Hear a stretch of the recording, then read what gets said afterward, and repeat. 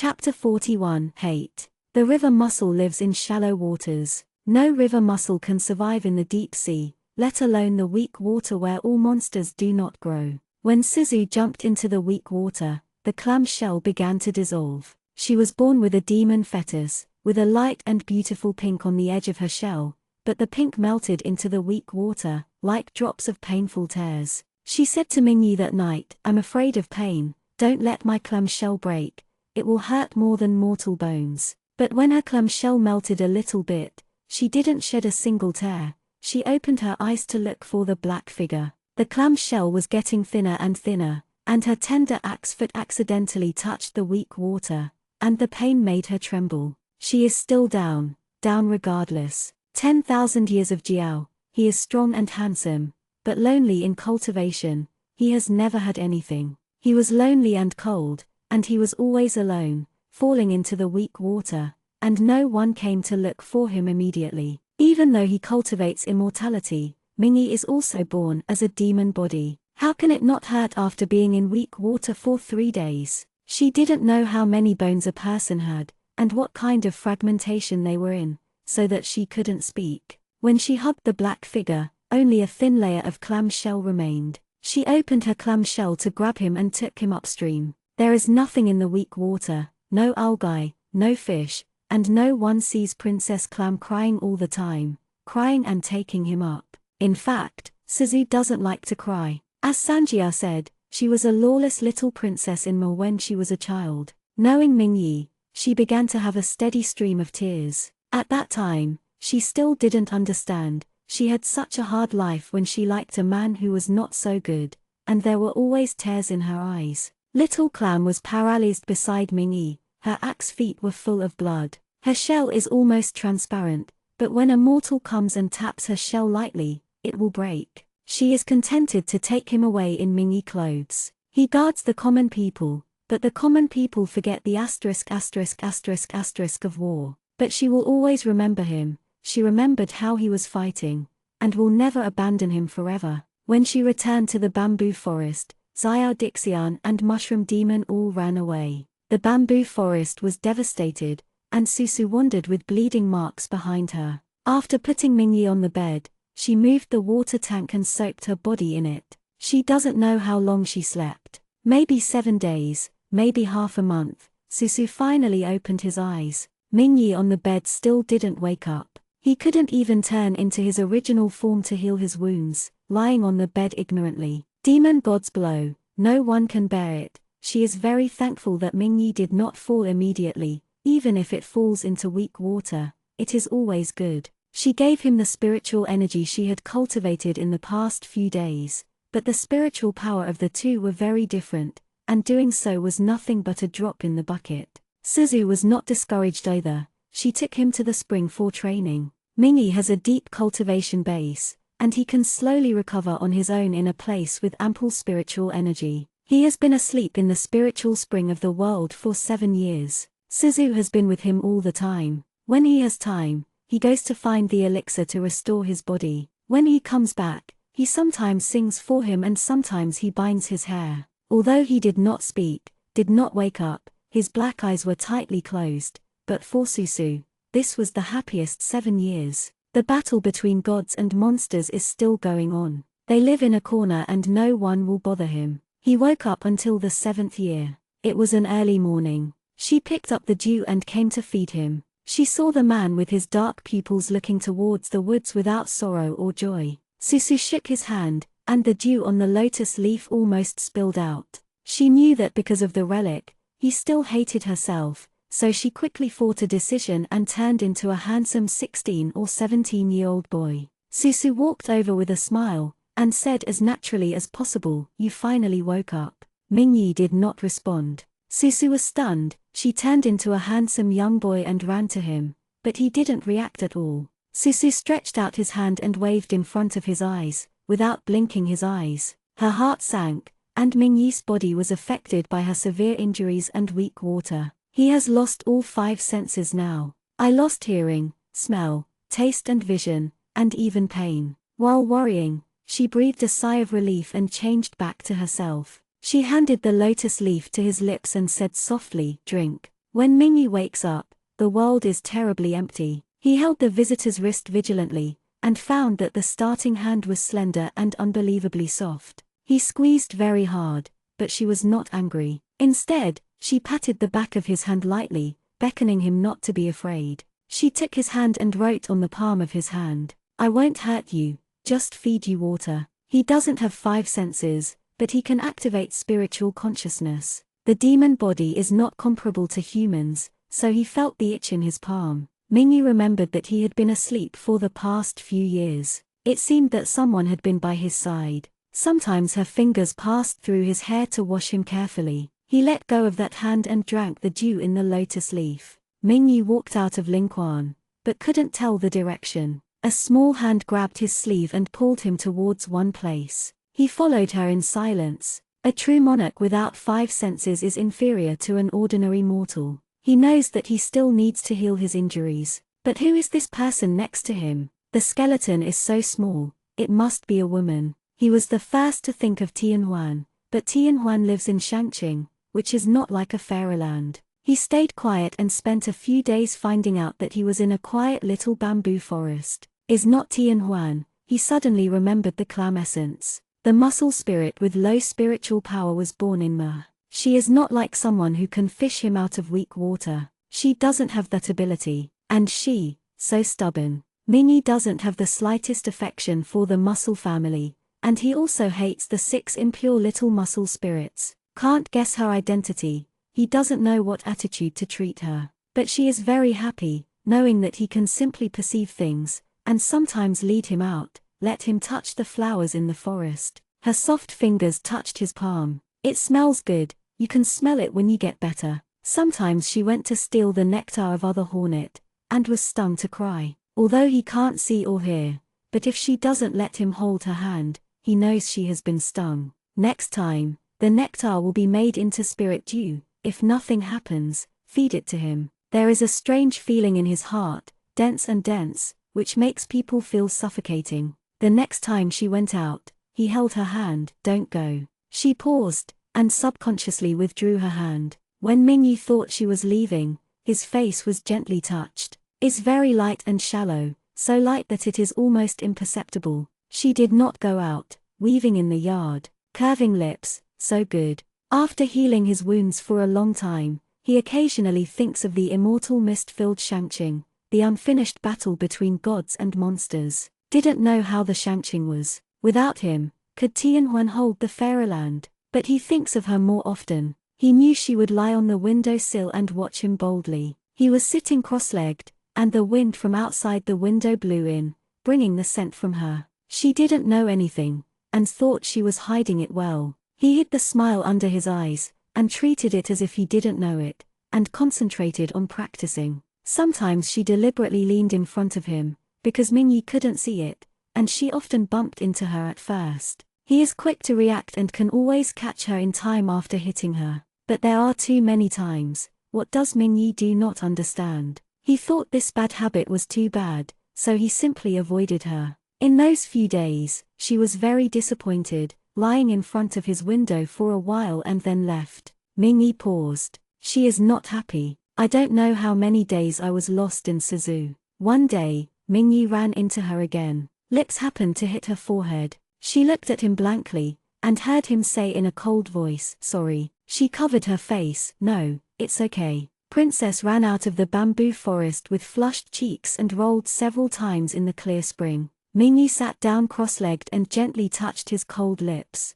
Susu took care of him attentively, not knowing that the 5 senses of Mingyi were slowly recovering. Mingyi gradually heard the sound, smelled the fragrance of bamboo, and saw the hazy colors. So she didn't know. After she went up the mountain to find medicine, Mingyi opened her eyes one morning and saw Tianhuan who had been found. When Susu came back with a bamboo stick carrying the elixir, the small bamboo forest was already empty. She was stunned for a long time, and a little wolf in Jula followed her head out. Suzuli ran inside and out several times, and even went to Lingquan, but there was no breath. Little Wolf watched her running. On the way back, he heard the girl talking about her true monarch, but when he got there, he only saw the dazed girl, looking around. Later, she was tired and sat under the tree. Little Wolf thought she would cry, but she was very calm, and carried it out. You are a spirit beast originally, and I want to replenish the body of the fairy.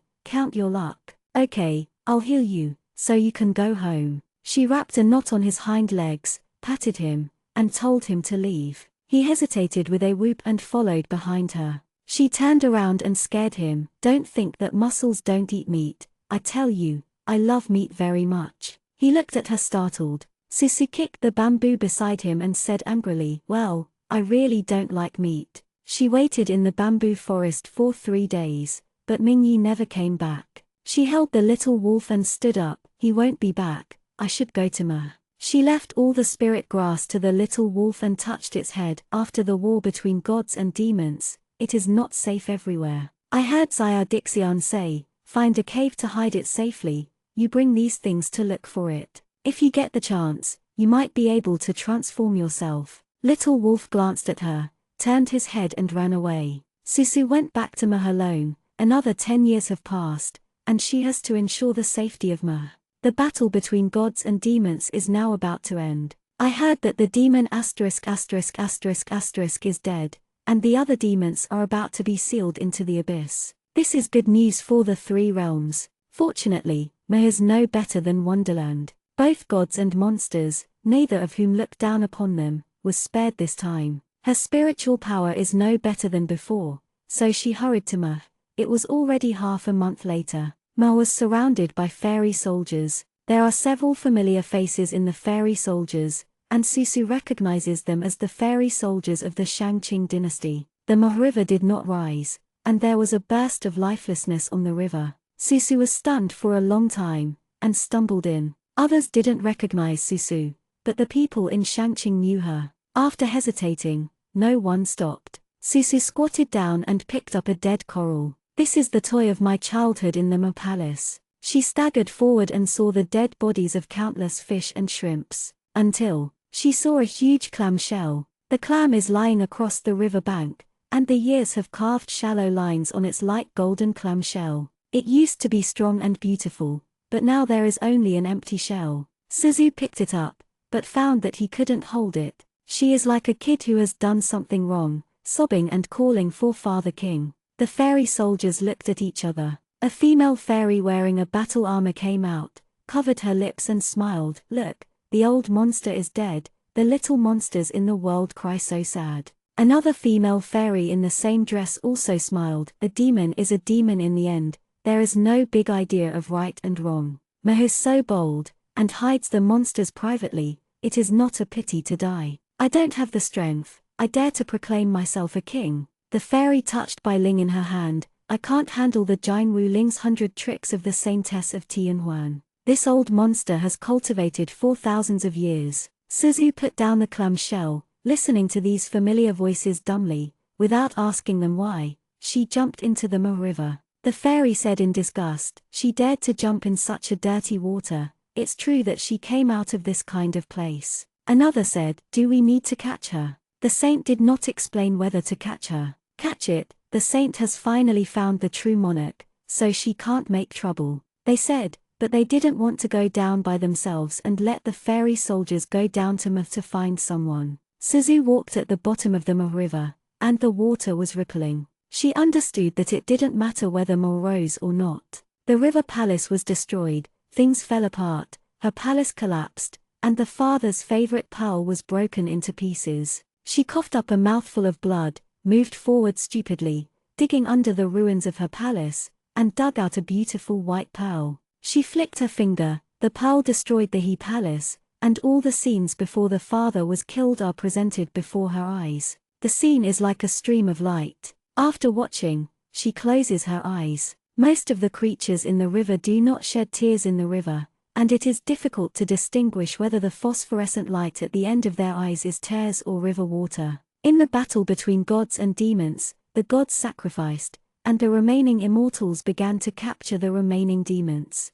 Xianxia Wonderland also participated in this capture. They came to Ma, and saw the water vapor turbid and the evil spirits dispersed. They began to catch the spirits in the river. The king clam was angry and stopped. The fairy soldiers were very hesitant. Is Ma the home of the fairy concubine Xianxia? Or ask the saint how to deal with it. However, Tianhuan only sent 2 female fairies holding her magical instruments. They conveyed the words of the saint: the emperor has committed the same crime as the common people, and if the king of the clan protects the evildoers, he will never tolerate it. Suzu picked up the pearl. She thought, for the first time she hated someone so much. Tianhuan, even if she asks again, it is okay to ask again. Ask her again and she will know that this filthy Ma and the soaring evil spirit are all given by her and Mingyi. Brother is right, he shouldn't have saved these 2 people 100 years ago. She has never hated Mingyi, he likes Tianhuan,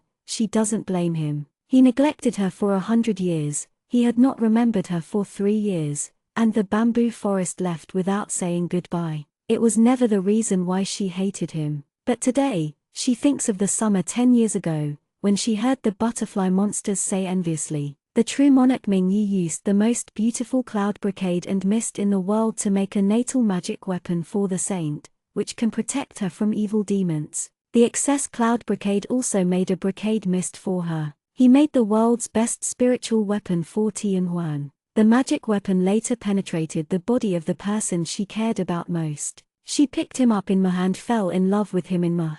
But in Ma today, she began to hate Tianhuan and hate him together. 10 years of guardianship, like a joke. Numerous river mussels died, pearls burst out of their bodies, and blood-stained pearls were everywhere on the bottom of the river. Susu picked up one by one. She is going to kill Tianhuan.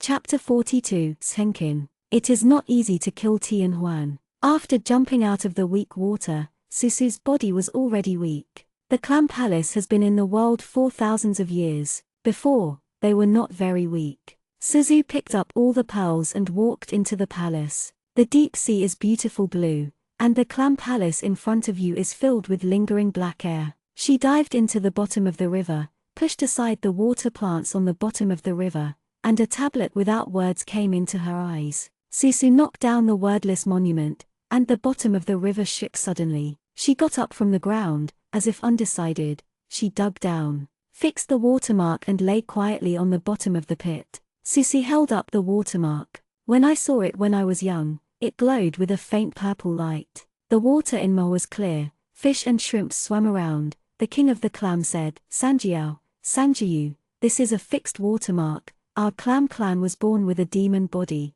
Because of these artifacts, Ma is stable and prosperous. Can go smoother. There is a fixed watermark. Ma is a clean fairy river. But if there is no fixed watermark, it is a demon river with black water. Susu turned over the fixed watermark, the original complete fixed watermark, with a blank space in the middle. Its core is gone. Suzu's tears fell on the ding shui mark, and God printed a dim light, seeming to comfort her. The artifact also sensed that she was cold, emitting a warm yellow light, illuminating the dark sea. This scene is undoubtedly a knife in the heart of Princess Clam. The artifact did not blame her, but she could never forgive herself. 100 years ago, the devilish energy tumbling over Ma.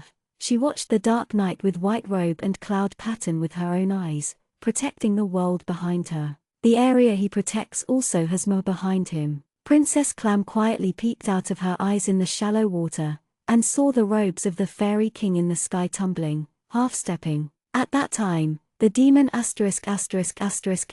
just woke up, and countless big monsters were in chaos. Princess Clam worried that the monster would hit Ma all day long, but the white shadow guarded Ma from beginning to end. She didn't know him. She raised her head and kept looking at him. Later, the demon and him both walked away. She lay in the clear water, one by one with mussel shells, basking in the sun. A few days later, a woman in a light blue shirt staggered to Ma. Susu did not recognize her, but she recognized the man with his eyes closed beside the woman. Is the fairy who protects them. The corner of the woman's mouth was bleeding, and she felt the celestial energy around her. Her eyes lit up. Is there a fairy friend here? Please also ask the fairy friend to save my lives. That was the first time Princess Clam saw Tianhuan. Tianhuan has a light blue fairy skirt, which is very beautiful. Perceiving the more and more devilish energy, Princess Clam hesitated for a moment, took a clam shell, and hid the 2 of them into Ma. They were marked by tracking. Princess Clam hid them and turned around to lead away the magic army. She transformed into a human form and swam very fast in the middle of Mer. After the demon army was lost, Princess Clam went back immediately, but she did not expect the light at the bottom of the river to flourish. Princess was taken aback, and ran over quickly, but saw the magic core of the watermark, the scene in the body of Mingyi who was submerged in a deep sleep. No. She ran to Mingyi, but it was too late. Princess Clam Xiao Mingyi, give it back to me, wake up, and give me the core of God. Mingyi was ignorant with a shallow white light all over his body, while Tian Huan was lying on the ground and fell into a coma. Princess Clam never expected that Tian Huan would take Mingyi out of the hiding place and come to the wordless stele. Mingyi has a special physique, and by mistake, he swallowed the sacred core of the fixed watermark. Princess Clam does not know who to blame.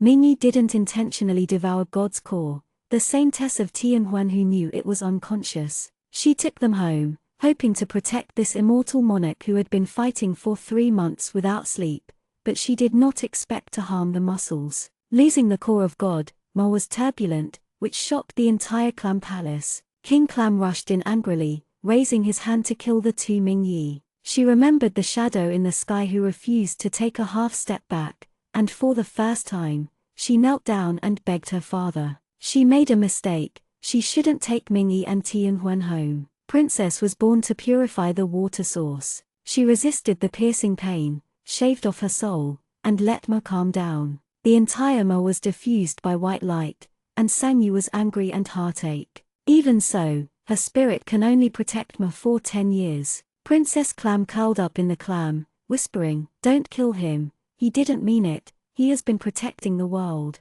King Clam was silent for a long time. When Xianxia thought King Clam would kill Mingyi, he sighed deeply. Xianxia has been integrated into Mingyi's body, killing him will be of no avail. Xianxia shaved off the spirit in order to atone for his sins, so he missed the road in this life. The Mingyi who has obtained the core of God, will practice smoothly in the future, and may become a god. King Clam had naturally seen the scene where Mingyi fought against the big demon former and the mortals behind him. Clams cannot kill Mingyi, they cannot slaughter a soldier. The King Clam guarded the weak daughter in the clam shell, resisted regret, and said coldly, "You can save him. He is from the Xianxia, and he may become a **** in the future. I want him to protect my Ma for thousands of years." And ran. There are immortal relics in the Upper Qing dynasty. Every 10 years, you borrow the relics to restore the river area. If you can do it, I will let them go. Princess Clam nodded.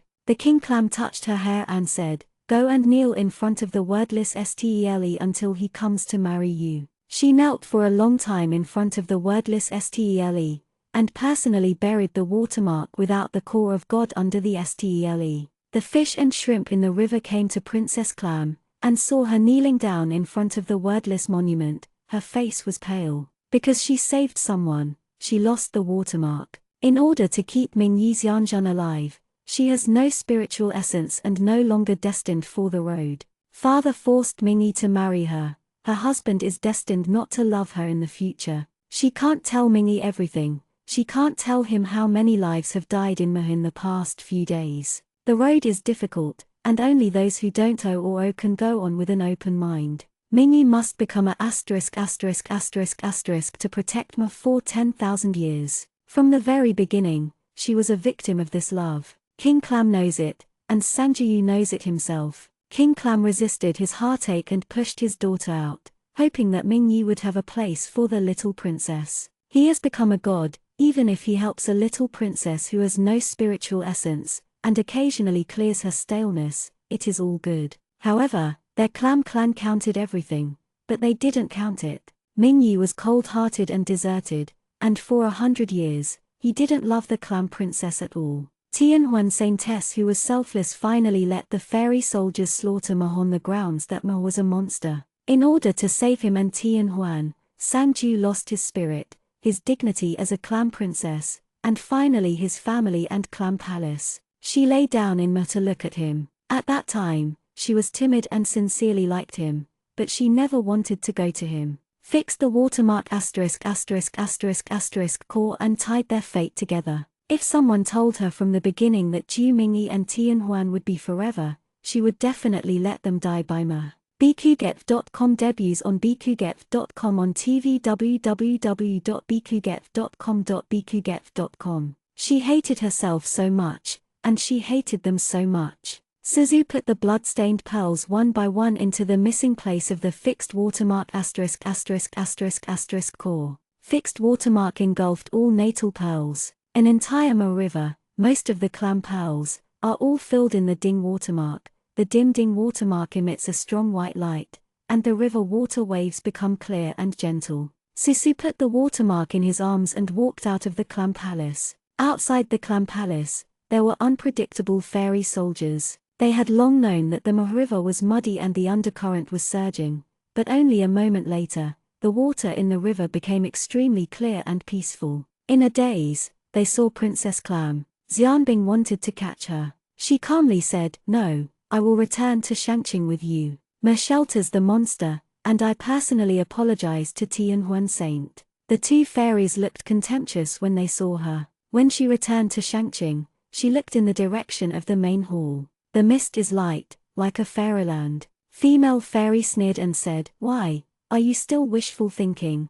100 years is not enough for you to see. Compared to Tianhuan Saint, you are nothing." Suzu looked at her palm and whispered, "You are right, I am nothing." It's a pity that it took her 100 years to understand this truth. How much she once hoped that one day, Mingyi tried to understand herself, as if she knew him. She went to see Ma, knowing that her people were not bad, but he hated that receiving enlightenment forcing him to marry a small clam. She hopes that Mingyi will fall in love with him, so that even if he ascends, she will remember to protect the clam clan, but Mingyi does not love her. She stays alone for 100 years. She was cautious and tried all her strength to protect him. The spirit was gone, and the clam shell was about to shatter. At the end of the day, she hugged the corpse of the father under Ma and wept. He was high above him, still guarding Tianhuan's side. She came with a sincere heart, and in the end, she was nothing. Her clam palace, father king, swimming fish and corals were all shattered in the dirty river water. Suzu touched the watermark in his arms. "It is next to her heart. The true monarch in my heart died, just today, in her memory. The clouds of smoke in Wugong stay here all year round." The middle-aged man in Xingyi smiled and looked towards Mingyi. Mingyi said, "Congratulations to Master on the return." Mingyi has guarded the supreme Qing dynasty for thousands of years, fulfilling the mission, and returning all of it to Master today. Tianhao said, "Mingyi, you have done a good job. Without you, there would be no today's Xianxia. I think when I met you, you were still a little black snake, but now you are a prestigious god of war." Mingyi lowered his eyes and bowed without any waves. "Tianhao, before I entered Mankang, I entrusted Tianhuan to you. But I heard that Tianhuan fell into a deep sleep 100 years ago, and you married a little clam. Is there such a thing?" Mingyi paused and said, "Yes." Tianhao waved his hand. "Since you have no agreement, you are just a little clam, and you can't get on the stage. Send it back to the mortal world. Tianhuan has a good relationship with you since childhood. Don't hurt her heart." Mingyi frowned. Before he could speak, Xiaoqi burst out with a burst of white light. Although the white light was emitted by a divine tool, it carried the power to attack and destroy, and the Jade Lake was flooded, and it spread to the front of the temple in a flash. Mingyi's heart sank, and he didn't care to say to Tianhao more, "Disciple, go and have a look." In an instant, his figure disappeared into the hall. Mingyi appeared in Xiaoqi. A female fairy vomited blood and looked at him in horror. True monarch, save me. Sanjiu is crazy, she is going to kill us, and she will kill Tianhuan Saint." Mingyi kicked her away coldly and walked into the hall. The entire jade pool was flooded, the fairy servants scattered and fled. Tianhuan was pumped out of the fairy marrow, a big hole broke in his chest, and he floated in the water. The girl in a pink and white dress, sitting cross-legged on the water. The fixed watermark floated in the air, and Mingyi raised his hand to easily capture the fixed watermark, and said angrily, "Sanjiu, what are you doing?" She opened her eyes. The beautiful and clear eyes that used to be, are now glowing with an eerie red. Even without the watermark, she still stubbornly wanted to kill Tianhuan. Mingyi hit her shoulder with a mysterious light. she snorted and flew out. Mingyi picked up Tian Huan in the Yaoqi water and found that the person in his arms had lost his breath. He looked at Susu coldly. Close it up and wait for me to interrogate myself. Susu was caught by the immortal soldiers who rushed over. She got up from the waves and saw him anxiously holding Tian Huan and disappearing into the jade pond. She thought to herself, it was so fast. It's a pity, Tian Huan is already dead, and it's useless no matter how heartache he is. She lay in the Yaoqi with empty eyes. The fixed watermark is forcibly turned on, and it is discarded after one use, but killing Tian Huan is extremely worthwhile. Before Tian Huan died, he looked at her with wide-eyed eyes. Susu thought, it turns out that the saint would also be afraid of death. Is no different from their little spirits, who is more noble than whom. Susu let himself sink into the jade pond. Fortunately, she is not afraid now. She was handcuffed and locked up in the dungeon of Xianxia. Suzu never thought that there would be such a place in Xianxia. The sound of water dripping was endless, and the surroundings were pitch black and quiet. Day and night are here, and Susu doesn't know how long she has been detained. Someone walked into the dungeon. She hugged her knees and looked at him quietly. The man said, Tian Huan is awake, but she has lost her spirit. Susu was unhappy at first, but at the end, he grinned.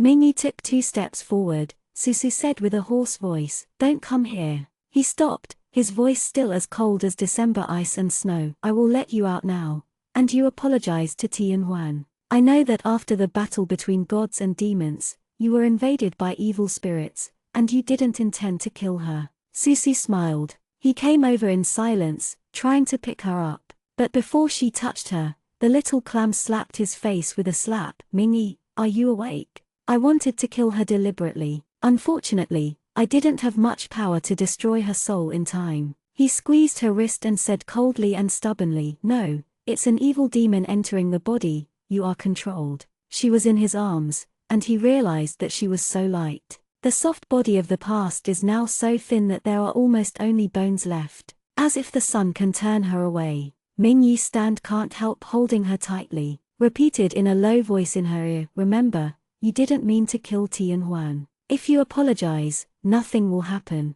She laughed, laughing louder and louder, but his face gradually paled.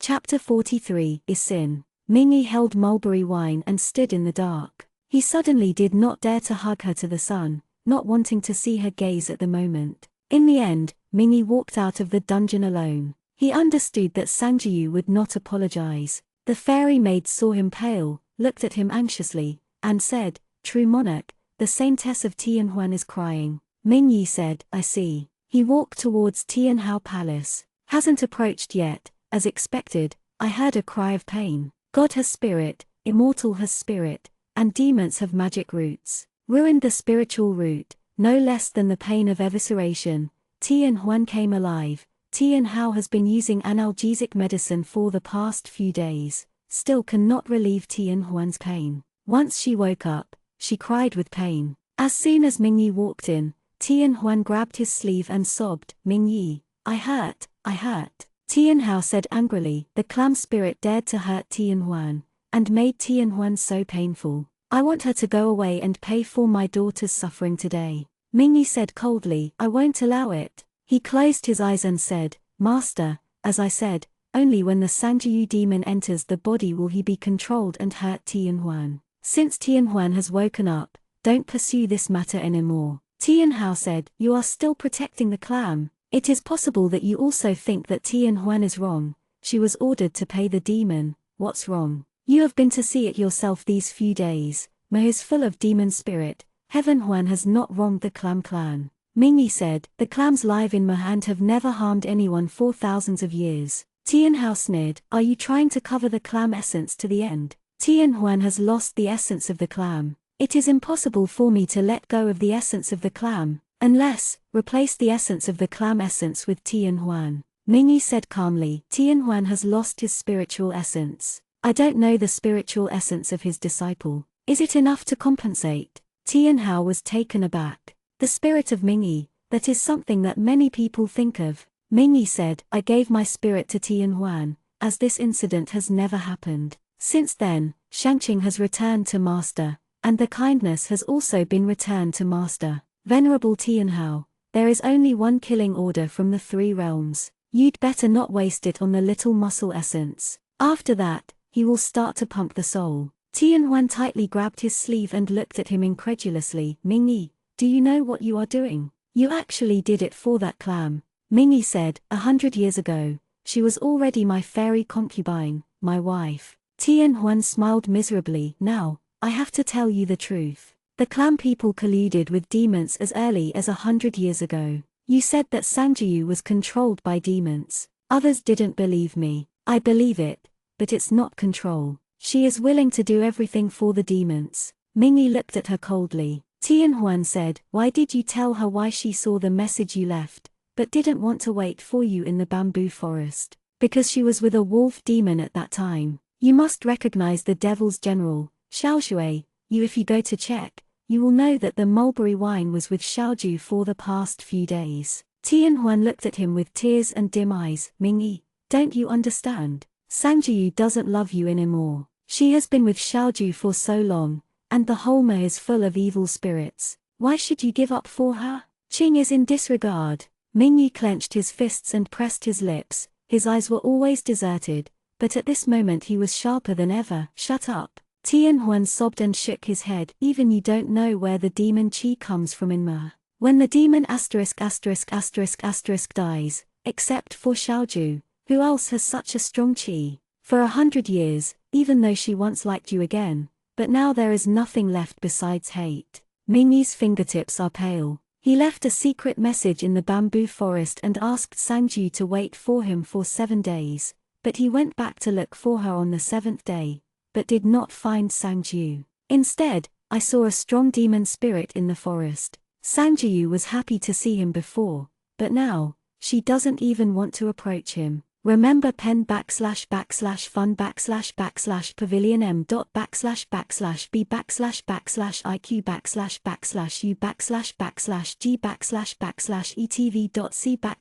// o // m in 1 second on the mobile phone to provide you with wonderful / fiction reading. Mingyi said coldly, I don't believe it. Since Saintess Tianhuan is unwilling to ask for my spirit, I will find a way to compensate you. If you really refuse to let go of the mulberry wine, I will not be able to stop it all the time, but I hope Venerable Tianhao understands that Mingyi has not been a true monarch in vain for thousands of years. As soon as his voice fell, the fairy soldiers hurriedly reported, True monarch, the clam spirit in the dungeon is gone. As soon as he said this, Mingyi's face changed drastically, his eyes were cold, and he appeared in the dungeon for almost the next instant. As the fairy soldier said, the dungeon is empty. There was a very shallow demon spirit in the air, so familiar, anger and panic almost made him lose his mind, and in the blink of an eye, he followed the demon spirit to 100 miles away. Susu curled up on the back of the giant wolf demon.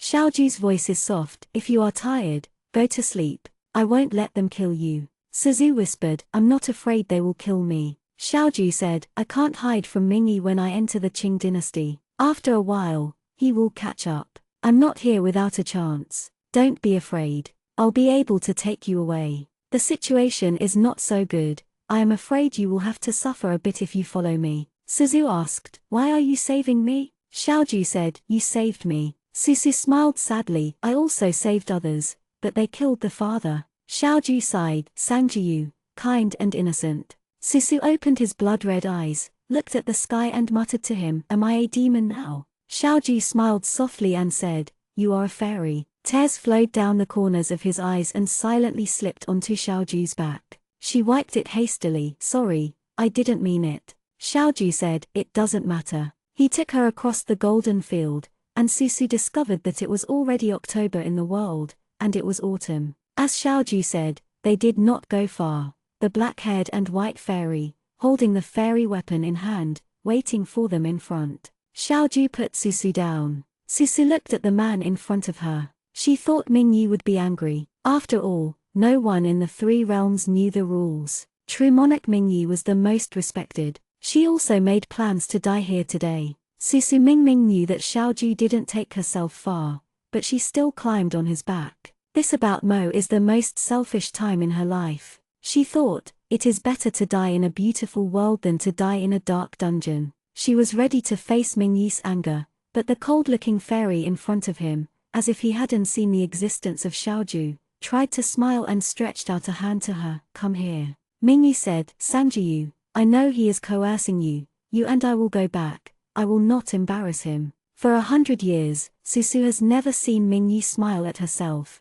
When is the most, he always keeps his eyebrows cold and reprimands her for being unruly. If it was before, she was looking forward to this scene in her dreams. The fairy in white stretched out his hand to her and took her back to Xianxia. But today, Susu looked at him with red pupils, and said, Mingyi Xianxia, I am a fairy, isn't it your rule? A fairy can't go to the Qing dynasty. Mingyi said calmly, you are not. Becoming a demon eye does not mean you become a demon. If you are controlled by someone, you will also have a demon eye. If you don't want to go to the Qing dynasty, then don't go to the Qing dynasty. Suzu said, I killed people, Tianhuan, and some unnamed fairies. Mingyi is still very calm, and he confidently said, they won't die. As long as the soul stays, he can rescue them. She won't have karma, she can be the little princess of the Hui Seng clan and continue to cultivate immortals, as long as she goes back with him. Suzu whispered, you are really crazy, Mingyi. He looked at her stubbornly. Susu put her hand in his palm.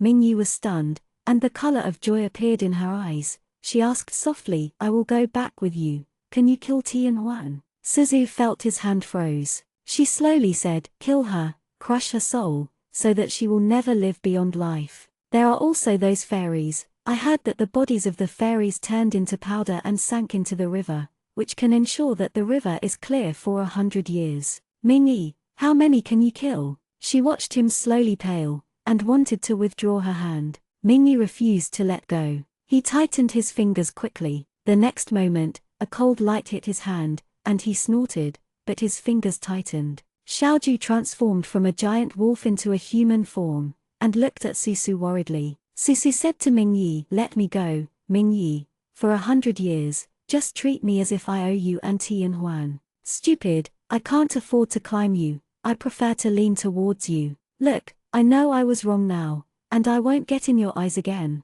Mingyi felt pained and overwhelmed. He wanted to say, that's not the case, it's because he has missed 100 years in his life. Susu said, in the beginning, I was wrong. I shouldn't have met you. Xiao shouldn't think about everything that doesn't belong to him. Now that the Mo River is flooded and the Clam clan is dead, Xianxia should raise his hand high. Young and ignorant, either let me go or kill me. Mingyi's face was pale. Susu looked at Xiaoju, let's go. Xiaoju nodded. They didn't go far. Susu heard the low-pitched voice behind him. So, you regret it and fall in love with him? He asked with difficulty, as if she answered yes. It was more uncomfortable than cutting a knife in his heart. Suzu did not turn her head. She said softly, Mingyi, who is better than loving you? Her pearls and tears, love and innocence, have all been buried in this century. But the price paid was too great, so big that there was only sorrow left in her heart. Susu didn't look back, nor could he see Mingyi staggering to catch up, still wanting to keep her. He can't hold the trident, can't touch the hem of her clothes. Xianxia, who is not afraid of demons, is afraid of her turning back, and even more afraid that she will not. He can't let her go, nor can he kill her. He followed for a long time, watching the wolf demon lead her across the autumn fields on earth, across the blooming meadows, and across the clean waterfalls and creeks on earth. They went farther, and finally disappeared. He stood alone, and it was not the wolf demon who stopped him, nor was she saying, Mingyi, who is better to love than you. It was the rare smile she was placed in the stream and stopped him. He didn't dare to come forward, and for the first time, he really understood that Sangju didn't love him anymore. Mingyi did not return to the Xianxia. He returned to the deserted little bamboo forest. I don't know which day Xiao Dixian moved back. He looked at Mingyi tremblingly. True monarch.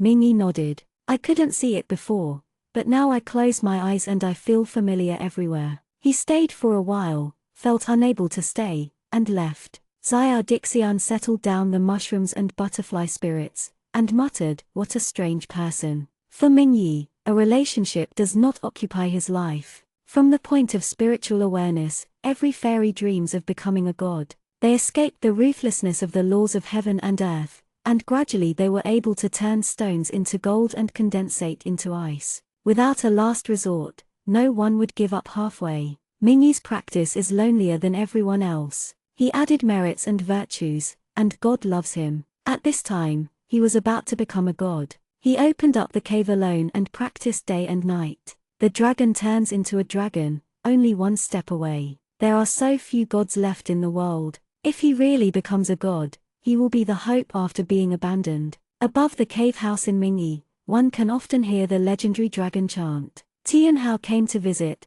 and he said, Tianhuan has no spiritual essence, and it will be extremely difficult to cultivate in the future. I promise you not to issue the 3 realms slaying orders. If you really become a god, you will protect Tianhuan. Mingyi nodded his head optionally, and accepted the 3 realms order to kill him. Tianhao looked at the looming divine pattern on his forehead enviously, didn't say much, and left. Everyone thought that Mingyi was about to become a god, but only he knew that the ***** pattern on the forehead was getting dim. Only has 2 claws, he turned into a prototype, but he has 8 claws. His way began to leave him. That night, he tried to track the whereabouts of Princess Clam for the first time. The paper crane he sent out fluttered its wings, and said, she and the wolf demon are on the top of Indestructible, looking for a new stone. Mingyi nodded calmly. Newborn stone is often prepared for the little demon who is about to be born. He has been silent for a long time, and the divine pattern on his forehead becomes more and more dim. Mingyi forgets how many years he has lived, and no one has told him why his body has undergone such changes. He tied the newborn stone in his cave to the paper crane, and when the paper crane was about to fly away, he coldly caught it. At that moment, for the first time, he thought of killing the wolf demon. The paper crane looked at his forehead in horror as the lines on his forehead turned black. He lowered his eyes and said, I'm sorry. The ***** pattern returned to a holy white. The newborn stone didn't let the paper crane take it out. When the spring began, he suddenly remembered that Xianxia had left him in his 3rd year, and his paper crane flew back, whispering, Princess Muscle is doing well. She is not as unhappy as Xianxia you expected. Xianxia, you can't pick her up. They found a lot of new rocks. He raised his hand and destroyed the paper crane, and the sky quieted for a moment, but he couldn't calm down. In the past 2 years, Tianhuan has been here twice, and he has never seen her. The paper scraps shattered in the air, and the last one awkwardly brought a small piece of honey. I don't know where the paper cranes are stolen. They are almost stung into a sieve. He raised his hand, looked at it for a long time, and let it go. The paper crane flew farther and farther, and finally left him. Mingyi knows that this will not work. His merits were added, and he should have soared through the robbery, but the sky was quiet, and the thunder did not come. He knew that his robbery was not here. He knew that he might never be able to ascend. When he stepped out of the cave, he hated Princess Clam a little bit, so much that he wanted to find her. Ask why you say you don't love if you don't love. Xian's life is too long, and the appearance of mulberry wine is as short as an evening flower to him. But the love of a little girl, he thought, how short and cheap, because a wolf demon left him without looking back. Chapter 44, The Truth. The sound of water ticking around Susu, and there are many small mussels in each tank. She cultivated them carefully, changed the water diligently, and when the weather was good, she wiped each clam shell and took them out to bask in the sun. He clam mouths one by one, without turning on his mind. She collected the remnants of souls for 3 years, so that all the remnants of souls that did not disappear in the past have a place to live. Losing the fixed watermark, without the blessing of God, it would be difficult for the mussels to return to the past. In the past few years, she has followed Xiaoju to travel all over the mountains and rivers, but still can't find a way to resurrect her father. The soul of King Clam has disappeared and cannot be traced. Sanjiao, the young master of the Clam clan, has disappeared, and there is no news. The newly cultivated mussels are ignorant, and they are still uncivilized fairies. Suzu looked at them and couldn't help but smile. There is hope for people, it is always good. In her free time, She will go out to find a place with beautiful mountains and clear waters to purify the water a little bit. Without the spiritual essence, her spiritual power will always stay 100 years ago, unable to grow for half a step. Few people in the world know that Princess Mussel was also a genius when she was born. She was born with the ability to purify rivers. She worked hard for 3 years and finally cleaned up a river temporarily. She looked at the sunset in the sky and knew she should leave. Yesterday, the monsters again persuaded Xiaoju to marry a wife and open up branches and leaves. She hurried back from Xianxia River and happened to see that scene. Almost all of the Yaozu the Ning was held fast to Huangyuan, and if they didn't reproduce their offspring as early as possible, they might be annihilated at some point. Demons are more afraid of loneliness than human beings. They stay in the world for hundreds or even thousands of years, and they are most afraid that there is no evidence of their own coming. Xiaoju smiled mildly, neither agreed nor refused. Everyone knows what Xiaoju is waiting for, and Suzu also knows, so it's time for her to leave. She spent more than 100 years in love with someone desperately, and she had nothing left. Suzu put the young clam into the universe bag, and went to say goodbye to Xiaoju. Xiaoju was training soldiers, and he paused after hearing the words, "Are you leaving?" Suzu smiled and said, "Yeah, I'm sorry to have bothered you for so many years." She took out a few pink pearls and handed them to Xiaoju. "These are raised in my spare time. Grinding them can relieve the pain. The battle between gods and monsters is over." Xiaoju's situation is not good. He is a demon and needs to live in hiding, and his subordinates are often injured. Princess Mussel used to be afraid of pain and rarely raises pearls. When she is by Mingyi, she only raises one in 100 years. After she left Mingyi, she cultivated pearls day and night, no longer afraid of pain, and used her blood to raise several blood pearls in 3 years. Xiaoju said, "If you want to seek revenge from Tianhuan, you don't have to be anxious at this moment. They have Shangqing Wonderland as their backing, and we are not opponents now." Susu smiled and shook his head. "You have misunderstood, Xiaoju. I've long wanted to understand that I won't go to Tianhuan. The Clam clan is waiting for prosperity. I just want to bring the clan to live anew, and I will travel with you." In the west, I saw a river there. The water was clearer than myrrh. Although the spiritual energy was not sufficient, the Clam clan could always be transformed into a human form after slowly practicing. If the father is still there, I also hope that I will lead the clan to start again. Xiaoju moved his lips and realized that he had no reason to stop her from leaving. He was silent, and drove her all the way to the bottom of the summit of Indestructible. Guyu quietly glanced at Xiaoju, who looked like Xiaolin, and thought, if he really returned to this world, I don't know how embarrassing the situation would be. Yu Bingshang became Tianhuan, but Tianhuan liked Mingyi, the lord of the Shangqing, who is now the most powerful. Xiaolin had no memory, became a wolf demon, and took care of Susu for 3 years. Although he is mild-tempered, he has a love for Susu. Even the little demons at the top of Buhua can see it. Guayu said, "Prajna floating life cannot enter randomly. Let's go now. If a few people go out, this memory may become the black history of everyone." Xiaoju looked at Princess Clam turning back, showing a bright smile. She waved to him vigorously. "Xiaoju, you go back. I am no longer immersed in the past, and I will live a good life in the future." Xiaoju smiled and said yes. "Maybe one day, you see a small river mussel in a stream, they are my people." Xiaoju lowered his eyes, still saying yes. Susu sighed, "Xiaoju, I'm going to start my life again, and you have to be well." So, Xiaoju watched Princess Clam's light pace, and she walked away from the top of the insurgency step by step in the light of the sunset. Her eyes are full of joy and hope, so Xianxia River in her mouth must be a good place. 3 years ago, Princess Clam curled up on his back and whispered, "I don't want to die. I want to live. They are all alive. Why should I die? I want the Clam clan to continue for thousands of years, and I want them to pay the price. I want to live a good life." Xiaoju watched her walk away. He did not catch up, nor did he say goodbye too much. Even he himself couldn't say for sure, when he might also be caught into the wilderness, without a future. Sangjiu can let go of the past and leave with the tribe, it's always good. As he said, when we meet again in a few years, there may be a bunch of lively little mussels, basking in the sun and spitting bubbles in the water. The princess grew up, far away from the pain of the past, and became a queen.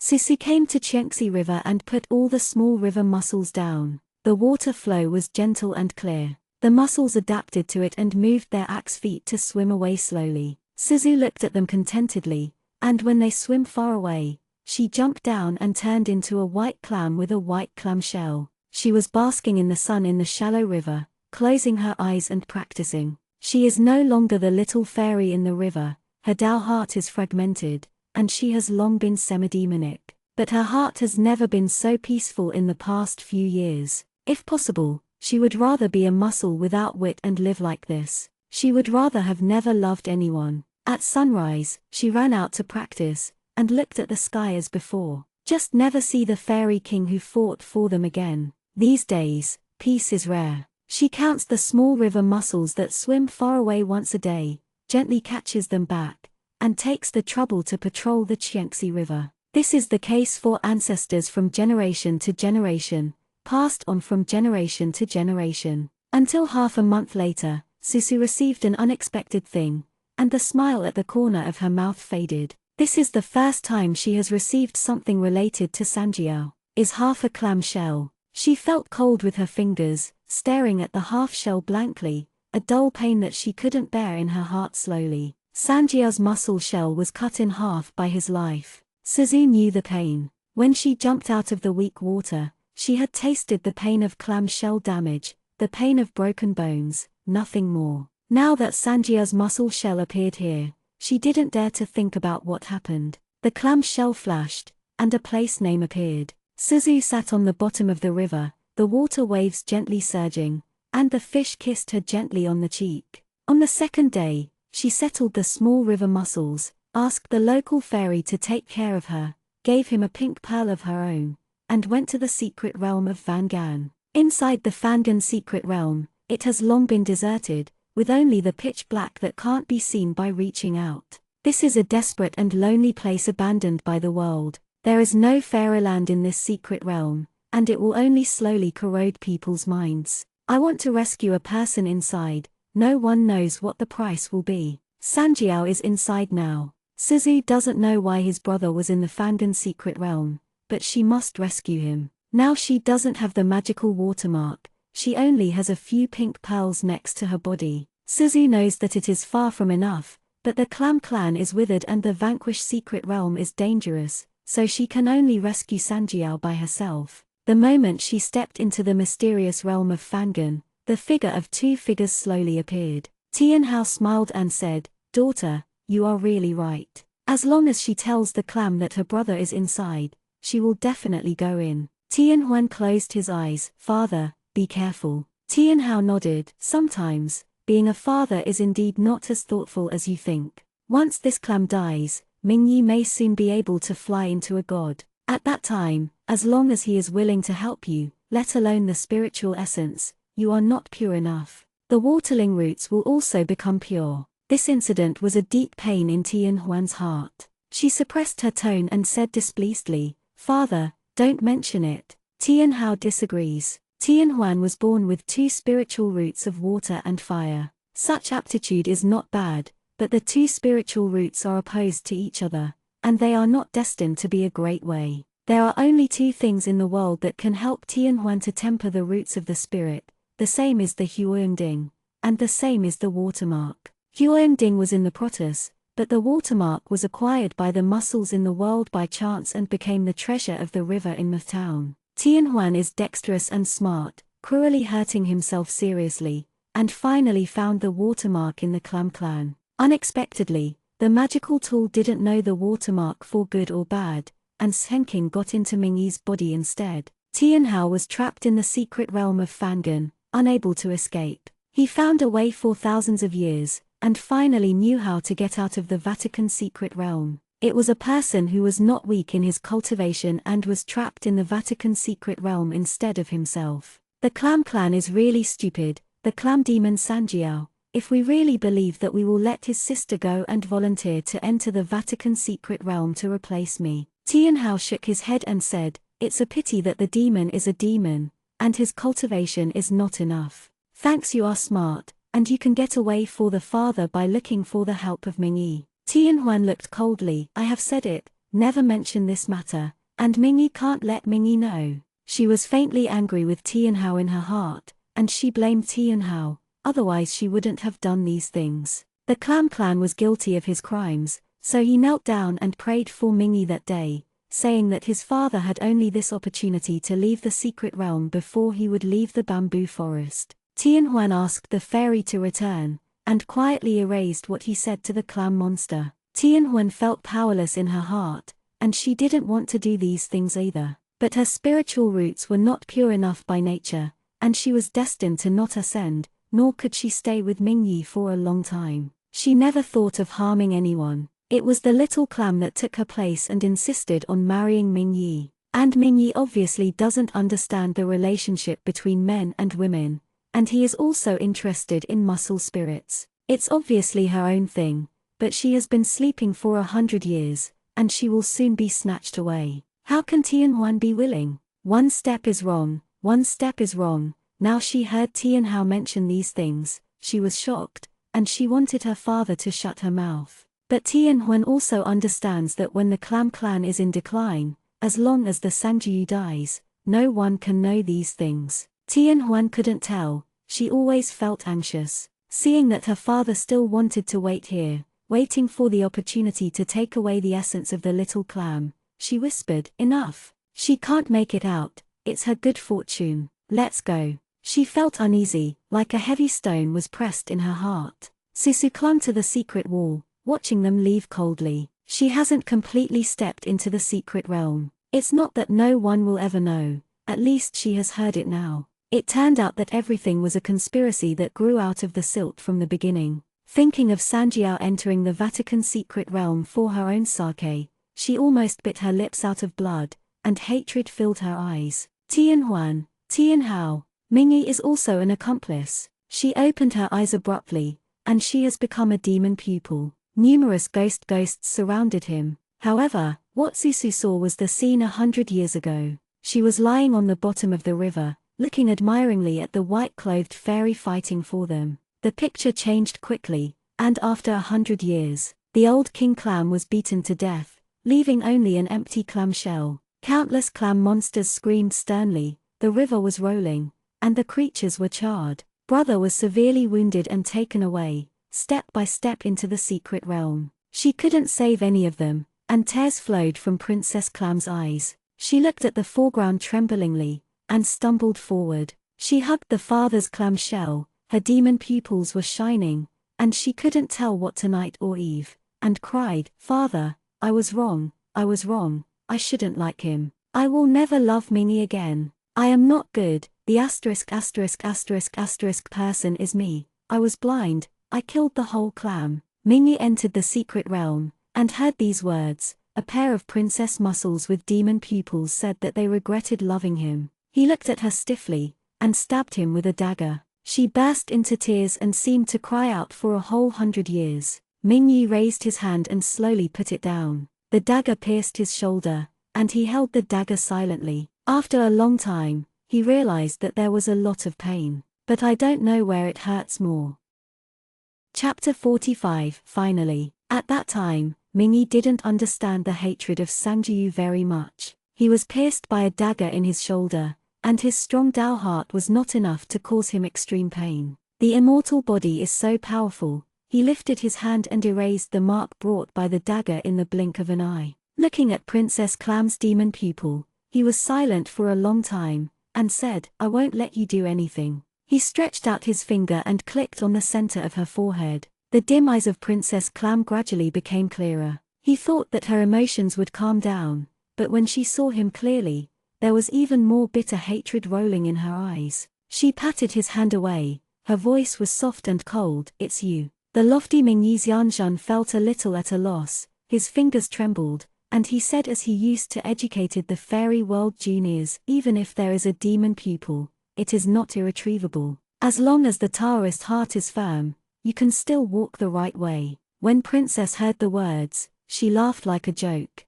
Doxin, you even talked to me about Doxin. She pushed him away, and tears burst into her eyes while smiling. My dachshund 100 years ago was you, but you don't love me and think I am humble. I gave up on you later. My Dao heart is the future of the Clam clan, but the Clam clan is gone, and my father is dead. She chuckled and said, I was called a fairy of a century by the gods of Xianxia, and now I have finally fallen into a demon. You actually talk to me. Mingyi's face was pale, her lips moved, and she couldn't say a word. Princess Clam finished laughing and looked at him coldly, with red magic patterns appearing on her forehead. Susu turned around and wanted to walk into the secret realm again, but was held back by Mingyi. Xianxia's tone was deserted. Who are you going to save? Susu turned around and smiled. My brother Sanjiao. Xianxian, it's been 100 years. I'm afraid you never knew that I still had an older brother, right? Mingyi is silent, he actually knows it.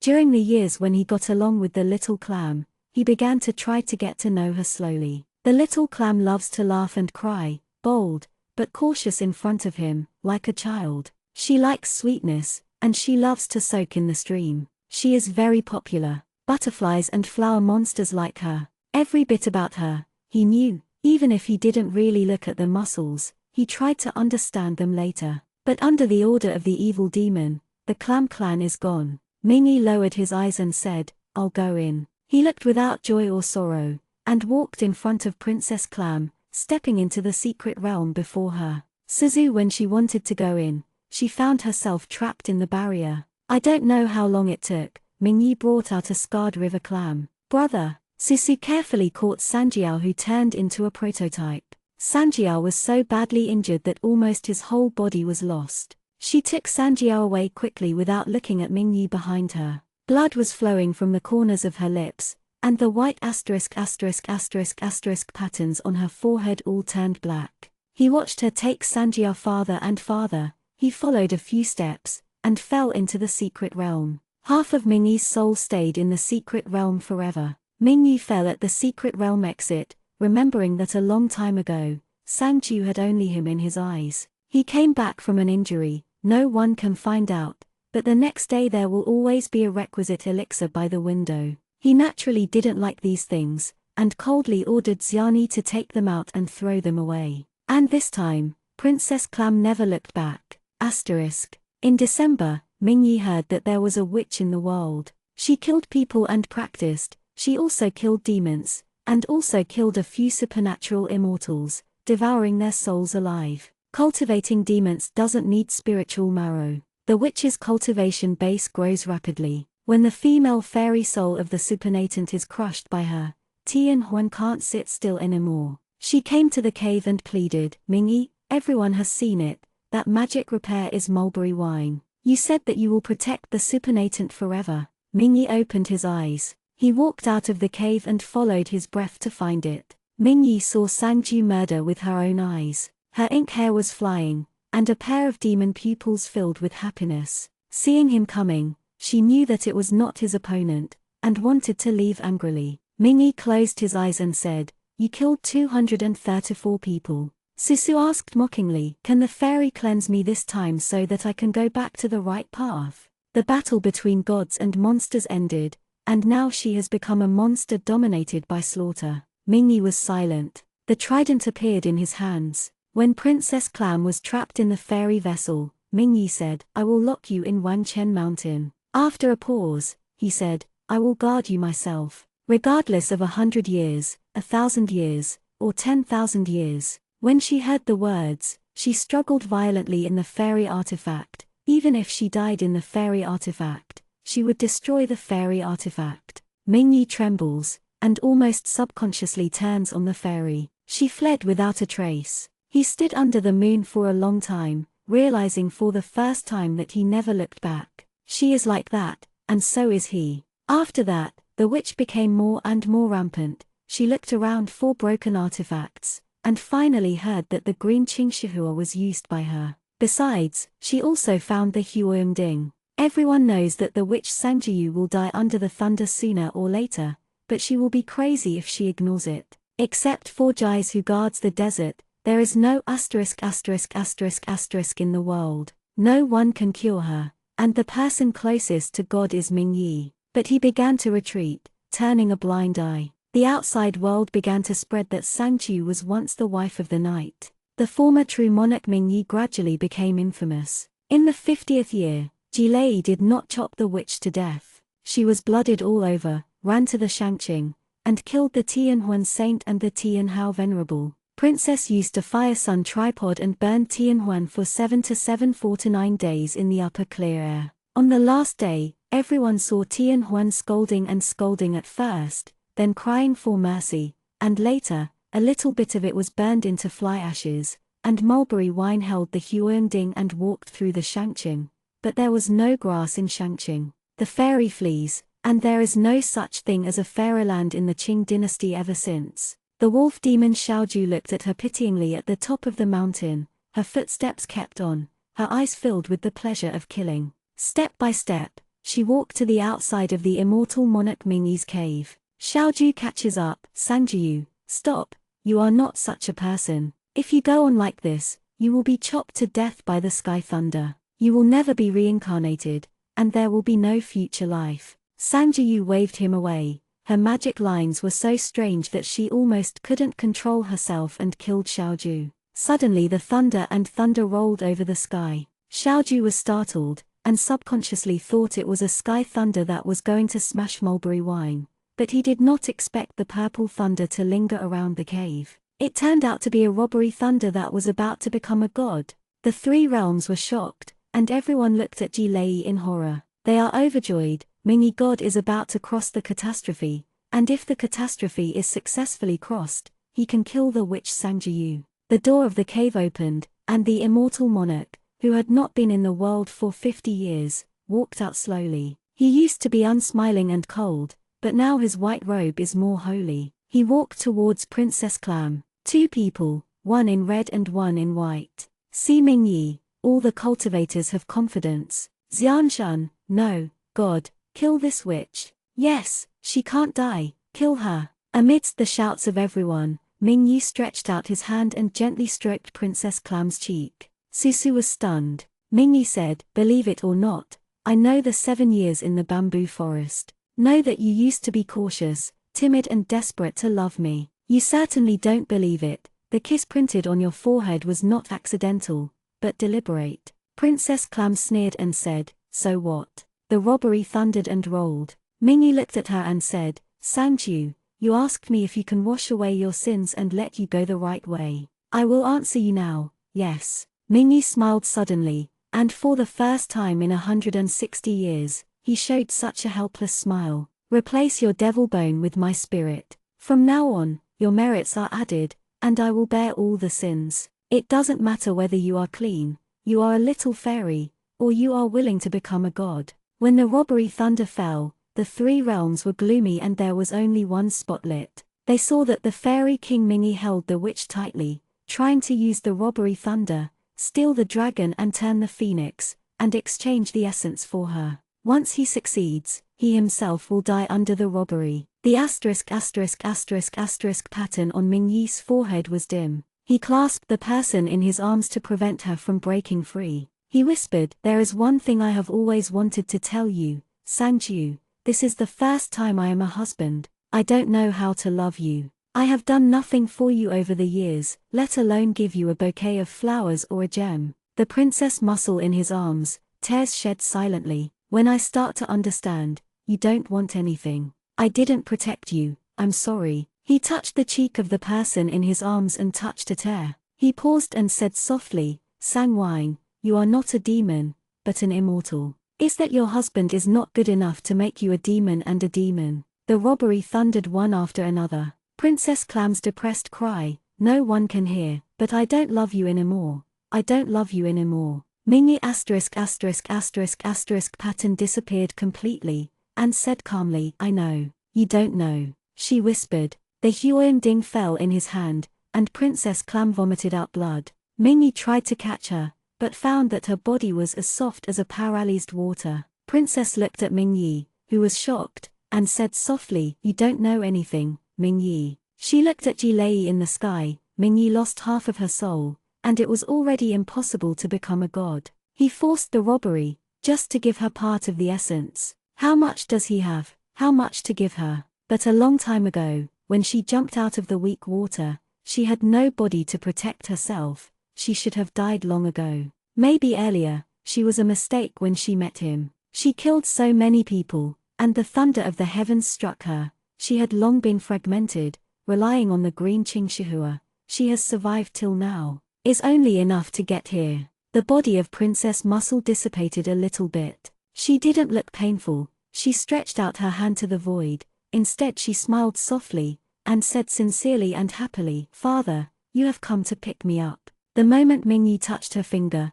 Princess Clam turned into flying ash and disappeared between heaven and earth. A small pink clam shell fell into pieces easily. Guayu was condensed on Susu's wrist. Seeing that Susu was about to leave the prajna floating life, Guayu reacted and said loudly, "Hurry up, little master, the prajna floating life is about to end. Susu must do something. This affects the Jiao Underma a few years later. It is just an evil." Suzu was finally not under the control of Sangjiyu's emotions. She took a deep breath, her eyes and hands quickly pulled down the white pearl from the dissipated Sangjiyu's neck, and threw it into the debris. In the fragments, a white pearl rolled out. Guayu looked at the upturned prajna, and said quickly, "Let's go." Before left, Guyu turned her head and saw the tearful Mingyi suddenly distorted. Tan Taijin's consciousness awakened, and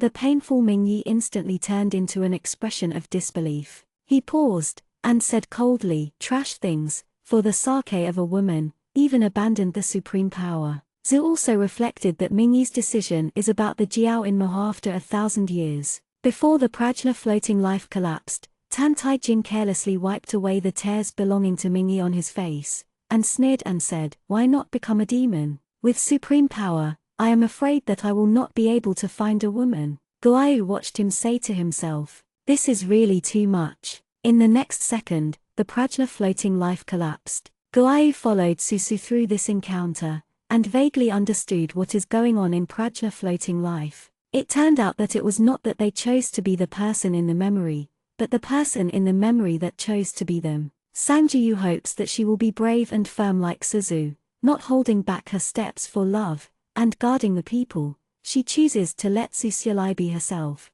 Mingyi didn't understand emotions at first. He realized that there was no emotion in the floating Tan Taijin, and he chose to let Tan Taijin be himself. He wanted to see how Tan Taijin, who also didn't understand emotions, would make a choice. In the end, the little madman of the Tantai family, there is only power in the heart. Xiaoju's heart is gentle and righteous, even for the demon clan. He will choose to make Xiao Rin, who is equally responsible, be himself. Sanjiao's mouth is poisonous and soft-hearted, and naturally the closest to Pan Yujai, who came in inexplicably. As for Yu Tianhuan, Guayu thought, it still doesn't understand what Tianhuan wants. This is the only person it can't see through. And Yu Bingchang came in. What did he want? Although he knew that Tianhuan and Yu Bingshang were not the same person, just as Susu would never be like Sangju, Guyu still secretly warned Yu Bingshang. Outside of prajna floating life, Yu Qing,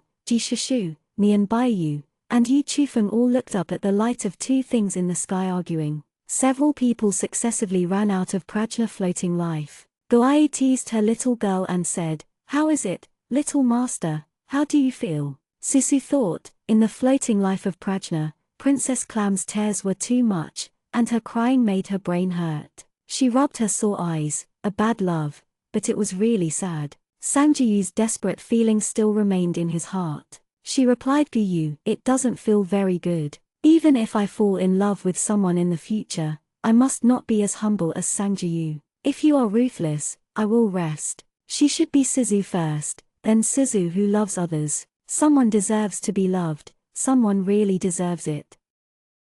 Chapter 46, Beginner. Soon after Susu came out, Xiao Lin, Yi Bingchang, and Pan Yujai also came out one after another. Like Susu, at the moment when prajna floating life ends, everyone regains their consciousness, so that everyone's complexion is not very good. Pan Yujai looked at Susu, his mouth moved, unable to say anything. Belongs to Sanjiao's memory. Sangju rescued him. He went to Xianxia and became the new Clam King. His sister was alone with the hatred of the Clam clan, and his soul flew away. Later, he rushed to Mingyi's cave, but he was a step late, not to mention mulberry wine. Even Mingyi disappeared. Xiaolin pressed his lips tightly. Now his feelings are the most complicated. As Xiaoju, he loves Princess Muscle in his memory. Xiaoju's feelings are not strong, like a jar of old wine. Time is long, but it never disappears. Except for Xiaorin, no one in the world understands his mind. Yi Bingshang's face turned pale. She is not stupid. She naturally understands that Tian Huan in the floating life of Prajna is nothing good. She shook her body, and Xiaolin supported her. Yi Bingshang's tears filled his eyelashes, and he whispered, "Your Highness." Xiaolin sighed, patted her back and said, "It's okay." Yi Bingshang shook her head. She walked to Susu and humbled a salute. "The third sister, it's me who is not good. In the floating life of Prajna, I can't control Tian Huan's behavior. Can the third sister forgive me?" As soon as he said this, everyone looked at Susu. The face in front of him was replaced by Tian Huan, which really made people angry. Prajna floating life is too empathetic, and it is difficult for Susushi to have a good face to her. Susu looked at Yi Bingchang suspiciously. Yi Bingshang seemed to blame herself very much. She apologized generously. Not only Susu did not expect it, even Guyu did not expect it. Guai murmured, "Is it because I guessed wrong?" No matter what Tian Huan did, Yi Bingshang was right. She was not Tian Huan, and Susu had no reason to blame her. Everyone watched. Susu said calmly, "Big sister joked. Of course I don't blame big sister." Yi Bingshang glanced at her, and saw that she was not like mulberry wine in front of everyone and was mad and noisy. He wanted to come over and choke him to death. His eyes were a little more subtle. Three sisters, really growing up. Xiaolin sighed lightly, realizing that he was not Xiaoju and Suzu was not Sangjiu either. He looked away and held Yi Bingshang's hand. Yi Bingshang's hands were cold, and Xiaolin lost some internal strength to her. Yi Bingshang looked up at him. Xiaolin did not pay too much attention to Susu. Yi Bingshang breathed a sigh of relief. Now she didn't dare to forcibly retract the heart-protecting scales, so she had to hold back her worry and stood quietly beside Xiaolin. Nian Baiyu frowned tightly. "Why did you come out? But your majesty didn't come out." He was loyal and very anxious to see this situation. Shishuji also deliberately stabbed him, gloating and saying, "Maybe you have already died in the floating life of Prajna, and the wicked will have their own rewards." Nian Baiyu glanced at him coldly, and was about to draw his sword. Yi Chufeng stepped forward to stop Nian Baiyu from saying, "The jade mirror and the heart-protecting scales are still in the air, so there will be nothing wrong with your majesty." Master Ji had already exaggeratedly hiding behind Xiaorin. Nian Baiyu snorted and looked up at the jade mirror in the sky. Guiyu asked, "Little master, what was thrown to Mingyi when you left? Was it what Sangjiu did for Mingyi in the past?" Susu looked up at the radiant heart protector scales, and shook his head. She thought for a while, and said, "It's a fool's original intention. It depends on the pearl. Asterisk. The memory of Mingyi is the longest. After Sangjiu died, no one could find him. Some people say that he survived the robbery and soared away. Some people say that he died in the robbery. The demon girl Sangjiu was gradually forgotten, but the one who remembered her in the end was the one who hated her the most." Mingyi did not collapse. On the contrary, from that day on, he was very calm. He picked up the broken clam shells and white pearls, and took them around to look for the master. Mulberry wine can recultivation of young muscles. Maybe he can also resurrect mulberry wine. Tai Jin wanted to follow him. However, the ancient power has disappeared, and Mingyi is one of the most powerful people left in the world. He can't save Sangjiu himself. How can he expect others to save Sangjiu? He has been walking for many years, and the **** pattern on his forehead has long disappeared. He has relied on tens of thousands of years of cultivation and walked through the three realms with a small clam shell. When all the people who could be found had found them, they all shook their heads at him. Then one day, Mingyi met a declining fairy. The fairy sits under the tree, waiting to sit down. The rain was extremely heavy, and Mingyi passed by silently, turning a hayloft for the fairy. The fairy opened his eyes, looked at him, and then at the broken clam shell in his arms. "I can fix it for you." Mingyi despaired for too long, had no expectations, and her lips trembled. "What should I do?" The fairy said, everything grows and restrains each other. You must first understand why her muscle shell is shattered. As a demon-like muscle, you first forge the shell to protect yourself when you practice. But the demon muscle in your hand is so weak that her shell is dissolved by weak water. It will be fragmented in the end. It started because of the weak water. If you want to recover, you must find the soil to eliminate the impact of the weak water. The fairy shook his head and said, however, even if the clam shell recovers, she won't be able to come back. Her soul is scattered, so sad and pitiful. Mingyi's fingers trembled badly. Weak water. Sangjiu, a clam monster, how can he enter the weak water? No one knows better than him. He thought that by chance he had a weak water, and Sangjiu happened to pick him up. But once, it was Sangjiu who jumped into the weak water where all things do not grow, looking for him while crying. How much pain should she have when the clam shell dissolves? Taijin sat cross-legged in the rain, and saw the waste face pale. He said impatiently, how long will you stay here? Since you can't find her, just give up. As long as you want, the world's power and strength are enough to make you want to do it. Mingyi ignored him, got up and left. Fortunately, the prajna floating life is about to collapse, and the flow of time is very fast. Tan Taijin looked at Mingyi with cold eyes. For the first 10 years, the man found the soil and glued the broken clam shell together. For the first time he saw the cold Xianxia smile, his brows were soft, and he gently touched the small clam shell. When the weather is clear, he took her to bask in the sun, as if she was not dead. He found her a scorpion and made clothes for her, collecting a variety of beautiful jade, as if to make up for 100 years. Talking to oneself alone looks ridiculous and desolate. Not long after, he saw young clams born in the river with empty small clam shells, and he went to Xianxia. Xianxia River was thriving, and Mingyi was silent for a long time. He often came over when Xianxia didn't find it, cleaned the river, opened up the river, and helped the little river clam to unlock his mind. He took the trouble to do this, not knowing how many years he did it. Later, all the muscles raised by Sangjiu were sane and started to practice. He had nowhere to go again. He was holding a small mussel shell and wanted to take her home to sea. The water in Mo is dirty and cold. Mingyi jumped down from the Mo River and watched the Moang Palace become deserted. The undercurrent of the river is turbulent. The immortal gentleman who used to be in white clothes was slender and dusty, but at the moment he doesn't think this place is dirty. He picked up the collapsed stone pillar and found Sangjiu's room. Mingyi picked up many toys from her childhood, all kinds of beautiful corals. Seeing this, his expression became gentle. Until he found the pearl left over from the Mug Palace, he saw the scene 100 years ago. He saw how Princess Clam rescued him. After he swallowed the core, she knelt in front of the stone tablet and kowtowed towards King Clam again and again. He saw her marrying happily from Clam Palace. His eyes were full of anxiety and expectation. However, it was only a little fairy officer who picked her up. The little fairy officer pulled his throat and said, the true monarch said, since Princess Sangjiu insists on marrying him, I also ask the fairy concubine to go to the Qing dynasty by herself. He saw her face turned pale and embarrassed, but she bowed, without being overly sad, and walked towards Xianxia. Her figure gradually disappeared,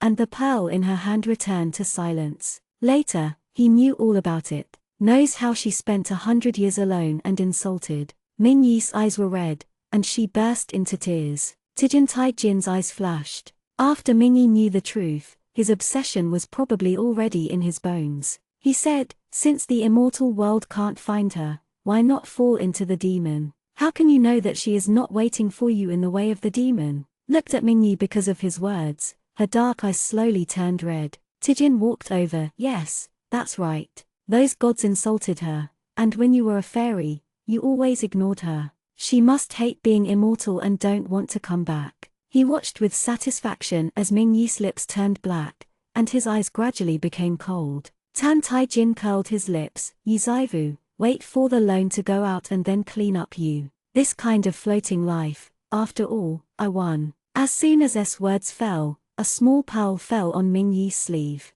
The pearls are not dazzling, even a bit bleak. Mingyi caught it subconsciously. It is the bead on the neck of Sangjiu. Princess Clam likes to use pearls to make memories, so what is in this pearl? Mingyi's red cold eyes, staring at it blankly. The pearl was in his palm, whirling gently. The last gift that Princess Clam left to him clearly appeared in the air. That was many years ago. The girl's clear eyes. She looked into the sky in amazement. In her eyes, blue sky and white clouds were reflected, and finally, gradually soft and clear, it was a man wearing a white armor. She was lying on the shore, looking at him without blinking. Her eyes were so bright, her red lips couldn't help but rise. Mingyi stretched out his hand, tears faintly appeared in his eyes again, but when he just met her, Sangju seemed to be aware of it and smiled back. Mingyi was stunned for a long time, and then smiled gently at her. The red in his eyes faded and he became clean and firm. The pearl turns into powder. Tai Jin frowned, he had an ominous premonition. Just about to walk over, the prajna floating life began to tremble violently. This time it was really about to shatter immediately. Tai Jin's pupils shrank, and he looked towards Mingyi coldly. However, Mingyi already did not allow him to stay in prajna floating life, and the next moment, he pushed Tan Tai Jin out. Nian Baiyu quickly stepped forward. Your Majesty, are you all right? Tijin wiped the blood from his face. This blood stain was left on his face by Susu before dealing with the Taoist priest. His eyes were gloomy, and he glanced at Susu. Susu was a bit embarrassed when he saw him. After all, when the two of them are meeting directly now, no one can help but think of the scene in the veil. She didn't touch his place on purpose, didn't she succeed? She was also very upset. She quietly put her hands behind her. Dirty, dirty. She moved her steps quietly, half of her small face behind the Uncle Ji who was next to her.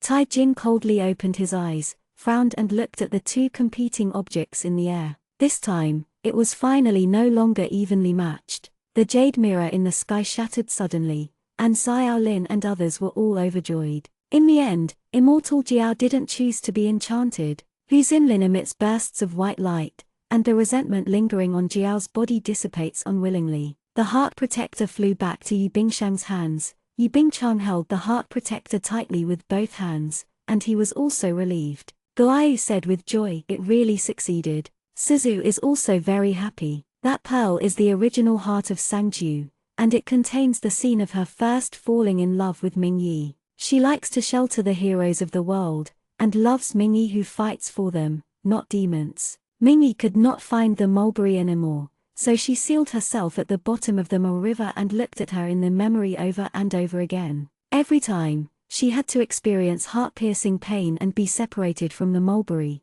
but the next time, the same go on, until the day Mingyi died. Immortal Jiao will no longer transform demons. Mingyi finally guards the faith of Princess Mu, using his body and relic to calm her. Suzu looked at the clean river water and the body that disappeared into the night, feeling unspeakable in his heart. 20 Baiyu saw this scene and said, Your Majesty, it is not advisable to stay at the bottom of the river anymore today. The water droplet is about to lose its effect, and we have to go back. Go back. Tai Jin's eyes were cold, he had a hard time, and he would not make these people feel better.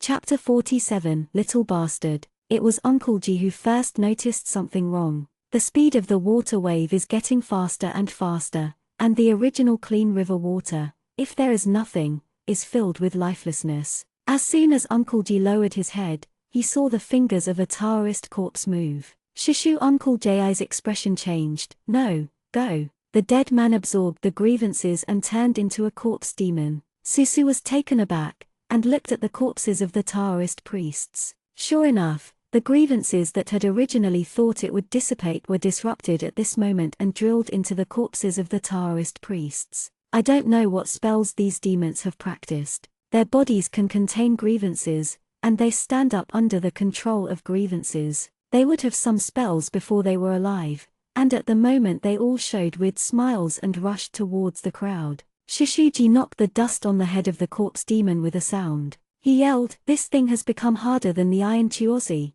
Master Ji is well versed in Chimen gossip, and he has also figured out some ways of cultivation. But he, like Yu Qing, is not worthy of force. The speed of the corpse demon was so strange that it almost flew over and grabbed his hand with whisk. Master Ji was suddenly thrown to the ground by the corpse demon, yelling, It was too late to get the talisman paper. Master Ji wanted to scold someone, and the corpse demon's blood pot was right in front of him. He shouted, "Friends of Taoists are merciful, they are all one family, one family." The Taoist corpse demon remembers that he is a family, and he will eat him when he opens his mouth. Said that it was too late and that time, a white and tender hand grabbed the corpse demon's hair and pulled it away. Then a mahogany sword pierced into the corpse demon's heart, and the corpse demon fell down. Master Ji saw Susu, sweating profusely and his legs were soft. "Thank you, girl." Suzu helped him up and said anxiously, "Sir, do you know them?" "I know." The poor Dao just didn't react, so I followed their Dao. Suzu said, "What's the matter?" Shishu Uncle Ji had an ugly face. Someone used evil objects to press grievances into the corpse and let them kill. 100-legged insects die but are not stiff, and their grievances have been lingering at the bottom of the Ma River for thousands of years, and their power is not small. On the other side, Yu Qing's situation is not very good. He cursed, "What are these things? The skin is thick and thick, and it looks like a okay person." Susu killed the old way before and ruined the Soul Eater banner, which is also a bit difficult at the moment. If it weren't underwater, she would have been cold and sweaty at this moment. The corpse demon formed unexpectedly, and everyone was entangled by the corpse demon for a while. What is even more frightening is that the people killed by the corpse demon were invaded by the resentment at the bottom of the river in a blink of an eye and began to stand up and kill. The corpse demon that Susu had previously killed with a peachwood sword also staggered to stand up. Yu Qing, grass. Everyone knows that it will be done. It won't be long before the entire river bottom is an enemy. Shishu Uncle Ji glanced at the corner of his eye, and saw the little Wang Ba Laozi of Tantai Jin, escorted by Nian Baiyu, heading ashore. The young man turned his head and smiled coldly, with malicious intent in his smile. The corpse demon didn't even attack Tantai Jin and the others, turning a blind eye to them. Xiao Lin's eyes darkened slightly, and his reaction was quick. "Uncle Ji, Tantai Jin has something to ward off evil spirits." Uncle Ji said, "Can't let them go. Xiao Lin, I will cover you, and you will leave them behind with the ice girl. The cruel little must have a way to crack it." The mobile phone remembers pen for a second. //gem.backslash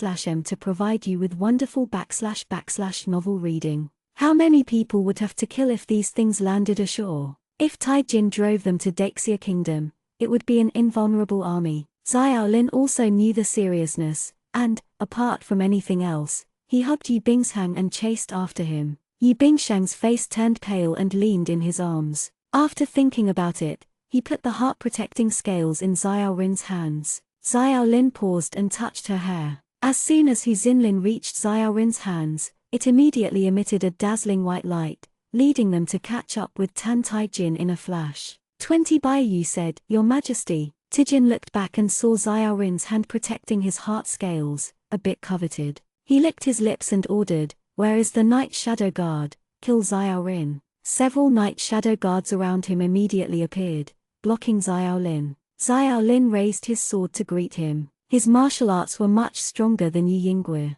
At this moment, he had a heart protection scale, and he didn't find it difficult. When 20 Baiyu saw him, he immediately joined the Night Shadow Guard, and Xiao Lin's situation suddenly became worse. Xiao Lin took Yu Bingchang to avoid Legion, and returned her heart-protecting scales. "Hide well." Yu Bingshang pursed his lips, hurriedly activated the spell, and attacked the Night Shadow Guard with his heart protection scales. This level of treasure, she is very unskilled in using it, but Xiao Rin is a master at first, and she only needs a little flaw in the Night Shadow Guardian to immediately fight back. Nian Baiyu retreated to Tantai Jin. "Your Majesty, we have to kill that woman first." Tai Jin glanced at Yu Bingchang and frowned. He almost subconsciously said, "No." After such a short while, Susu and Shishuji also chased up, followed by a group of corpses. Master Ji shouted loudly, "Xiao Rin, they have evil spirits on their bodies,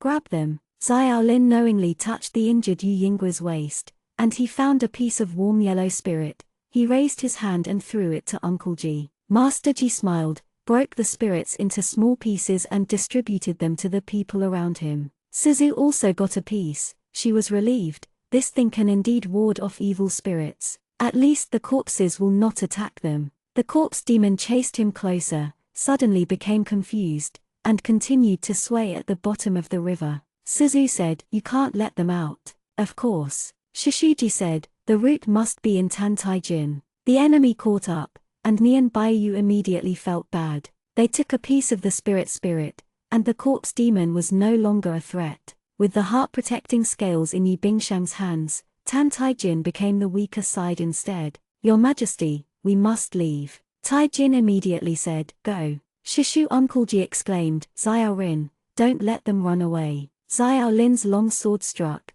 and the water shook suddenly. Uncle Ji took a yellow talisman to drive the water to help him. The yellow talisman carried a faint blue light in the water. In a flash, the current began to turn into a huge vortex, pulling the Tantaijin and Nian Baiyu, who were about to step on the water ladder to the shore, into the vortex. However, the vortex expanded, and not only the people from Tantaijin, but also Xiao Rin in the center were also involved. Yu Qing, Suzu, Shishu Uncle Ji is very embarrassed. Senior nephew Xiao Rin, Shishu is not intentional. Xiao Lin didn't say a word, trying to stabilize himself in the toppling water. Yu Qing said, "The vortex has expanded. The water droplet will soon lose its effect. Let's go." Everyone is not talking nonsense now. Taking advantage of the whirlpool is not affected, hurriedly heading for the shore. Master Ji knew that he had made a mistake, and when he passed by Yi Bingshang,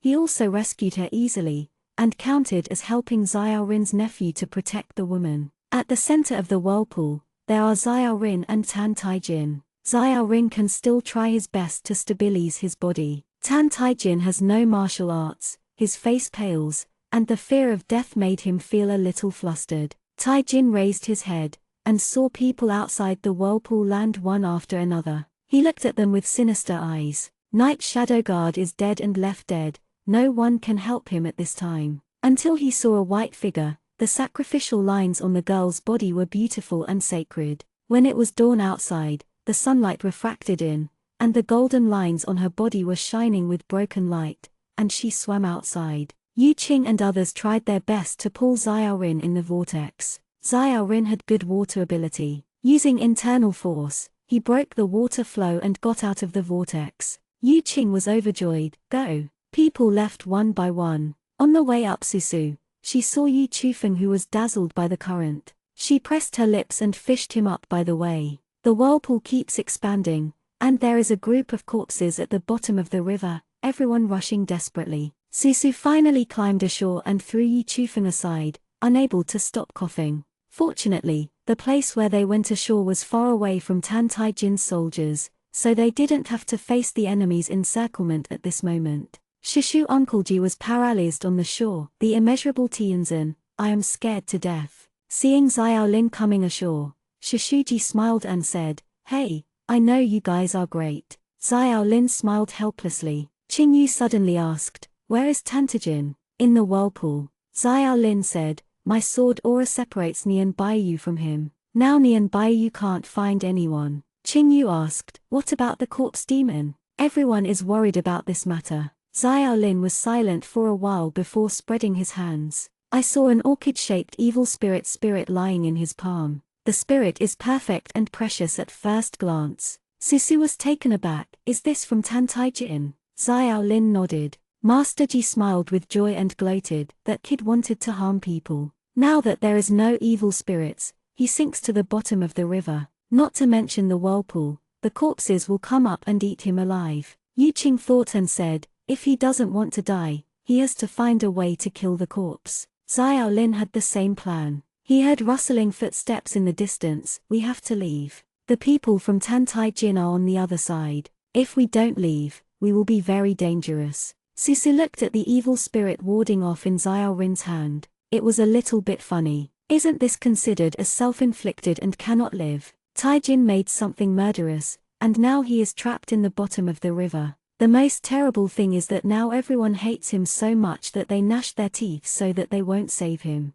Daxia's soldiers met him not far away. Several people got on their horses and walked for a few steps. Xiaolin paused, but couldn't help turning his head. The sunlight leaned down, and the girl in the sacrificial costume was looking up at them. He held the rein tightly. Miss Yi-san, go back with us. Pan Yijai looked at the beautiful girl with clean eyebrows, and quickly said indifferently, yes, your father is General Yi there, you should follow us back to Xia. Yu Qing nodded, Yi-san, leave now. Even Master Uncle Ji blew his beard. Little girl, what are you still doing? That kid is a murderous demon, can you still want to follow him? Yi Bingsheng heard the words, his eyes were obscure. She raised her head and smiled softly, yes, third sister, no one will blame you. Susu glanced at her and smiled at everyone, revealing a few shell teeth, a bit less inhumane and cold, and a bit more naive that belongs to Yi Zaivu's appearance. Thank you, Zaivu will not return to Xia with you.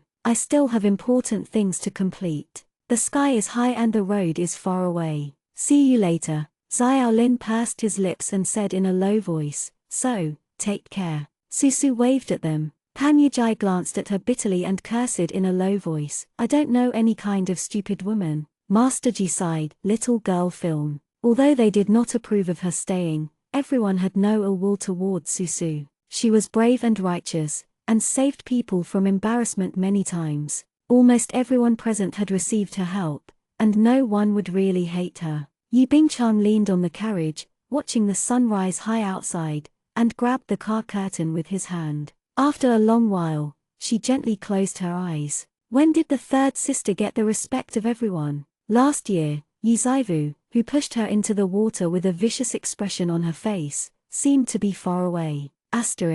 Tan Taijin sank to the bottom of the river. The Moh River is deep in water. Thousands of years ago, the water rose repeatedly, and the nearby city was flooded several times. The icy water surrounded him. He was calm at first, but when he saw a corpse demon flying towards him, he touched his waist and his face instantly became extremely ugly. The most precious piece of evil spirits from the Yu clan is gone. The corpse demon is so fast that it is unaffected by the turbulent water. He was the only living person underwater. Unknowingly, his survival instinct could make him try his best to start swimming in the opposite direction of the corpse demon. However, on the other side, a corpse demon also appeared. He pursed his pale lips, rarely panicking. He hurriedly searched for things from his body, but apart from the evil spirits, he had no spiritual tools to deal with these things. When he went into the water, he arranged this game with the old way. Even if the demon scorpion cannot be tempered, it is good to be able to create a corpse demon. This invincible army can help him point the Xia, but he did not expect that the first person to deal with these nonsense monsters was him. Seeing that the hand of the corpse demon was about to touch him, he looked cold, closed his eyes. He didn't regret it, he just felt unwilling. He didn't take a few extra steps. He gritted his teeth, thinking that his blood could restrain the monsters, but when the corpse monster bit him, he would kill these things. Although Tan Taijin knew that it was unrealistic, Ma was so big, his blood scattered at once, where he could kill endless corpses. The next moment, the corpse demon was kicked away. The corner of his clothes was gently pulled, and when he opened his eyes, he saw the girl coming towards him. She broke through the water, and her white dress was splashing under the water. She was so pretty. The girl glanced at him, her little hand gripped his clothes tightly, as if she didn't want to talk to him, tugged at him,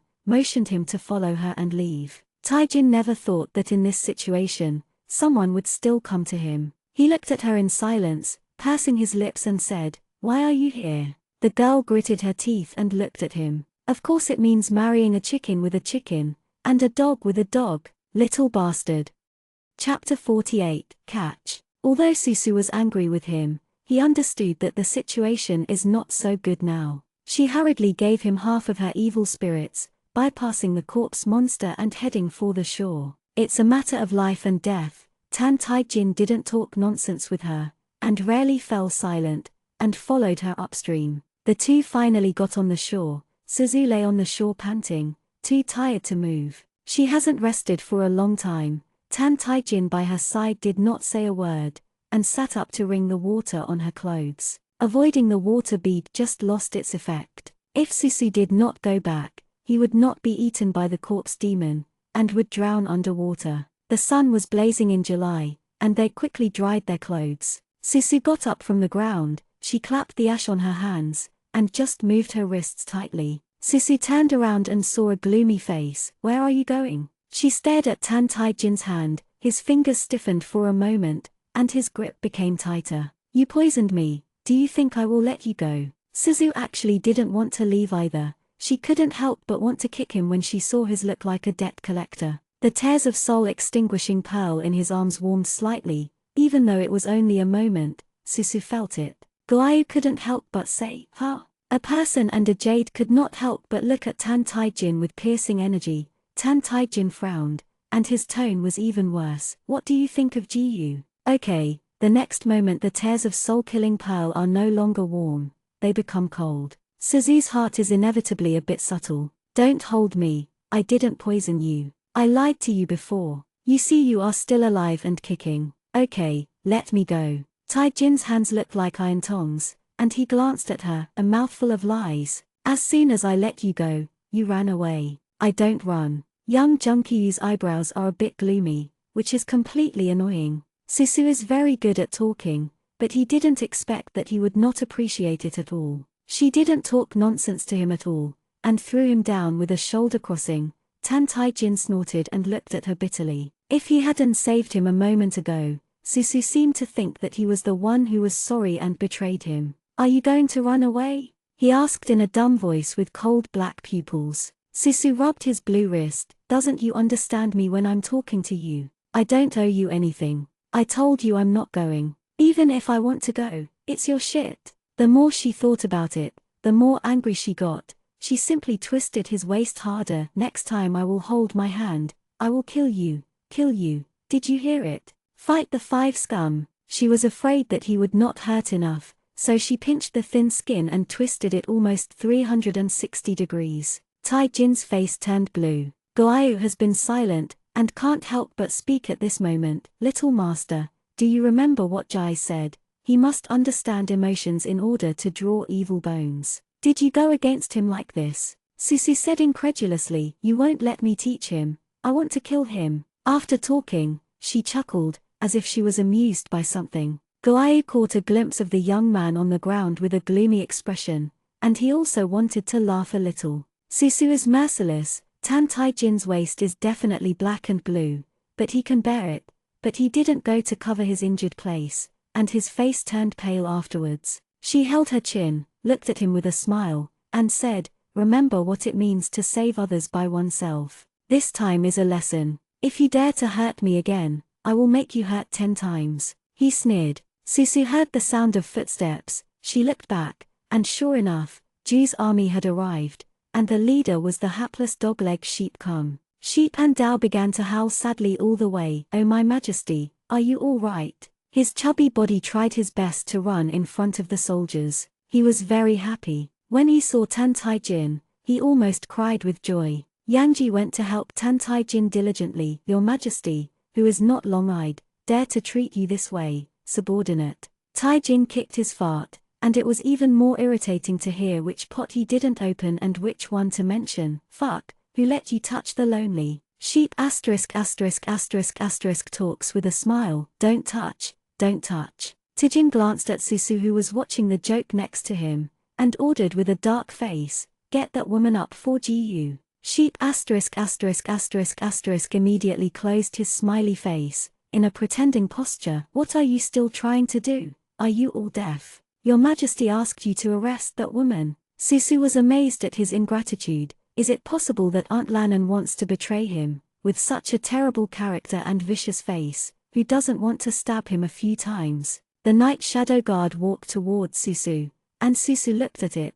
Tan Taijin also looked here. She could see from his eyes the tension ready to go. Tijin's muscles tightened, as if she was a monster that gave birth to wings, and was about to fly over from Muhin the next moment. She raised her hand and said sincerely, "I'll go by myself. I won't bother you to do it." Yu Yingui ignored her and tied her wrist with a flexible rope. It is strange to say that the rope is flexible, but it automatically buckles into a loop when it touches her wrist. Taijin looked at him unblinking, and seeing that Susu really didn't seem to have a whole card to escape this time, He finally showed a satisfied and sinister smile. Xianxia looked at his distorted smile and reported, "Your Majesty, Master Yi and Master 20 have been found." Master 20 was seriously injured and sent back to the city lord's mansion in Ma. Taijin frowned and said, "It's all a bunch of useless things." Sheep Kum didn't dare to say anything. For almost half a year, he also got the temper of the little tyrant.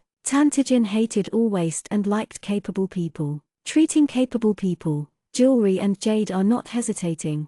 He is so generous that makes people jealous. Treating waste is cold and ruthless, even cruel, and never misses the old feelings. Remember pen_/fun_b/b/u/etv.c/o/m on the mobile phone for 1 second to provide you with wonderful /novel reading. Nian Baiyu must be punished heavily when he goes back. Sheep **** is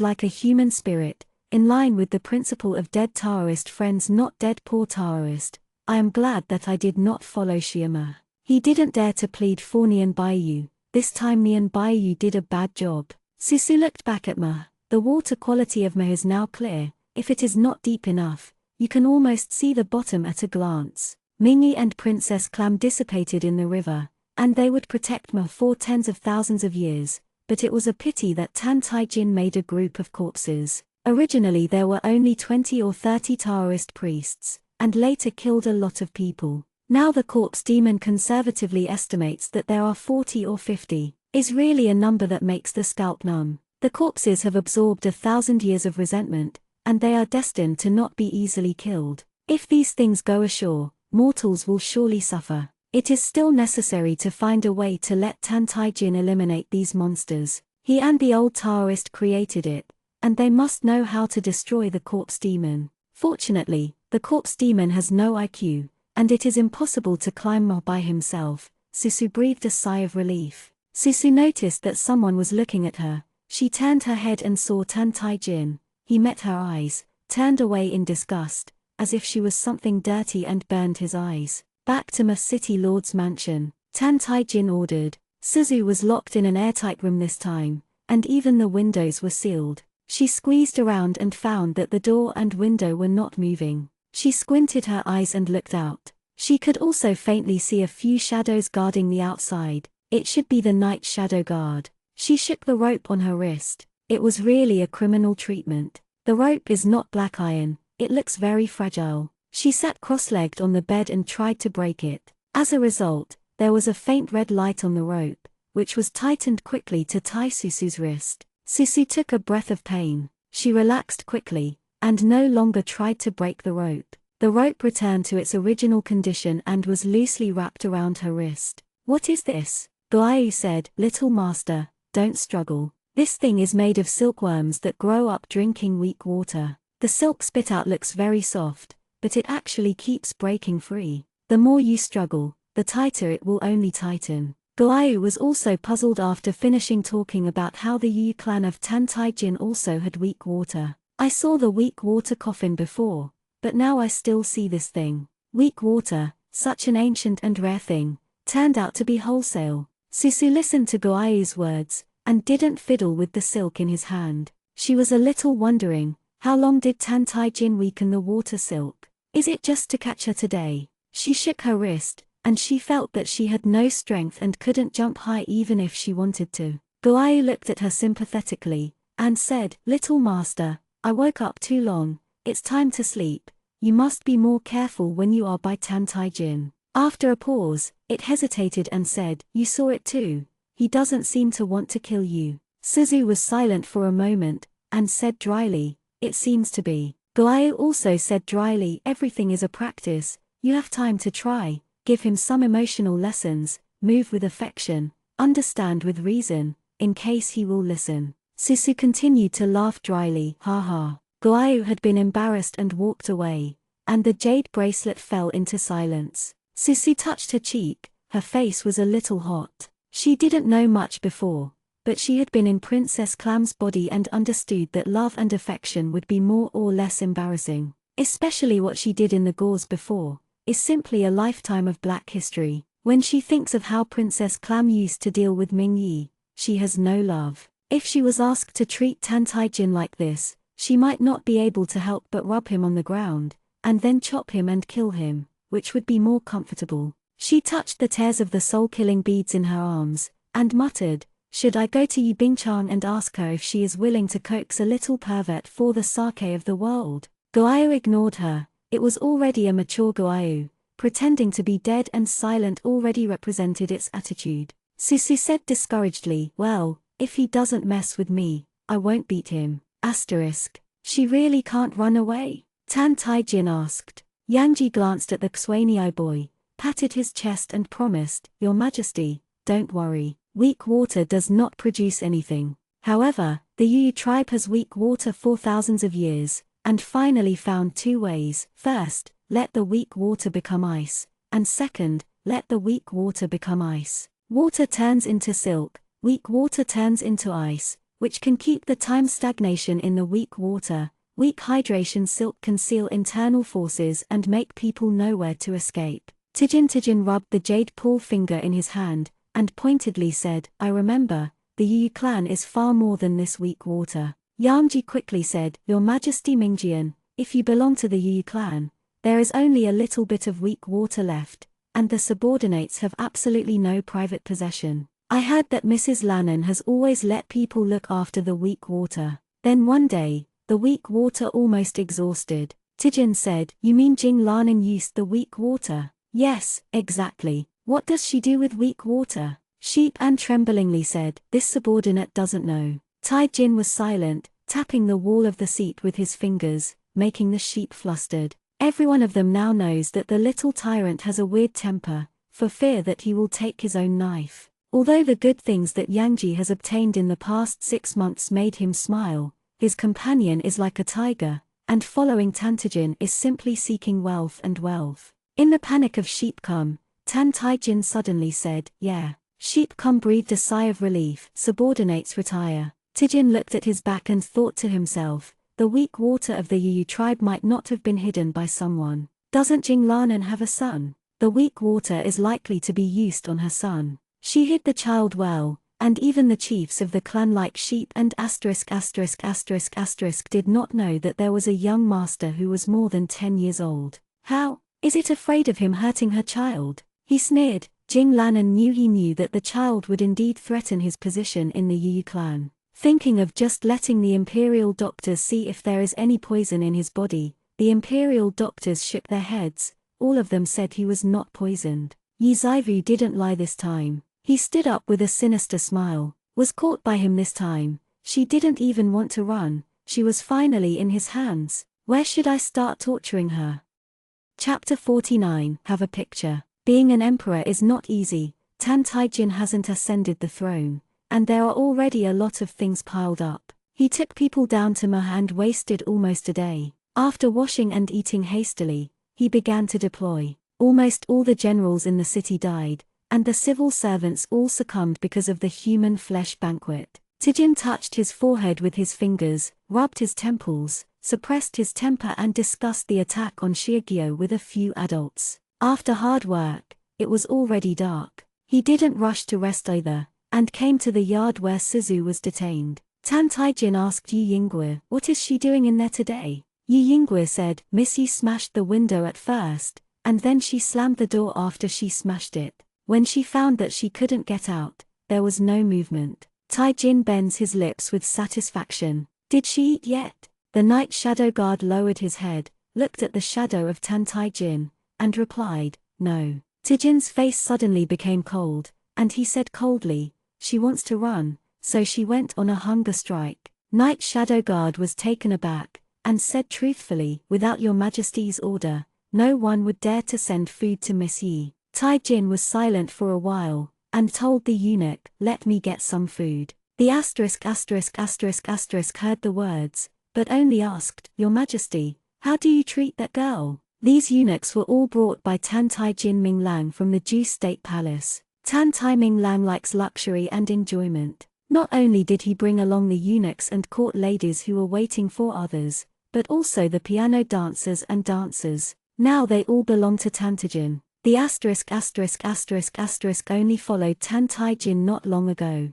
and didn't understand the identity of the one inside. Get some food and divide it into good or bad. Tan Taijin looked at him coldly, until the **** was fighting with his legs. He had to kneel down immediately. Tan Taijin Fang slowly said, "She is a prisoner. What do you think?" The **** hurriedly said, "The slave saves it." Tijin pushed open the door. A flash of excitement flashed in his eyes. Thinking of something, he cautiously told the night shadow guard, "She is tricky, everyone will cheer up the lonely, if she is allowed to run." His tone is cold, but Yu Yingwe brushed his head down. It was in the yard of Master Yangji. This girl ran away with the fox demon. Her Majesty was furious and killed many people. Taijin hesitated for a while before pushing the door vigilantly. His eyes were like falcons, and he saw the ***** the bed at a glance. The candlelight was on in the room, and she closed her eyes and sat cross-legged on the bed, with her slender fingers resting on her knees. The whole person didn't want to escape like Yu Yingwe described, but looked very quiet. Susu's hair bun spread out, and the ink hair tilted down like flowing water. 1 year later, her immature eyebrows grew a little longer, and she looked like a mature girl. She was beautiful and unparalleled. She sat quietly alone, without the slightest panic of becoming a prisoner. Tan Taijin didn't know what it was, but it was very unique and beautiful. His eyes clouded and fell on her. Susu opened his eyes as soon as he heard the sound of pushing the door. Taijin subconsciously shut the door tightly, and looked at her coldly. "Susu is a bit funny, she is not a magical fairy, this situation can't get away at all." She got out of bed, walked towards him, and said, "You can count it, can you get me a change of clothes?" She raised her sleeves to show him that her sacrificial clothing was torn by rocks under the river, and it was still stained with a little mud. "Stand there, don't get close to the Gu." Tan Taijin quickly yelled. Susu paused, and Kengshan Rulu stood 10 feet away from him. "The clothes." Tijin looked at her somewhat embarrassed sacrificial costume, and said, "Prisoners under the ranks must have the consciousness of being prisoners. Miss Yi-san, don't forget your identity." Susu was stunned and looked at him. "What's my identity? Isn't it your wife in name?" Taijin paused, and added, "As Yi Xiao's daughter, how long you can live depends on how valuable you are." Understood, just like Yi Chufeng. When she thought of it, she became angry. "I am not the second brother, I am afraid I will disappoint you. As Yi Xiao's daughter, there is nothing else, but the bones are hard. If you want to kill me, try, don't expect me to help you deal with me." "Dad and Xiegyo," Tijin said, "are you reluctant to part with your father or your beloved Royal Highness Xuan? What's the matter with Xiaorin?" She stared at Tan Taijin, and he looked at her coldly. Suzu was tired and hungry, knowing that Tan Taijin wouldn't make herself feel better, so she didn't bother to take care of him at all. She sat back on the bed again, closed her eyes and calmed down. Mortal body was so hungry that she hadn't eaten anything day and night, and she had no time to quarrel with this narrow-minded and inexplicable young man. Seeing that she didn't say anything, Tan Taijin stretched out his hand and touched the wound on his face without even looking at him. He wanted to hold her neck fiercely like he did with other people, watching her be afraid of begging for mercy. But he knew that Susu would not only that, but her dexterity made him quite jealous, for fear that he would be held hostage by her if he met her again. That kind of mistake, he will never make a second time. Susu realized that he hadn't left yet, quietly opened his eyes, and saw Tan Taijin looking at him coldly. It seemed that he wanted to step forward and strangle himself to please him, but also wanted to slam the door and leave her far away. Under the contradiction between the two, he stood motionless and stood still. "Give nothing, what do you stand here for?" Susu was about to speak, let him go back to his room. The door was knocked, and the ***** led a maid in, who carried a bowl of porridge in her hand. She opened her eyes and stared at the bald bowl of porridge. There was a pile of dried vegetables next to him, mercifully. Taijin also looked at the bowl of porridge with a strange expression. The ***** thought anxiously, is it right for the prisoners to eat this? Some have only half a wawata. Tijin looked at Suzu, and said like charity, you can eat something else, as long as you. Suzu interrupted him and ran over to pick up the porridge. No, I will eat this. She went back to the table, ignored them, and started eating with a spoon. Susu carried the white GU worm given by Xianxia on her body. She was not afraid of being poisoned by Tantai cinder. She is now in a state of invincibility. The white porridge is very fragrant and waxy, but it's a pity that the porridge is less watery. Suzu was very hungry, so she took a pile of dried vegetables and ate with satisfaction. The asterisk and the maid had retired, and only her and Tan Tai Jin were left in the house. Tai Jin saw that she hadn't complained at all. Her eyes were set against the candlelight. She looked very peaceful. A trace of doubt appeared in his heart. Why are you not angry? Susu had a mouthful of rice in his mouth, and looked back at him in a daze. I saw little pervert looking at her with a puzzled expression, and he said in a complicated tone, why are you not sad? If I treat Jing Lanan like this, she will be sad. People in the world hate ingratitude, don't they? Susu's cheeks bulged slightly, and the tears in her arms were slightly warm. Her eyes lit up instantly and she swallowed the food in her mouth. Her voice was clear and she explained, Jing Lanan will be sad because she has given enough affection and has expectations of you. So when you do things that disappoint her, she will be sad. Tijin said, so you have no expectation of me, and no plan. You don't care what I do to you. Susu smiled and said, why, I have a plan for you. He was stunned, the corners of his lips raised slightly, and his tone became more contemptuous. What do you want? Susu held his chin and looked at him with a smile without saying a word. Zhu is the warm yellow candlelight, her lip color is crystal clear. She has no reason to lose the coldness of the past, and has more indescribable beauty. He subconsciously bit the soft flesh in his mouth, and when she saw it, he felt uncomfortable. Tijin said, if you don't return to Shungu, you don't want to take any rewards from GU. Suzu's eyes curled up, not arguing with him. Tijin was short of breath for a second, and then stopped starting, and then said in a nasty tone of spring breeze, when I am 3 days later, the lone person will pick up the corpse monster from me, and then you will also go. Susu's heart sank, and he wanted to kill him. You can't pick up the corpse monster.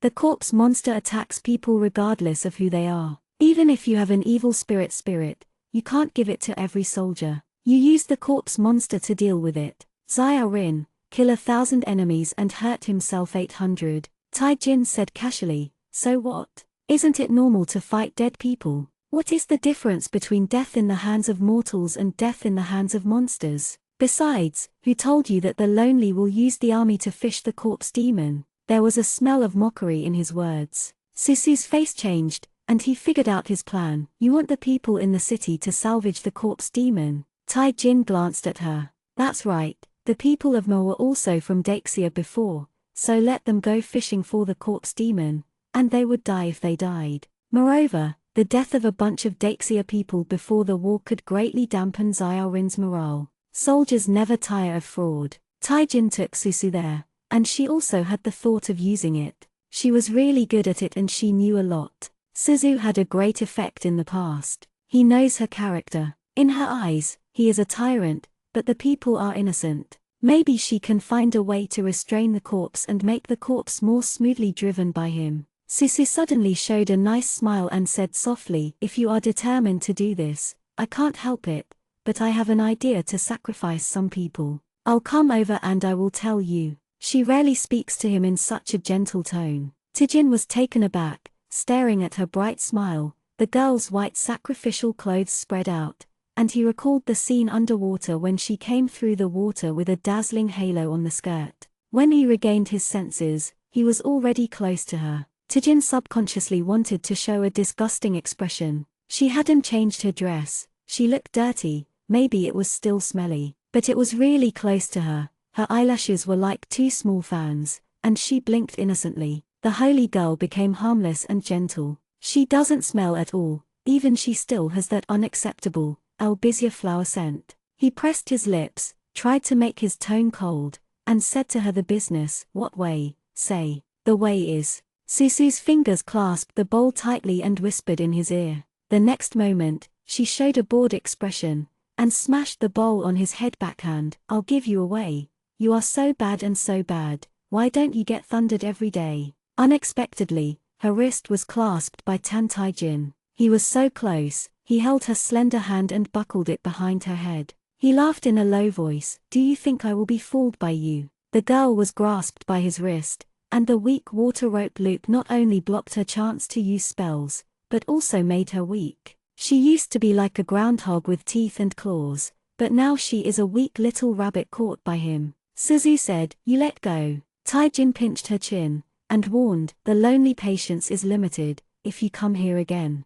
bikugetf.com first appeared on bikugetf.com.bikugetf.com. As soon as his voice fell, Susu hit his knee and kicked him down 3 lanes. No matter how insidious and powerful men in this world are, they are afraid of this trick. Tan Taijin is no exception. His beautiful face is visibly white with his naked eyes, and he subconsciously wants to let go and cover it underneath. Didn't know what perseverance he used, and didn't let go of Suzu. Susu lost her previous strength and still had a dexterous skill. Seeing that he was still unwilling to let go, she even took a long leg and struck her legs. Her black and white eyes stared at him coldly, and when she slammed forward, she slammed into him. She hit his chest with her head. Both of them snorted. Tan Taijin gritted his teeth and said, "Have you practiced Iron Head skills?" As a result, he lowered his head, and the girl's eyes were blurred. She looked like she was about to faint, and she was unable to lean against his chest. He only felt pain all over his body, chest pain, and pain underneath, so that his delicate and beautiful eyes were stained with fragile thin red. Taijin leaned against the cold wall, looking annoyed. How does she always treat him like this?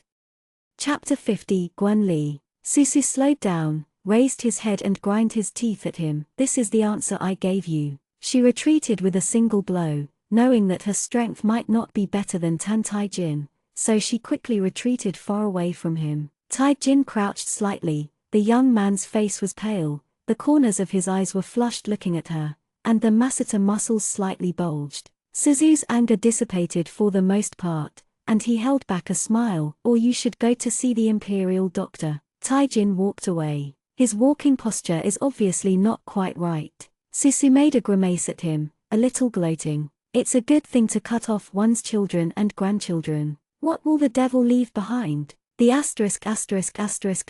nervously tried to help Tan Taijin, but he pushed him away. With a sullen face, he got up and walked away. The **** looked back and saw the girl in the white sacrificial clothing standing under the candlelight, looking at them with contempt. There was a strange feeling in the eunuch's heart, as if Tan Taijin was going to be lucky with his own woman, and was beaten by her own woman. Wanting to return, the ****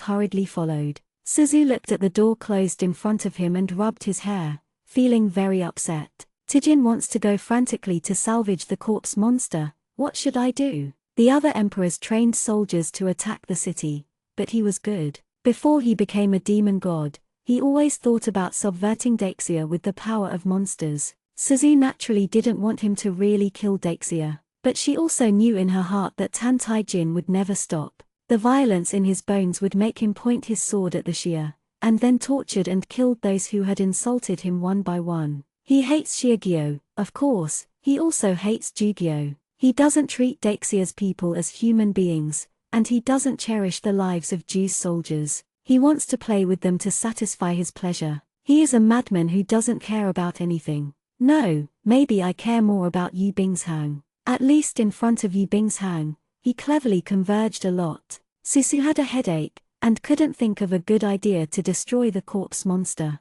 The maid came in the evening, brought her a few buckets of water, and asked her to take a bath and change her clothes. Suzu was a little surprised. She smiled and nodded, "Thank you." The maid hurried out, not daring to look at her more or approach her. Just like Suzu is a dangerous person. Suzu took off his clothes and finally took a bath in comfort. She took a look at the dress she changed, and she was stunned. This suit was actually very similar to a sacrificial dress. The white undergarment was hooked with solemn gold thread. The ancient lines on the skirt looked very sacred. She glanced at the sacrificial clothing she had taken off, and she felt very confused. Guayu, who has been pretending to be dead, took the opportunity to talk a lot. "He likes you to wear this kind of skirt." Suzu angrily said, "You should sleep deeply." Guayu smiled secretly, and really stopped talking. It is now almost recovered, and it doesn't wake up as hard as after taking Suzu through it.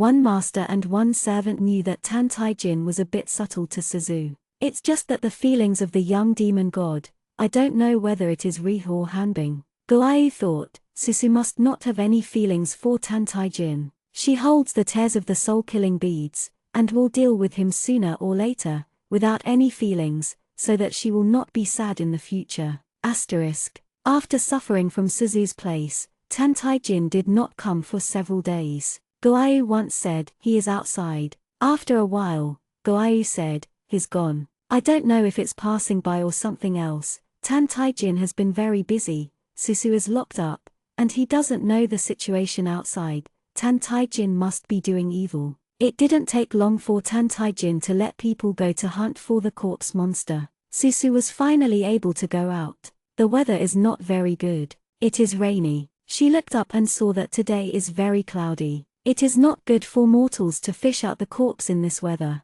The corpse will most likely kill a lot of people. Is good for corpses. Gyo is really a born demon. He protects demons but not others. A valiant and serious woman, holding a sword and looking at Suzu. The guard shouted, 20 adults. Nianmu nodded, I will look after her and will not let her run away. When Suzu heard the surname Nian, he knew that this person could not get rid of Nian Baiyu's relationship. Most of them were Nian Baiyu's younger sister or elder sister. Nian Muning's sword is a peachwood sword, Suzu's Indao. He looks like a practicing family. No wonder Tan Tai Jin would let her look at him. She is looking at Nian Muning, and Nian Muning is also looking at her. She had heard her brother Baiyu say that there was a woman who fooled your majesty over and over again. Now that I see people, it is difficult for Nian Muning to have a good face. The girl in front of her was wearing a white streamlined skirt with beautiful golden embroidered edges, even on a cloudy day, without sacrificing her holiness and beauty. The girl raised her long black eyelashes, her eyes were like a stream of clear water. Perceiving Nian Muning's unkindness, she didn't smile. Her cool and cold appearance, on the contrary, matched her clothes better. Nian Muning pushed Suzu rudely. Honestly, don't play tricks. Your majesty lets you pass. You'd better figure out a way to control the corpse, otherwise you will look good. Suzu was tied to her wrist by a weak water rope loop. Now she really can't beat Nian Muning, but she has never suffered. She almost fell and looked back at Nian Muning. Do you like Tan Tai Jining? Nian Muning glared at her. You nonsense. Suzu smiled. It's really true. Nian Mu condensed his face, and smiled coldly. Stop playing around with me here. If you can't figure out a way, you can feed the corpse yourself. Nian Muning, like Nian Baiyu, are both from the Yu tribe. They have known their mission since childhood and assisted Tan Tai Jin to become a king. She studied Isle and martial arts with all her heart, and only recently came out of the mountain, and her skills finally came into use. On martial arts, she is not as good as her younger brother Nian Baiyu, but she is pure in Taoism. At least among mortals, she is considered the best one. When Suzu came to Ma with her, many people were already fishing by the Ma. They were shackled on their feet and looked panicked. They were all Daixia slaves captured by Tan Tai Jin. Suzu took a deep breath and looked at the boy on the high bench. The sky was lightly raining, and his head was covered with a black curtain. Tan Tai Jin leaned back in his chair lazily, watching the slaves fishing for the corpses. When the first corpse monster was salvaged, it directly tore a slave who couldn't struggle. With a gentle smile at the corner of his mouth, the corpse demon gnawed up as the slave was torn in half. Suzu looked cold inside, but Nian Muning had no reaction, and brought Suzu to Tan Tai Jin. Tai Jin glanced at her, the smile on the corner of his mouth faded. His slender fingers stroked the folds on his black dragon robe. He loves this cruel color only, and even the dragon pattern on it is embroidered with silver thread. He said he was an emperor, but he was too lazy to take the throne. But he said he had no ambitions, but he was keen on attacking cities and killing people. You see, how pitiful they died. Tell Jiyu how to control the corpse, eh? Suzu looked at him blankly. There is no way. Tai Jin gave a low laugh, straightened the corners of his mouth, and sighed. That's a pity. In a few words, a few more slaves died. Suzu frowned tightly and had to speak. I really can't help it. Ordinary corpses. You can deal with it with peachwood and black dog blood. It's really not good. You can use it. Sticky rice, but they are different. They are born from the grievances of thousands of years at the bottom of the river. You can find an expert to kill them with a spiritual weapon, but you can't control it, Taijin said. Is it? His gaze crossed Suzu and looked at Ma. People kept falling down. Fortunately, the grievances at the bottom of the river were absorbed by more than 40 corpses in the past few days, and the dead did not become new corpses. While they were killing people, Yi Yinggard and the soldiers drove them to the mysterious iron cage. Gradually, many corpses were caught in the cage densely. Taijin looked very happy, and asked Susu, "How many of Xiaolin's army can you deal with?" Susu didn't even look at him. As soon as she moved her finger, she was caught by Tatsuki Ning behind her. Tatsuki Ning said, "Don't make any tricks." Susu pursed his lips, somewhat frustrated. Sometimes, she couldn't do many things, such as watching the fairy gate and mortals die under the hands of demons 500 years later. For example, watching the mortals die in the hands of corpses now. I don't know how long it took, and all the corpses were salvaged. Yanji ran over from the light rain and reported to Tan Taijin, a total of 4 to 2, 1 ran away. Jin Tai's eyebrows twitched slightly. "Are you away?" Yanji said, "Ma also leads to other rivers. The corpse demon has no saneness. When it is washed by the current, it may run to other rivers." Taijin said nothing. He looked at the gloomy sky, and said wearily, "If you ran away, you ran away. It's always killing people everywhere, just a few people killed." Susu's heartbeat speeds up suddenly. Will it? Maybe Xiaorin and the others secretly come and take a research. They knew that Tan Taijin would use the corpse monster to deal with the Xia, find one in advance, and it is possible to think of a solution. Tijin's dark pupil looked at her, and suddenly raised his chin and smiled. "Do you think Xiaorin can do it?" Susu was startled, but he guessed what he was thinking. Taijin yawned, and said casually, "You can wait and see." Taijin glanced at the blood-stained land, and asked Susu with interest, "Are you sad to see these mortals die?"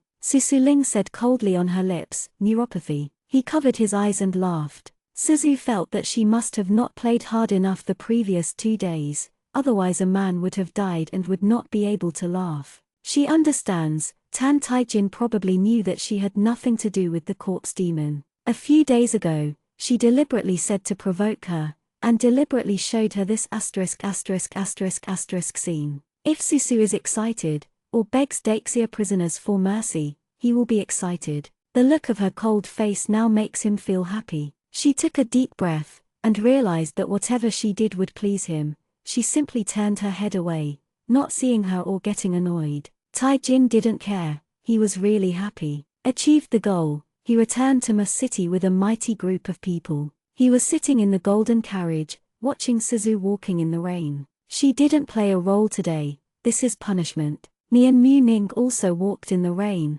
following Susu. The girl hugged her arms, and a light rain fell on her by Xiao's skirt. Her skirt was made of fine ice silk and would not get wet. Crystal raindrops flashed across the golden skirt, shining brightly. Nian Mu Ning turned his head to look at Tan Taijin, and saw that His Majesty was looking at the figure in front of him, suddenly feeling a little uncomfortable in his heart. 20 Baiyu had already told her that the girl was called Yi Zaivu, and she was Your Majesty's wife in Xianxia. She used to abuse Her Majesty who was still a teenager, but Yitan Tajin's brutality did not kill her. Nian Mu Ning held the sword and stared at Susu coldly. It is indeed a bit charming, but her heart is not on Your Majesty, and Your Majesty will not help but kill her sooner or later. Suzu was forced to watch a scene of blood flowing into a river. Guai saw that she was calm, and he was relieved. The little master has a firm heart, her way is indomitable, not compassionate. She knows what cultivating immortality is, she doesn't blame herself for her current disadvantages, and she starts to calmly consider what to do afterwards. Come to the world, her mind has grown a lot. It is no wonder that although she is young, the sect still insists on letting her come. Not to mention anything else, as long as someone who is overly righteous, spitting out today, he has to fight Tan Taijin desperately, and then fight for nothing. Susu is still thinking about the corpse demon, but unfortunately he has no clue. Guai said, "It's okay, we should also try to believe Xiaorin, they are smart people, and they are not weak. Little master, don't think about everything alone." Suzu nodded, "You are right. The 3 realms are everyone's 3 realms. She is definitely not enough to rely on her alone. Think about Xiaolin's intelligence and the heart-protecting scales in Yu Bingshang's hands. Things will definitely not be that bad. It started to rain for several days, and even lightning and thunder at night. This weather is suitable for a surprise attack, but for unknown reasons, both Ma and Yeju on the opposite side stood still. There is a faint atmosphere of conspiracy. One night, a red festive lantern was hung outside. Susu held the window, looked out, and asked Natsuki Ning, who was guarding her outside, what happened. Nian Mu Ning said displeasedly, "It has nothing to do with you." Susu listened carefully, and heard the rustling noises. The rain is rare tonight, and the front yard seems very lively. It was a happy event at the first hearing. The happy event of Tan Taijin was equivalent to her bad event. He is not happy to make her happy, so guessing that she acquiesced in nothing good tonight. Nian Mu condensed his face, looking at the front courtyard. Suzu didn't understand what happened, but she did. Today is the birthday of His Majesty and the Crown, and Yangji and a courtier are celebrating his birthday. Taijin is arrogant and cruel, no one dares to offend him. This birthday, he is also trying his best to please. Sheep ******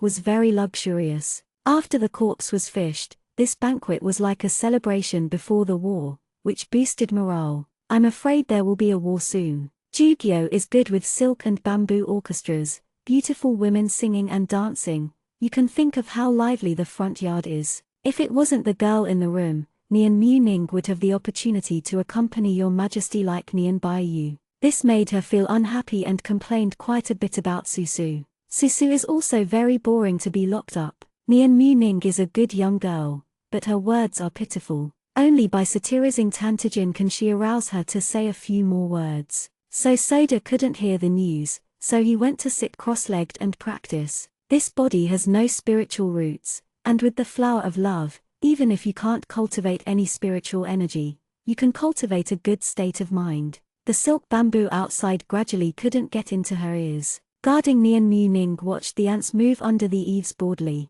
She thought it would be plain tonight. I didn't expect hundreds of palace lanterns to light up after midnight. The black 9-headed bird cart came slowly, and the cart drove over the blue steps. The slightly humiliated young man sat on the carriage with his forehead, with a peach-colored thin red on his face, and a look of excitement, and looked towards the yard. Nian Mu Ning was startled, her lips tightly pressed at the thought of who was living in the yard. She suddenly remembered that the Jew prince and the crown had an absurd rule.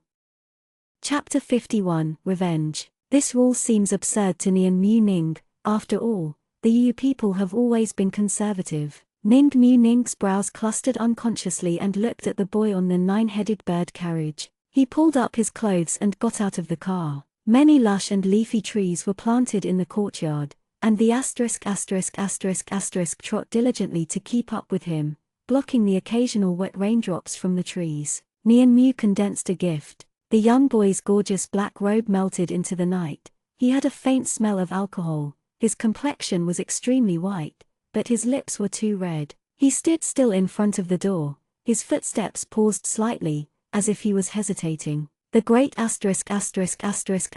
was originally a human spirit, and after a few days with him, he began to learn to speculate on Tan Taijin's thoughts. The great ****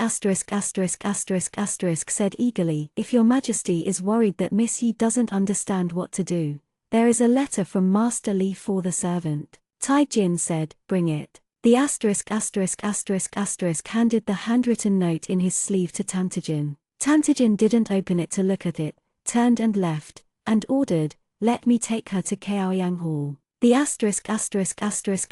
quickly said yes. When the group of them came, Susu was aware of it. She jumped out of the bed, and when she was about to speak, she saw several female officials coming in. "Girl, please come with us. Susu feels that there is nothing good." "I'm not going." The female officer headed by was not smirking, and even the pleats on her face were stereotyped. "Girls don't toast or eat fine wine." She winked, and several big-waisted grandmothers immediately surrounded Susu. "I want to know what kind of temper Susu is, and understand that she will not be obedient, so she has been prepared." Suzu's wrist was *** by a weak water rope, and now she is an ordinary girl, unable to match their strength. She couldn't work hard with them because of this little thing, so she had to go and see what they were going to do on their own, and what was going on with the noise outside. Susu was taken away by the maids, and the ***** whispered to the ugly Nian Mu Ning, 27 adults, let's get more serious, don't stand here anymore, so you can rest. Nian Mu Ning held the wooden sword and said coldly, Your Majesty asked me to follow Miss Yi. This is where my duty lies, but you don't have to follow tonight. Nian Mu Ning finally couldn't help but said, What should Yu Zaivu do if he hurts your majesty? The ***** said, Girl, don't worry, at least tonight, she will be obedient. Nian Mu Ning continued to refute, but was held back by the mysterious Nian Baiyu. White Feather, Tensuki Ning, obey orders. Nian Mu Ning took a breath, nodded, and followed Nian Baiyu. The maidservant and the maids walked around in all directions, bypassing the serene mansion with winding paths, and came to a yard. The maid in the front stopped in a yard with a glazed lantern. Susu heard the sound of splashing water. Someone pushed Sus, go in. Susu staggered into the room was foggy. She fixed her eyes and saw that there was a big pond in the middle. This turned out to be a hot spring. 2 carp carved in stone spit out water, quite interesting. The stereotypical female officer came over and began to put Tillian in the pool. Soon, the beautiful pink and white double lotus blossomed in the pond. The female officer walked over sternly and looked at Susu with a critical look. Her eyes swept over Susu's not full chest and slender waist, and a trace of dissatisfaction flashed across her face. Susu was horrified by her. What are you going to do? The female officer said, The girl just needs to be obedient tonight. Did the girl go in by herself, or let us come? Susu shook his head. I will not choose, unless you tell me. What do you want me to do? The female officer glanced at her blankly. It's a very simple ceremony. What ceremony? The girl will find out in a while. While they were talking, another handmaid dropped a few drops of transparent water into the pool, and soon a moving fragrance filled the room. Susu increasingly felt that it was okay. Didn't you want her to clean up and sleep with Tan Taijin? Seeing that Susu did not cooperate, the female officer thought of Her Majesty's order, but did not force her to strip her clothes. There is only a young girl who prays for your majesty. Whether she is willing or not is not determined by her will. It's just that the girl in front of me is too disobedient. Grandma shook her head, and took out a beautiful and delicate paper man from her sleeve. She handed it to Susu. If you don't want to go in, just take this. Susu wanted to throw it away, but when the beautiful paper man touched her finger, it melted into her body. Susu's black and white eyes blinked, becoming a little confused. She lowered her eyes and suddenly became obedient. Madam said, Take off your clothes, go in, and wait for your majesty to come in. They didn't seem to worry about Suzu's disobedience, so they left after talking about her. Suzu felt that she had fallen into a very magical state. She obviously had her own consciousness, but her body began to lose control. She untied her clothes and walked out of the pool. Her white calf hadn't been seen in the hot spring. Susu was not very scared, and asked Guayu, What's wrong with me? Guayu replied, You have been hit by puppet art. The piece of paper just now has the power of a succubus. It will make you obedient for a short time and let you do what you do. Can you unlock it? Guayu said, It can be, but you don't have mana right now. Saying that, Susu is also very frustrated. As soon as the water is weak, she really has no other way. Guayu flickered, and he faltered, This is not a long time. Why don't you wait and see what Tan Taijin wants you to do? Suzu does not doubt that he is him, and said yes. The candlelight flickered, and the boy in the black robe walked in. It was raining outside, and the rustle of the bamboo forest was faintly heard. Taijin saw the girl in the pond at a glance. Her naked shoulders were exposed outside, and Tillian opened brightly beside her. The girl closed her eyes slightly, looking holy and beautiful. He curled his lips, the evil and the desire for destruction passed through his eyes, and he was faintly pressed down. He hesitated for a moment, thinking of the benefits of the ritual. His eyes condensed slightly, and he untied the knots of his clothes. Susu watched his clothes fall layer by layer, and panicked. Hey, Guayu! Guayu ran faster than anyone, fell into a deep sleep, and didn't wake up when anyone shouted. The little master hates Tantagin, but they need Tantagin to be affectionate. This is a good opportunity, it can only play dead. After all, it thought silently, the young devil's expression lust is hard to provoke. Tantagin said so much that he would not really do anything. According to the historical records, the devil seems not to love sleeping women, and some people even boldly guessed that he is not good. The boy took off naked, and walked down the pool step by step. Susu's eyelashes were stained with moisture, his face flushed, and he was angry. Her eyes were vacant, for fear that she would see something that she shouldn't see. The boy pinched her chin, elbows on the pool, and looked at her coldly. That is a kind of evil, snake-like look. Hey, do you have your own consciousness? Tijin looked at the eyes that were so bright that they were about to burn. He pulled the corners of his lips, and said in a mocking tone, "Don't you still be like others? There are also times when you are naked body, shameless." Susu glared at him coldly. Who is born without shame? Was irritated by her gaze, the smile in his eyes stiffened for a moment, and soon eased again. Bing Tillian waved around them. He said, "Close your eyes, I don't like your disgusting look." Even though Suzu was reluctant, he still closed his eyes. It's very strange, time seems to have returned to the floating life of Prajna,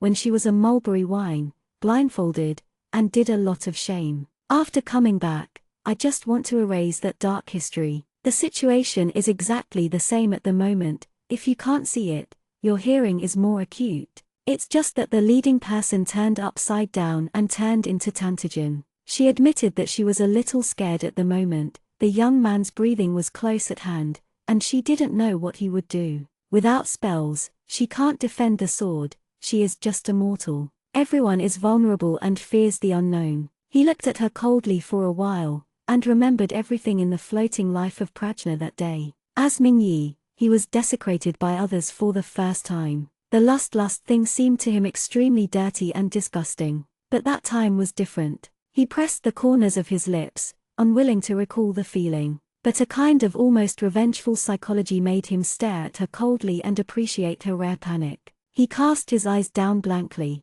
The water in the pond is clear, so you can see everything clearly. The girl's slender and graceful body, white and soft skin, surrounded by tiny lianas, she is like a beautiful ornament. His eyes swept across inch by inch. The shame that he was born lacking, at this moment, spread out slightly, and he rarely felt a little strange. He lifted his blushing eyes and said in a dumb voice, "Open your eyes and swear to me, always be loyal to me." She said it again, and she saw a slight smile in the eyes of little pervert. His hand stroked her body without hesitation. Suzu looked at him, and his will began to struggle. For the first time, she realized how strong his revenge was. He actually did all the things he had done to him in Prajna floating life. She bit her lip, her beautiful eyes almost wanted to kill him. He was unmoved, her pale fingers made her grunt. "Are you scared?" He laughed, and he didn't know if it was because of excitement or what. It was all messed up. "You can beg me." Suzu's will began to struggle. He has no shame, but Suzu feels this is extremely abnormal. The water vapor is full, and the water spit out by the carp also seems to be filled with a wonderful fragrance, which makes blood circulation faster and the heart beats fiercely. She felt a little out of breath, looked at Tantagin uncomfortably. He didn't order her, he licked his lips, smiled and said, "Please, let you go, or end it all." She still didn't speak. A little blush spread across the boy's face, and his breathing became a little faster. A roll of bright yellow paper suddenly appeared in front of Susu's eyes. Taijin might know that she won't beg for mercy, and said, "Nan." Suzu looked at the paper, which turned out to be a prayer. The command tone he used this time. Suzu finally understands what he is doing now. Every prince and crown of the Jew kingdom had this consciousness. Lotus bath ceremony, pray for the prince. But he did it on purpose. He deliberately asked her to say prayers in a broken tone. She wanted to see what he looked like at the moment, but he repeated it, gasping slightly, and said coldly, "Don't look at me, read it." She was chanting prayers intermittently, and her mind was muddled. Can't see what expression Tantagin is. The boy's body was some distance away from her and looked very cold, but his fingers explored her body little by little. Susu's legs were soft, and for a moment, she really wanted to strangle him.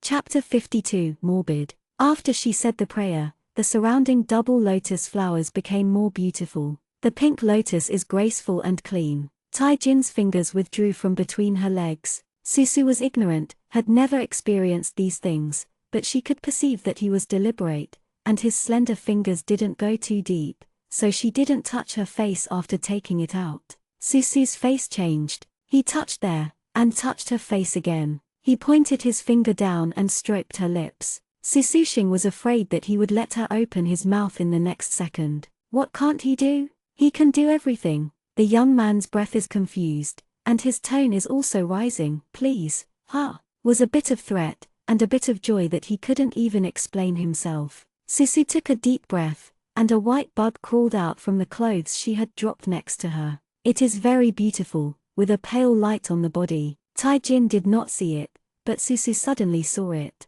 Her eyes lit up. It was the Jiyu worm that Xiaoxian gave her. Can it solve the puppet technique? The bug seemed to hear what she was thinking, and really moved over. It looks small, but the actual speed is very fast. In a flash, she reached Susu's side. She only felt her body numb, and her fingers could move. Soon, I felt sensation all over my body. Bugs can't solve puppet art. Guai didn't lie to Suzu. The puppet technique could not last long. What allowed it to last was the fragrance of the room, which was the fragrance of the Yu tribe, which could assist the puppet technique. Insects can detoxify all poisons and incense. Taijin didn't know it, and didn't see it. He speaks very fast, and it sounds a bit neurotic. You used to look at my gaze as if you were looking at a humble ant on the ground. But have you seen it? Now you can only beg for mercy under the ant. I should have killed you. He muttered to himself, and laughed lowly. But if you are a little bit obedient,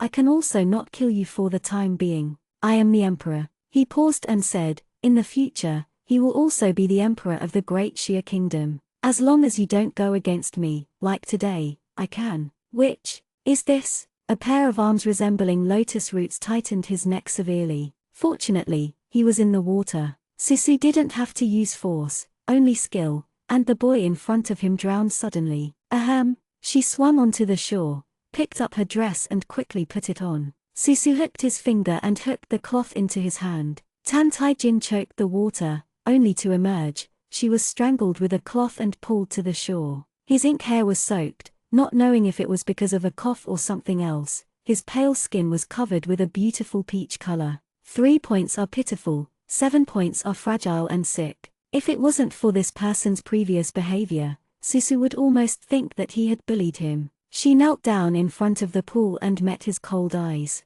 Suzu said, "It's you. Do you want to ask me?" He sneered, and Susu knew his answer. From this angle, she can see the water straight. The young man's slender legs curled up slightly, and he rarely attached it to the pool in a coordinated manner. Susu didn't see if he had reacted. She curled her lips, but luckily there was nothing dirty. Did you know, I am the person who hates and dislikes touching me the most. It is better to. Susu approached him with cold and angry brows. Is it okay for me to chop off your finger? The panting madness that had just disappeared from the young man, he grabbed the fine silk backhand, and said angrily, Yizaivu, you are so bold. Suzu said, you are a lot of nonsense. She freed her hand to cover her collar which was too low. You can't kill you can get rid of the corpse demon. Dreaming. She stared at the young Qingjun's face for a long time, and slammed close to him. Tan Taijin wanted to avoid her subconsciously, and even forgot that his neck was strangled by Suzu's cloth. Is so funny. When she couldn't see, he played with her wantonly, and his tone changed with excitement. But when she looked at him, as soon as she got close to him, he wanted to step back. The tears in Susu's arms are slightly hot. She was in a delicate mood. Looking at the cold young boy's bright red eyes, she suddenly asked, do you like me? The air fell into a weird silence. Tan Taijin raised his head, mocking the corners of his mouth, as if watching a live joke. Yi Bingshang is obviously his favorite. The tears in his arms suddenly disappeared, and Susu felt that he was passionate. Taijin coldly opened his eyes, seeing the white Jiyu worm by the pool. He looked thoughtful, as if he knew the Jiyu worm. Susu hurriedly hid the bug that Xiaoxian gave to her. She felt that the current situation was difficult to handle. She couldn't really kill him, but her anger was indelible. She realized that she was too weak now, and it was dangerous to stay by Tan Tai Jin. Jin Tai Jin thinks about attacking the city and killing people every day. It is better to take him away from her to ease the situation. The more she thought about it, the more she felt that she could only do so now. Get up, get dressed and go with me. Taijin waited for a while, coming up from the pool. He didn't feel naked body ashamed. Everyone came into this world like this posture. Susu did not dare to let go, and still held the hostage tightly in his hand. Inevitably, she saw his body. The boy's body is too pale. Zhu doesn't exercise much all year round and can't practice martial arts. He doesn't have bulging muscles, but his body is beautiful, almost whiter than his own body. His legs are slender, and the tuft is also very conspicuous. In fact, from a certain point of view, the body of the devil and that of the gods are equally perfect and magnificent. Suzu tried his best to control his facial expressions, and replied in his heart that he was shameless. Tai Jin put on his clothes. Susu pulled him out. She did the same, trying to take away Tan Tai Jin the same way she took away the fox demon last time, not let him talk, and let others let them go. She pushed open the door and walked to the door when a transparent arrow shot into her shoulder. She clearly sensed it, but the asterisk of the weak water made her unable to escape. Susu's pupils shrank slightly, and his body fell softly, without consciousness. She let go of her hold on Tan Tai Jin. Tan Tai Jin caught her as expected, and said casually in the dark, "Enough, do you really want her life?" Countless arrows retracted silently. Taijin looked at the person in his arms coldly for a few seconds. Naturally, he would not fall down twice in the same place. He just wanted to see if she really couldn't kill him. Obviously, he guessed right, although he didn't know the reason. The black brocade robe of the young emperor spread out, and he hugged her and sat on the threshold together. It was still raining outside, and the sky was dark. Tai Jin was motionless, wondering what the girl in her arms wanted from him. He didn't deliberately hug Suzu, nor did he push her away, letting her lean in his arms, raising his eyes to look at the dense rain outside. In the rain, the stereotyped female officer ran over, looking terrified. "Your Majesty, is the ceremony finished?" In front of Tan Tai Jin, she did not dare to be a bit mean and arrogant. She looked very submissive. "You will never fail in Xianxia." He smiled sarcastically. "Really? It's a pity, there is no courtesy." He thought to himself that no ancient **** would bless him. If these people knew the cost of his birth, they would scream and faint. Yang Jiji and Tan Tai Jin hugged people over, and said quickly, "Your Majesty, everything is ready." Tai Jin said, "Yeah." He put Susu into the weak water. The weak water now has only a very shallow layer, which is enough to flood Susu's body. The hem of her clothes is not wet, her white dress is gorgeous outside of the weak moisture resembling broken silver, and her soft cheeks are exposed. He looked at her for a while, his expression cold. An old Dao in a black Taoist robe saluted Tan Tai Jin. "Your Majesty, rest assured, there is nothing wrong." This old Wei turned out to be the one that Susu killed at the bottom of the river. The veteran has acquired a spiritual weapon when he was young. Later, Tan Tai Jin ordered people to salvage me, and brought up the spirit-bearing banners. The old Dao saw with his own eyes. This weak-looking young man released the evil spirits, swallowed them expressionlessly, and looked at him again. He tremblingly begged for mercy, saying that he could serve his majesty. Tai Jin saved his life.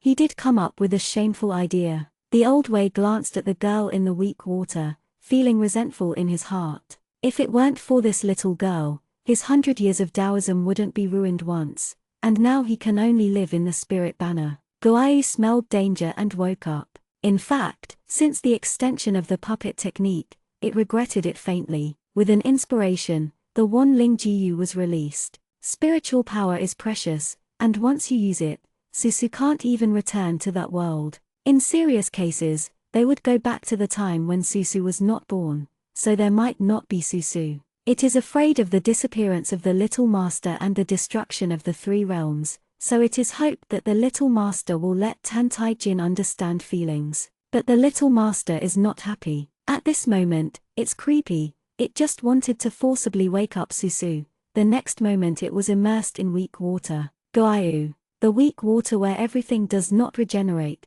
and there is no way to use spiritual power. Even Princess Clam can only hold back the pain and search for Ming-Yi. Goayu can't do anything now, unless it also wants to melt in the weak water, but let the little master stay here forever. Otherwise, as a jade bracelet, it can't even be seen or heard at the moment. What happens?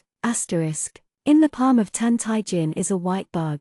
Sheep and Kum looked excited. It is my clan's sacred relic, Myriad Souls Gu. The subordinates are absolutely right. Your Majesty, why is it here? Tai-jin looked at the Gu worm, and answered casually, I picked it up. Xianxia stopped asking, but excitedly explained, All Souls Gu is the female Gu of all Gu worms. Legend has it that it can detoxify hundreds of poisons and make people not invade. Tai-jin curled his lips and smiled. No matter how Xianxia looked at it, he felt a hint of coldness on his smile. Tai-jin tightened his fingers, and she saw the sheep and his face pale, and he looked so heartbroken. The boy laughed stubbornly, just kidding. Tai-jin opened his hand and looked at the insect in his palm coldly. He thought, he knew who gave this to Suzu. She actually met that person, and that person was willing to give her such a good thing. What is the relationship between them? No wonder Yi Zaivu's not spring silkworm did not occur. It turned out to be this little thing.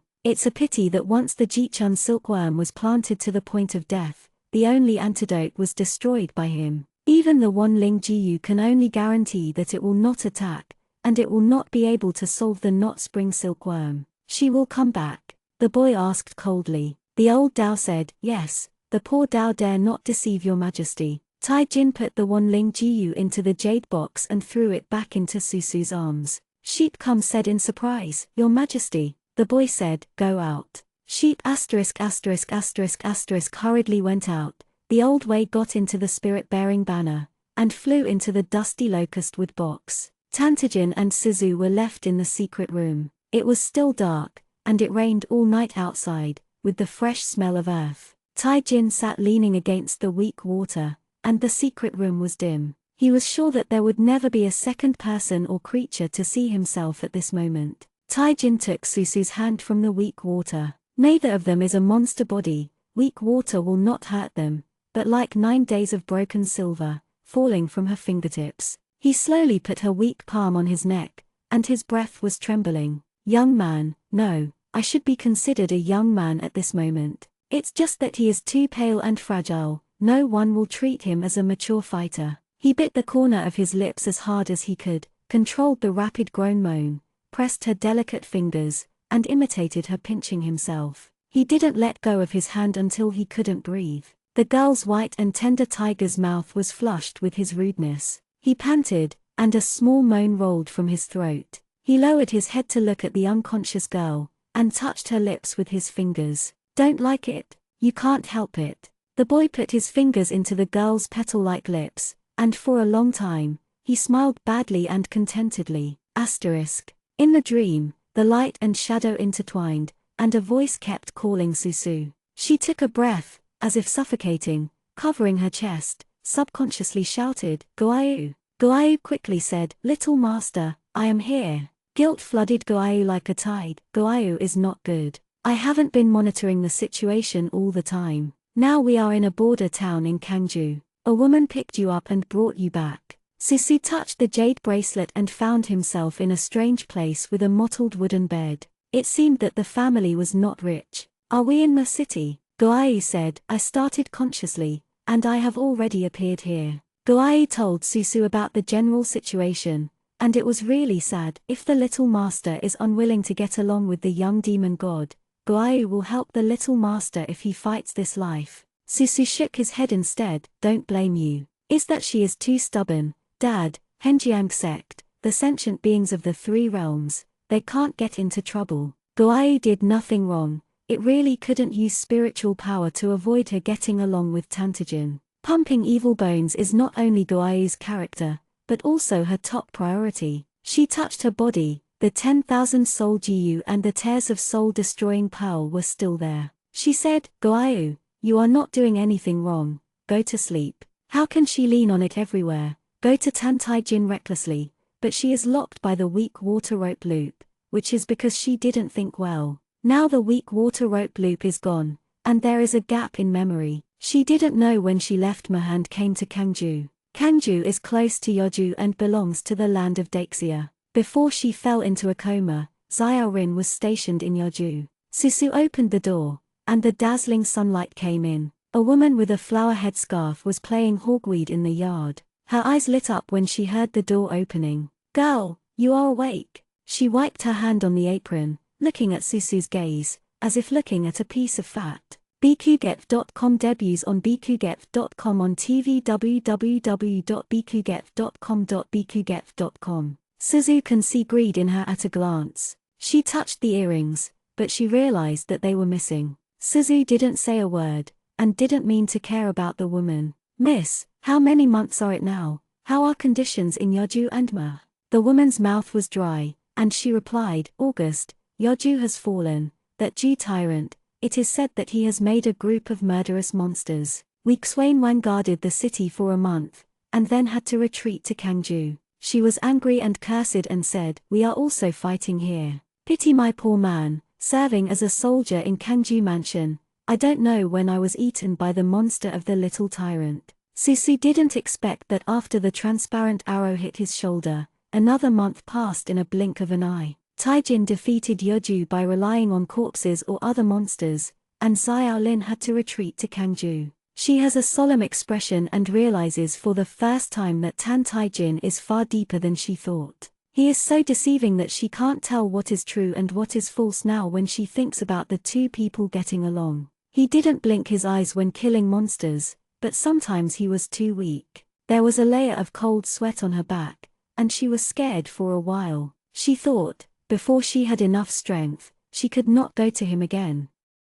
Chapter 53, War. Susu thanked the woman and was about to leave. The woman's face collapsed and she quickly stopped her. Said in a dissatisfied voice, "I saved you and took you back from the wasteland with all the hard work. You want to leave like this?" Suzu said, "How is the lady doing?" The woman looked at her figure and said, "I don't care. I saved your life, and you will have to listen to me in the future. I have a son who just didn't marry a wife." Susu's lips were slightly curved, and he said amusedly, "Do you want me to marry your son?" From Guai's mouth, Susu knew that the woman had lied, and fell under a big tree not far from the town. When the woman found her, she took her earrings at first, but gave up when she couldn't take off the bracelet. When left, seeing Susu's beauty, he moved other thoughts. Unexpectedly, the idea was to let Suzu be her daughter-in-law. Was so beautiful. Suzu took her pearls and didn't care about her. After all, the woman provided herself with a 2-day residence. "Even if I live in the best inn, the earrings are enough for half a month, and the woman who wants her is too much." The woman took it for granted. "My son is a dragon and a phoenix, and he is also a man with a face in Kangju. Now in the war, he can protect you. I advise you to be honest, otherwise I will let the neighbors come and see how ungrateful you are." Suzu was amazed at the shamelessness of the woman. She did not have the thought of beating a mortal, so she calmly said, "The earrings are for you, as a reward. I can't marry your son, I'm already married." The woman stared at her. "What kind of earrings? Don't talk nonsense, I haven't seen any earrings. You are married." After all, she looked at Susu with a look of unclean slut, as if she was about to rush up to wash Susu off a layer of skin. Suzu thought she was going to give up and walked away.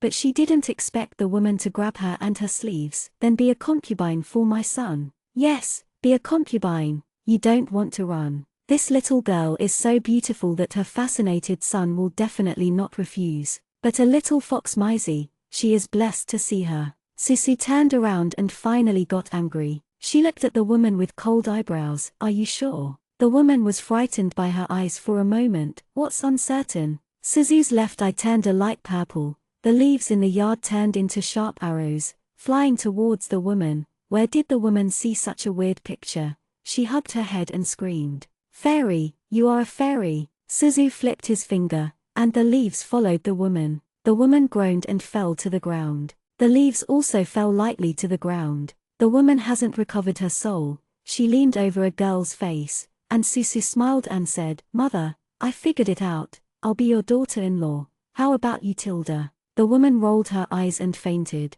Susu clapped his hands and got up, planning to leave. However, a minimal psychedelic technique, even manner is useless. It can be seen that the woman's mind is extremely low. Before she walked out of the yard, a figure ran up worriedly, helped the woman up, and looked at her angrily. What did you do to my mother? The man looks good, but he has a pair of thick eyebrows that looks very fierce. He should be the son of the women. Susu was silent, frowning and looking at the man. The man was very angry and killed a lot of people at first sight. She turned her head and sternly accused her man of staying. Obviously she didn't expect such a beautiful girl to appear in her yard. Thinking of the mother who gave him a message, saying that he had photographed him a daughter-in-law, the look in Susu's eyes instantly became complicated. Susu said, "Are you serving as a soldier in Kanju?" The man said loudly, "Exactly." The man was named Kanting, who was still a small leader guarding the city gate. Susu asked, "What happened to the war between Xianxia and Ju?"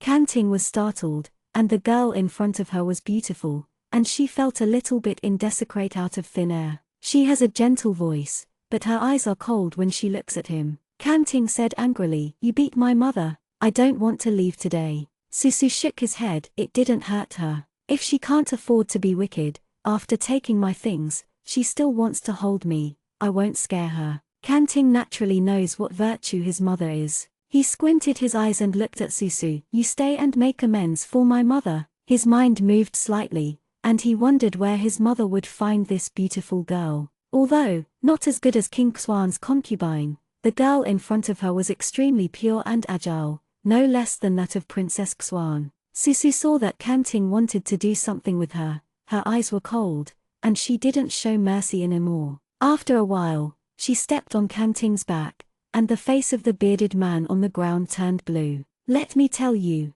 you girl, I am the immediate guardian of Princess Xuan. You can't get out of Kanju today." "Princess Xuan?" Susu glanced at the person on the ground with a complicated expression. "Is this person Yu Bingshang's guard?" Kanting thought she was afraid. "If you hurt my mother, the princess will not let you go." Susu said, "I'm really scared, but things have happened. Would you like to take me to see the king and the princess, and ask her to help your mother speak badly?" "Kanting, you." Susu kicked him. "Let's go and see the princess." It was all effortless. She didn't have to figure out how to get inside the Kanju mansion.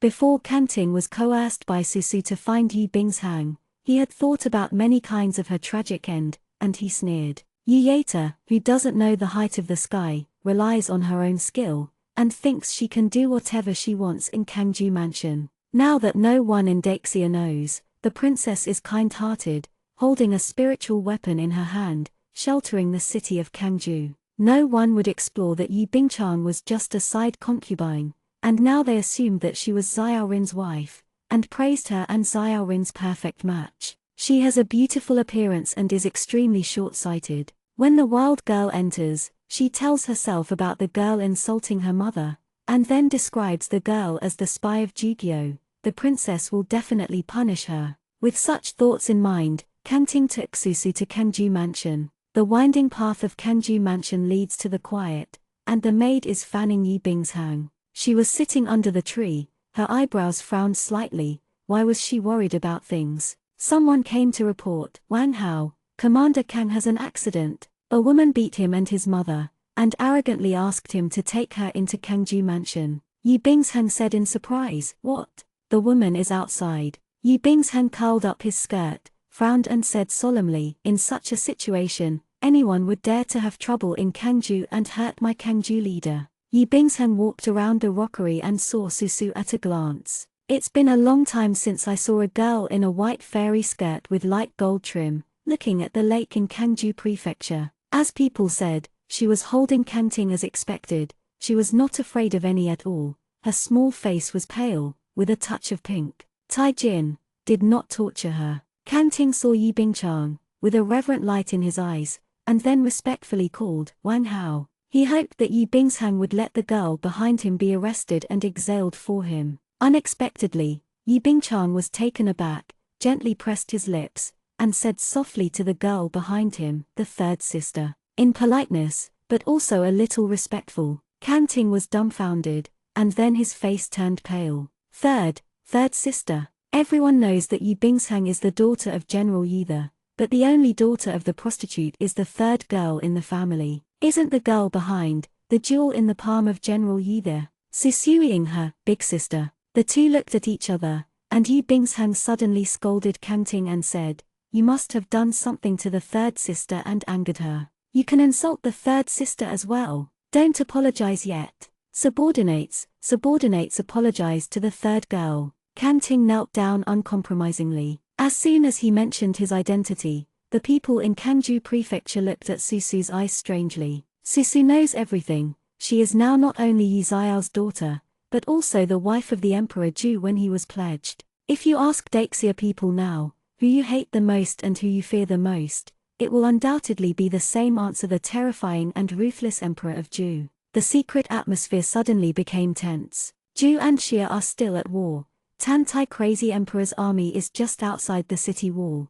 And how could his woman come to Kangju? Susu looked at Yu Bingshang and smiled brightly. The big sister is so polite. Of course I won't care about your people. He is loyal and has a princess in his mouth. It's too late for me to be happy for the big sister. Yu Bingchang did not change his face. The third sister is joking. The officers and men in the house are all loyal to the emperor and patriot, and the loyal is naturally your highness. Sometimes the malice between girls is hidden in a few words. Susu had no intention of competing with her at this time, and nodded at random. Yu Bingshang's temperament, who started to use the heart-protecting scales, has undergone a subtle change. She still looks soft as water, soft and weak, but there are always some differences. Susu couldn't tell, and began to guard against this harmless big sister. At this time Kang Ting said, "The princess made atonement," and his subordinates had no intention of offending Miss San, but the subordinates returned home and saw Miss San beat her subordinate's mother. She was very old and sick,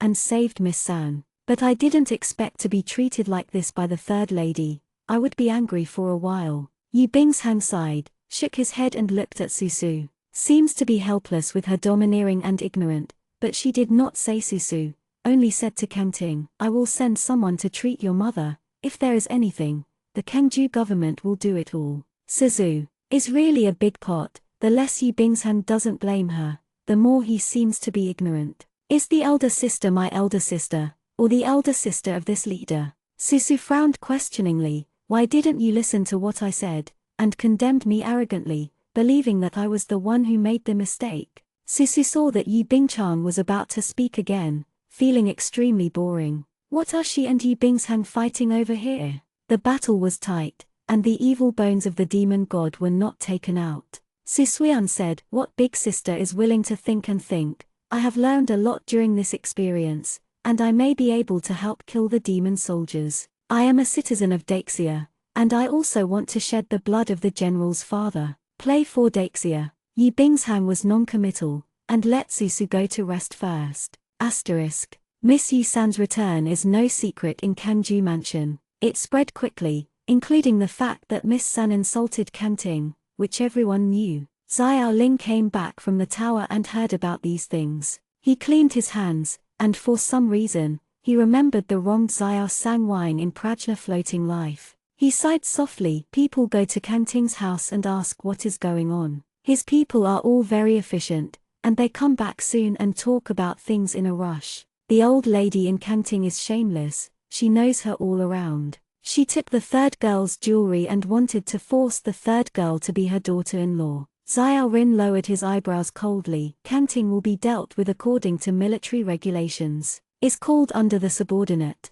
The news that Kang Ting was punished soon also spread throughout Kangju. If Yu Bingshang is supported by the people in Kangju, then Xiao Rin is definitely Daxia's myth. No one dared to question the decision he made. Kang Ting must have made a mistake. When he knew this, Yu Bingchang lay on his side on the bed and held the sheets tightly. Xiao Lin is very busy, so he should ask Suzu Jorgyo about the situation. But after thinking for a long time, he still didn't go. He admitted that the floating life of Prajna had an impact on him, and the tears of Princess Clam burned a hole in his heart. The sentiment he gave birth to is not above board. In order to keep the reality, he can only forget the floating life of Prajna and treat Bingshang wholeheartedly. He is a magnanimous person, he has never changed. If Pianran is still alive, and then look into his heart, you will know that he is still guarding Yu Bing's hang. Susu also didn't look for Xiao Rin. She knew better than Xiao Rin about measure.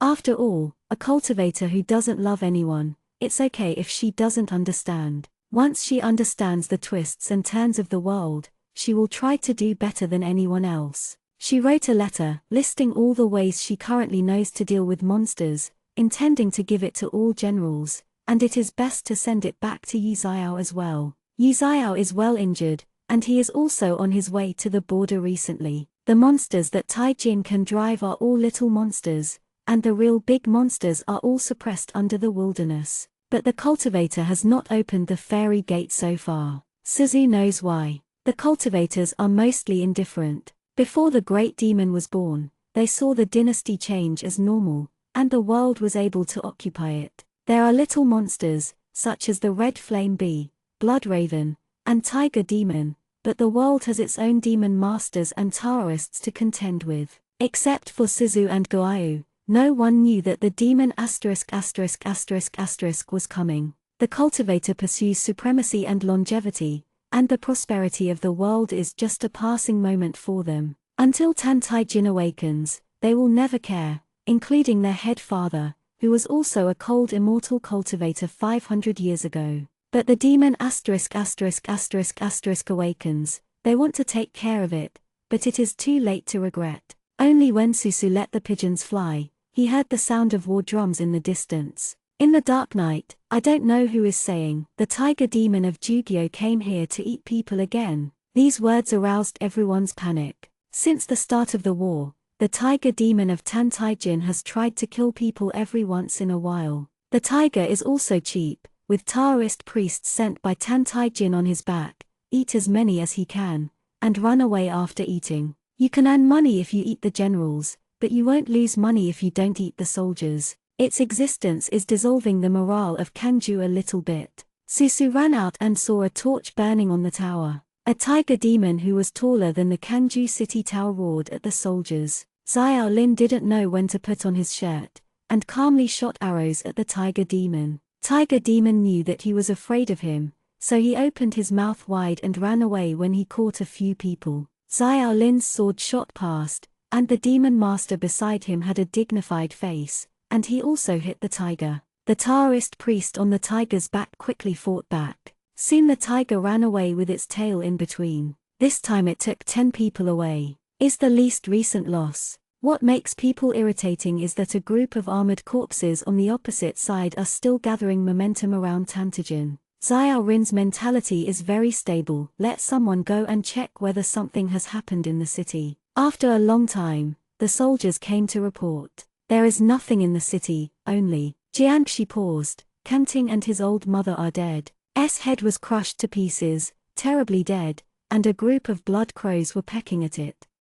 Chapter 54 Assassinate. Once Kanting died, Xiao Rin knew that something was wrong. He deployed to defend the city and returned to the mansion as soon as daybreak. Sure enough, I saw a group of soldiers surrounding Suzu's courtyard. Wonder, there is never a dead person in the city. You will die as soon as you come to Kanting. That's right. You don't even let Kanting's mother go. Her heart is terrible. Kang Commander has no corpse. You must give an explanation. These people are all soldiers under Kanting. Xiao Lin said coldly, what are you doing? Bikuget TV debuted on www.bikuget.com. Everyone knelt down quickly. Your Highness. Xiao Lin hadn't changed his shirt yet, and his silver-white armor was extremely cold. He had a gentle and tolerant personality. The soldiers knew that he loved the people like a child, and it was the first time he was angry with Xiao Lin. Last night Zhu dynasty attacked the city,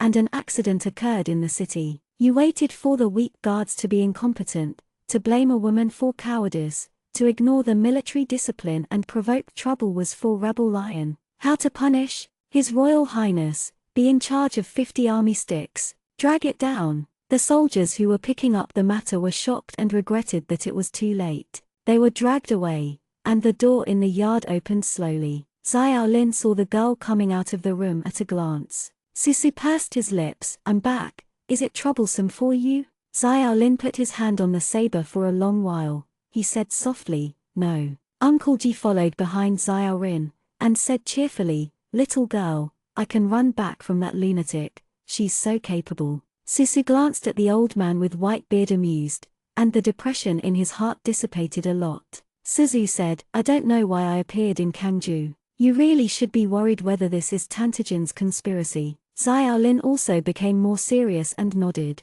Master Ji took out a piece of letter paper and asked Susu, "You wrote this?" "Yes." Shishu Uncle Ji said, "It's a good way. Who did the little girl learn from? There are things on it that are unheard of, unseen, and the mysterious method makes Ji Shishu fascinated." Suzu had no choice but to say, "A mysterious expert, I don't know what his name is." Shishuji had to sigh with grief. Xiao Lin said, "Thank you for the help of the three girls. Kangju has been in chaos recently. An accident happened in Kanting last night. It shows that the city is not safe. If the three girls are willing, this king will send them back to Beijing immediately." Susu thought for a while, nodded and said okay. Uncle Ji shook his head regretfully, obviously hoping that Susu would stay as a hero in the female middle school and help them deal with Tan Tai Jin's army. Xiao Ling glanced at Susu, nodded and left. Uncle Ji was not in a hurry to chase him. He approached Susu and said with a smile, "You girl is a bit interesting.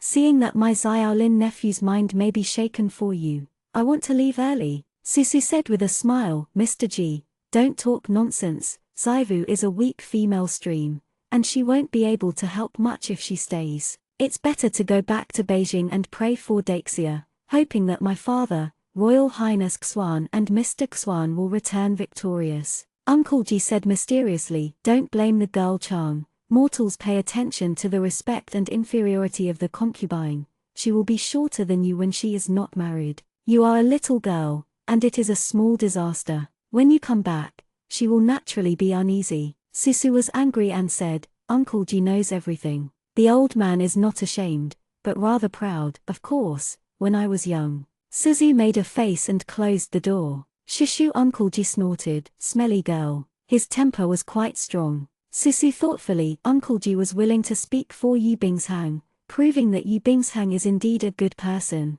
Yu Bingshang can't see through this person, and sometimes it makes her feel uncomfortable faintly, but she can't tell what's wrong. Susu scratched her head, thinking in annoyance, Tan Tai Jin can't go there right now, and Xiao Rin's best not to stay here. After all, she really has to go back to Beijing. Only made this decision. Xiao Lin remembered to send Suzu away before he came. In the afternoon, General Yi Xiao arrived, accompanied by the 100,000 army and King Zhao who were escorting grain and grass. Susu knew the news, went to the lobby of Kangju Mansion, and saw Yi Xiao and Xiao Rin in uniforms talking. In the next seat, Zhao Wang and Ji Shishu were seated in turn. Yi Bingchang is dressed in Xingyi, standing behind Xiao Rin. As soon as Susu came in, the conversation stopped abruptly. Yi Bingchang gave Susu a sad look and lowered his head. General Yi was much more straightforward, and stood up from his seat with a rub. "Yu Zaivu, give me a good job. Came to the border without authorization. Do you know that your grandmother is very worried? See if I won't take care of you today." Yu Xiao was about to catch Susu, and Susu said, "Father, listen to me. Explain what is the explanation. You should be your father without beating people, right? Father, don't chase me. Naughty girl, you dare to hide." The father and daughter ran around the chairs, staring at them with big eyes. Susu really felt a little guilty when facing him, and felt even more guilty about thinking of his grandmother. She didn't hide at all, thinking that General Yu would never be able to beat her to death. She closed her eyes, and General Yu glared at the bell-like eyes. Before she dropped her slap, Xiao Lin subconsciously called General Yi. Yu Xiao's shot seemed heavy, but when he fell, he only patted Susu's head gently. Susu opened his eyes and smiled at Yu Xiao while holding his head. Yu Xiao snorted. Yu Bingchang glanced at Xiao Rin, and Xiao Rin fell silent. The influence of prajna floating life on him is still there, and he is used to being Xiaoju, so Suzu is not a little wronged. Yu Xiao said to Yu Bingshang, "In the afternoon, you also go with Xianxia. The man is holding on to the war. You two join in the fun." Yu Bingshang never disobeyed Yu Xiao, looking at Xiao Lin hesitantly. Xiao Lin said, "General Yu is right, Changer, go back." Yu Bingshang nodded, "I listen to your highness." In a few words, there is an extra Yibingshang for those who return to Beijing. Sisu didn't have any comments. She didn't like Yibingshang very much, but she didn't expect an accident. In the afternoon, Xiaolin and General Yi called their guards to Susu and the others back to Beijing. Xiaolin rode them to the pass. Yibingchang raised the curtain of the car and looked at Xiaolin worriedly. Xiaolin looked gentle, and gently touched her hair. I will return safely. Yibingchang nodded, trying to give Xiaolin the heart protection scales. Xiaolin said, you keep it to protect yourself. I have Uncle Ji by my side, so there will be no accidents. The carriage walked for 2 days, but Susu and Yibingshang were in peace. Occasionally everyone would stop to go to the toilet. On the 3rd day, when they encountered a stream, Yibingshang said that he wanted to wash. After a while, the maidservant ran over in a panic and said, the side princess is gone. The slave and the slave maid bowed their heads, and the side princess was gone. Things are so weird. Suzu couldn't sit still in the carriage, and ran to the stream. Before she got close, she smelled a stench. Susu frowned. She didn't look for the stream beside the stream like the leader of the team. She went directly to the grass to check. Sure enough, a large area of grass showed signs of being crushed. Suzu smelled the smell in the air, looked at the trace again. His face changed. It's a giant python. As soon as I said this, the other people's faces turned pale. What should I do now? May not only be a giant python, but also a python demon, otherwise the speed will not be so fast. Suzu said, I'm going to chase. You go to inform His Royal Highness King Xuan, let him send someone to rescue. After speaking, she followed the trail and chased it up. The soldiers wanted to chase, but found that they couldn't keep up with Susu's speed, so they had to say, go back and report to Your Highness. It's not far from Kangju, and it's definitely time to rush. Susu chased all the way to a cave. She hesitated for a moment, took out a pearl from her arms, and walked in. The sound of water ticking in the cave. She didn't go far, and saw a horrified scene. A piebald python hissed at Yibingshang's letter. Yibingchang was curled by its tail, his face pale. Seeing that the python was about to swallow Yibingchang, Susu couldn't hesitate, and the hidden talisman flew out and stuck it on the python's head, burning the python's head with a burst of black smoke, and the python rolled over in pain, subconsciously. Let go of Yibingshang. Susufia went over to catch her. Quickly go. Yibingshang's legs were very soft, and he said timidly, my legs have no strength. Suzu said, I will carry you. She is not in love with fighting. She ran away if she took someone away. The python eased the pain and chased after them. The experience of being chased by a python is terrible. It is huge and fast. Snakes can climb trees and swim in the water. It doesn't help to hide anywhere. Can't run, only fight. Suzu put down Yibingshang and said, hide it. Yibingchang pursed his mouth, resisting fear, and hid behind the big tree. Susu took out the talisman paper and planned to accept the snake directly. But giant pythons are different from ordinary monsters. It turned on its mind, knowing to dodge. Its skin was thick and thick. Susu and its stalemate for a long time, only wounded the snake's skin a few times, and was almost swept by its tail several times. It hides its own 7 inches, so that Susu can't touch it. Susu has no choice but to take it for a while. Was stalemate, Yibingchang screamed. Susu turned around and saw Yibingchang running towards him. Behind her, a few poisonous snakes with inverted triangle heads followed. Susu frowned. You protect your heart scales. This distraction, she was swept by the snake's tail, and fell to the ground with a muffled snort. Yibingchang hurriedly took out the heart-protecting scales. The little snakes stared at it, but they were obviously jealous and did not dare to approach her. Yibingchang paled, watching Susu get up without saying a word and then fight the snake demon. She looked at the scales in her hand, hesitated for a moment, clenched her heart-protecting scales tightly and said nothing. Susu didn't mean to ask her to protect her heart. As long as Yibingshang didn't make trouble, the situation wouldn't be bad. It's just that Suzu is a mortal. Mortal will always be tired, but snake demon will not. It will be dangerous when she runs out of energy, and I hope Xiaolin will come here as soon as possible. I don't know how long the stalemate lasted, and a huge spider appeared above them. The spider looked at Yibingshang's hand protecting the heart scales, Fear and salivation flashed in his eyes at the same time. It is very clever, choosing to attack Suzu who has no heart protection. Yi Bingshang was the first to see the spider. She subconsciously wanted to give a reminder, but she hesitated a little when she remembered something. It was a while late, and the spider's silk spit out and wrapped it around Susu's waist. Susu was hung up in the air, and the python's blood basin was in front of him. Susu panicked for a moment, and forced himself to calm down. A few small swords flew out from his waist, some hit the snake's head to stop the snake for a while, and some cut the spider silk on his body. She fell from the sky. As a result, I saw that there were more and more monsters around, and the enlightened little monsters all stared at them intently. Susu suddenly thought of something: its heart-protecting scales. They all wanted to protect the heart scales. She turned back to Yi Bingshang and shouted, "Kill them with the heart scales." Yi Bingshang refused. "I don't want to kill." Suzu said, "It's killing demons." Yi Bingchang pursed his lips. "I have never done anything like this before." "Then give it to me, let me come. We are almost surrounded by them." Yi Bingshang did not respond, and Susu inevitably became a little angry. "Get rid of them." Yi Bingshang did not hesitate this time, and began to try to urge his heart protection. She used the heart-protecting scales entirely by groping, and the heart-protecting scales lit up, and the little snake surrounding her retreated. Yi Bingchang was overjoyed. Suzu said, "Help me." Yi Bingshang nodded. The heart shone brightly,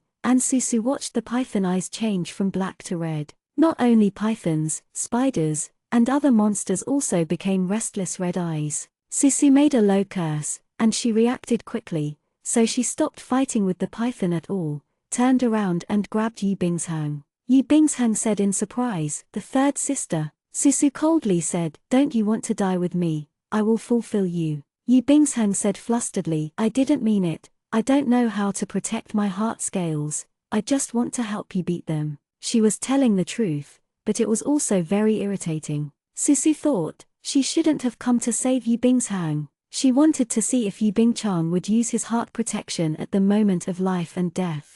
The monsters with red pupils, in the demonized state, didn't even want their lives, and wanted to devour them like crazy. At this moment, a figure in white clothes came over with a sword, and the lingering sword wind cut through the air and pierced the snake's head. The body of the python slammed the ground frantically. Seeing Xiaolin coming, Susu breathed a sigh of relief. There was an exclamation by his side. Yi Bingshang's ankle was entangled with spider silk, and the red spider silk was pulling at her to be sent to the spider's mouth. Xiaolin turned around and grabbed her hand. "Bingchang, Your Highness." Xiaolin cut off the spider silk and caught Yi Bingshang. Yi Bingshang hugged him in shock and whispered. Xiaolin said, "Don't be afraid, it's okay." Yi Bingchang hugged him tightly, and there was a muffled groan around him. Xiaolin looked back and saw Susu was rolled up by the demonized giant python and disappeared into the jungle in a flash. His face turned pale. He quickly made a decision,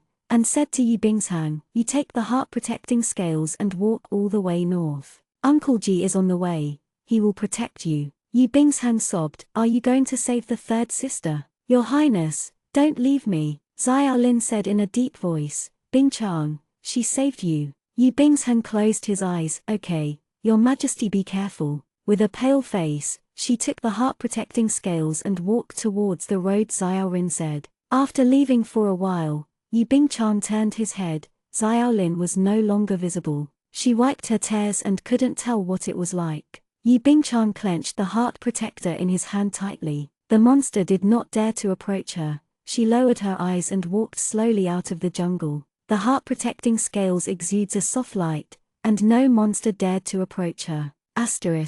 On the other side, after the world turned around, Susu turned around and was entangled in the tail of the giant python. Under the effect of demonization, it runs very fast. Susu couldn't get away at all. She looked back, and in the silent night, there was no one in sight, only the stench of the snake. Guai was distressed, and said angrily, "We shouldn't save her." Suzu did not speak. At this time, it's best to save her strength. No one will save her, and she will try to save herself. This time the python did not escape back to the cave, but instead reached a steep slope. It was seriously injured, and now it has lost its sanity, and when he turned around, he wanted to eat Susu to heal his injuries. There is a magical weapon in Susu's body, and to the monster, the flesh and blood are sweet. Little master, draw a talisman against this monster. Susu seems to be unable to move. Guai thinks something is weird, but it can't be said.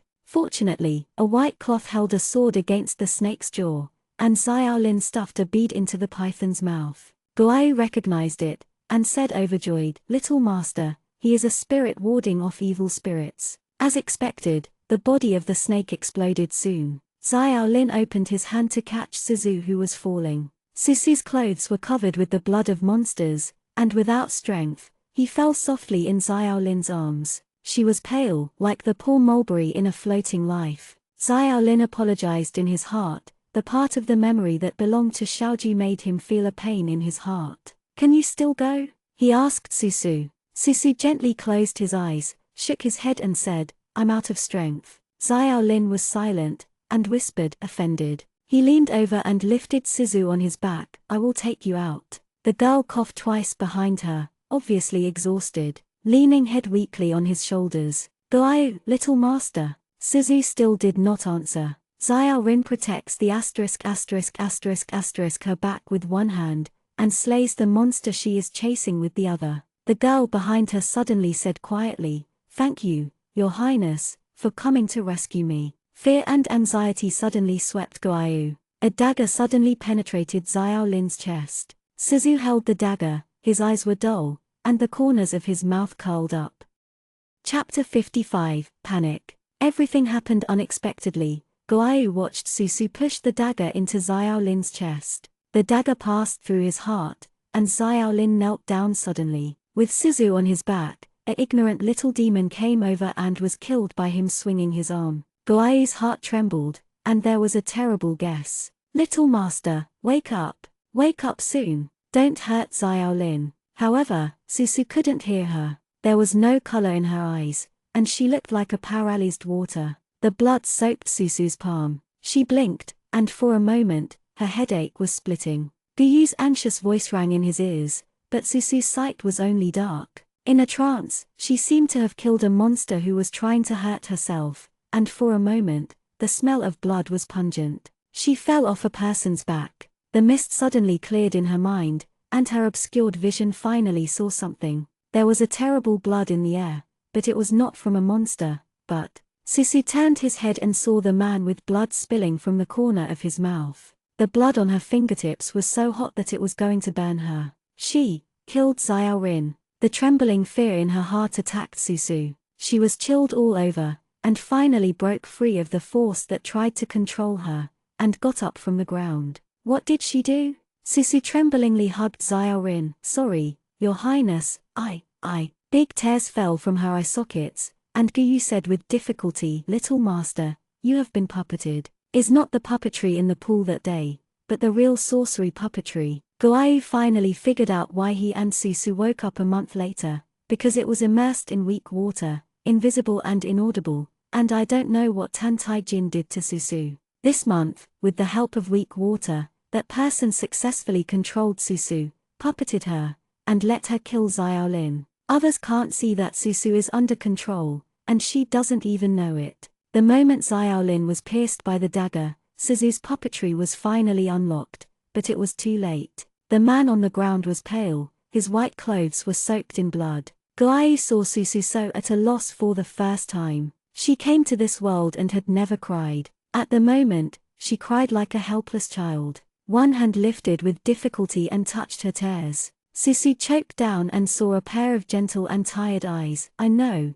you didn't mean it, Your Highness." Xiaolin coughed out a mouthful of blood. At that time, the sky was dark, the monster in the jungle was killed by his sword 7 or 88, and the rest had already fled. The moon came out, shining on Xiaorin and Susu. Not far away from the mountain spring Ding Dong, the moonlight reflected the stream, and the land was as bright as a wash. Xiaolin still had his last breath. He palely leaned against a tree and wiped away the tears on Susu's face little by little. Since he was a little smart, he has guessed what happened. Susu was controlled. A long time ago, she said that Tan Tai Jin didn't know why she had put her back, so that they should be more careful. But he didn't guard her. He just wants to take her out of this jungle. Now it seems that he can't do it. The girl's face is soft, but cold. Her teeth were trembling, and fear and guilt overwhelmed her like a mountain. He suddenly remembered Xiao Sangju crying on Xiaoju's back. At that time she asked him if she was going to become a monster.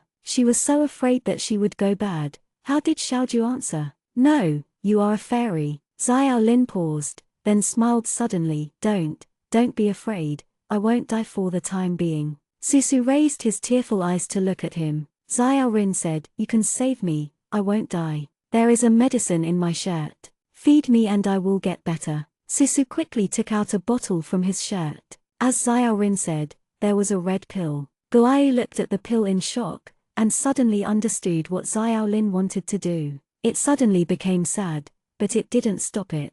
Susu's mind was blank, and Xiao Rin took the pill himself and ate it. After taking the pills, he seemed to really feel better. He looked at her quietly, moving from her messy hair to the tip of her red nose. Xiao Lin's eyes were very gentle. I'm fine, help me up, let's walk out of the jungle. Okay? Susu wiped away her tears in a panic and nodded to support him. She had been fighting for a day, and her body hurt everywhere. She barely had the slightest strength. The moment she lifted Xiao Lin, she almost fell with him. She paled and stopped. The blood on the corners of Xiao Lin's mouth did not dry up, and he whispered, yes, go forward, the road lit by moonlight. Susu didn't know how long she had been walking. She was confused, for fear that the body temperature she was holding would suddenly disappear. Although Xiao Rin's body temperature was very low, he did not lose his breath. The closer to the place where Shishuji was stationed, his physical signs became more and more stable.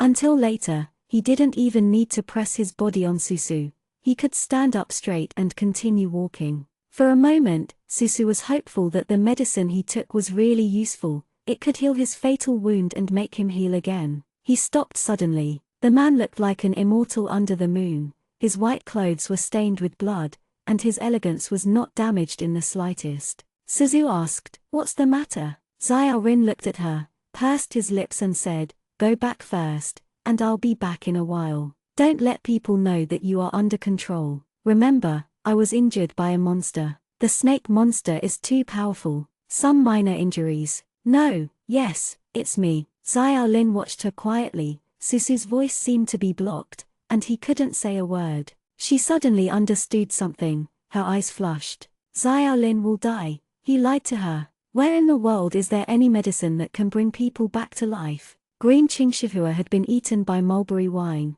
All the gods had fallen, and no one could save Xiao Rin. He took strong medicine to continue his life, but it only lasted for a moment. Xiao Lin said calmly, since ancient times, the winners and losers have never tired of fraud. For Ju, this is indeed the easiest way. Miss Yu-san has nothing to do with you. Take it to perfect me, he whispered. A general is supposed to die on the battlefield. He stared at her. Susu nodded silently. He laughed suddenly, smiling somewhat contentedly. Then don't look back, go forward. Susu closed his eyes and turned to the other side. Xiao Rin looked at her back, and when she couldn't see it, his eyes were a little gentle. At this moment, he still knows who he is. He wanted to be Xiaoju, but he was Xiao Rin, so he said, Miss Yi-san, I beg you, if one day Bing Chan conflicts with you, please spare her life anyway. The girl listened very much to what he said. She said, okay. Xiao Lin said nothing.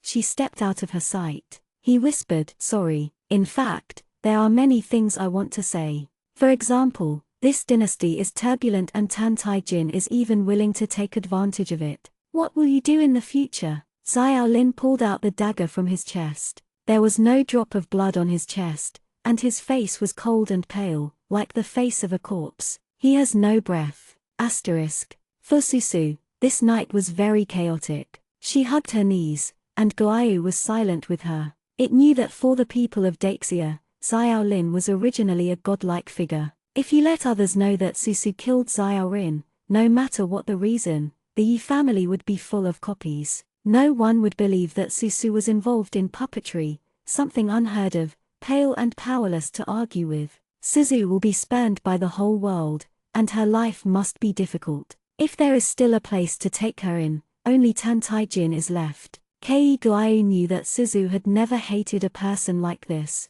Her soft heart in the past was also pierced by that dagger tonight. Suzu held the tears of soul destruction pearl and said nothing. The girl's pale face was in pain in the night. She looked at her palm and said in a dumb voice, Guiyu, I killed Xiaolin. Guiyu said, Little master, you are not to blame, you can't help yourself. No, blame me. Suzu said, I am arrogant, thinking that going to Tantaijin can change the situation, but it has become the current situation. Guiyu was also so sad that he wanted to cry. He knew better than anyone. For Suzu, being controlled by a puppet technique to kill Xiaorin was more uncomfortable than letting her die. It cursed Tantaijin 10,000 times in his heart, but it could only exude a warm yellow halo, warming Suzu a little bit. The girl's dumb tone flowed in the night, and Guiyu heard her whisper, I hate him. Asterisk. At the moment when the red line disappeared, the old Dao said with joy, Your Majesty, it succeeded, Xiaorin is dead. Taijin said nothing. The moment the puppetry disappeared, it could only explain one thing: the girl who had been puppeted completed her mission. The young boy's gloomy look was extremely quiet in the night. He leaned on the car wheel with 9-headed birds inscribed, and decisively ordered, Attack Kangju. The army, ready to go, began to attack the city in mighty force. Sheep come stroking his beard, knowing that Kangju can't hold it anymore. What if Yi Xiao is here? Xiaorin died, and the Shia's battle spirit disappeared. On defense of the city and force, no one in the world can beat Xiaolin. Talk about Your Majesty, he also has Tiger Demon and Corpse Demon. The torch illuminates the night sky, and the emperor in mysterious clothes squints at the city wall of Kangju. Countless soldiers climbed up the ladder, asterisk asterisk asterisk asterisk, and wailing, resounding in the dark night. I don't know how long it took. Someone came to report. Report, Your Majesty, Xiaorin is back. As soon as he said this, Tantaijin was startled and raised his eyes. I saw a figure wearing a white armor standing on the city wall. Xiaorin's face was pale, like a piece of lifeless white paper, and his pupils had no color, but his body was like a big mountain standing on the city wall. He raised his hand stiffly, and the soldiers let go of arrows in an orderly manner. The old Dao in the soul-devouring banner snorted, after eating the jade blood pill condensed by the corpse demon, but at the end of the crossbow, he will soon turn into a corpse demon, so Your Majesty need not worry. Sheep looked at him, but he saw His Majesty's original relaxed expression, suddenly became at a loss. Taijin suddenly picked up the Soul Eater banner, and the young man panicked and asked the old man, Didn't you tell Jiyu that she will come back? The old Wei was stunned for a long time before I understood what Tan Taijin was talking about. In their plan, once the people of Daxia Kingdom knew that Yu Zaivu had killed Xiaorin, then everyone in the world would spurn her. She has nowhere to go, she can only stay with Your Majesty. However, Xiaolin finally chose to protect Suzu, ate the jade blood pill, conceal everything for her, and block the curse from all over the world. Xiaorin took his last breath, stepped into the battlefield and commanded the soldiers to fight. It was destined to. The girl he was guarding behind was still shining and spotless. She will never come back again. Chapter 56, What You Want. The white fish belly appeared on the horizon, and the sound of war drums gradually stopped. I don't know who made the first wine. King Xuan is dead, Kangju is about to break. The city of Kangju suddenly became chaotic. The people had no time to pack their packages and fled their homes in panic. The Ju army soldiers mixed with monsters, their young emperor was terrible and cruel, and Kangju was chaotic for a while. The car curtain on the carriage was lifted, revealing an unbelievable face. Yu Bingchan held the maid Xiaohui's wrist, his face pale. What did they say? Tell me, I heard it wrong. Xiaohui looked at her sadly. Princess sighed. Xiaohui looked at Yu Bingshang in front of her. The tail of the woman's eyes were red, with disbelief, shock and sadness in her eyes. She seemed to have lost her soul suddenly, grabbing her slender hand, unknowingly. A lot of effort. Xiaohui said, The princess, the hand of the servant.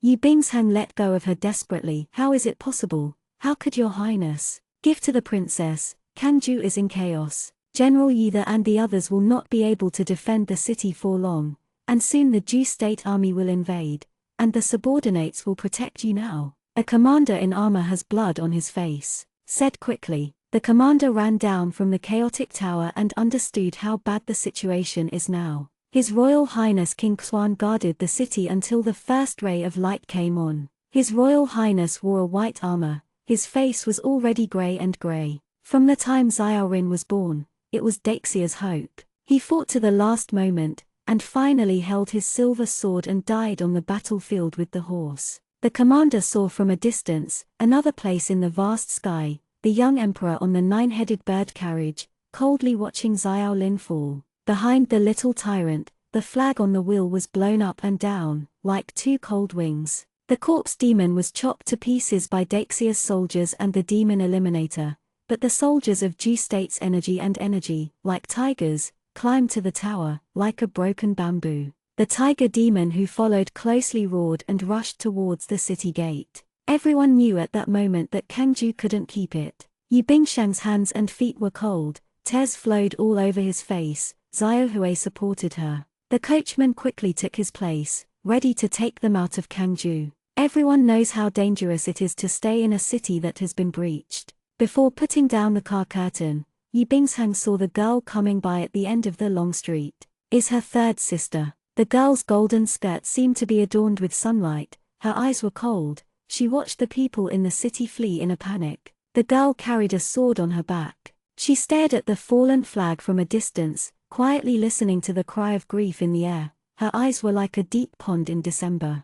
bkuget.com debuts on bkuget.com on TV. www.bkuget.com. Perceiving Yu Bingshang's gaze, Susu raised his head and glanced at Yu Bingshang from a distance. Yu Bingshang couldn't tell, but at that moment he felt cold. Like a ruthless and desireless cultivator, he glanced at himself with an emotionless look. But soon, the girl walked towards her, and the coldness that was as cold as bone marrow disappeared. Suzu said, Kangju is about to break. It is dangerous here. Go back to Beijing. Yu Bingchang subconsciously asked, where are you? Suzu looked at her. Yu Bingshang pursed his lips, and said weakly, is it possible that you want to stay and fight? But you are a woman. Susu said nothing. She took out a piece of talisman paper in her arms to hide her breath, and put it into Yu Bingshang's palm. With this, the monster will not easily find you. You followed Jiang to lead them back to Beijing. What else Yu Bingshang wanted to say, Susu ignored her and turned back to Kangju. Countless people fled out, and she was the only one who walked in. Thousands of people, she is swimming against the current. Xiaohui looked at Yu Bingshang's hand firmly holding the skirt, and called out anxiously, Wang Hao. Yu Bingchang let go of his hand and said startledly, go back to Beijing. A long handle. Coming over, Yi Xia fought all night, seeing that he couldn't avoid it, he was going to endure it all his life. The silver sword refracted the sunlight, collided with the long spear, and the long sword broke. Yi Xia was lifted up from the ground, and when he saw someone coming, his forehead jumped with blue veins. 3 girls. Susu's face was covered in blood, and he helped Yi Xiao and sent him to the city. Father, all the troops have been ordered to withdraw. Why are you still not leaving? Yi Xiao said, what Lao Sa does is Lao Sa's business. You damned girl, didn't let you go back to Beijing. Are you going to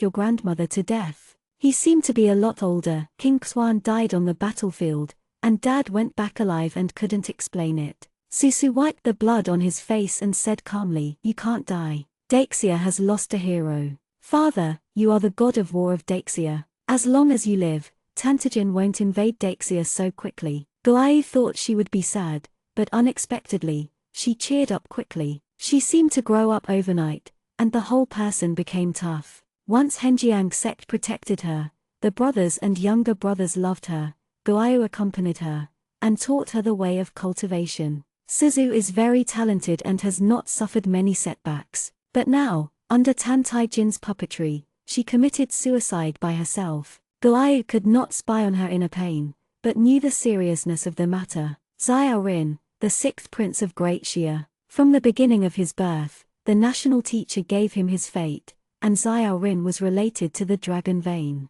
The fall of Xiaorin meant that Daxia's national fortune had begun to fail. It would be okay if Susu had nothing to do with this incident, but by the way, it was so cruel. She personally pushed the dagger into Xiaorin's heart, and Xiao Rin told her not to look back and keep going. In the end, what kind of perseverance did he rely on to die on the battlefield, protecting Susu and the entire Yi family? Even Guai's heart is heavy. If it weren't for his previous negligence, the little master would not have been puppeted. Suzu's remarks all told Yi Xiao. Yi Xiao was also a person who knew the priorities, so he had to retreat with the army for the time being. Susu glanced at the Ju army from a distance. There was a noble black nine-headed bird carriage parked there. The boy sat on it, and she suddenly asked, "Father, do you have a bow and arrow?" Yi Xiao said, "What?" Suzu took a soldier's bow and arrow, and the sharp arrow pierced her index finger. She looked cold,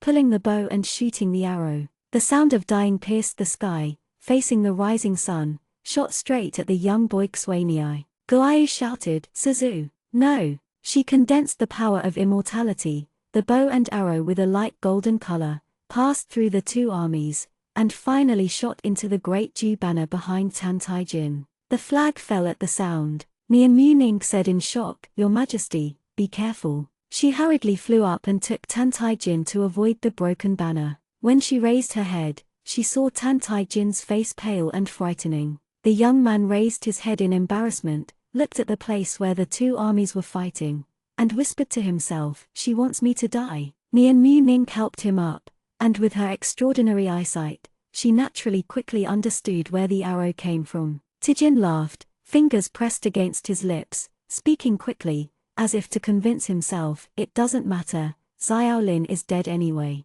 Xiao Lin is dead, and the Xia will not last long. The Emperor Daixia is weak, and the King Zhao is a bully and fearless. He has been singing and dancing for more than 10 years, allowing Daixia to breed a bunch of insect repellents. When Xiao Rin died, the Xia's bone broke." He said these words in a mocking tone. Nian Muning looked at his tight lips, knowing that Your Majesty was in a bad mood. He broke Kanju, not so happy as expected. Although he may not know it himself, where did this unpleasant feeling come from? Nian Muning pulled out the sword and looked at the Xia. The girl was gone. Asterisk. This war was fought from July to November. Autumn is so beautiful, and early winter is approaching. When Suzu put on a cloak to help his grandmother go out, the people who went to Beijing were full of sadness. The old lady's tone was also a little uneasy, and she held Suzu's hand. "Zaivu, how long do you think Feikeng can last this time? Will your father and brother have an accident?"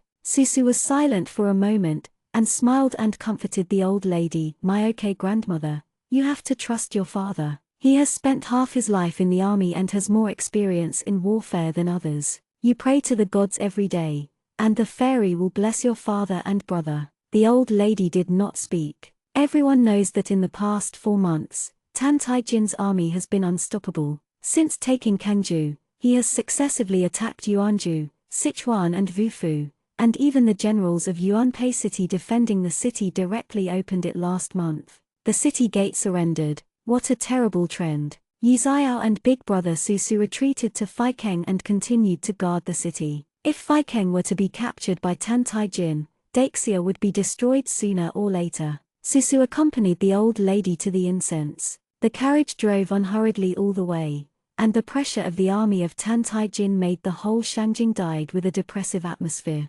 Susu leaned on the carriage, and suddenly felt that time flies quickly. It has been a year since she came to this world. Also last year after Xianxia, she entered Yu Zaivu's body. In the hands of the bandits, he flees dangerously and sees Tan Tai Jin for the first time. Zhu is the shadow of last year. This time the old lady Xianxia also changed to a temple. Susu just got out of the carriage and heard the temple bell ringing in his ears for a long time. The little monk in grey clothes is hitting the clock. The old lady went in and offered the incense. Suzu waited for her at the bottom of the steps. A girl in palace costume walked down the steps with a pale face. The moment she saw Susu, her eyes suddenly widened, and she ran over angrily. "Yi Zaivu." Susu looked at her in surprise, feeling a little familiar. Or Chundao behind him reminded, "Why are the 9 princesses here?" Turned out to be the 9 princesses. The 9 princesses saw Susu, just like they saw the killing of their father and the enemy.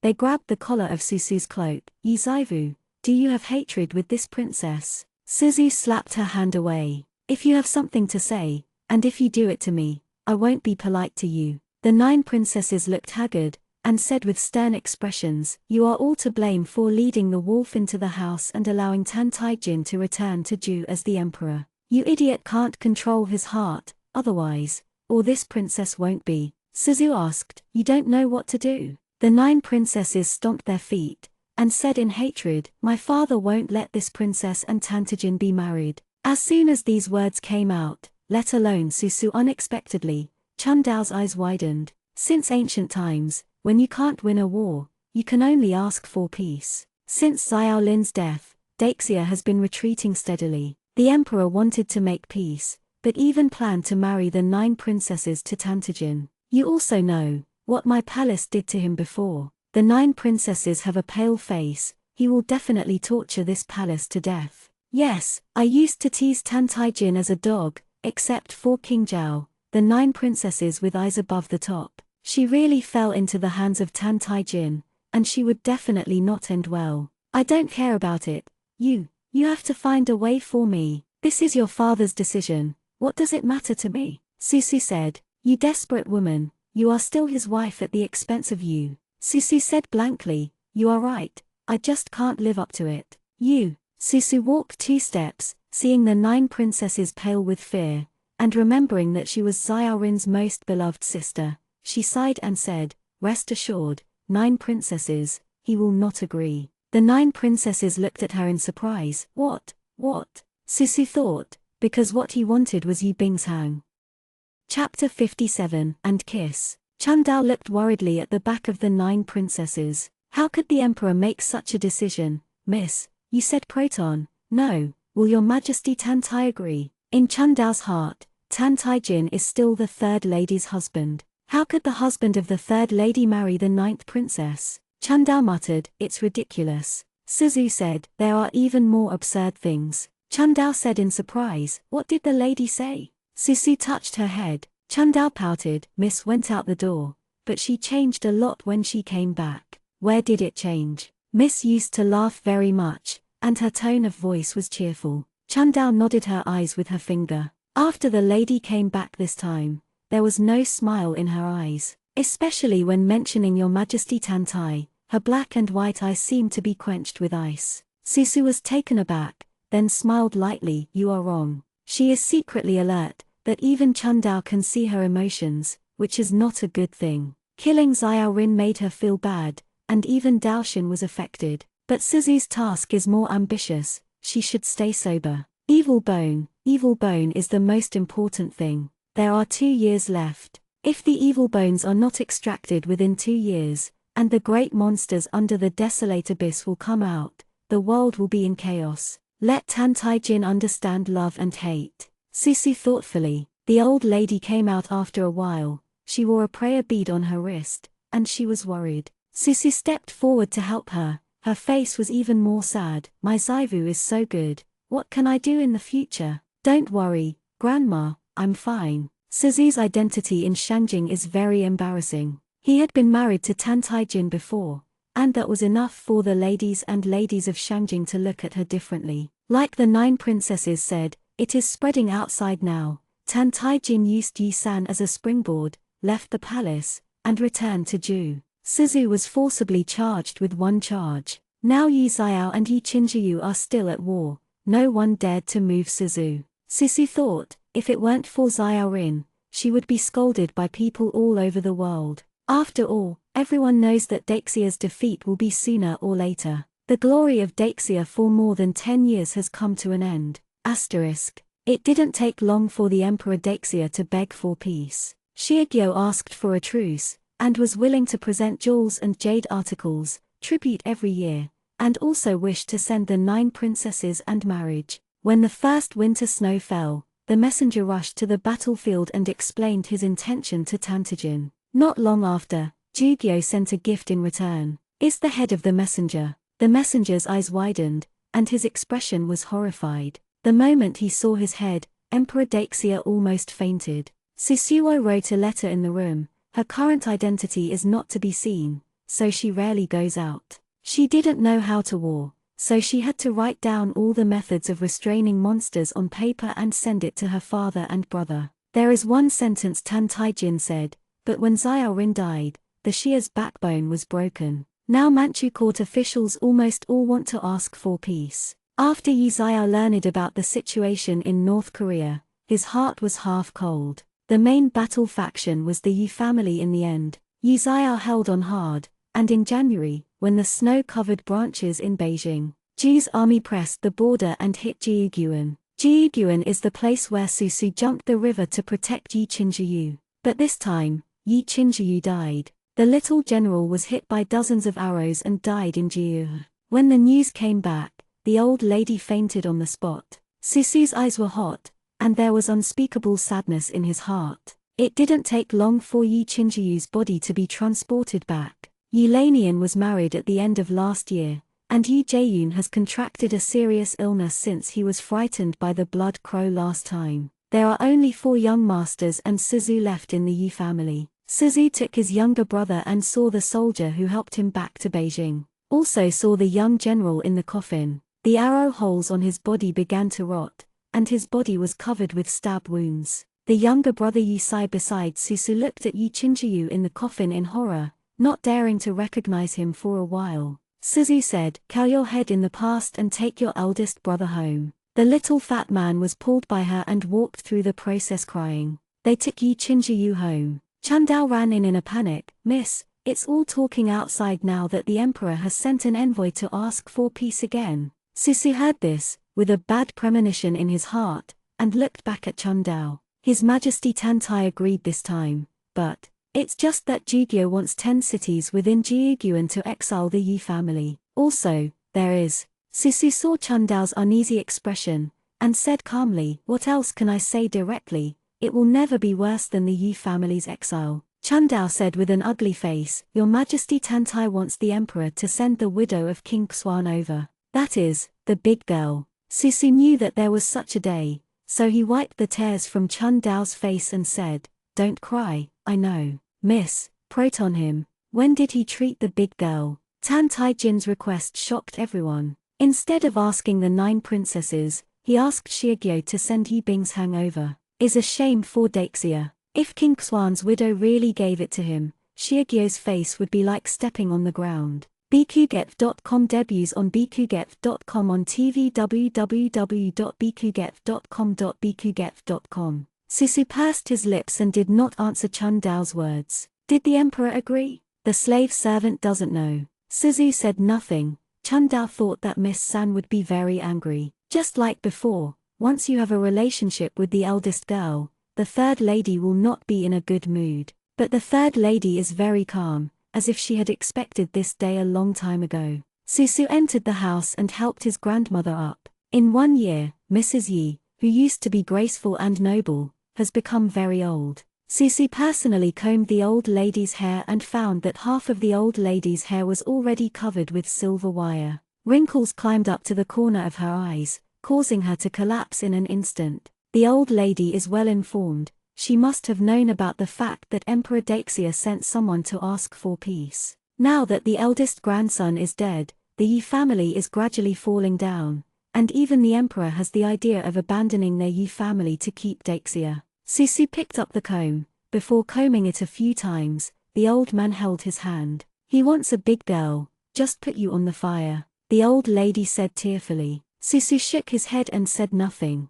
"The Yi family's 100 years of family business, I did not expect to lose in the present. I know the emperor, he will agree in the end. Zaivu, let me see your brother," and then dismissed the slave. Susu said softly, "Okay." She accompanied the old lady to pay homage to Yi Qinzhiyu, who was buried in a hurry. Susu knew that if he didn't bury him, he might not even have a decent coffin. Once Daixia became a small subsidiary country, the Yi family ceased to exist. Yi Xiao once killed countless Jew people. Among these people, there are generals and princes. Yi Xiao was a nightmare for Jews people when he was young, so once Daixia agrees to surrender, handing over the Yi family is the best since Righty. This kind of behavior is certainly chilling, but if you don't do this, Daixia will be destroyed only sooner or later. Susu lowered his eyes and the Yi family was gone. Taijin succeeded. The young man whose hands were sore from the cold last winter is now more than 10,000 people.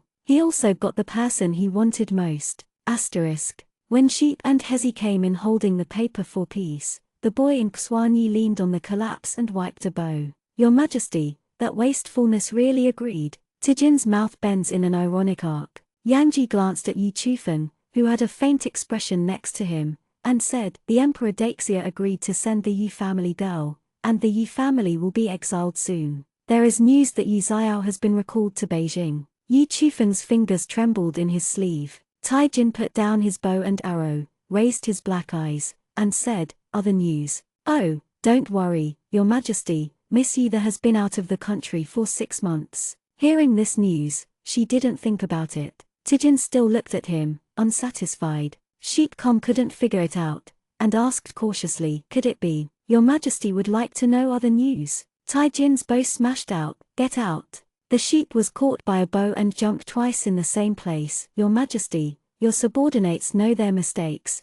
your subordinates will get out of here. Ran out of the palace like a sheep and fleeing. Thought, it's not right, where did he go wrong? Isn't it done according to Your Majesty's request? When he first learned that His Majesty wanted Xiaorin's woman, Yang Kum was also very shocked. However, the royal family of Tantai, there is no strong taste, think about it. It is not a big deal, Yang Ji instantly relieved. And that Yi Bingsheng sheep has been seen before, and he was born like a flower like a jade, who speaks gentle and gentle. It is not surprising that Your Majesty will like her. So why was he beaten? After turning his head a few times, Yang Ji suddenly remembered a person who was almost forgotten by himself. The girl who nearly shot Her Majesty with an arrow half a year ago. Sheep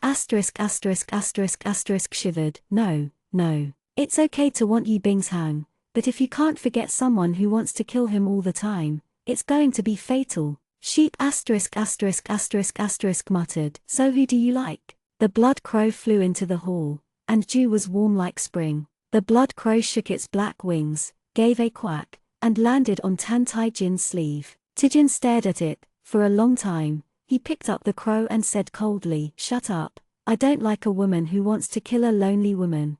But I haven't insulted her enough. Crow, gar. The crow tilted its head to look at him, flapped its wings and flew away. The Yi family mansion was empty in a blink of an eye. Chundao and Zixi cried and refused to leave. Susu quietly stuffed Yi Zaivu's previous jewelry into the package and drove them away with a whip. A few days ago, the officers and soldiers were stationed outside, and the subordinates could leave, but none of the Yi family members could leave. For little fat guy Yi didn't know what was going on, so he nestled in Aunt Yoon's arms and ate comfortably. Aunt Yoon is holding her son, her face is not worried. The other aunts all looked at Aunt Do in kindness. Aunt Yoon had a smile on her face, and she didn't panic at all. When I saw Susu and the old lady, the comfort on her face only took away. Susu supported the old lady, glanced at her, and said nothing. Aunt Yoon is Yi Bingsheng's mother-in-law, and now no one outside knows what Emperor the Xia thinks about Yi Bingsheng.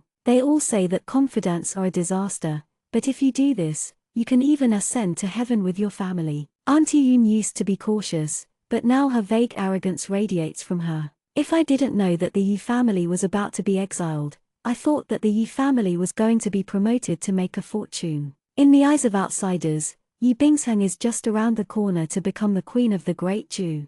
And it is no wonder that Aunt Yoon is not panic at all. Suzu doesn't like such a person, but he doesn't bother to get angry with her. Now she is even more worried about how to settle with her grandmother. The old lady is too old and has no domestic servant to take care of. Others can survive exile in the bitter cold land of Liuju, but the old lady may not be able to survive. And exile is not a carriage, but a walk. The old lady glanced at Aunt Yoon and said calmly, Aunt Yoon, I want to see the big girl. Chapter 58, Hot. The old lady Jaiweir was still there, so Aunt Du had to respond. She really has a way. It didn't take long for Yi Bingchang to appear at the door of Yi Mansion. Daxia officers and soldiers did not dare to let the Yi family out, but no one dared to stop Yi Bingsheng. Yi Bingsheng walked in plainly and bowed his knees to salute Mrs. Yi. She has a sharp chin, and she feels a little bit delicate and weak. This sickness adds a bit of amorous feelings to her out of thin air. If you want to be pretty filial, you're right. The old lady looked at her coldly, without the slightest tenderness in her eyes. Go out. Zivu and Bing Shang stay. Aunt Du gave her daughter a worried look. Yi Bingshang nodded, and she went out holding the fourth son. The old lady closed her eyes. Big girl, I don't know when you were involved with your Majesty Tantai. After all these years, I have asked myself and never treated you badly. You are a capable person, and I don't expect you to take care of you in the future. Brother and sister, I just beg you for one thing. Yi Bingchang pursed his lips, his waist straightened. Grandma's words are heavy. Aunt Du and Xiaoxi, you will take care of yourself. No need for the old woman to say more. 3 girls are young and ignorant, and once offended your Majesty Tantai. Liuju is a bitter and cold land, and the 3rd girl is less than 18. Liuju has been ruined in this life in the past. The old woman is shy and hopes that you and His Majesty Ju will beg for mercy, and beg him to let Xianxia go. The old lady said sadly, whether it is to let her marry a commoner or stay in Shangjing and be an ordinary person, don't let her go to Liuju. Where is Liuju? There are hungry people everywhere. Can't eat enough and don't wear warmth. The most terrifying thing is that a little girl who is like a flower like a jade will suffer from such a place. No one can predict. Susu had never thought about it. At this time, Mrs. Yu was still looking forward to protecting herself. Her eyes are sour, holding her hand like a dried orange peel. My grandmother is old, but my grandmother was also the daughter of Jiangmen Tiger. She probably hadn't bowed her head to beg anyone in her life, but now she bowed her head and begged her granddaughter. Yi Bingsheng glanced at the old lady, then at Susu, and said lightly, Bing Chang will try his best. The old lady nodded, and actually got up to salute her. Susula stayed with the old man. Yuvu. Suzu said, no, I will accompany my grandmother to Liuju. Big sister, I wish you a bright future and become a queen as soon as possible. Susu's eyes were clear, and he glanced at Yi Bingchang lightly. Yi Bingchang was suddenly offended and displeased by seeing through. 3rd sister, grandmother is also doing good for you. Why are you still ignorant? I have always been so ignorant. If you are really interested and have the ability, please let him go to grandma. Grandma can't hold a sword and can't shake his country. Yi Bingchang was silent. Suzu no longer looked at her, and said with a smile, let's go, grandma. Zivu promises you that this will be the last time in this life willful. They walked away. Yi Bingchang tightened the veil tightly. Asterisk. At the end of January, Yi Bingshang was named Princess Jeohua and went to Ju to make peace. A few days later, the Yi family was exiled. The male and female left separately and were sent to Liuju. On the day Suzu left, many people came to see them off. Everyone in Daxia knew what kind of heroes the Yi family had made, but they can only look at them with sad eyes. Yi family slumping in exchange for the war does not spread to Beijing. Since then, Xia has become a subject of Ju. The myth of General Yi no longer exists. Everyone in the Yi family was in shackles on their hands and feet. Aunt Lian's face was haggard, and the moment her son died in battle, this woman seemed to be emptied of all her energy and became a walking dead. Susu looked around. There were a few little girls who he didn't even know. The little one was only 5 or 6 years old, crying in his mother's arms. Even the side branches are affected. There was no Aunt Yun in the crowd. She was picked up by Yi Bingchang and taken to Jugyo together. I don't know if Yi Bingsheng didn't try or was rejected. Mrs. Yi was not pardoned. After leaving the capital, the officers and soldiers pushed the female relatives rudely. Hurry up, what's your time? Some of them are used to domineering, and they want to take out a whip to slap people. The officers and soldiers next to persuaded. How many people did General Yi protect? Think about your old lady. The man was stunned, but he didn't urge him anymore. The old lady was in poor health and fell down shortly after she left. Susu caught her and carried the old man on her back without saying a word. She had a sword on her body. The officers and soldiers wanted to take it. Later, I didn't know who said, forget it, she is the only direct line of the Yi family,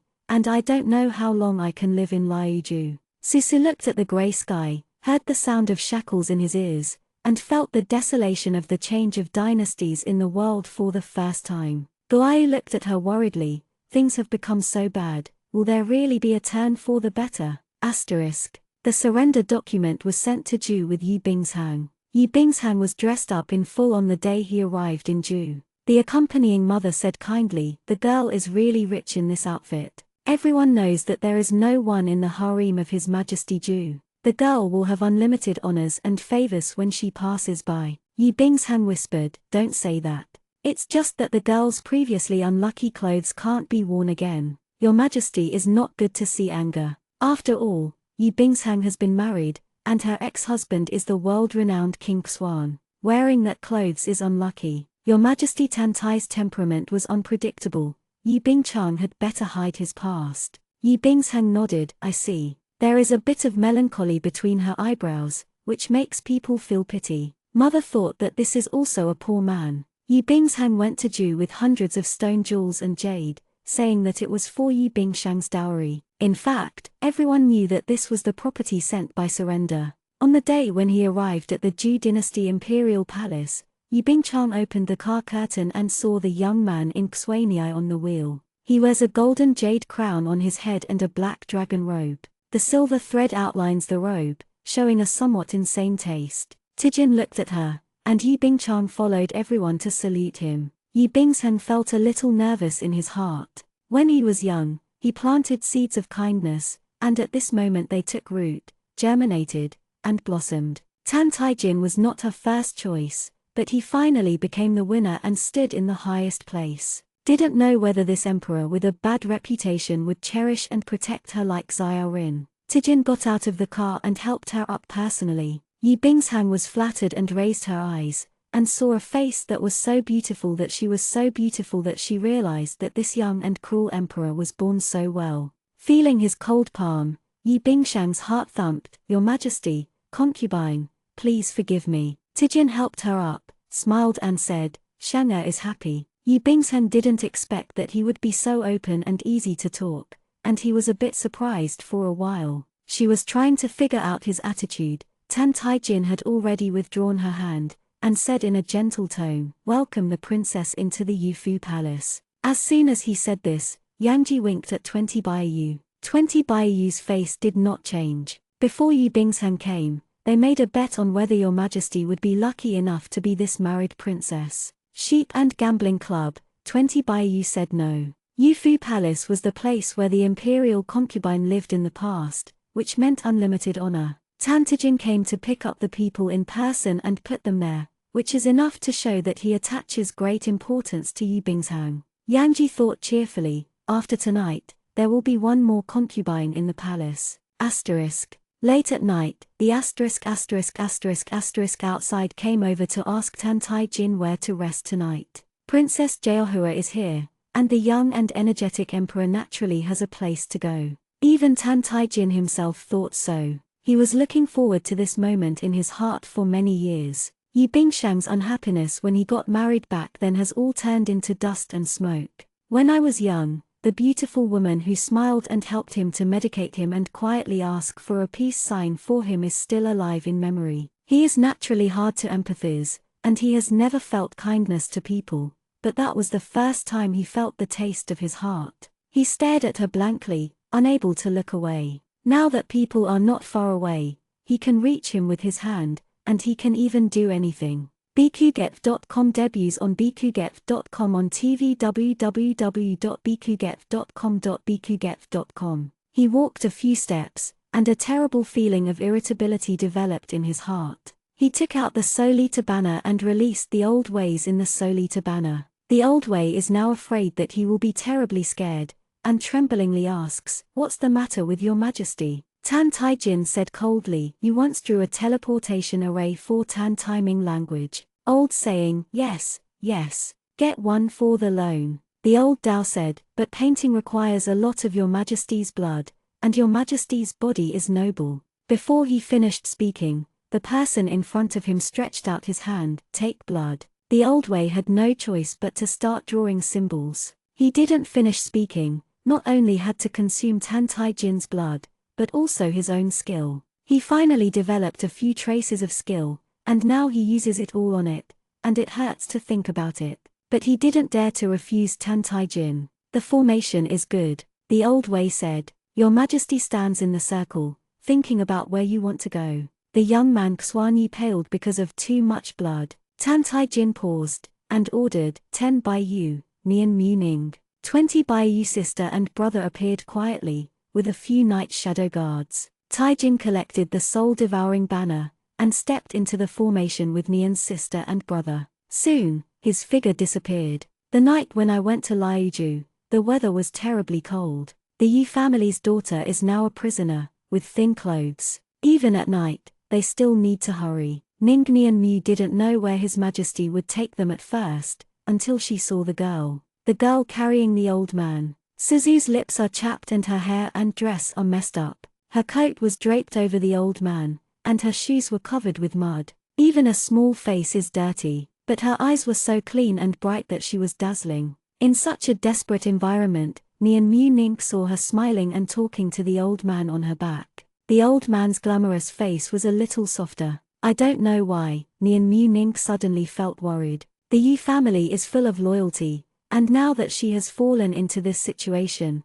she subconsciously looks at Her Majesty quietly. In his eyes, there was no half of the heartbeat of facing Yi Bingshang in the daytime. Instead, he stared at Susu with a bit of morbid gloom. Taijin subconsciously put his finger on his lips and bit it hard. Ning Mu Ning felt in a daze. His Majesty's eyes were like sticky spider silk, falling on Susu, wanting to get closer, but afraid of something. Taijin looked at it for a while, and walked over. The soldiers who escorted the Yu family woman did not find him. When they found him, the night shadow guard had already put a knife on the neck. Susu stopped and looked up at the black-clothed youth who came slowly. He looked expensive and looked at her with mocking eyes. She lifted her grandmother up. The old lady's eyesight was not very good at night, and she asked in a hoarse voice, "What's the matter?" Suzu comforted her softly and said, "It's okay, there's a nasty person." Taijin's face suddenly sank. "Yi Zaivu, you are no more than a prisoner now." "Yes, she is just a humble prisoner. How dare to look at him with that disgusting look." Suzu said, "What is your Majesty's doing? I will give you one last chance." He glanced at her and said, "If you want to be orphan, you don't need to go to Liuju." Susu saw that he was afraid that he would kill him even if he was close to him, and he insisted on speaking in such a superior tone. She was very annoyed in her heart, but Susu understood that even though she was taking care of the old lady along the way, the old lady's health was still getting worse and worse. If she didn't reach Liuju, the old lady would die. She carefully let go of the old lady. The old lady grabbed her hand hard, and said sharply, "Zaivu, Grandma, it's okay." Susu walked forward. Taijin saw her wrists and ankles red from the iron chains. He pressed the corners of his mouth tightly and heard her say, "Take a step to speak." He recovered, and has followed her to stand far away from the Yu family. The girl in front of me wiped her face with the back of her hand,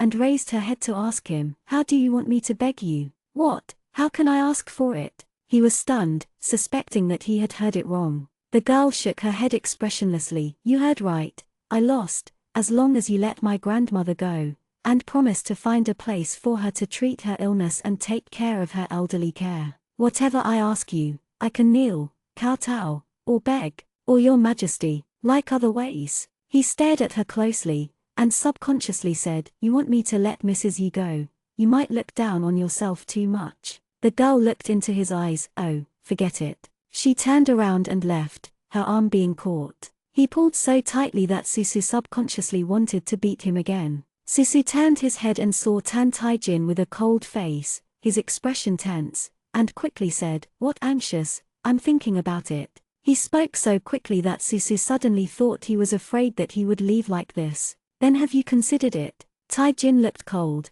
and said threateningly, "If you are not obedient, Lonely will still kill her." Susu nodded. His expression relaxed a little, and there was a faintly satisfied smile in his eyes. "Go to Ju with Jiu." Seeing Suzu looking at him quietly, he added, "Serve as a slave and serve as a maid." The tears of the soul-extinguishing pearl in Susu's arms started to get hot. Is no longer fever, but fever. She stared at him until he couldn't help turning his head away first. Susu nodded suddenly and said, "Yes."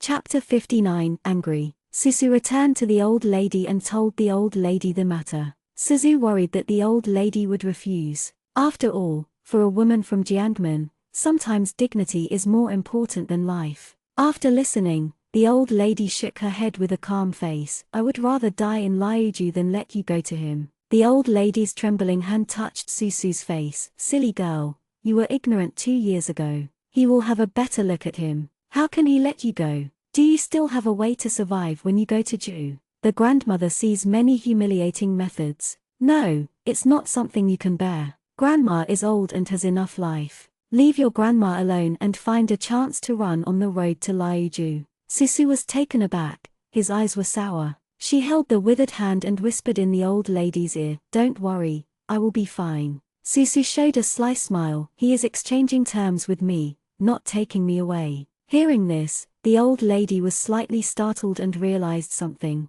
Her scrutiny gaze swept across Tantai-jin under the tree, and she had an absurd idea in her heart. But, if it was what she thought, why would Tantai-jin ask Xia Di for Yu Bingshang? Seeing that the old lady was persuaded by herself, Susu leaned over and carried her on her back. Tijin, the old-fashioned teleportation circle has also been drawn. 20 Baiyu said, "Miss Yi, let me carry the old lady." Susu shook his head, "No need." Nian Mu Ning's mood is a bit subtle. She didn't wait to see Susu before, but now, when compared, she doesn't want to see Yu Bingshang in Yufu Palace. Is also a girl from the Yu family, an old lady guarding her, willing to go to Liuju's bitter cold place. Half a year before the death of the other husband, he was willing to accept the love under the person who killed King Xuan. Even if she came, she still put on a sad and pitiful face, as if someone forced her. After the magic circle was distorted, Susu opened his eyes again,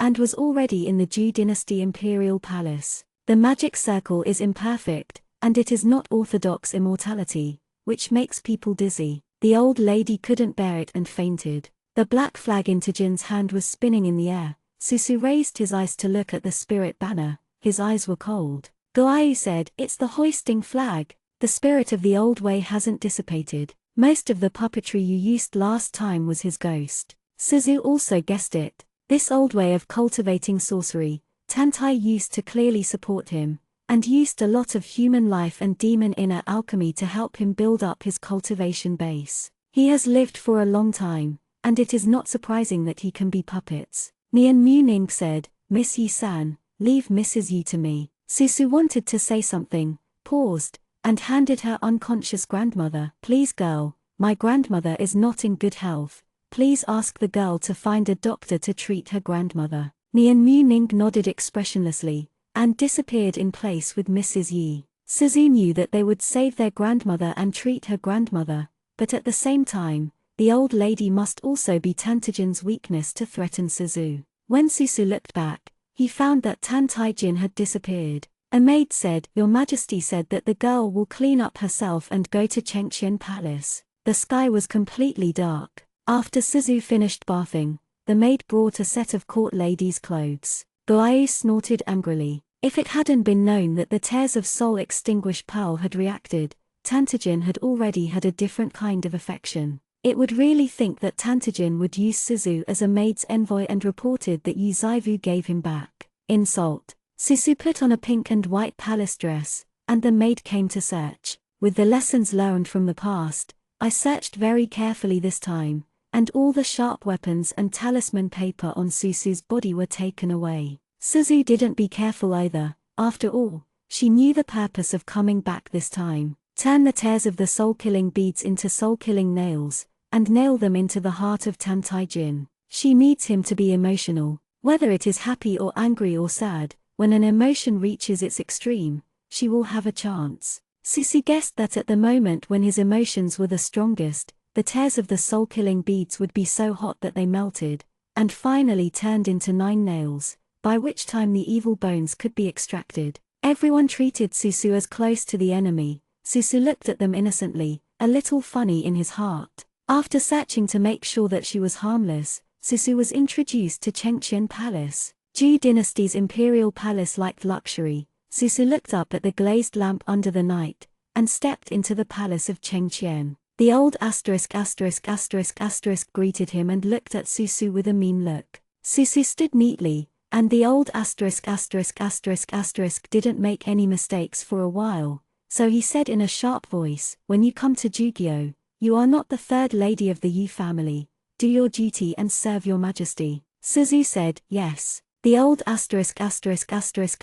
tried to figure out the look that Your Majesty asked him to come out, and said, Your Majesty has fallen asleep. Starting today, you will go in and watch the night. Suzu, yes. The old **** began to talk about some precautions. Susu's face was quiet, but she didn't listen very much. She didn't come to please Tantijin, and there was no need to listen to them. Seeing that Susu was tamed, the old **** nodded in satisfaction and let Susu in. Susu carried the glazed palace lantern and stepped into the palace of Xianxia. Taijin prefers black, and the dragon bed is a black drape. This color is used well and is more gorgeous than bright yellow. Susu couldn't see the person behind the curtain. She saw a simple floor beside the dragon bed at the footrest. Suzu guessed what he was thinking about. A year ago, she slept on the bed, under the bed of Taijin, but the other way around a year later. She put down the palace lantern and lay on it naturally. What does it matter? No matter how bad it is, it will not be worse than the way to Liuju. A few days ago, if I wanted to sleep, I could only sleep on the floor. Now the quilt is soft and thick, much better than before. With her slender arms resting on her back, she closed her eyes, regardless of whether the person on the bed was asleep or not. The whip pierced through the air abruptly. Susu's body reacted quickly, and he rolled around subconsciously, avoiding the whip. The black curtain opened, and the young man Xuanyu walked down barefoot. Hasn't seen him for half a year. The temperament of the corners of his eyes and eyebrows is more cold and sharp. After all, the person who has been on the battlefield, although as exquisite and beautiful as before, adds a lot of murderous air. Yuzaivu, do you know how to be a slave? The tears of the soul-killing beads in her arms burned. Suzu glanced at him strangely, and suddenly suspected that he was angry because she completely ignored him. Maybe she would be satisfied with a few kicks before she came in.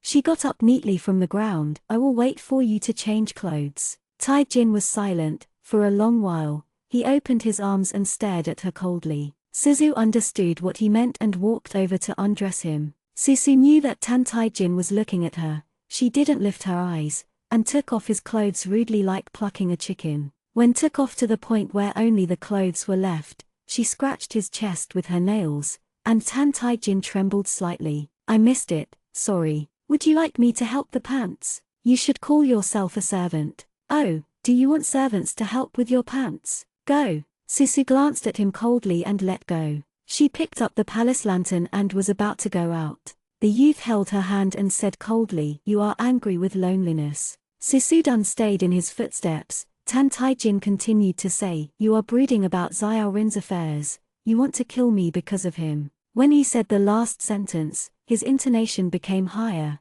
and he held her hand tightly. Susu turned his head. Taijin pursed his lips displeased, and looked at her unblinkingly, waiting for her answer. Suzu said, Yes. His face suddenly became cold, as if he was about to rush to strangle her to death. Suzu said, King Xuan is a good man. Even if he is going to die, he should die on the battlefield, not a trick. The winners and losers, the soldiers never tire of deceit. Tantijin said in a cold voice. Susu stared at him, and suddenly smiled, as if missing something. His Royal Highness said that at the time, so there is nothing to worry about. Let go, don't you let me go. It's not good to be the emperor to go back and forth. Taijin's face was even more ugly. After a long while, he let go of her hand. He rubbed his fingers and glanced out with a gloomy face. Susu opened the door, and a huge tiger blocked the hall door with its body. Is that cheap tiger demon? This tiger can grow bigger and smaller.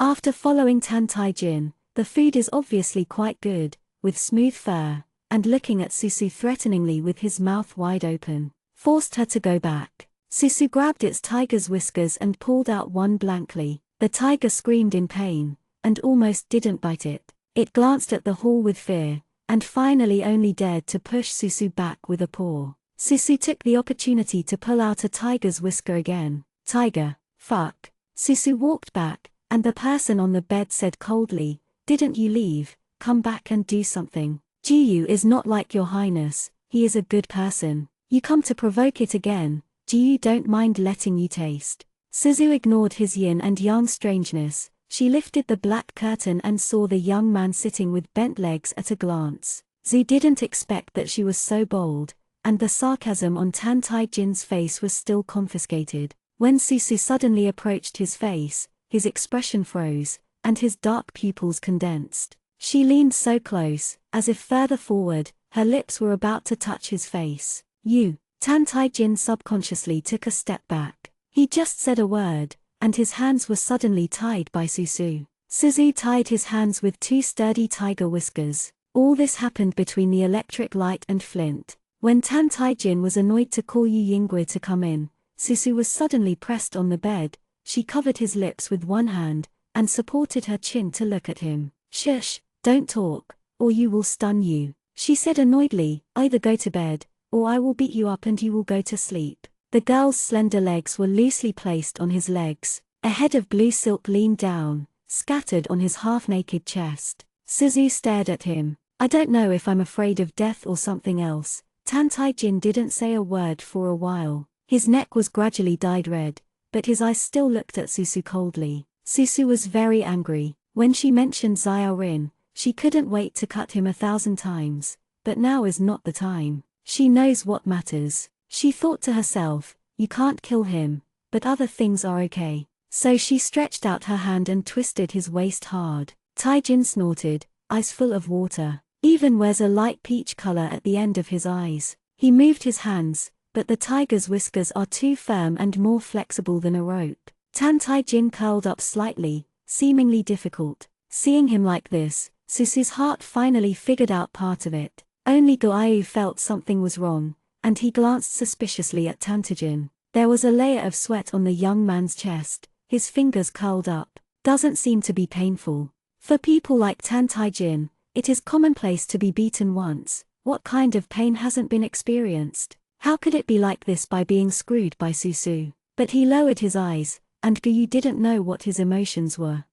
Chapter 60, Fetish. The two stood in a stalemate for a while, and Susu covered his mouth and was tired, afraid that Tan Tai Jin would call the night shadow guard in, so she simply pulled off a piece of cloth from the tent and stuffed it roughly into his mouth. Suzu's leg was pressed on the tiger's whiskers, and the tiger became a spirit. Even the tiger's whiskers were enchanted, sharper than an ordinary rope. After a while, Tan Tai Jin's wrists were torn apart. He trembled and gritted his teeth. Susu glanced, did not feel sympathy for him at all, deliberately pressed his knees down. Her evil is born from the gall, and her heart is embedded in the flesh. It's winter, it's not hot, but Tan Tai Jin is sweating. Perhaps the pain was terrible, and his body was trembling all the time. Susu still had the energy to look at him at first, but on the way to Liuju, she carried the old lady on her back for a long distance. At this moment, the soles of her delicate feet were blistering,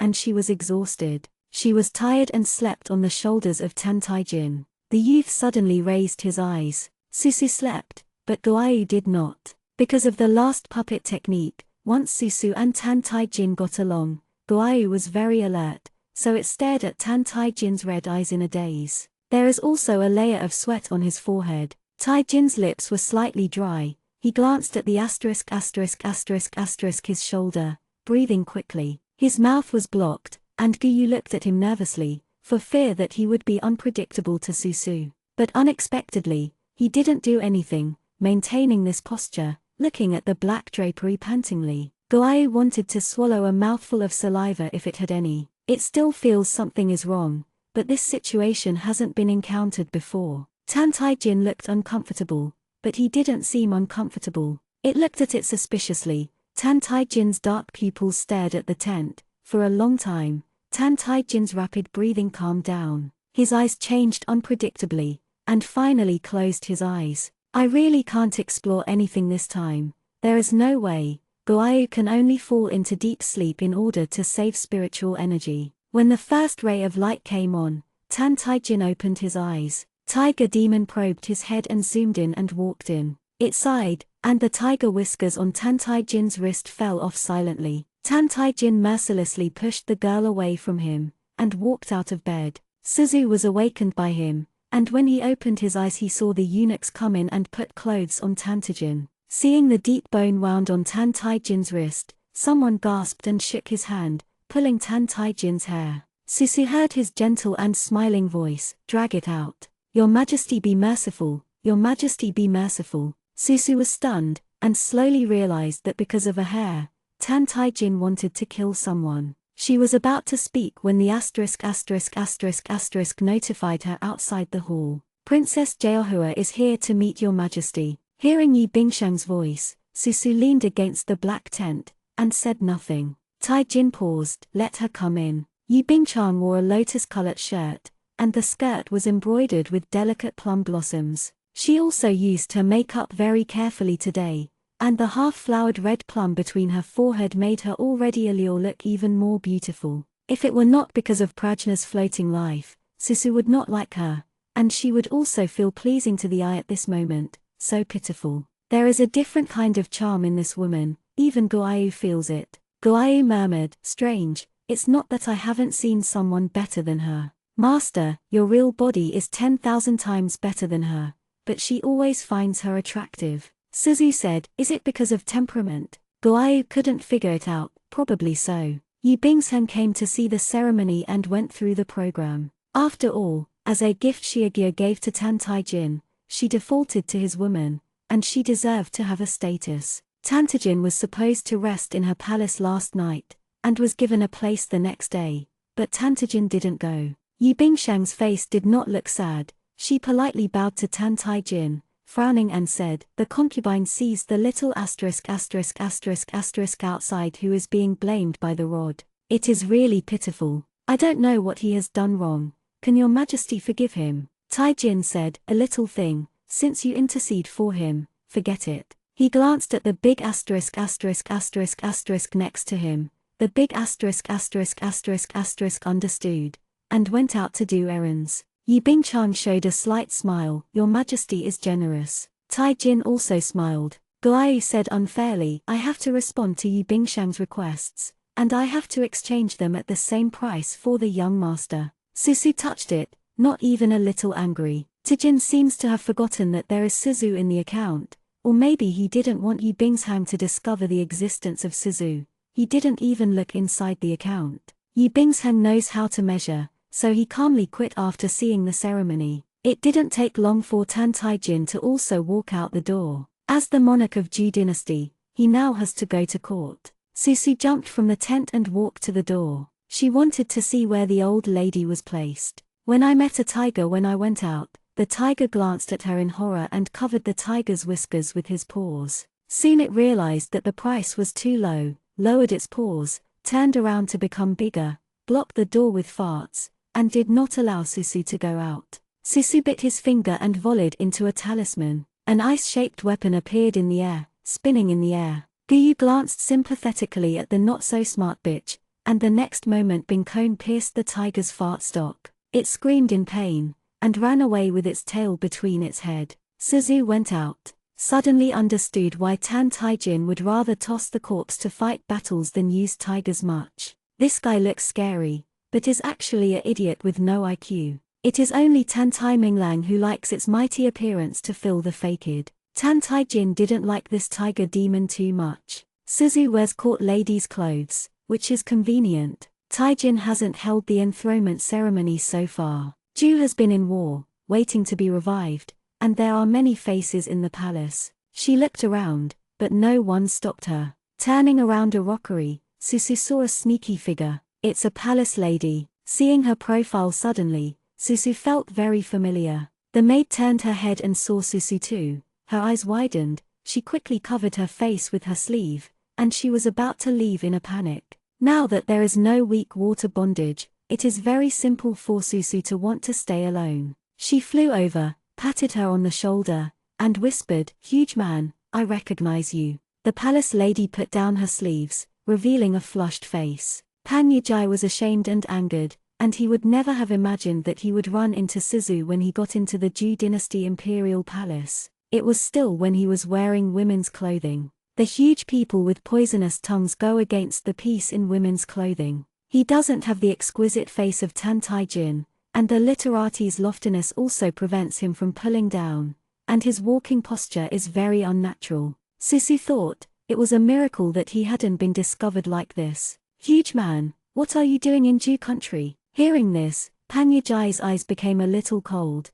and the embarrassment just disappeared. He clenched a fist and said, "The Tantai dog thief forced Princess Xuan, which is a shame to her. I'll take her away." Susu was taken aback, remembering that this adult had painted a portrait of Yibing, and he must have admired Yibing's hang too. The huge man was previously another main combat faction besides the Yi family, and Susu had a good impression of him. She shook her head and reminded, "Tan Taijin has a deep mind, far from being as simple as you see. It is not easy for you to get into the palace, let alone take Yibing's hang away. He will not allow others to move his people." Pan Yijai glanced at her, his eyes full of guilt. "Yi, Miss Yi-san, sorry, I learned that you were exiled in Liuju, but I didn't have the first time to save you. I promised King Xuan and protect Princess Xuan to be safe." He whispered. King Xuan left a dark wei, named Qian Longwe. Qian Longwe has the strength to rescue Princess Xuan. Susu was not surprised when he heard this. After all, where Xiao Rin's status is, he is a clever and thorough person, and it is impossible for him to have no whole cards in his hand. This dark guard must be very powerful, as Pan Yijai can easily show up here. It's a pity that Xiao Rin left it to Yibing's hang, but he didn't expect that his wife didn't use it for half a year, so he went to Tan Taijin. Listening to Pan Yijai's words, Yibing Chang didn't know that Xiao Lin still left such a great thing. Suzu said, "Have you ever thought that Yibing Chang would voluntarily stay in the Ju State Palace?" Pan Yijai said, "This is impossible." He glanced at Susu condemningly. "What a girl like you there, now it's too late for her in a pain. She probably has been thinking of ways to keep her virginity. How could she be willing to stay with that tyrant?" Susu knew he wouldn't believe it, so she stopped persuading her and nodded, "Then be careful yourself." Pan Yijai saw that she was going to leave, and said, "Are you going to go with me?" Susu turned around and smiled, "I still have things to do.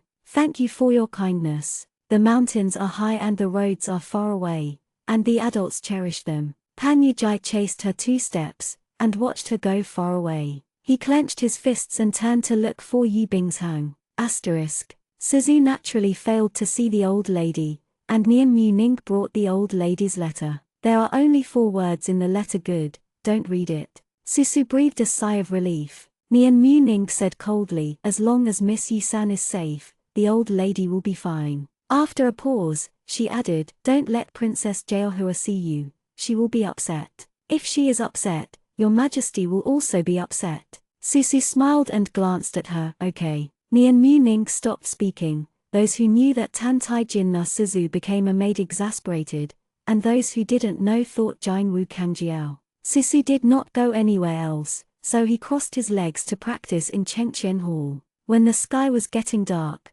Tan Taijin came back. He took a deep look at her and asked, "Where did you go today?" Suzu said, "I want to see my grandmother, so I just wandered around at will." "Oh, what did you see?" Suzu glanced at him. "The Palace of Gold is full of money." He pursed his lips, the suspicion in his eyes disappeared a lot, and the corner of his mouth twitched slightly. "I suddenly thought of what I want you to do." Susu was stunned. "What?" "Come here." Tan Taijin glanced at her and motioned for her to follow. Susu followed him into the small study next to Chengqian Hall. This small study room was used by the emperors of the Zhou dynasty to review memorials temporarily. Now there are no memorials on the table, only a stack of good quality talisman paper and ground cinnabar. "Teach Jiyu Huafu," he ordered. Susu is silent. Tijin lowered his face. "You don't want to?" Suzu said, "If you have an old Taoist priest, so will he." Tijin threatened, "Lao Mrs. Yi."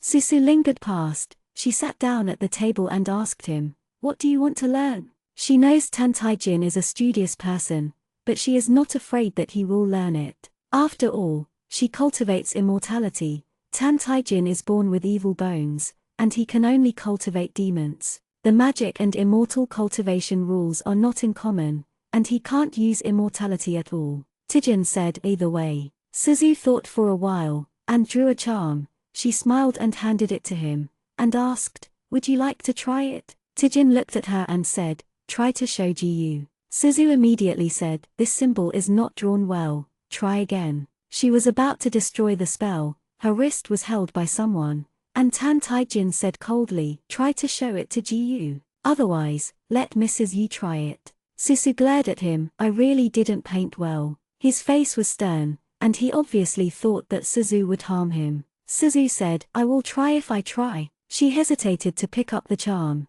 and glanced at Tan Taijin. Under his watchful gaze, she gritted her teeth. Taijin's dark pupils, the spell dissipated, and Susu's clothes scattered all over the place. She disappeared, and a pink bunny with a big palm came out under her clothes. The little rabbit is lying on the palace dress. Taijin was stunned for a long time, then he picked up his bunny ears with no expression on his face. The slap big pink rabbit glanced at him angrily. He looked straight at her, and suddenly curled his lips. With a faint smile in his eyes, he said badly, come in with a carrot. The little pink rabbit stared at his legs, struggling under his palm. Taijin sat on the chair and put the little pink rabbit on his lap. After a while, the little **** came in with a carrot. He accidentally saw the rabbit in His Majesty's palm, and he was so cute that the little rabbit was fluffy, but it was still pink. The little **** lowered his head and hurriedly quit. Taijin picked up the carrot and reached Susu's mouth. Eat. The little pink rabbit refused to start. The hair on his body exploded softly. He felt the soft hair on his hand, as comfortable as it was embedded in a pile of cotton. Tan Taijin said, "Jiu let you eat it. Who wants to eat carrots? Remember pen //fun //pavilion m./b //iq u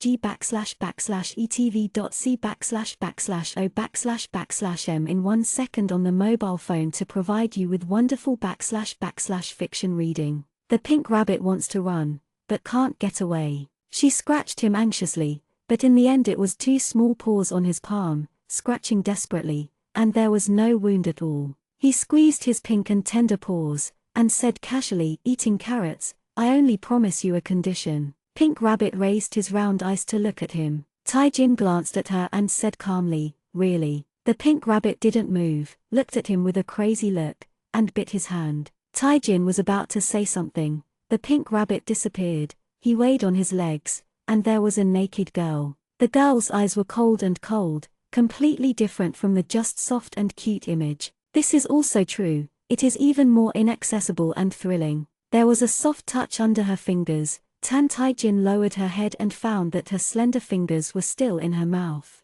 Taijin paused, and did not pull it out of her mouth. The next moment, the girl sensed what the fingers between her lips were doing, and looked at him angrily, slapped him hard. His face turned away, and the naked ***** her legs disappeared. She raised her hand and picked up the clothes on the ground. When Tan Taijin turned her head, she had wrapped herself in her dress. "Perverted," she said coldly. Taijin pursed his lips, his fingers were still wet, and he did not argue for the first time. At this moment, someone outside eagerly said, "Your Majesty, an assassin was found in the palace." Susu was taken aback, and instantly thought of Pan Yijai who had met in the daytime. She had an ominous premonition in her heart. Could Pan Yijai be discovered? Taijin lifted her chin, looked at her, and asked in a faint voice, "Are you nervous?" Chapter 61, Mind. Since the puppetry matter, Susu knew that he was deep in his mind, not sure whether he was probing or just casually said. Susu quickly adjusted his expression and raised his eyes to look at him. "It's very nervous. I'm afraid I will kill you by mistake and my grandmother will be hurt." Taijin looked at her for a while. The girl's black and white eyes looked at him openly. Indeed, there was no unexpected movement. He released his hand and asked Nian Baiyu, who was guarding outside, "Has anyone caught it?" Nian Baiyu said, "My Majesty, it has been captured." Taijin's mouth bends, and his eyes are sharp. Susu was worried, but he dared not show it on his face. Taijin looked back at her, walked out the door, and went to interrogate the prisoner. Guai said, "Don't panic, little master, it is possible that they are not catching huge people." Susu nodded. She paced twice in the hall and found that she really couldn't do anything. Grandma is in Tan Taijin's hands, she can't take risks. If the person caught is not Pan Yijai, she will go out hastily, but will harm him. Susu finally returned to the Xianxia palace, covered the quilt and closed his eyes to fake sleep. More than an hour later, there was a strong blood in the air. She opened her eyes suddenly and found a person standing in front of her. She met Shang Taijin's dark eyes, and he looked at her intently, his hands covered with blood. He didn't know what he meant. You sleep well, so you don't worry about it at all? Susu noticed that his eyes were very excited, and blood was stained on the corners of his clothes. He wanted to reach out and touch her face, smiled and said, "Do you want to know what that person said?" Suzu sat up and patted his hands. "Can't you just wash your hands and come back?" Taijin was stunned. Susu got up, did not answer him, walked to the door of the temple, and said to the ***** who was guarding the door, "Fill a basin of clean water." The ***** couldn't figure out her identity. Seeing that His Majesty didn't refute her,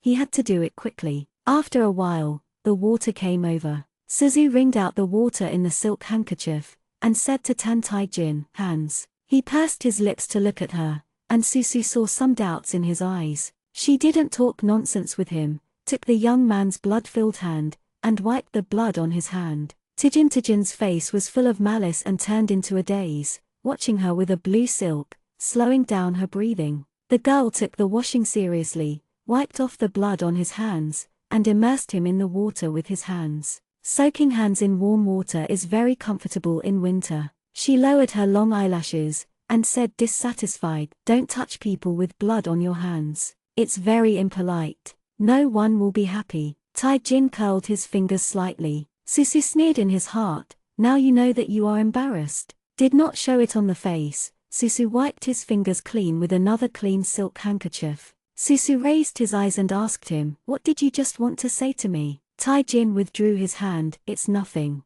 "Oh, then I'm going to bed." She recovered the quilt, showing only a small pink face outside. After a while, she opened her eyes and asked, "Can I visit my grandmother tomorrow?" Her big eyes are wet smoggy, which reminds Tan Taijin of the little pink rabbit in the evening. The word yes was between his lips, and his heart was tight. Thinking of her endless methods, he said, "When will you be obedient, and when will you go?" She flattened her mouth boringly and turned her back to him. Taijin stared at the back of her head, staring at her hand in a daze. Susu rarely has a good attitude towards him. He subconsciously wants to think about the conspiracy, but after thinking for a long time, he only remembers the gentle feeling of the girl's fingertips. The sleeping hall suddenly became quiet. Susu breathed a sigh of relief, doing a full set of the show. She didn't dare to see what Tan Taijin's expression was now. She asked Guayu, "Aren't he all the blood of a huge man?" Guayu said, "Little master,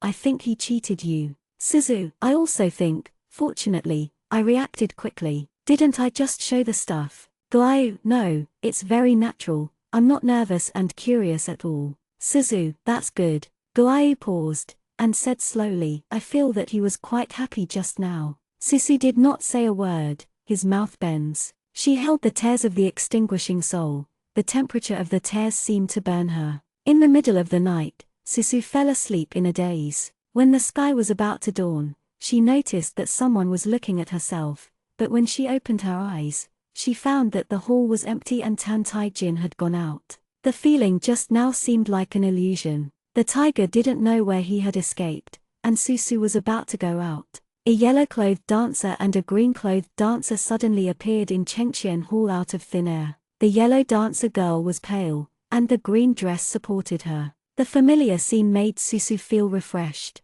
She lowered her voice and said, "Huge man." The yellow dancer raised her head. It really was Pan Yujai. The dancer's dress is much more charming than that of the court lady, and Susu felt that Pan Yujai was very upset. He looked at Susu with two eyes, and quickly turned away. His ears were red with blood dripping. Was the woman in green who was supporting him next to him and said, "Miss Yi-san, didn't you scare you?" She has a low voice, apparently a man. It's just that this man is much more successful in acting as a huge man, and he looks sleek and stylish. Susu thought, this might be the Qianlong guard in Pan Yujai's mouth. It is very difficult to cultivate such a dark guard. Most of them are capable of martial arts and poison, and the Qianlong guard in front of them can probably disguise themselves. They came in invisibly, and Qianlongwe's strength is really different. Thinking of this, Susu's eyes were sad. If Xiaolin were alive and had Qianlongwe in his hands, he would not necessarily lose to Tan Taijin. Suzu said, "Why are you here?" The palace said that there were assassins last night, did Tan Taijin find you? When Pan Yijai realized that this was not a shame, he said, I don't know why Tan Taijin knows that our people are in the palace. There are many musicians in the Zhou dynasty dance jade, and Qianlonghui shouldn't have been discovered. Fortunately, before coming, Dao Master Ji gave us a spiritual weapon that can hide our breath. He spread out his hand, a beautiful silver ring in his hand. No wonder, they can stay invisible for a short time, and relying on this, Pan Yijai and Luo were not found. Are you hurt? Susu asked Pan Yijai. Pan Yijai shook his head, but his expression was somewhat Xianxia. But the other Qianlong guards have been exposed, and now the palace is solid, we can't get out. It turned out that the blood on Tan Taijin last night belonged to other Qianlonghui. The dark guards are sincere, they can't betray a huge man. With Yin Huan, the huge person will not be discovered for the time being, but how to leave is indeed a problem. Pan Yijai said, before we come in, we have agreed with the other Qianlong guards. If they do not go out for 5 days, they will find a way to pick us up. As long as the guards of the Zhou State Palace are looser, we can find a way to go out. Miss Yi-san, we need your help. Aren't you afraid of me saying it? Pan Yijai was taken aback, and said in a low voice, I know you won't. Not only did he know, but even Master Ji and the dead King Xuan also knew, so they had nowhere to go before they approached Susu for help. Susu was surprised that they had an unconditional trust in them, and they felt a little warm in their hearts. She asked, how many days are there before the 5-day period? Pan Yijai said, 3 days. Susu thought for a while, okay, at this hour 3 days later, I will find a way to create chaos in the palace of Xianxia. When the night shadow guards stationed at that time will come over, can you avoid the ordinary guards in the palace? The man in green said, no problem, thank you girl. Susu thought for a while, but couldn't help but ask Pan Yijai, Yi Bingchan promised to leave with you. Pan Yi was stunned and nodded, she agreed, but something went wrong this time. She is under strict guard outside the palace and we can't take her away this time. Susu did not expect Yi Bingchan would agree. She thought to herself, is it because she thinks people too badly? Huge people, be careful in the palace these few days. Susu pushed open the window, the silver ring flashed, and the man in green took Pan Yijai and left. Pan Yijai couldn't help but look back. The green shirt said, my lord. Pan Yijai shook his head, it's okay. He had a lot of things to ask, such as why Susu lived in Qianxia Palace, and did Tan Taijin treat her badly, but his identity does not allow him to do so. He messed up this, and even needed a weak woman to help them cover. Pan Yijai's heart was suddenly filled with unspeakable sadness. Thinking of Chuchu's poor Yi Bingchan, he gritted his teeth. It doesn't matter, they will come back if they have a chance. Whether it's the Yi family girl or the third girl, they can always leave. Asterisk. Seeing Pan Yijai, Susu knew that Tan Taijin was really damaging himself last night. As Pan Yijai said, the palace has been heavily guarded over the past 2 days, and Susu sometimes walked outside, and Guyu was told to report someone who was secretly hidden. Behind the eaves, there is a group of people holding bows and arrows. The little master of the bow and arrow has also seen it. It is the bow and arrow that made you unconscious last time. Suzu said, is it weak water? Yes. The last time Susu was shot into his shoulder by weak water, he lost consciousness and was hit by puppetry. Yu clan is really good at weapons and poison. The ancient gods have been sitting on the weak water river for tens of thousands of years, and have never thought of using weak water for anything.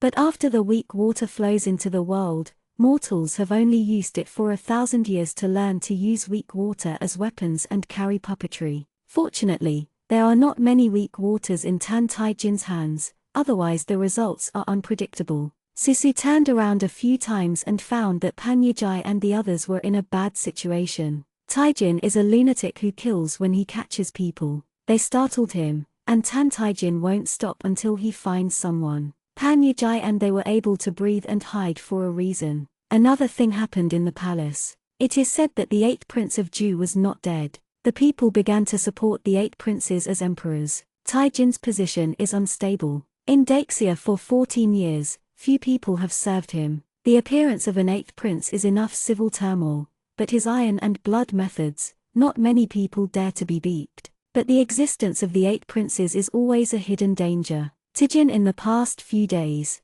not only has to search for Pan Yi and them, but also find the 8 princes inside and outside the palace to kill. He often comes back very late. When Susu fell asleep, said that he came to be a servant, but Susu did nothing, he didn't say anything. Suzu has been thinking about a question for the past 2 days. How can he attract Night Shadow Guard on the night of the 3rd day? I can't let her think too long, it's the 3rd day. The last ray of light on the horizon fell. Susu rolled up his sleeves and went to the imperial dining room. Guayu wondered, "What are you going to do, little master?" Susu smiled, and replied, "Cook Tan Tai Jin." "Can you cook?" Susu shook his head. "Then you." "It's because I can't, so I have to give it to him." "What if he doesn't eat it?" Susu touched out the tears of the soul-extinguishing beads. The tears became very bright, as if there was a stream of water flowing inside, as if even harder, it could turn into 9 nails. Guayu looked at it in shock. "When did it change?" Suzu said, "The night a few days ago."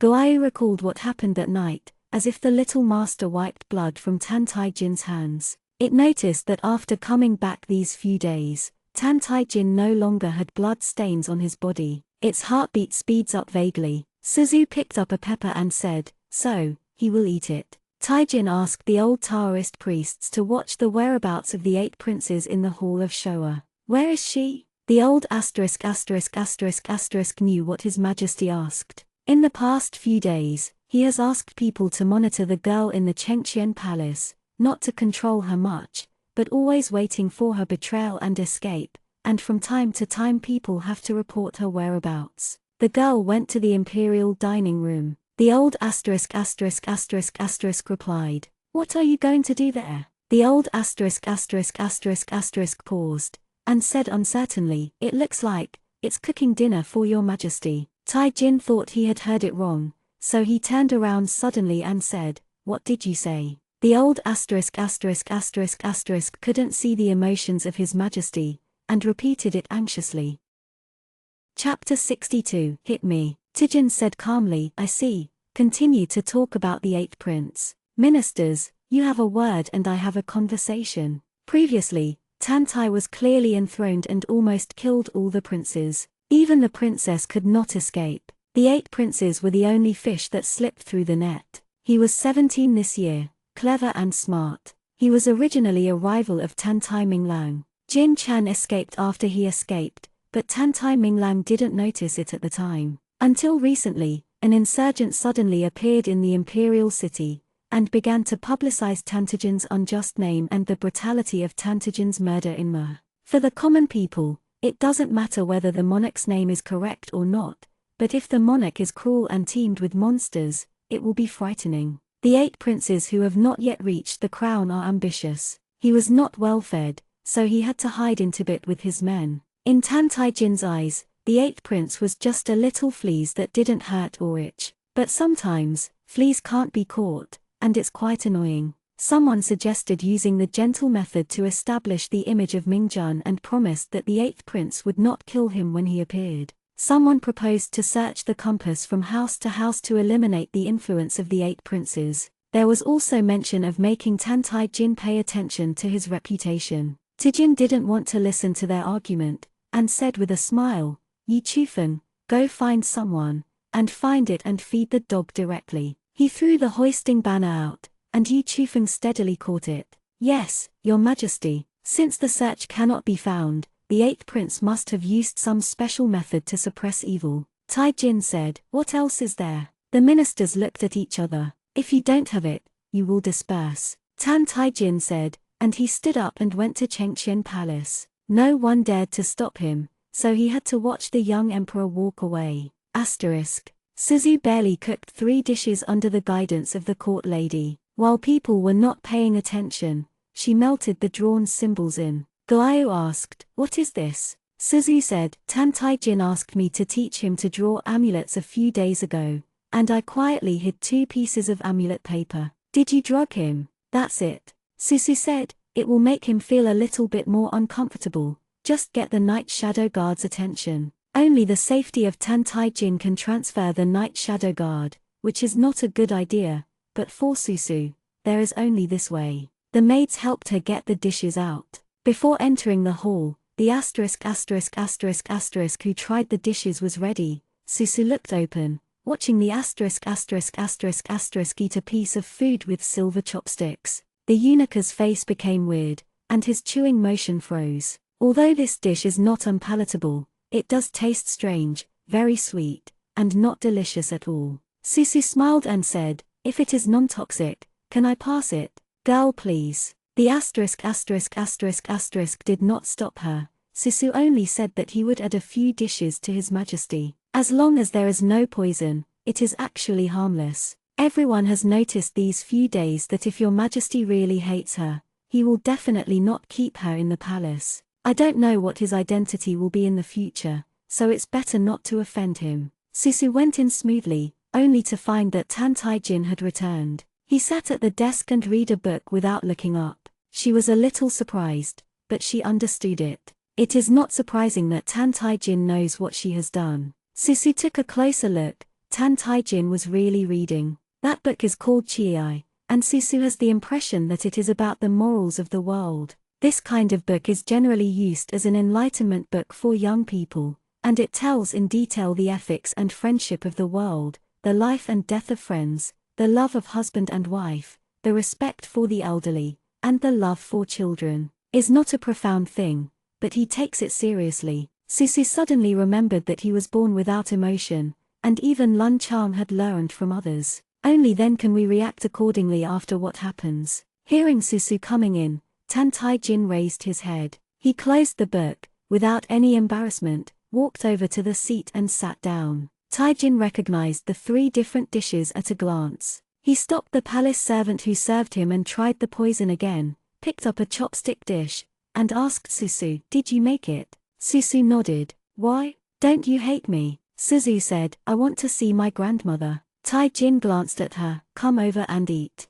Susu knew this would happen. She walked over calmly, took Tan Tai-jin's chopsticks, and put the food in her mouth. Tai-jin stared at her without blinking, and Susu swallowed. "No poison," she said. Tai-jin stopped talking, picked up a pair of chopsticks again, and started eating. Susu thought for a while, and simply ate with him. Tai-jin did not scold her when he saw it, and ate calmly. Susu saw that he was very regular when eating. He didn't eat much food, but he didn't pick any dishes. Even with the 3 dishes Susu cooked, he ate a few chopsticks in each, and he didn't even show a strange expression. The other emperors were afraid of being guessed about their preferences. Tan Tai-jin had no such concerns. He had no preference for anything in the first place. Susu said expectantly, "Can I see my grandmother?" He raised his eyes and asked, "Are you trying to please the lonely?" Susu gritted his teeth and said, "Yes." Tai-jin said lightly, "I didn't feel it." Susu said, "Then I will teach you to draw a symbol." Tai-jin looked at her and said, "There is a Taoist priest alone." Susu stared at him, got up and left. Tai-jin suddenly said, "You just have to be patient." Seeing that Susu did not look back, and the relationship between the two was about to drop to a freezing point, Tan Tai-jin was silent, and said, "You help Ji track. Ji let you see Mrs. Yi." The girl immediately turned around joyfully. "Really?" Tai-jin looked at her smiling face, and gently pursed her lips. "Well, come here." Susu ran back. "Who do you want to track?" Tai-jin looked at her deeply and saw that there was nothing strange on her face, so her thin lips moved. 8 princes. Susu said, "Your brother?" "Yes, I will try, but it may not work." The 2 returned to Xianxia temple. Susu glanced at the sky, and silently calculated the time in his heart. She sat cross-legged in front of the table. Tan Tai-jin's dark pupils looked at her. The girl's wrist turned slightly, and the silver bell on the table kept ringing. With the mood of a ***** stick, Susu deliberately made the ceremony very complicated. It looked a little different, but in fact he was just playing with the bell. Don't talk about tracking a person, you can't even track a puppy. With her eyes open, she glanced at Yinling from time to time, and at Tan Tai-jin occasionally. Knowing that he didn't understand anything, Susu confidently fooled him boldly. The youth's black eyes fell quietly on her face. After a long time, Susu had a guilty conscience, but she didn't show it, waiting for what Tan Tai-jin was eating to happen. After a long while, he asked softly, "You are playing alone, are you fun?" The youth had a gentle voice, and Susu felt goosebumps. She met a pair of calm and indifferent eyes, and thought to herself that the time had come. Why didn't Tan Tai-jin still attack? Could the spell lose its effectiveness? Shouldn't it? The law enforcement elder used this fairy technique to punish Susu. At that time, she was a fairy and was useful. How could it fail in a mortal? At the next moment, Tan Tai-jin moved, his face changed slightly. Suzu saw him pursing his lips, raising his eyes to look at her coldly. She pretended not to understand, and asked, "What's wrong with you?" Taijin said, "What's in the dish?" Susu frowned, her face angrily. "Do you suspect that I will give you medicine? I took it myself, why am I okay?" Taijin said nothing, a layer of cold sweat formed on his forehead, looking at her. Suzu said, "If you are unwell, I will call you a royal doctor." The wrist was suddenly grasped. "You are not allowed to go." She saw the pale red skin on the pale fingers of the young man. Susu thought badly, "Is it itch?" This kind of itching makes people feel uncomfortable when scratching their hearts, and once they reach out to scratch, they will become more and more unbearable. Solved, otherwise Jiyu will not easily let you go.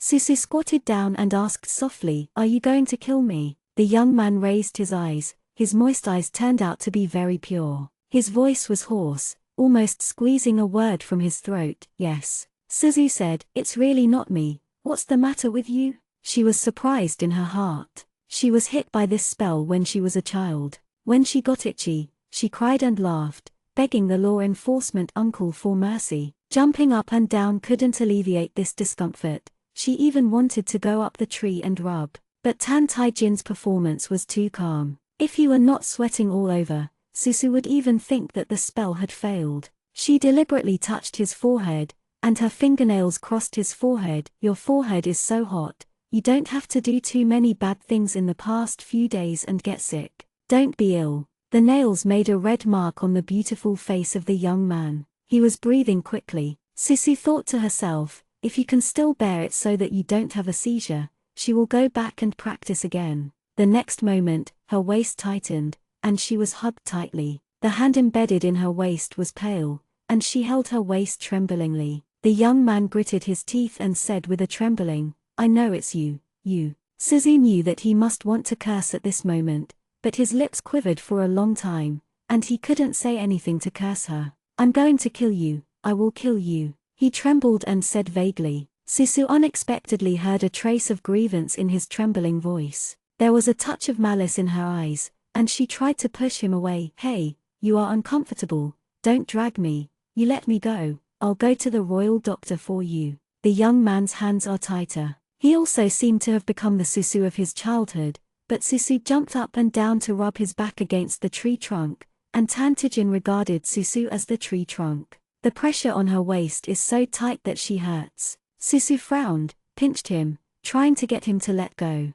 Tan Tai-jin snorted, his voice changed. Susu realized that it was not good. Once the spell was irritated, it would only worsen the situation. She wanted to subdue him to leave, her lips hurt, and she was bitten. The huge flapping force drove Susu, causing her to collapse. The young man on seemed to be mad, and covered her lips. He pressed so tightly, Susu's lips and teeth were hot. She raised her eyes in a daze, and saw a pair of painful eyes, seemed to be pleading, revealing a bit of pity. For a moment, she was almost confused by these eyes. She grabbed his collar and tried to pull him away. "The lips are hot." He didn't want to go. Susu was very angry. This was a technique that made him feel itchy and uncomfortable, and it was not something that made him estrus. So what was going on? She volleyed a talisman and forcibly pulled him away. Was about to run out to find Yu Yingguo, but his ankle was held by someone. He raised his eyes, with 3-point hatred in them,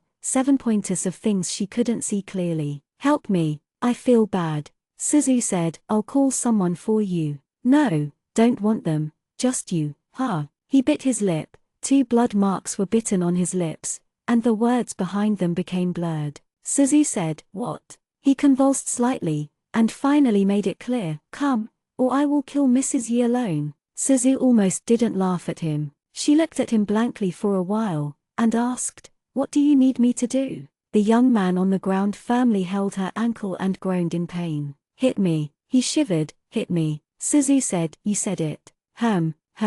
Suzu looked at his flushing face and turned his heart, and realized that it was indeed a good time now. She blinked and leaned close to his ear softly. You won't blame me afterwards. No, I won't. She shook her head. I don't believe it. His lips were almost bitten out of blood, and he couldn't keep his eyes awake. Suzu touched his eyes, sighed and said, but you look so pitiful. His body trembled. Suzu kicked his shoulder fiercely and rubbed his wrist. So I'll make you perfect. Think about Xiaorin. She can't wait to kill him. The young man curled up on the ground, his fingers trembled, and he licked his lips without making a sound.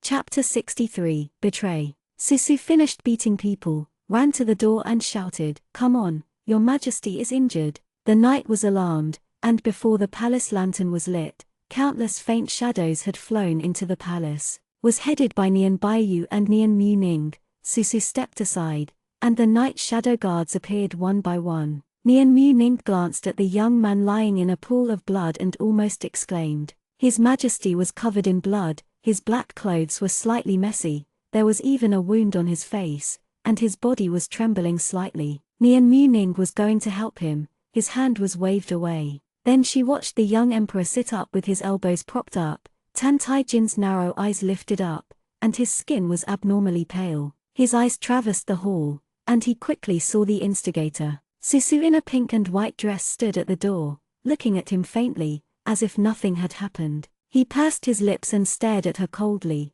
blood dripping down his forehead. The ******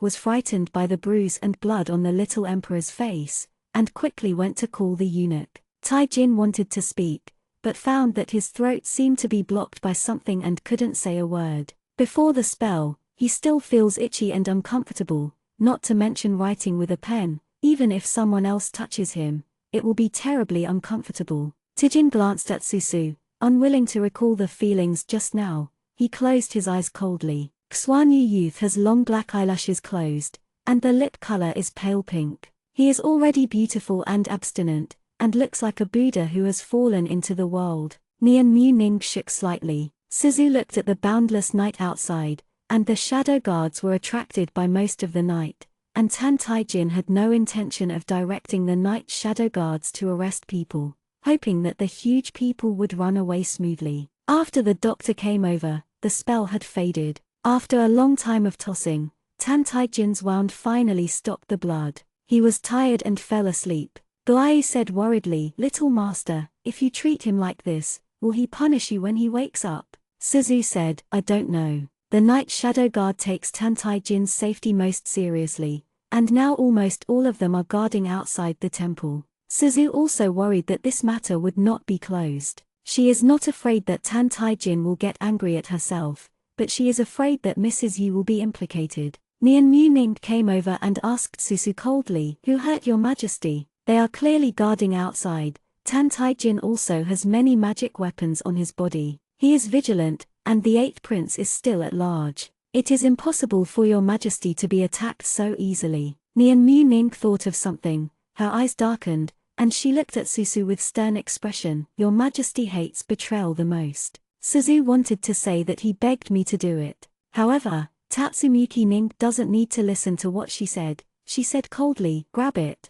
20 Baiyu said, Muning. Nian Muning said angrily, Your majesty must have been victimized by this demon girl. If there is a gangster, why is your majesty injured? But this demon girl is fine. 20 Baiyu said, Then wait until your majesty wakes up. Nian Muning got angry, Grab it, I will bear the consequences. Seeing that Nian Baiyu couldn't stop her sister, she frowned and glanced at Suzu, but didn't speak anymore. In fact, he also felt that Miss Yi-san had a problem. Suzu was locked up. It was her first time in the dungeon when she came to the world. The mouse creaked, and the dungeon was damp and dark. Sitting cross-legged, Suzu didn't feel embarrassed. Taijin will not find any evidence, but this matter is destined to have nothing to do with Suzu. Guayu is with the little master. Don't be afraid of the little master. Suzu smiled and said, Don't be afraid. The relationship between me and Tan Taijin is not broken. He has always been wary of me, and now this is not a bad thing. If his emotion is hate, then the extreme hate becomes hate, which is another way. If is love. When a man's bottom line starts to drop and then drop again, his heart will be pried open. Hey, tears are faintly shaped like nails. Susu looked at it and saw 9 golden nails lined up dimly in tears, faintly taking shape. The jail was very dark and the sun couldn't get through. Fortunately, the tears were warm, and Goayu would spontaneously warm Suzu's body. No one brought her food, and no one came to interrogate her. Susu guess, Tan Tai Jin probably hasn't woken up yet. From time to time, people around were sighing in pain. Susu counted the time, and it was probably dawn outside. Tai Jin did not come, but Nian Mu Ning came. 20 adults. Did you do what happened last night? Suzu said, it was me, but the circumstances were special at the time, and I had no choice but to ask your majesty. Nian Mu Ning's face is not very good. Suzu guessed what happened. What's wrong? Nian Mu Ning glanced at her unclearly, and said, Princess Jaehua came to take care of your majesty last night, and he has taken care of him until now. It's noon outside. Remembering that Yi Bingshang is Princess Jaehua, Susu said slowly. Nian Mu Ning said, your majesty was having lunch with her, and he didn't mention you at all. Susu smiled, what do you want to say? Nian Mu condensed his lips, you really won't hurt your majesty. Susu was stunned, no. No, she will. Nian Mu Ning opened the cell and said coldly, come out. Susu looked at her in surprise. Nian Mu Ning walked in front of her, and said in a bad tone, I hate that Princess Jaehua more than you. Suzu said, but the 27 people said, I appear in front of Princess Jaehua, she will be sad. Nian Mu Ning said, I have fought against King Xuan. He is an unparalleled hero in the world. People like him cannot be loved by Princess Jaehua, and Princess Jaehua cannot be true to your majesty. So in Nian Mu Ning's heart, Yi Bingchang was more threatening than Susu. After all, a soft knife is more difficult to prevent than a hard knife. Susu followed Nian Mu Ning out, and it rained lightly outside. The rain at the end of January felt a chill. It was past noon, and when he returned to Xianxia Palace, Susu heard the sound of studying before he stepped in. Yi Bingshang's tone is soft, and he is reading a story. Wu Nong's soft words came, appearing very warm. Nian Mu Ning pushed Susu a hand, go in. Susu staggered, suspecting that she was deliberate. The cold-faced girl wanted to see herself and Yi Bingshang tore up. Susu recently figured out Nian Mu Ning, and found that she now only sees the safety of Tan Tai Jin. She has lost her past love, and has really become a sincere subordinate, including Yi Chufen, who is also loyal to Tan Tai Jin now. If it hadn't been known that the young demon god could not use his demon power, Susu would suspect Tan Tai Jin had changed their minds. She fell into the main hall too conspicuously. Yi Bingshang stopped reading, and looked over in surprise. Her beautiful eyes widened, and she said in disbelief for a while, Sister 3. Suzu stood up straight, smirked and greeted her, Big Sister. You, how could you? Yi Bingshang didn't speak yet. Another cold voice sounded. Who let you in? Get out. Susu glanced at Tan Tai Jin. He pressed his lips, coughed a few times, and looked at her gloomily. Susu suddenly remembered last night. He curled up under her feet, letting her beat him. The contrast is too big. Well, he guessed he really wanted to strangle her. Actually, Susu didn't care if he had anything with Yi Bingshang. It would be a good thing if Yi Bingshang can teach Tan Tai Jin Oi. After she figured it out, her face was calm. She didn't even look at them, and said, you continue, I will get out. When she was about to step out of the threshold, the youth behind her said lightly, come on, invite Mrs. Yi over. Suzu paused. She turned her head suddenly. Tan Tai Jin looked at her indifferently, as if she dared to step out of this door today. He cut off Mrs. Yi. Susu thought, didn't Tan Tai Jin let her go? Now she was leaving, but he threatened her with his grandmother. Tijin said, Miss Yi-san has nothing to explain. Suzu said, what did I do wrong? Why should I explain? Tan Tijin sneered, and said, Miss Yi-san is not brave, she is also capable, and I don't know if Pan Yijai will be grateful to you. Go back to the prison. When will you find someone alone? And when will you come out again? Susu looked at his expression. The young man Xuanyi's complexion was grim, and there was a bit of terrible anger implied. He actually knew the existence of Pan Yijai. Is also sure that she deliberately attracted the Night Shadow Guard and let them go. Perhaps thinking deeper, he wanted Xiao Rin's Qianlongwe to be carefully laid out, but it was destroyed by Susu last night. Yi Bingshang's gaze stayed on the Sizu Palace women's clothing, and he couldn't bear to say, "Your Majesty, how to treat the third sister like this." The third sister was ignorant. "It is impossible for your Majesty to still hate her. She was loved and grown up like a jade. Where will you serve people?" Tijin looked at Yi Bingshang. His tone of voice was quite soft, completely lost the cold gloom of the talent. "She is different from you. She is unforgivable, and she knows you are kind, so you don't have to speak for her." Susu didn't even look at them, and stepped out of Xianxia Palace. Nian Muning looked at her, and Susu said, "I was kicked out, let you keep me locked up." Nian Muning frowned. "Did you admit your mistake?" She just hoped that Susu would be soft. She didn't realize that Susu not only refused to accept the softness, but also choked with his majesty. Susu returned to the cell again. This time Nian Muning did not dare to release her. She was so hungry that she didn't know how long the time had passed. Finally a little palace lady walked in and let her eat. Susu picked up the chopsticks, paused, didn't eat a bite, and lay back with a sense of compassion. Guai said nervously, "What's wrong with you, little master?" "The body of a mortal, so hungry without a meal." Suzu comforted it, "Don't worry, I will be fine." Guai was terribly afraid. The tears of the soul-killing beads had not turned into nails. He was always afraid that the young devil would kill the little master. "Starving to death is also death." Suzu said, "He won't let me die. Otherwise, she won't be given food. If she takes it softly, there will be terrible consequences." Tan Taijin is so indifferent, afraid of her bad things, will keep her locked up. Letting Pan Yijai go is something he cannot tolerate. But she can't stay in jail forever, because since entering the jail, soul-extinguished tears have remained motionless and no longer feverish.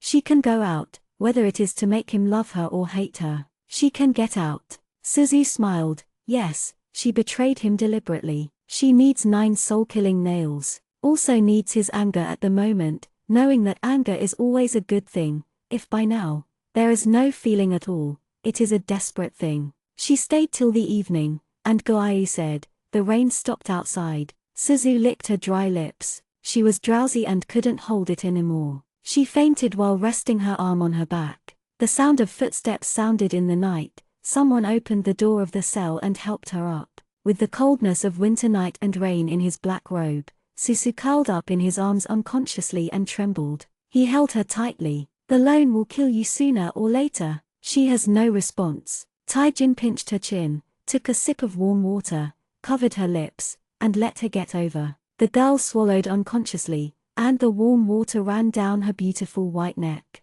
He left her lips, showing a slight mockery. The mockery was over, and he fed a few sips of water in the same way. The girl's dry lips finally looked better. Tijin's complexion hadn't faded yet. He buried his head in her neck and didn't speak for a long time. The mouse squeaked past and was kicked away by Tan Taijin. He picked up Susu and walked out of the cell without a word. The young man is too thin, and his back is like a tall bamboo. Guai did not speak, stared blankly. It didn't understand this situation, didn't dare to say anything, and didn't dare to ask. While talking about killing her, while kissing her, it saw it all. Kissing takes longer than feeding water, and if the little master is awake, he will definitely be angry and punch someone. It believed for the first time that the young demon was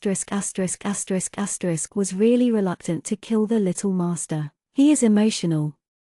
Chapter 64. Stay with you. When Suzu was conscious, it was already dawn outside. Under the soft bed, even without opening his eyes, he knew that he had left the dungeon. At a glance, she has indeed returned to Xianxia Palace. There was a feeling of being bound on her wrist. She looked over and found a transparent rope loop on her slender wrist, which had been buckled on the dragon bed. "Suzu," Guai said, "don't struggle, it's weak water." So Susu lay down calmly. She was the only one on the bed, and Tan Taijin didn't know where he went. "Guai, he took you back last night and stared at you for a long time like a crazy face, and finally tied you up with a weak water rope." Susu lowered his eyelids, pursing his lips and said, "I hate this very much." It was because of the weak water rope loop that she couldn't do anything last time, so she was puppeted and killed Xiao Rin. Guai knew her heart not, and it was not very comforting. Freeing Pan Yijai is simply the inverse scale that lifted Tan Taijin. not to mention that Suzu beat Tan Tai-jin to get Pan Yujai to leave. The master and servant did not speak. After a while, a little court lady came in with a dinner plate. The slave and maid served the girl to eat. Susu said, "I have no appetite." The little palace lady sternly said, "Your Majesty said, when does the girl eat, and when does Mrs. Yi eat?" Suzu had no choice but to say, "Bring it over." The palace lady wanted to feed her, but she refused. Susu sat up by herself and sipped the porridge. She hadn't eaten for 2 days, and the porridge was soft and sweet. The little palace lady glanced at Susu quietly. "This person has no status, and even tells that your Majesty hates her, and one day he will do everything possible to torture her. But for so long, this one has nothing to do." The girl who drank the porridge had a pale face, her eyes were clear and cold, she had lost the softness in her appearance, and looked full of vitality. The maid thought, "She's pretty. The beauty that is different from that of Princess Jeohua, and even compared to that, she doesn't even have the delicate grace of Princess Jeohua." The girl's temperament in front of her was like a spring rain, or the plums in bloom outside the Huayan Palace in the past few days. It is precisely because of the indifferent coldness in his eyes that I want people to see her smile even more. Until Susu drank the porridge, the little palace lady realized she was a little lost. She quickly took the things in Susu's hand and resigned. Susu began to think of a way. Since Tan Tai-jin wanted to threaten her with Mrs. Yi, it would obviously not work to skip meals. Goai made a mistake last time, and now he decided not to hide anything from Susu. So he complained to Susu, "Little master, Tan Tai-jin kissed you when you were in a coma." It paused, and added embarrassingly, "Long time. It's pretty erotic sentimental." Susu touched his lips and said, "I see." Goai was a little surprised to see that she was not angry. Susu has changed a bit, and this change began on the day Xiao Lin died. She used to save Tan Tai-jin, sympathized with his experience, and feared that her Dao heart was not firm enough. But now that she has her own idea, she is more determined to complete the task. Goai sighed. It used to be afraid that the little master would be stubborn and would not compromise for the task. Now that she has experienced bad things and knows how to compromise smoothly, it is inexplicably uncomfortable. The world is born, how heavy it is to press on such a childish shoulder. Suzu didn't get sulky, but closed his eyes calmly and rested. The people in the palace stood far away, and they didn't know if there was a night shadow guard in the dark. The usual time for Tan Tai-jin to come back has passed, and he still hasn't come back. Susu slept again, only to hear someone come in. The palace lady added a few palace lanterns, and the room suddenly brightened up. Suzu took a rest for a day. She was already a vigorous person, and her vitality was almost restored. She sat up and saw the ****** changing clothes for the young emperor. Tijin opened his arms, and the ******, who was a head shorter than him, trembled and took off his cumbersome black dragonprint robe outside. He is thin, and Zushi did not live well when he was young. He has grown taller, but his body still smells like a bit of skinny. With long, narrow and gloomy eyes, it destroys the original strong youthfulness at a glance. Makes him like a snake hissing and spitting out letters. In the eyes of Suzu, he quickly lowered his face and looked at her with the eyes of his father and enemy. "If you don't trust Goayu," Susu would think that sentence. "When you were in a coma, Tan Tai-jin kissed you. It was a joke." Is not a joke, his expression is a bit funny at the moment. The waterlocking rope loop is not short, at least within the range of the dragon bed. Suzu moves freely. Her expression was calm, without any panic. The ink diverged, hanging down to the place of her slender waist. Susu sat cross-legged, looking like he wanted to talk to him. The palace people retreated outside the temple, and Tan Tai-jin came over. With a cold face, he completely ignored her and lay outside in his clothes. The dragon bed was very big, and Susu was ***** inside. She moved over, without speaking. She looked down at him. Young Crow Black's long eyelashes trembled slightly. The corners of Susu's lips bent. It didn't take long before he could bear to open his eyes. "Get out," Suzu said. "The hands are tied. There is no way to roll off. You untie it for me, and I will go down immediately." Tijin said, "Are you really alone and won't punish you?" Suzu said, "Why do you think this way? You always thought you would punish me, but you didn't. Why didn't you?" Under the glazed lamp, the girl looked at him in confusion. He froze, turned his neck coldly,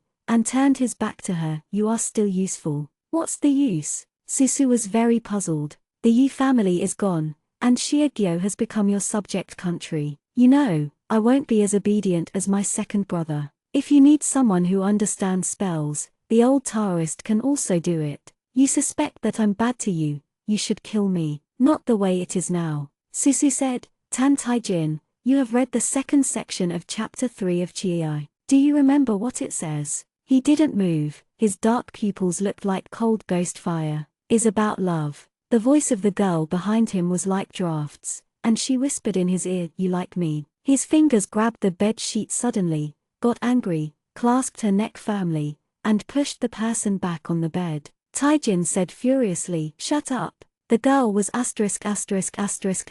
by weak water. She didn't struggle, she looked at him quietly with clear eyes. His whole body was tense, and there was an irritation of being dismantled. She raised her hand, as if to slap him. He didn't hide, he didn't expect her hand to just touch his face lightly. Taijin has got goosebumps all over her body. The place she touched seems to be hot. He clasped her wrist and said coldly, don't try to do anything.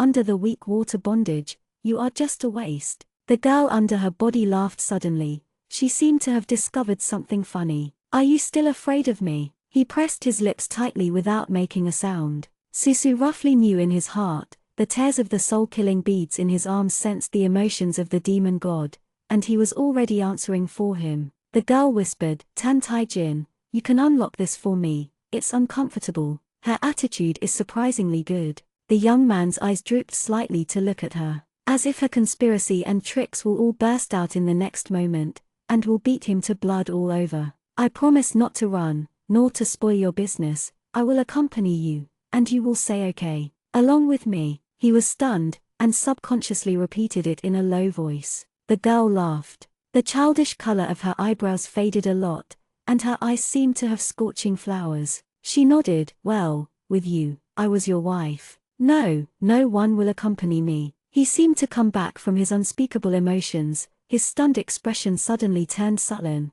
He grinned and said, who are you going to help this time? Pan Yijai ran away, eh? Is it possible that you think the 8th prince is pitiful? He is more suitable to be an emperor than I am, so you want to help him again, right?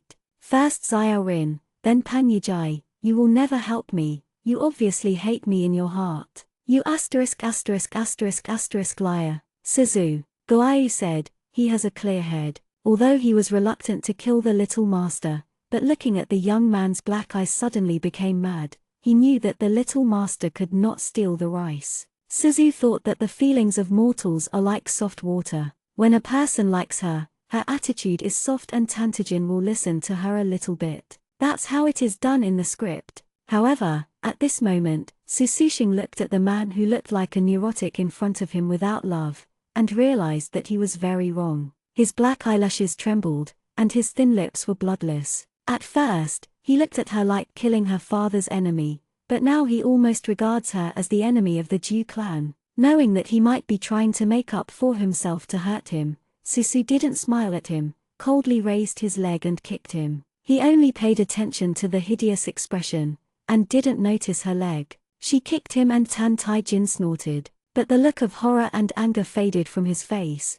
and the thin young man lowered his eyes and calmed down. He looked at her with a look of gaze. The lone is the emperor, he said suddenly. Suzu didn't understand what he meant. Taijin said, you can do anything you want, Yizaivu, you are nothing but an object. Oh, it turned out that it took so long before he realized that he wanted to refute Susu's previous statement that he liked him. Susu looked at him coldly, thinking, go to your mother's belongings. When the girl didn't laugh, the sense of coldness and holiness returned. He looked at her without blinking, his Adam's apple moved. Suzu has a bad feeling. The youth suddenly leaned over and pressed it up, his lips fell on her neck, his voice was vague and pretending to be cold, and he repeated firmly, I can do whatever I want. I don't know if this sentence is trying to brainwash her or convince himself. Susu didn't expect to talk about collapse like this. She tugged at his hair, get out, get out. His hands rubbed her body,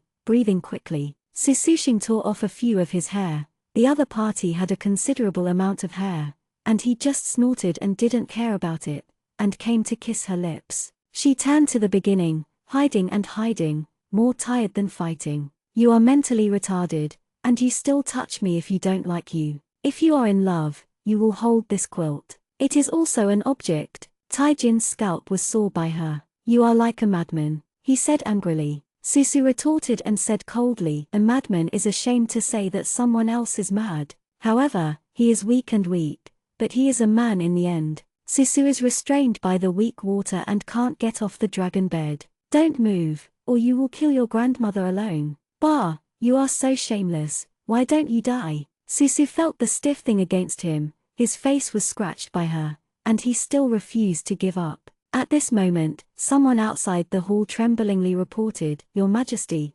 Princess Xianxia is unwell and vomiting blood. The man's movements stopped abruptly, his eyes are full of passion and lust, still panting. But the palace lady's words were like a basin of cold water, which suddenly calmed him down. He glanced at the girl who was crushed under him, and the girl stared at him coldly. He got up from her without saying a word, dressed and went out. He walked out of the hall door, the chilly night breeze blew on his face. Finally he was a little sober. Nian Baiyu looked at the wound on Tan Taijin's face in surprise. Your Majesty. Taijin gave him a cold look. Nian Baiyu lowered his head, afraid to speak. Taijin turned back to indifferent again, and asked the maidservant who came to report as he walked, What's wrong with Princess Xianxia? Did you call the imperial doctor? The maidservant in the small palace with red eyes, Your Majesty, save the princess, the doctor has treated him, saying that the princess is overwhelmed and depressed and becomes ill. If this continues, I am afraid that he will not live for 3 years. Taijin frowned. How could this be? The maid trembling in fear. Say, it's been a long time, and it's been spread everywhere in the palace, saying about Princess Xianxia's past, and also saying, Your Majesty doesn't like her, and now she hasn't been given the name of the county lord. It's just, to humiliate her and die. King Xuan. Chapter 65, Block. Yu Bingchang lay weakly on the bed. Ju's winter is warmer than Xia's, but there is no blood on her face. Xiaohui said angrily, Miss, don't listen to those who have broken mouths. You are the only person in your Majesty's palace. Who else can you like if you don't like it? The young lady came to Ju for the sake of her country. What are they? Don't understand, beware that your Majesty knows that he will slap their mouths later. Yu Bingsheng coughed twice. Xiaohui, I'm fine. Go to bed, it's late at night, and your Majesty will definitely not come over. Xiaohui was about to speak when she found that the lanterns of the colored glaze palace in the hall were lit up for the first time. Miss, your Majesty is here, Xiaohui said in surprise. Yu Bingchang was startled, raised his eyes and looked up, and he saw the young man in Xianxia walking slowly into the hall. Xiaohui whispered, Your Majesty cares about the young lady. After the truce between the two countries, Tan Taijin didn't ask for anything, only Yu Bingshang from Jugyo. It's so late now. As soon as he heard that Yu Bingchang was not in good health, he rushed over immediately. The maid took over Tan Taijin's cloak. Yu Bingchang stood up to salute. Taijin said, No, you have a good rest. The imperial physician rushed over behind him, repeating Yu Bingshang's condition. Tan Taijin listened blankly, and for a long while, he said calmly, All those who chew the tongue are killed. Xiaohui's body trembled, never expected that his Majesty would kill directly. Yu Bingshang's face turned pale too.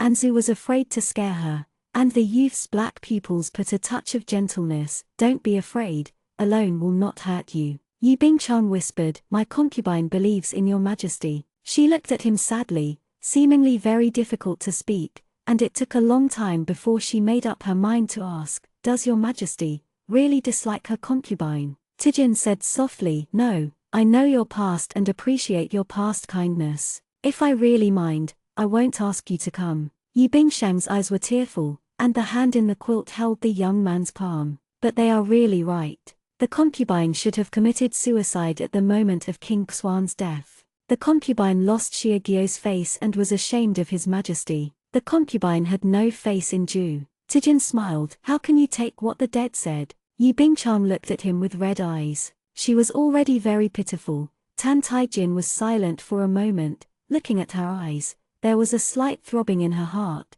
just like a few years ago. He couldn't help but soften and said, "Go to sleep, lonely tonight. Guarding you." Yi Bingchan bit his lip, and silently moved inside. Set aside a place for Tan Taijin. Taijin was silent, and his clothes lay down. Yi Bingshang's maidservants were all very sensible, and they hurriedly withdrew when they saw this. Xiaohui couldn't help but bring joy to her face. She said, "The young lady was born so beautifully, how could your majesty never touch her? After tonight, the young lady must have a status, so she won't even bully her." Xiaohui was also busy following the others back. The palace people only left 2 dim yellow palace lanterns. Tantai's eyes were open, and the dark pupils looked at Yi Bingshang. He was born with a lack of emotions, and followed Jing Lannan to learn how to do well. But imitation is imitating. Most of the time his heart is as cold as October cold pool. But only when facing the woman in front of him,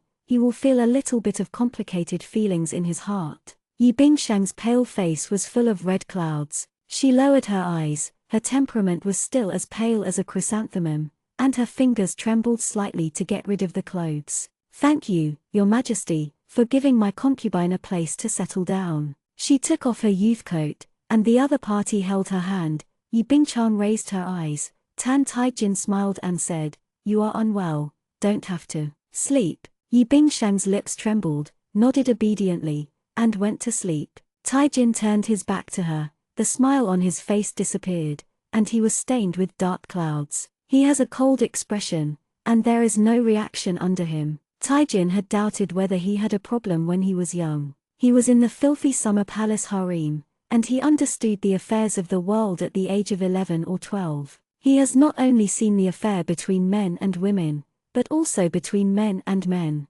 Normal men experience dreams when the age is right, but he doesn't. There were also female officials who coveted him to seduce him. He was only 13 years old at that time, a lowly and weak proton, and she didn't know that she could drive evil things. The female officer took the medicine, and the monkey rushed up, and while taking off his clothes, she gasped and said, "Proton, I will make you happy. As long as you try this taste once, you will never forget it. You can touch it wherever you want." The plump body looked like a mass of fatty meat to him, which made him sick. The female officer's hand fumbled on him, and for a long while, the flushed young boy under him did not respond, like a wooden stake. The female officer lifted her skirt, spitted, and kicked him. He is naked, half naked, holding himself tightly without a word, listening to her insulting words. Nausea came up dully. The boy protected his head, and under his arm, the dark pupil did not blink. The fingers moved slightly. The female officer stared in horror, trying to scream, but she couldn't make a sound. She watched the boy slowly stand up from the ground, picked up the clothes and put them on, staring at her blankly. In her pupils, her neck was tightly strangled by a black snake. Soon, she fell to the ground, silent. The boy looked at his hand thoughtfully. For Tan Taijin, many things have happened over the years. Apart from death, there is nothing that can make him afraid. The reason why he remembers deeply is because that was the first time he could call out a monster to kill. Although it is a silly little snake, the death of the female officer is ugly. When waited to find out, there were still flies flying on her body. I should be afraid to call out monsters, Tan Taijin thought. But he tried to make a look of fear, but he couldn't help but bring out an evil smile in his eyes. Killing like this, it's so easy. As long as he has power, he can be a demon, even a demon. He can do anything. For any man, knowing that he did not lift up when he was young, I'm afraid it will be very uncomfortable in my heart. But Tan Taijin did not. He quickly accepted this reality. Just as Tantai clearly wanted to gouge his eyes, he was calm after being blind. Whether it is the eyes or the lower body, they are nothing but an ornament for him. But, his black pupil looked at the beating candle, resting his arm. His sweetheart was clearly asleep behind him, but he still couldn't react. A moment ago, he was in Xianxia Palace. Taijin raised his hand and coldly touched the scratched wound on his face. Susu closed her legs tightly, her face ugly. Guai said, "Little master, what's wrong with you?" Suzu said, "People have 3 urgency." So Guai also followed her anxiously. Tan Taijin hasn't returned yet. What can I do? Susu gritted his teeth and said, I really want to kill him. Why don't you call someone the master? Although Suzu can use vomiting to delay the reaction of the body, there are many inconveniences for the body of a mortal. She held on for a while, and called the maid to come in. The lady of the palace said, "The slave can't untie the rope in the girl's hand." Tan Tai Jin. The palace lady was very frightened when she heard this name. Seeing Suzu calling Her Majesty's name angrily, the palace lady looked at her in fear. "Your Majesty is in the Jeohua County Lord's Palace." Suzu said, "Then Nian Mu Ning. Please call Nian Mu Ning over." Nian Mu Ning came in after a while. The woman with the same indifferent eyebrows and Nian Baiyu glanced at her, frowning impatiently and said, "What's the matter with Miss Yi-san? Untie the weak water rope loop." "No." The the bed said irresistibly, "If you want me to pee on the bed of Tantai Cinder, you can keep watching." Nian Mu Ning was taken aback, and for a while, he said, "Foul language, Suzu." After all, Nian Mu Ning also realized Suzu's embarrassment at the moment. She is a cultivator of the owl, and she will not betray Tantai Jin, so she naturally knows how to solve the weak water rope loop. She made a complicated gesture, moved her lips, untied the rope loop at the head of the bed, and Susu bounced off. After a while, Susu came back and lay back on the bed with a long sigh. It was really hard to be a human. Nian Mu Ning tied the weak water rope back to her. Susu did not object, and watched Ning Mu Ning leave with a cold face. Nian Mu Ning walked away, and a smile appeared on the corner of Susu's lips. Guai said, "Little master, solve it quickly." I saw that Susu's slender fingers pinched a few decisions, and they were exactly the same as the tricks of Cai Nian Mu Ning. She muttered something in her mouth, tried several times, and after a while, the weak water rope loop was untied. Although he has a small qualifications in the fairy world, Susu is very smart in learning things. Xiaojia, she can remember it once she read it. As for the formula, she can guess it based on Nian Mu Ning's occasional lip movement. Susu untied the rope loop and lay back down again. It's so late outside, and she can't do much when she goes out now. Let's see the situation tomorrow. Without restraint, Susu felt more at ease. Guai sighed, and understood why Tan Tai Jin was so afraid of the little master. Compared to them, she was indeed a very powerful existence. After dawn, an edict spread throughout the palace. The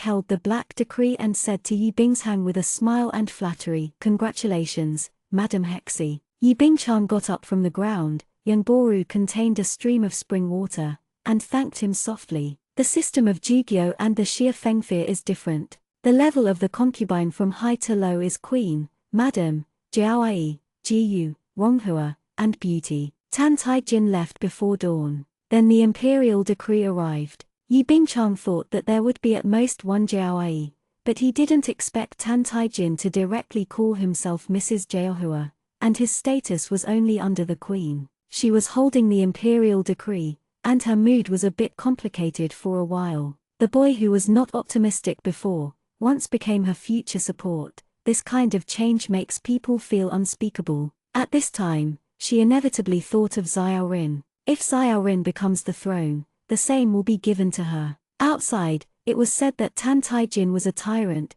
he was cruel and indifferent, but facing Yi Bingshang, his eyebrows were always gentle, and even his voice was a little clear and clear. Xiao Hui said happily, "This time is fine, no one dares to bully the lady anymore." "No, it's the lady. Look at the slave maid's mouth, the lady is a lady." Yi Bingsheng's eyebrows were filled with sorrow, and he smiled bitterly, without speaking. "I thought Tan Tai Jin had a good fortune on her last night, but in reality the young people's clothing corners were cold." She stared at it in the middle of the night, and suddenly missed Xiao Lin a bit. Yi Bingsheng felt lonely and uneasy. These things were obtained so quickly that it made her feel very unreal. Naturally, she had treated Xiao Rin sincerely, but she couldn't really die with Xiao Rin. Today's young emperor is heavier than Xiao Rin, and crueler than Xiao Rin. Although she is sad, she also knows that this person will not have a good temper like Xiao Rin. Even though, Yi Bingsheng noticed that Tan Tai Jin seemed to be imitating Xiao Lin to treat himself.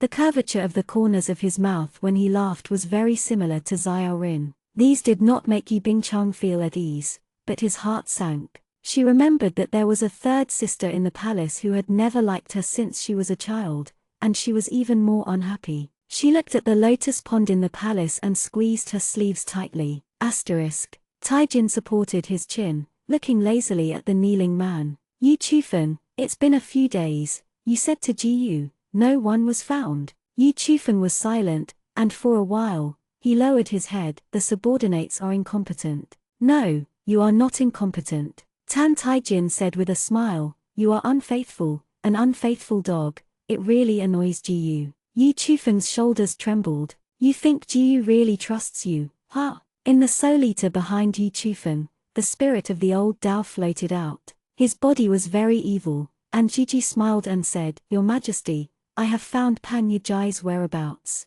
They are hiding in the courtyard of the old woman. The old woman in the old crossing is Mrs. Yi, Suzu's grandmother. Our people have surrounded the yard, and the old woman is still unwilling to hand over her. Taijin said mockingly, as expected, she is the woman who walked out the door. Yu Chufeng's face was pale, and he kowtowed and said, I beg your majesty to go around the ancestor, Mrs. Yi. Tijin was about to speak, when Nian Baiyu suddenly said, Who? His long sword flew out, and a figure outside the window swiftly avoided. Yu Chufeng said, The third sister.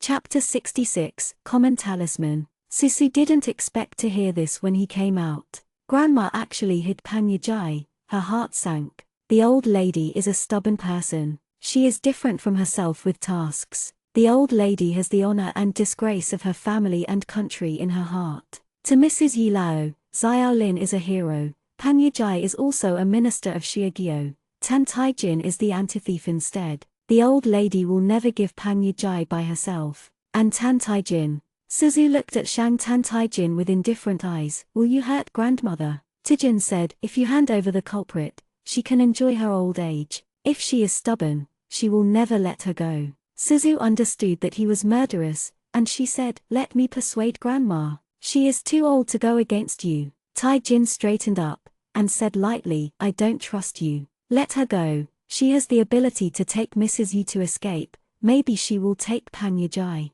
Suzu didn't agree, and ran out without saying a word. Tan Taijin's eyes sank. The black mist rolled in the soul-devouring banner, and the black formation under Susu's feet lit up. His hands and feet were bound. She has a fierce expression and bit her tongue. Sweep the array, break. The black mist dissipated, and the girl's light figure disappeared behind the rockery in Tuz or Tuz. Taijin stood up and chased after him angrily. Get back to Jiyu. Can't let her go. She took Mrs. Yi away. She won't come back again. She does not love his power, does not like him, does not fear his threats. He has nothing to keep her. Nian Baiyu and others did not expect Miss Yi-san to break the old-fashioned formation in the blink of an eye. Including the old Dao himself, he was stunned. Tijin has already chased it out. 20 Baiyu's light work is very good, and in a blink of an eye he catches up with Suzu. She knows how to use martial arts, but she doesn't know how to use martial arts.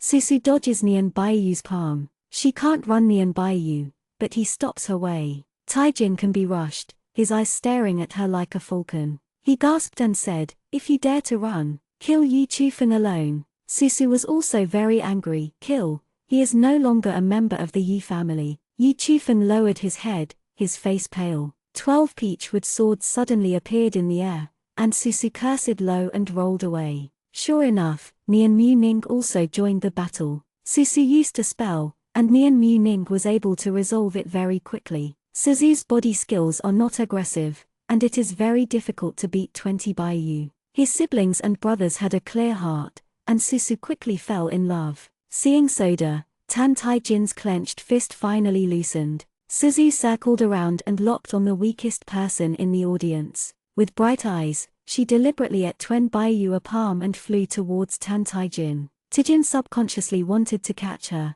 and the old way quickly reminded, Your Majesty, the little demon girl blamed you. Taijin remembered what happened last time. His face darkened. Yu Zaivu. Seeing him see through, Susu had to bend his waist halfway, and spun down lightly. Nian Mu Ning raised his hand. Go. A bracelet flew out of her hand, and the bracelet instantly turned into countless silver rings in the air. Susu looked at it and knew that this thing was a spiritual weapon. She didn't dare to resist and kicked the silver ring close to her. The old road said, "Your Majesty, as long as you use the soul-devouring flag, the demon." Before he finished speaking, Tan Tai Jin turned around and stared at him fiercely. "You're looking for death." The old Dao recognized him as the master, and tremblingly did not dare to speak. Whoever wanted to change things suddenly, one of the silver rings flew out, and someone exclaimed, "Madam." Susu looked back and saw that the silver ring he kicked out hit a woman in scarlet clothes. "Is Yi Bingshang?"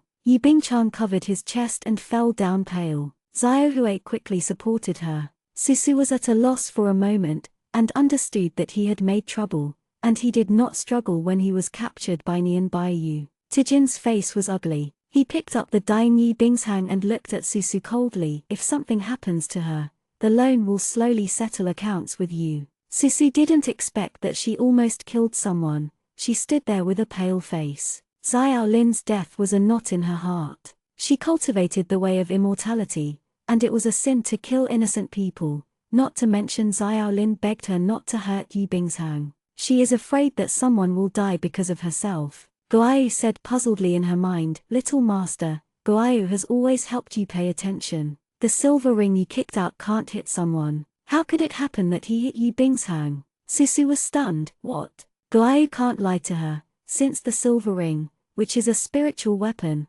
can't hit a person, it can only prove that there is something controlling the silver ring. The one who can control the silver ring is a fairy. Susu suddenly remembered the heart protection scales on Yi Bingshang's body. The fog in her mind seemed to be lifted suddenly, and she finally knew why Yi Bingshang felt something was wrong for a long time. The big sister of the original owner is obviously not easy. Yi Bingchang deliberately controlled Yin Huan to hit herself. Susu can think of it, and Guayu naturally thought of it. Guayu said angrily, "We thought she was a good person before. If it hadn't been for Guayu's attention, let alone Tan Tai Jin, I am afraid that even Susu would think that he hurt Yi Bingshang, and feel guilty." Suzu whispered, "Perhaps she was a good person." When did attitudes start to change? Susu remembered that Yi Bingshang didn't want to leave Xiao Rin in his dream for the first time in Nightmare's dream. At that time, Yi Bingshang had been a queen in his dream for several years and had a son.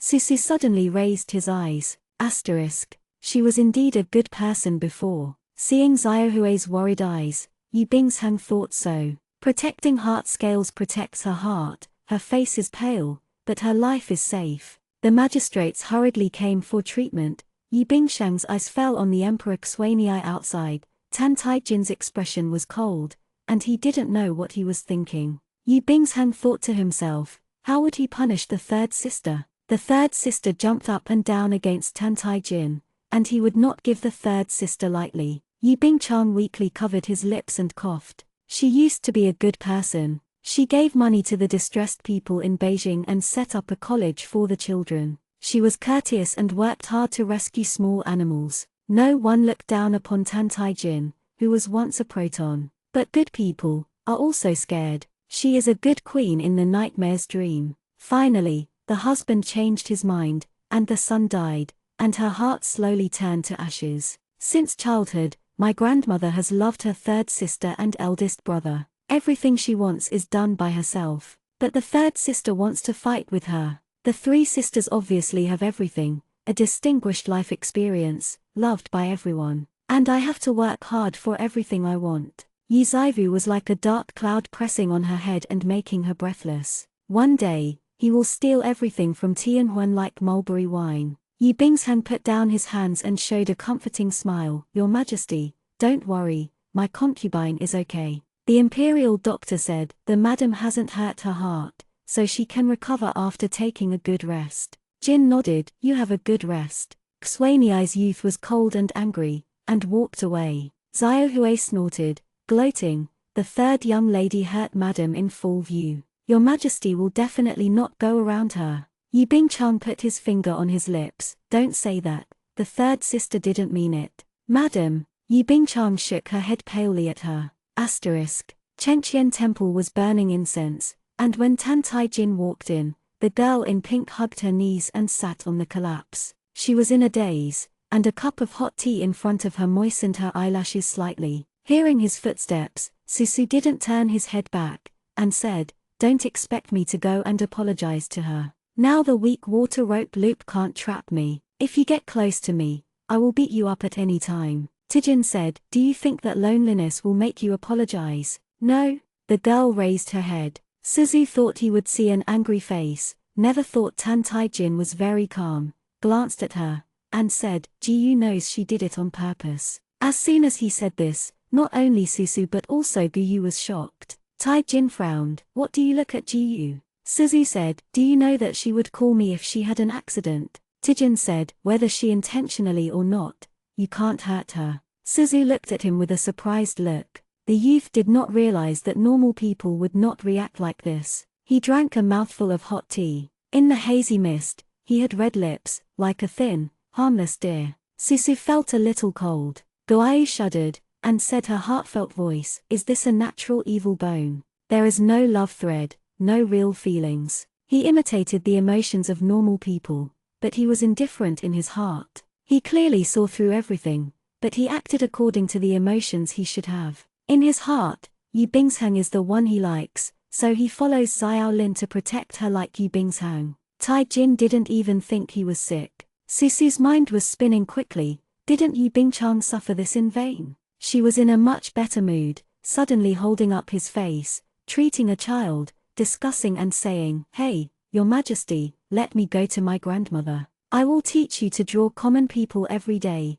even before you can use it. The one who doesn't beat you anymore, but also helps you find the 8th prince. What do you think? He has clear bones and his cheeks are in the girl's soft palms." Taijin took off her hand uncomfortably, closed her eyes, and said coldly, "You can run." "No, no, really no, I promise. Heh, when I beg you, she is getting older and will not hinder you or anything." Her eyes became sad, and she said in a daze, "Big brother died in the battle, daddy was exiled, and I only have grandmother." He looked at her for a long time, and seemed to be distinguishing whether her words were true or false. After a while, Susu heard him say, "I will give you a chance to see Mrs. Yi, but Pan Yijai, I will be killed." Susu raised his eyes to look at him. Taijin said, "This is the emperor's power. So, I can't go back anymore. Pan Yijai has Qianlongwei in his hands, and those people will be afraid that one day he will wake up and his head will roll on the ground.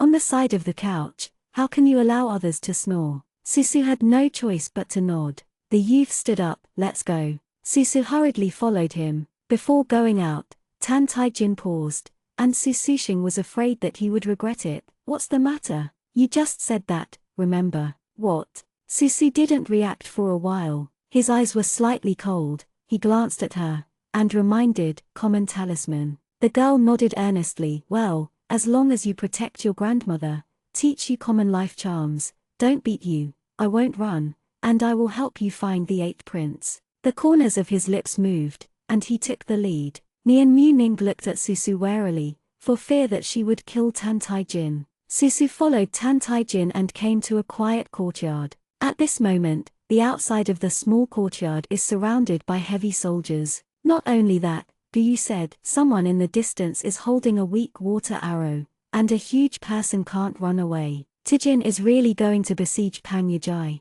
Susu felt very uncomfortable. For the past year, she has watched her deceased die one by one. Dadao does not overestimate life and death, but at that moment, who can be ruthless? Susu Bai is puzzled. Since Pan Yijai has Qianlongwei, why would he hide here in embarrassment? What happened the night he escaped from the Zhu Dynasty Imperial Palace? Before Susu wanted to understand, she saw a spirited old man with a cane. "Grandma, Yuvu." Old Madam Yi stood at the entrance of the small courtyard, with a cane crossed, not allowing Tan Taijin's soldiers to enter. These soldiers were stopped by Yi Chufeng before they broke into the yard. At this moment, Tan Taijin came, and they naturally did not dare to act rashly before giving orders. Suzu walked over and said softly, "Grandma, get out of the way. Even if you crumble to mud under his feet, it is useless." Old Madam Yi didn't say a word, and hit her arm hard with a cane. Suzu did not hide.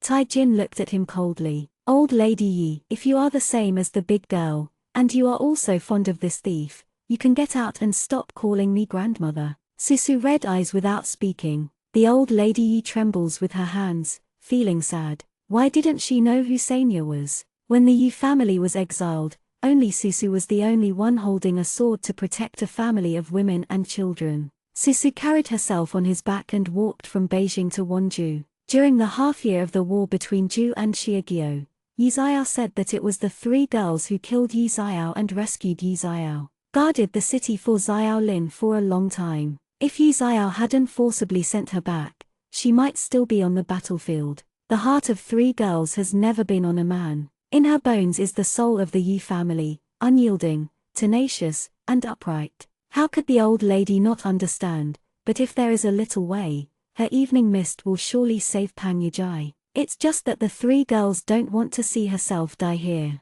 The old lady's body suddenly squatted down. Susu held her back, and for a moment she also hoped that she was just Yi Zaivu, taking the sword to death and taking Pan Yijai and Qian Longwei to leave. But she is Li Sizu. If she makes a mistake, not only her grandmother, but also everything in the three realms will be forever. The old lady hugged her with her withered hands and touched her hair lightly. Susu's eyes suddenly sour. Pan Yijai came out of the house. He has changed into men's clothing, and said, "Three girls." Susu nodded. He was pale and looked hurt, and said guiltily, "It was the third girl and the old lady who were tired." Pan Yijai also knew that he couldn't hide today. Maybe he didn't plan to go back alive when he came to Ju to look for Yu Bingshang. Pan Yijai looked at Susu, as if he wanted to say something. Next, you. For a long time, he straightened his back, sighed and smiled. Forget it. Susu didn't understand what he didn't say. This proud champion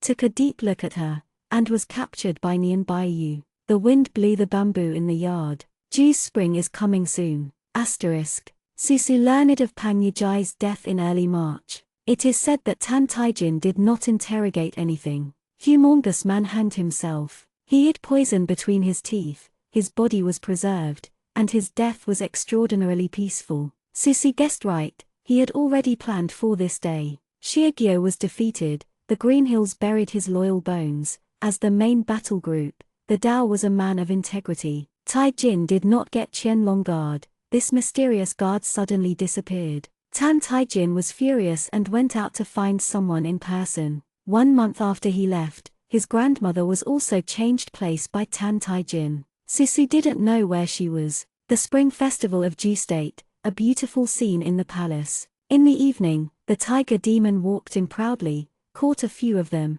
and threw them on the couch where Susu was sleeping. Susu chased it and beat it all over. This guy remembers whether he can eat or not. He wants revenge every 3 to 5, but his IQ is not up to the standard, and he is always beaten. It has eaten people before, and it has a strong demon spirit on its body, and the soda is unrelenting. One person and one tiger chased the small palace. The tiger panicked and fled back to the palace of Xianxia. I didn't expect it to be most afraid of that person coming back in the world. Tijin did not put on his robe. The tiger demon jumped in as if fleeing for his life, fell into the pool where he was bathing, and the water splashed high. Taijin smiled. The tiger trembled, got up from the pool, frightened and hugged both paws frantically, and hid behind the girl who was chasing in half a step slowly. When Susu saw Tan Taijin, he was also stunned. The humble tiger in front of him shrank to the size of a palm, his eyes trembling with tears.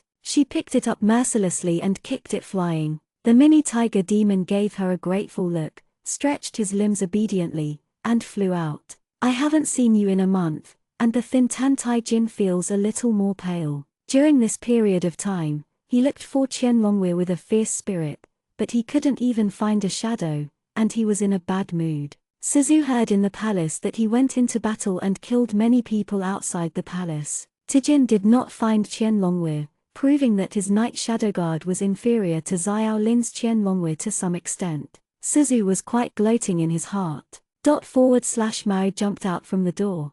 Tan Taijin said indifferently, "Let the old Taoist throw the tiger demon into the flame furnace. Now the tiger has to peel off without dying." Susu knew he was in a bad mood and didn't want to go there. During this time, she had a very happy life in the palace, because without a specific identity, the palace people did not dare to let her do things, but did not dare to belittle her. When Taijin came back, the air in the hall became much colder. Suzu's bed was dirty. she resignedly asked the maid for a clean set and made the bed again. The young emperor's hair fell out and sat on the dragon bed to watch her. Suddenly asked, Qianlonghui is in your hands. Suzu stopped making the bed, and she raised her head. If it is in my hands, I think, you might be finished tonight. He stared at her for a while, then suddenly said, come here. Suzu walked over in confusion. What's the matter? Jiyu let you meet Mrs. Yi Lao last time. The youth's dark pupil looked at her without blinking and stated.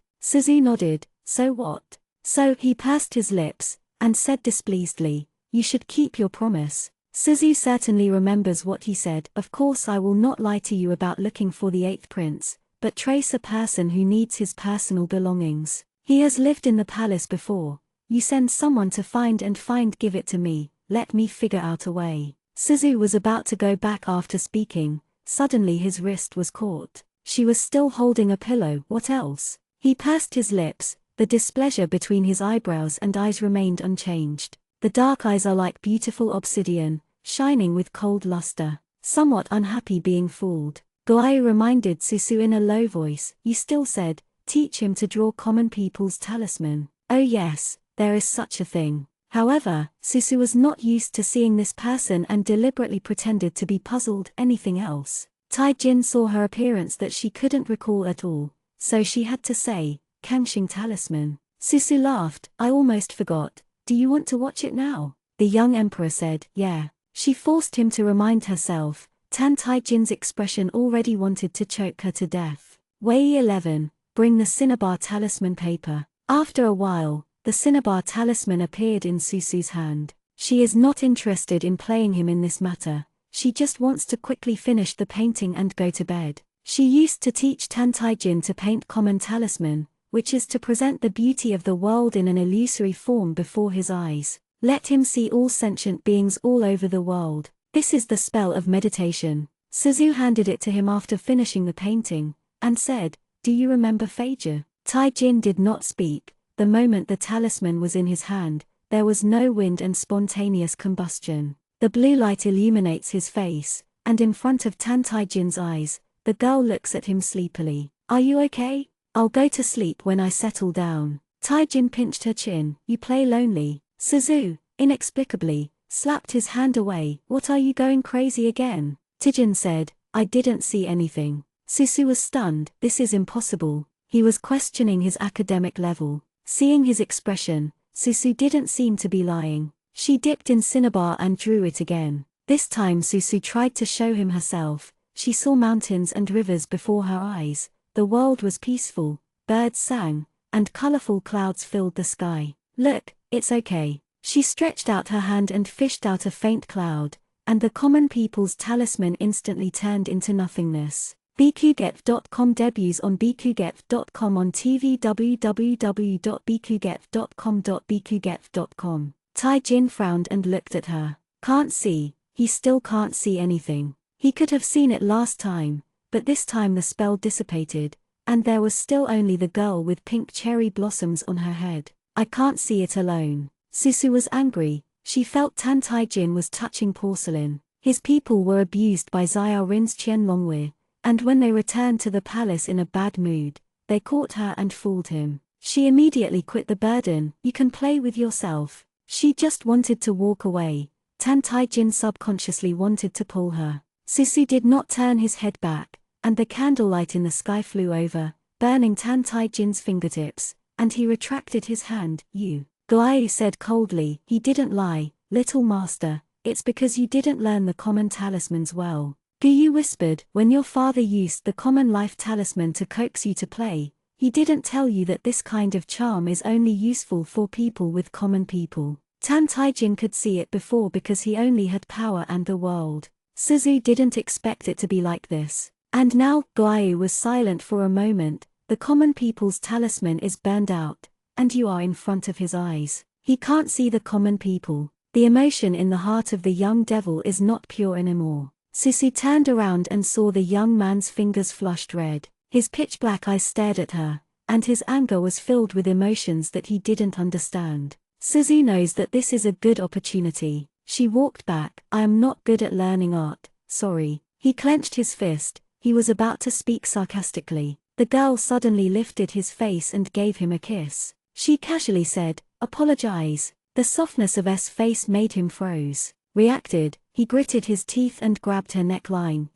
I don't know how to be ashamed," Susu answered. The two were very close, so close that Tan Taijin could see the eyelashes of the girl in front of him. He pressed his lips tightly and couldn't say anything. Suzu said, "Then are you happy?" He remained silent, and squeezed a sentence from his teeth. "The only thing I want is the common man's talisman." Susu's eyebrows were a little bit of helplessness. "The common people talisman may be gone. Give you a kiss, you will forget about it. Can you do it?" Taijin stared at her coldly, as if she was a worthless joke. Suzu said, "Okay, then I will find a way to get you a common man's talisman." She was going to pull his hand away. Taijin refused to let go, and grabbed her stubbornly and stiffly. He could see a bit of joking in her eyes, and he didn't move. Just when Susu thought that this situation would be deadlocked, Tan Taijin suddenly held down the back of her head and lowered her head. He closed his eyes, his lips were cold and trembling slightly. Susu's eyes slowly dizzy with a smile. Chapter 67 Empress. The candle flame was beating, Blap made a soft sound, and the young man in Xianxia opened his eyes. The girl's clear eyes were closed, her long eyelashes cast a shallow shadow under the warm light. Obviously before the flowering period, the air seems to be filled with the scent of albizia. Appears to suddenly touch the poisonous poison, like waking up from a dream. Susu was suddenly pushed away by him. She rubbed her shoulders, raised her eyes and looked over. Taijin's face was unpredictable. He reacted to what he had done, and now there is no chance to whitewash it, nor can he tolerate him to argue. Susu didn't speak, and quietly looked at him with his eyes. At this time, she was looking forward to how Tan Taijin could explain. He was born with a lack of emotion, and perhaps he himself didn't know what the emotion just now means. Sure enough, Susu quickly saw a layer of ice creeping in Tan Taijin's eyes. He said coldly, "You seduced the lonely." Susu, she has never seen someone so natural to buckle a pot.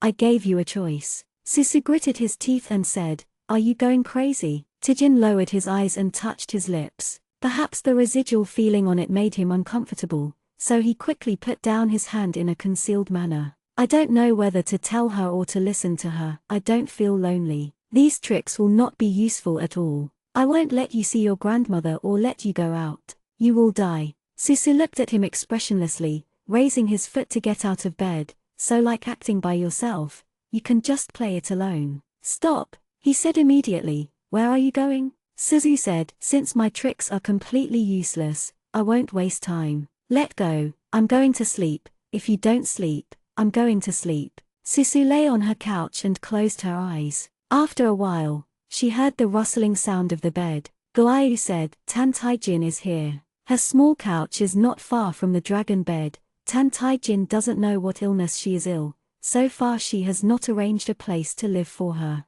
Naturally, others dare not care about Tan Taijin's affairs, and Suzu can only live in his palace so far. Guayu continued to report and said, "He is watching you." Suzu of course knew that he was so close. His eyes were like sticky spider silk, which made people uncomfortable. She couldn't really sleep, so she would naturally feel it. He leaned over, but didn't speak. The scene quieted down for a while. For Susu, such suffocating eyes are really unbearable. She pretended to be terrifying when she pretended to sleep. Susu opened her eyes. "What on earth do you want to do?" Xianxia youth sat leaning on her side. She opened her eyes and made him slightly uncomfortable. Her eyes staggered instantly. Youth Qingjun's profile face is very delicate under the glazed lamp. His skin is white, and his thin lips are strangely red. "It's not easy for a man to be so beautiful," he said in a reluctant tone. "Jiyu admits that it is not completely useless. Jiyu doesn't hate you that much."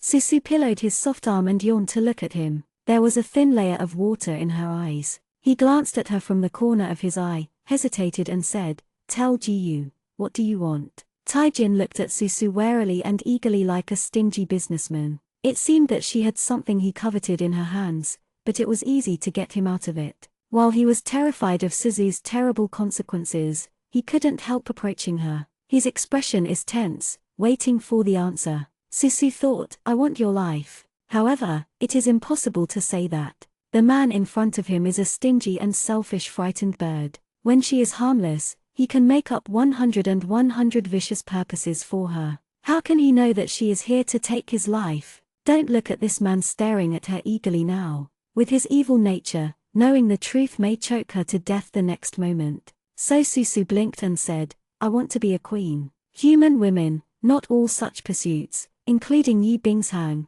Tan Taijin would definitely believe this reason. Sure enough, after hearing this reason, Tan Taijin's expression instantly became sarcasm. Do you want to be a queen? His exaggerated sarcasm is like seeing a cat jumping into a fire to catch a fish. Whether it's the nanny who brought him up, or Jing Lannan, they have warned him about the importance of that position. For the king of a country, the queen even decides whether a dynasty is stable. To consolidate the political power, stabilize the people's hearts, and even the relations between the two countries, the queen plays a particularly important role. Taijin is cold-tempered and does not need to rely on his concubine to suppress courtiers. But if he wants to win Kyushu, the queen must not be from Xianxia. Xia Kingdom has already declined, and further north, it is a country with luxuriant water plants and good witchcraft. Even after waiting for a few more years, the fairy gate opens, and he can find a queen with spiritual roots and use her to walk to the fairy gate.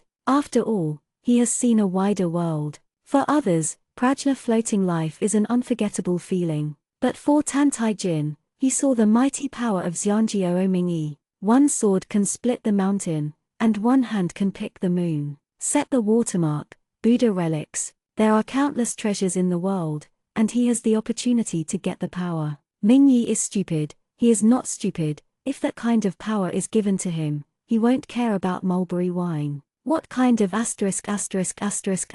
love, how can it be compared with a powerful force? And at this moment, the impatient girl who slept on the collapsed girl opened her mouth to ask for the position of his queen. He would only agree to her when he was crazy. It's 14 years before he gets what he has now. Is he really so stupid, to share it directly with this woman who once insulted him? From then on, he couldn't easily take the Northern Territory, couldn't get the legendary witchcraft of immortality, and couldn't enter the immortal gate. But with the girl in front of me, being an ordinary couple, ordinary old age, death, even this young girl that he can't see through and can't catch can still stab him at any time. Sissy didn't know what he was thinking, and his face turned sullen for a while, and then startled for a while, as if she didn't want the position of a queen, but his life. After a long while, he pursed his lips and said, No, you can't be a queen, Lonely can give you other positions. Susu raised his leg angrily and kicked him on his shoulder. Go away, the ghost is going to be your concubine. Tijin did not guard her, was kicked in the shoulder by her, and turned around angrily. Yi Zaivu. Susu said, What are you shouting? I heard. If you like to find a concubine, you can post the emperor's list tomorrow and make up the Sanomiya 6th Institute. Oh, I almost forgot. You have already made a lady's position. The girl looked at him like looking at something dirty. Presumably this is your preference. Give everyone a wife. Go away, don't disturb my sleep if you don't agree. His face was blue, and he gritted his teeth and said, You are nothing but the daughter of a fallen courtier. Since he still refused to roll, Susu raised his foot, and this time he was even more polite, stepping on his face and telling him word by word, That's more noble than you. Tan Taijin held the girl's yuzu, Yizaivu. You don't know what is good or bad. She raised her hand to Jian, and the yellow symbol against the tiger demon painted in the past few days floated out of her sleeve.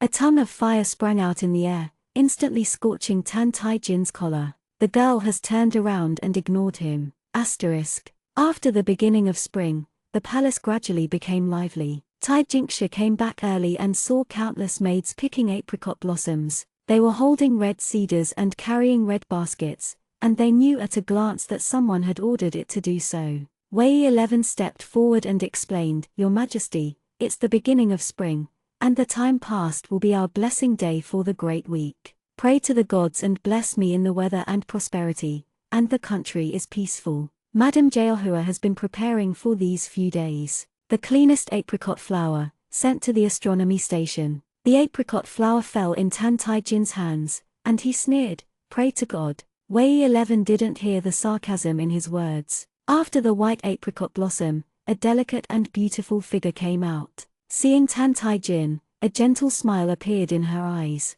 Your Majesty is back. Is Yi Bingshang? Tijin nodded, he suppressed the mockery in his eyes, and asked softly, what happened to Bing Chan's body? Yi Bingchang was blessed and said softly, the concubine's body is already very good. I forgive my concubine and prepare for the blessing ceremony without authorization. The concubine knows that your Majesty will not remember such trivial things, and that your Majesty has become the monarch of the great Zhu dynasty, and the people's will is indispensable. This feeling has been a long time since Tan Tai Jin. After all, apart from Jing Lanan, no one would stand in his interests to help him arrange these. Tan Tai Jin said, how can I blame you for loneliness? Yi Bingchang gave a three-part shy smile. She was born well, standing among the blooming apricot flowers. This smile is even more beautiful and delicate. Even father-in-law Wei 11, who had no roots, showed a little bit of admiration on his face. Yi Bingchang raised his eyes,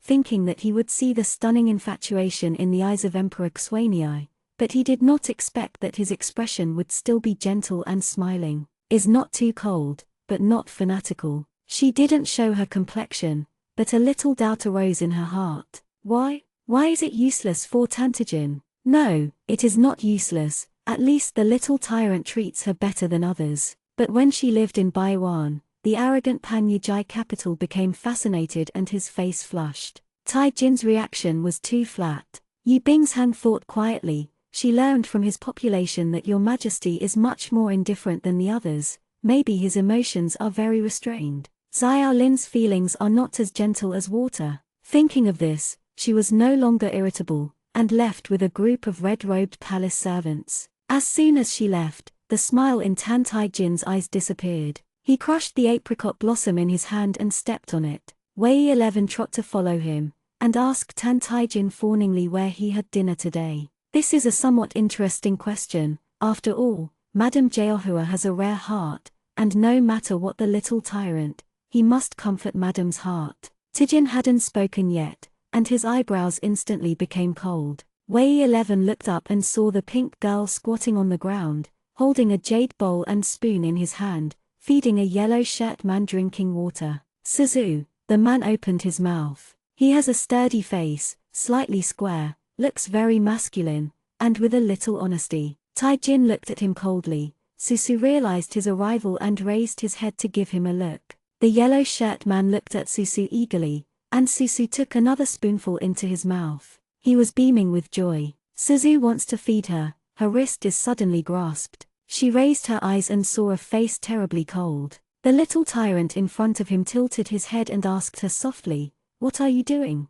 It's okay if it's angry, this look is obviously sick. Suzu looked at him inexplicably. Tijin laughed, jealous and angry at this moment. 20 Baiyu. 20 Baiyu appeared behind him, and Tan Tai Jin said softly, the blessing ceremony requires a few sky lanterns. I heard that the sky lanterns made of human skin are the most tough and beautiful. Looking at his skin is very good. He coldly looked at the yellow-clothed man squatting on the ground. Wei 11 heard that the little tyrant didn't mean to be joking. 2 battles. 20 Baiyu's expression is calm. Yes. Susu stood in front of the man in yellow. Hold on. What do you want to do? Tai Jin looked at her blankly. The two stood in a stalemate for a while, and Susu looked at Tan Tai Jin, and then at the yellow-clothed man on the ground who looked confused and scared. She said, are you really going to kill him? He didn't say a word, but the black eyes were full of killing intent, and he didn't know who it was against. Susu said weirdly, then you kill it, anyway,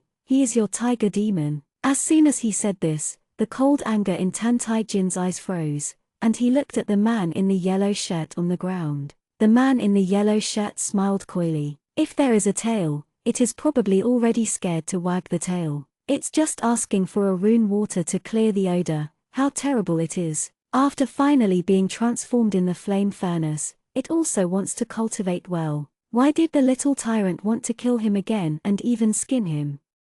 Chapter 68, God Nailed Out. The tiger has demonized its form, but still retains its animality. Seeing the cold face of the little tyrant, he couldn't help begging for mercy. 20 Baiyu looked at this stuff speechlessly, knowing that it was his own, and naturally would not drag it out to skin and kill. Seeing that the tiger demon wouldn't kill him, he hurriedly fled with his hands and feet. It was very miserable. When it was clear to Tantai, it was still a majestic tiger general, but when it followed Tantijin, it had no face and skin and would only please others. Suzu threw down the bowl and spoon, and left without looking at Tantijin. Ever since she said that she wanted to be a queen, the emotions in Tantijin's eyes changed for a while, sometimes contemptuously, and sometimes struggling and cold. Guai said, "He is a demon god, and the demon **** naturally prefers rights and status. Do you remember another demon **** recorded in the ancient books, but that man did not even have a wife, and even the first beauty in the gods was killed by him. So Tantijin won't give you the position of queen. The pursuit of power is the nature of the devil." Tijin also knows that if he really admits that he likes Suzu, he will undoubtedly stagnate. If he marries Shila, then he will seize the northern territory and peep into the ancient witchcraft is just around the corner. If he asked Lao Dao to find a seedling with spiritual roots in the past few years and marry her in advance, he might be able to see the immortal Dao in the future. Because he doesn't know who he is, even now, Tantijin still thinks that he is the proton that can't learn martial arts and is weak enough to lose life. And what can Suzu bring him? At this moment, Guyu understood Tantijin's thoughts very much, and really wanted Suzu. For him it was a sack of his wings. Suzu said, "I know he won't give it. Do you know the little master?" "Yes, I didn't want the position of queen either." Suzu said, "I deliberately said this. There are two advantages. Tantijin always feels that everyone in the world wants to harm him. I said I want the position of queen. On the contrary, it relaxed his heart. As long as his mood swings, we will achieve our goal. Also, I want to see what Yu Bingshang wants to do. The big sister of the original owner is too mysterious, even the young demon *****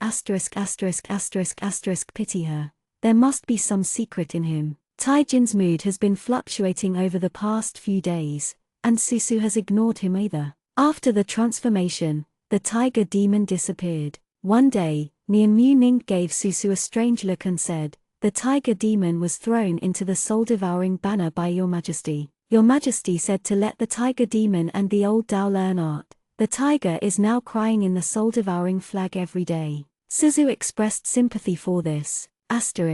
In early April, the folk flower festival of the Great Zhou dynasty. There is also a feast in the palace, with lights and festoons everywhere, like the extravagant and silky Big Week, and the atmosphere is very festive when the festival comes. The national style of the week has been open, and this day is still a day for men and women to make love. Dating back to 1,000 years ago, men would sing to women. The two of them looked right, and then rolled into the grass. Guayu commented like an old scholastic, "Jugyo is really ridiculous, outrageous and perverted." At dusk, Suzu heard a few little palace ladies chirping and saying, "I heard that the lady made the water jade herself." The water jade cracked, and the two pieces are almost exactly the same. Your Majesty will be very happy to receive it. Water jade is a specific type of jade in Zhou dynasty. It needs to be refined like a kill. After being carefully cultivated, it will split into two pieces after being put into water. The more refined, the more symmetrical, the better the color of the water jade raised, and the more full of heart. Guayu gave Susu a bad idea. "How about you also get a piece of water jade for Tantaijin?" Seeing Yu Bingsheng's gentleness like water, full of virtuous wives and mothers, the young master's heart is as calm as water, as calm as practice. Guyu is secretly anxious. Jais is dead, and only more than a year remains after the seal of Liwanjuan is broken. For the life of an immortal, 1 year is just a blink of an eye, and the tears are still only the rudimentary nails. The heart of the young devil is cold, and his laugh, annoyance, and anger are often learned from other people's emotions. Guayu worried that the mission would fail. Susu shook his head and said, "Blindly is not good for him. Look at Jinglanen. What should I do?" Susu smiled and said, "Shall we try to run away?" "Guayu, we haven't flown in a long time, right?" Guayu didn't understand what Susu meant at first, and it didn't know what Susu was going to do until she watched her take out the huge paper kite. The spring moon is like a sharp knife. Susu carried the paper kite and climbed up to the astrological building, and flew out on the paper kite. There are human fireworks under her step, countless lights are on, and Jew is prosperous, and joy rises everywhere. The wind blew her skirt, and she flew out of the palace gate by the wind charm. Flying far away, she saw the shocked Nian Mu Ning, standing helplessly. She did not dare to really hurt Susu, and hurried to the place of the palace banquet. Susu held his chin and watched the prosperity of the world with Guayu. This vast world is much warmer than Xianxia. The place where she landed was picked on the busiest street. Susu casually bought a mask and buttoned it on his face. Guess when he will chase him out in anger? The girl concealed herself into the crowd with her hands behind her back. The palace banquet was not over yet. At that time Yi Bingchan tied another piece of water jade for Tan Taijin.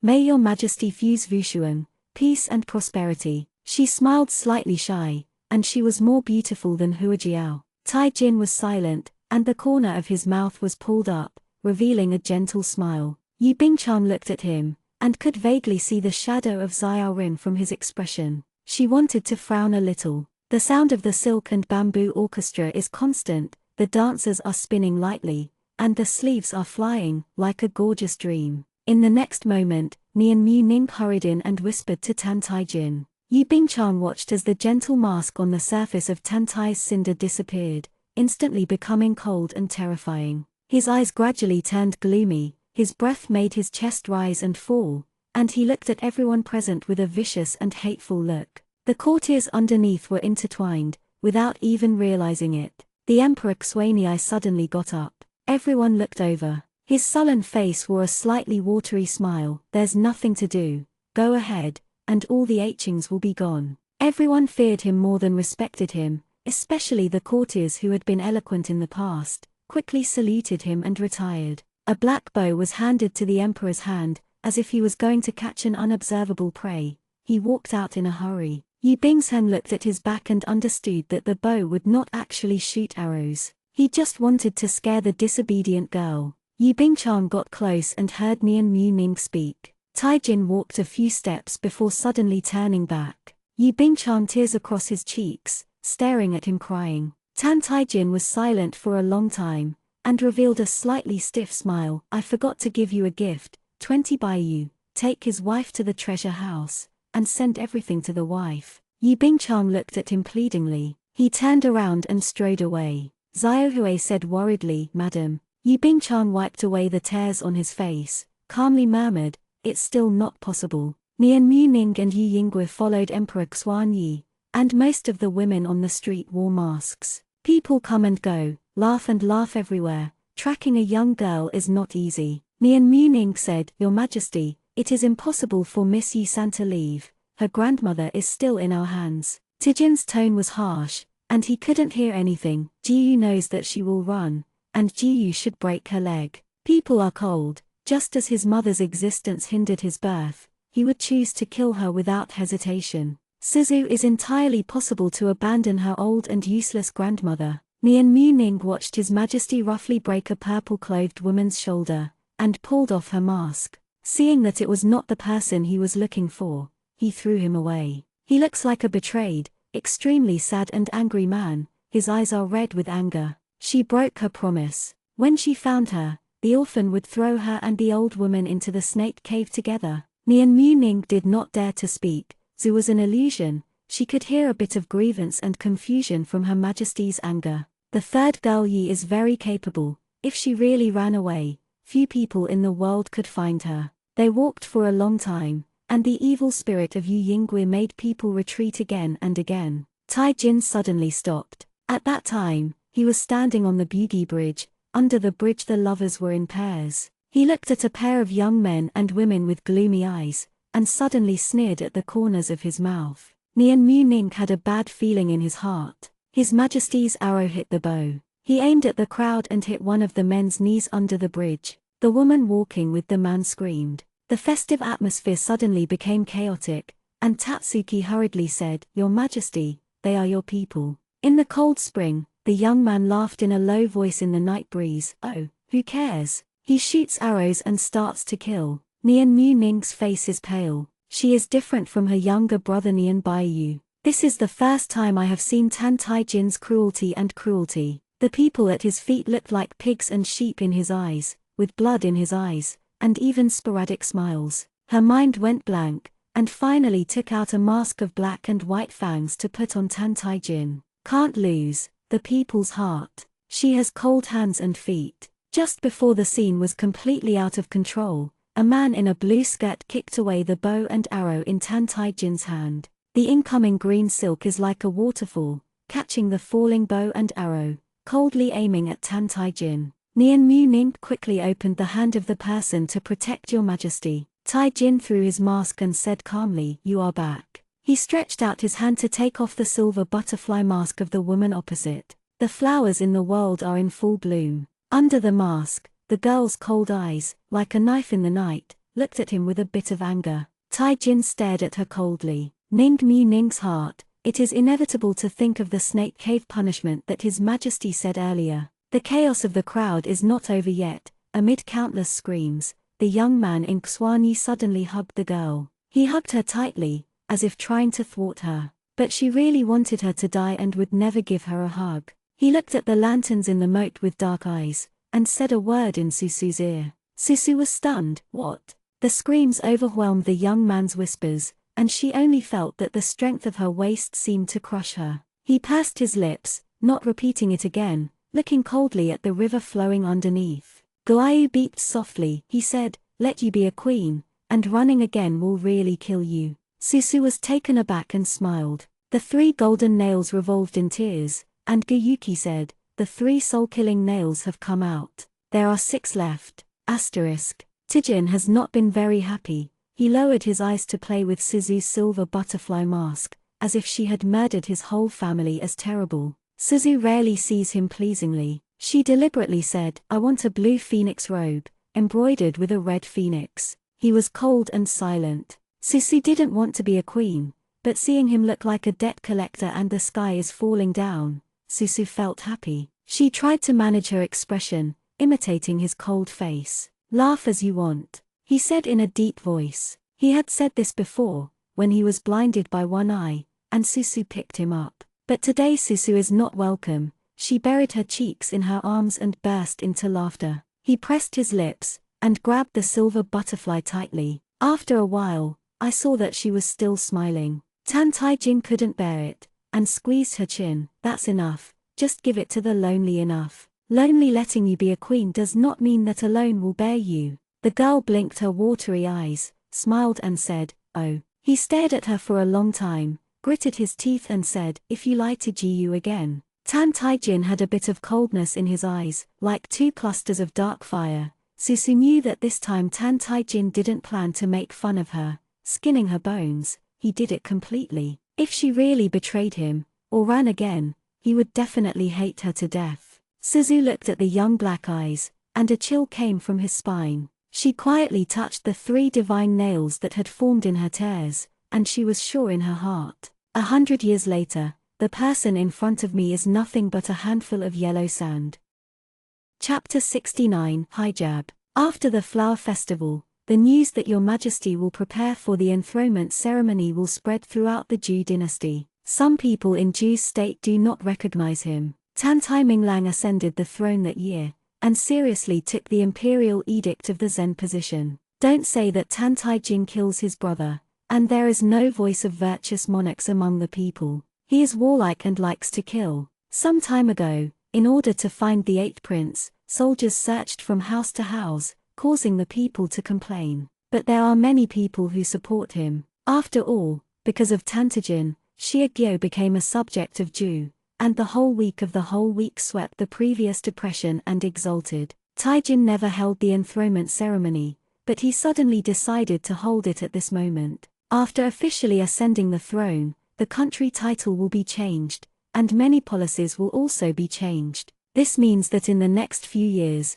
Tan Taijin will most likely choose to have a solid internal affairs and stop fighting everywhere. I don't know outside, but there is a vague rumor in the palace. On the day of the ceremony, Your Majesty will seal it together. Until countless brigades were sent to Xianxia Palace, everyone discovered that the rumor was not a rumor, it was true. The little tyrant really wants to be sealed. Their new queen, the purple-clothed girl at the moment, embroiders a hijab in the Emerald Palace. After returning to the palace, Susu moved out of Xianxia Palace. Tan Taijin still let Nian Muning look at her, but did not force her to live in Xianxia Palace. Embroidery ladies respectfully and patiently guide, "Girl, the formation is not like this. If you go through this way, the back of the hijab will not look good. Susushi has no talent in this area." She said, "I don't know this. Can you help me embroider?" The embroidered ladies covered their lips and laughed. Seeing Susu's ignorant look,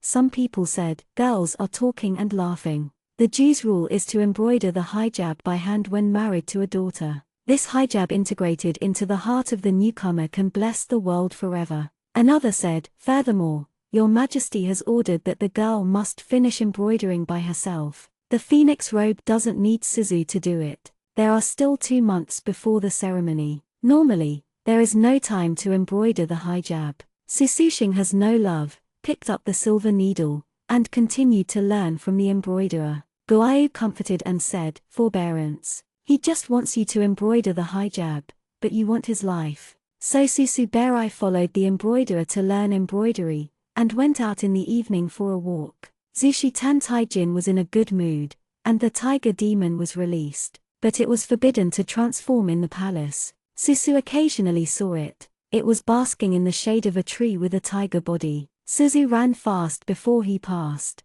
Susu originally thought that the unfathomable big sister would take action after the news of the closure. However, they only met once in the palace. Yu Bingchan smiled at Susu from a distance, looking very peaceful and gentle. Yu Bingchan's eyebrows have a slight embarrassment, but they don't show it too much. On the contrary, they look a little sympathetic and desolate. Susu frowned and looked at her back, and Guyu quickly said, "Little master, you can't sympathize with her. Guyu always thinks Yu Bingshang is terrible." "I know." Susu said, "I have no sympathy for her. Just felt that if Yu Bingchan could control Yin Huan to attack herself, it would be absolutely impossible for Yu Bingchan to wait and die. Yu Bingsheng hasn't done anything so far, which makes people uncertain." Suzu returned to the Emerald Palace and found that Tan Taijin was also there. He has not been easier than himself in the past few days, revising taxes, preparing for the enthronement ceremony, while still searching for the hidden 8 princes. Sometimes the lights of his Xianxia Palace are still on late at night. What he held in his hand, Susu walked over and saw that it was the hijab embroidered by him. The phoenix embroidered on the hijab. Susu is a novice, and still can't tell the connection head. The gold thread on the red hijab looks terrible at first glance. Taijin looked at Susu displeasedly. When he didn't speak, Susu could understand his expression. "You embroidered such a thing." Susu looked at him innocently and said, "I have a specialization in the art industry." "I really don't." But the embroiderer said that only the newcomer can embroider the hijab to be blessed. "If you really can't stand it, let the embroiderer know. One knows about embroidery anyway." Tan Taijin said mockingly, "Just like you still want to be a queen." He turned around and found that Susu was no longer where he was. The girl lay her arms on the bed embroidered with silver azaleas. It was almost summer, and the summer of Great Dew was already hot. She raised her hand, and the yellow symbol between her fingers lit up, and beautiful snowflakes fell one after another around her. Her slender fingers caught the snowflakes, and the purple skirt spread out on the bed. Snow fell in her hair. She tilted her head, seeing the youth staring at her face in a daze. Susu tilted his head and said, "What did you just say?" Luoxu turned into blue ice crystals on the girl's forehead. She condensed snow in the early summer, with a little careless eyebrows. She blinked, and the cold feeling dissipated, showing the woman's delicate beauty. Taijin and walked away with a cold face. Guai reported in a small report, "His ears are red." Susu sat up and found something wrong. "Where is my semi-finished hijab?" Guai said. Tan Taijin took it away. Susu thought for a while, a little smile in his eyes. The palace lanterns of Xianxia Palace were extinguished later, and the embroiderer never came to disturb Susu again. Half a month before the ceremony, Susu received an embroidered hijab. The hijab is placed on the head of her bed, outlined with gorgeous gold thread, and every part is beautifully embroidered. Susu picked it up and touched it with his finger, as if he saw Tan Taijin embroidering a phoenix with his cold face. Compared with women's craftsmanship, this phoenix feels a bit tougher. Susu looked at the gorgeous phoenix in surprise. Even Guai's tone is a bit more complicated,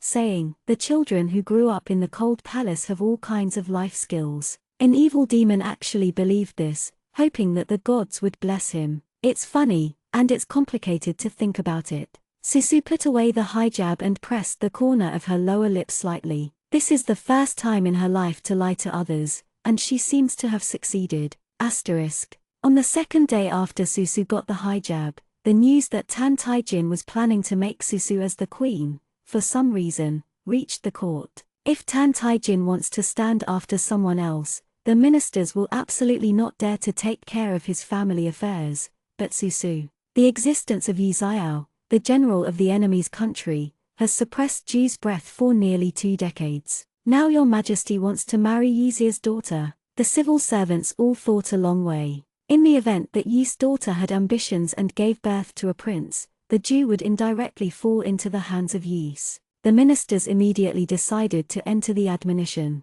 Not to mention anything else, the 8 princes outside are still watching. Your Majesty's marriage to Yi's daughter is tantamount to completely losing the hearts of the people. Not only them, but even the sheep Kam, who has always only listened to Tan Taijin's words, feel that this is not good. Xianxia said, if your majesty likes Miss Yusan, you can seal a beauty, and you are really happy to seal a wife. After a country, it is given to Yi Xiao's daughter. In the eyes of the people, your majesty is no different from a traitor. Taijin heard this, and subconsciously refuted, who told you that Lonely likes her? Sheep Come, is this the point? The point is wrong, your majesty. The two looked at each other. Tan Taijin whispered, she only wants the queen. Oh, give me what you want, and say you don't like her. Sheep and Powerless vomit. Master Jiang and a few veterans are still kneeling outside. Your majesty, these are the people who support your enthronement. You can't really let them remonstrate. Taijin's eyes mocked. Sheep asterisk asterisk asterisk asterisk sighed and felt bitter. In his opinion, welcoming Suzu as the queen is a thing of no harm to no benefit. No one in the world would agree, and Tan Taijin's insistence on doing this would only chill the courtiers' hearts. This matter has been deadlocked for many days, and even Yi Bingshang, who is in the harem, has heard of it. An adult surnamed Cai even slammed his head on the imperial chariot in order to make Tan Taijin change his mind. Whispering in the palace, I don't know who started to speculate first. Your majesty should not be able to follow suit this time. Yi Bingshang is now the only person in the harem who has a position, and he warmed the soup personally and went to see Tan Taijin. She passed by the Kaohua Palace where the flowers were in full bloom, and before reaching the front hall of Tan Taijin, she ran into Wei 11 who was in a hurry. The old eunuch's face was pale, and when he saw Yi Bingshang, it took a while to maintain his face and salute Yi Bingshang. Yi Bingchang saw at a glance that there was no dry blood on Wei 11's body. To see the madam, the old slave is in a hurry, so take the first step. Wei 11 ran a few steps, turning around to remind him kindly, Your Majesty today, it is not suitable for madam to go, madam should go back to the palace and rest. Yi Bingshang said, Thank you, Mr. Wei, for your reminder. Wei Xishan did not keep the house, and went on. Yi Bingshang noticed that the place where Wei 11 went was the Jade Palace. She paused, did not listen to Wei 11's proposal to go back, but continued to move forward. In front of the lofty palace, blood snaked out, and a human skull rolled to the side of Yi Bingshang's skirt. Xiaohui behind her screamed. Yi Bingshang's face also turned pale, and the Yi Yingguo behind him covered Xiaohui's mouth and said coldly, Madam, it's offended. Your Majesty has something to do now. It is inconvenient to see madam. Please go back first. Yi Bingshang nodded quickly, and Yi Yingguo let go of Xiaohui. Xiaohui's legs were swinging, close to Yi Bingshang. Yi Bingshang didn't dare to look more, and turned back with Xiaohui. Asterisk. When Susu was called by Wei 11, the night shadow guard was clearing the traces on the ground. The setting sun was like blood. Emperor Xuanyi sat on the high steps, holding a sword in his hand, looking at the red sun in the sky in a trance. His whole body was filled with indifference that was an enemy of the world, and his fingers clenched the hilt of the sword firmly. The surrounding palace people were dismissed, cleaned up everywhere, but the strong ***** gas could not dissipate. Susu glanced at the sword in Tan Taijin's hand. He raised his eyes and saw her. The two looked at each other for a moment. Susu squatted down in front of him and whispered, "You killed someone." He looked at her for a while, raised his hand, and touched her cheek. "The loneliness is for you." He let go of the sword, the coldness in his eyes dissipated, and he didn't know what he was thinking of, and laughed lowly. "You want to be a queen," Cai Lao said. "Unless he dies, I will kill him." Susu suddenly couldn't say anything. She was like a throat, feeling nauseous, but when she met his calm eyes, she shuddered again. Tijin made a hushed gesture and calmly said, "Relax, no one will know about solitary killings." Cai Lao was at the age of returning to the hometown to provide for the elderly, and he was killed by a bandit with a knife. Susu looked at him with an ugly expression. "Why did you ask Grandpa Wei 11 to let me come over?" Tijin said with a smile, "They won't let me stand you up. I want you to see what I have done." The young man's eyes were bloody, and after the smile dissipated, he hugged Susu's shoulders with both hands and carried her into his arms. Guai said angrily, "What's the matter with him? Mortals like someone, don't you try to be nice to her? Don't you think about everything?" Taijin, like this, is simply increasing the psychological pressure of his little master. He killed someone, and he still wants to let her know that he killed someone for her. What a neurotic! There was a cold *****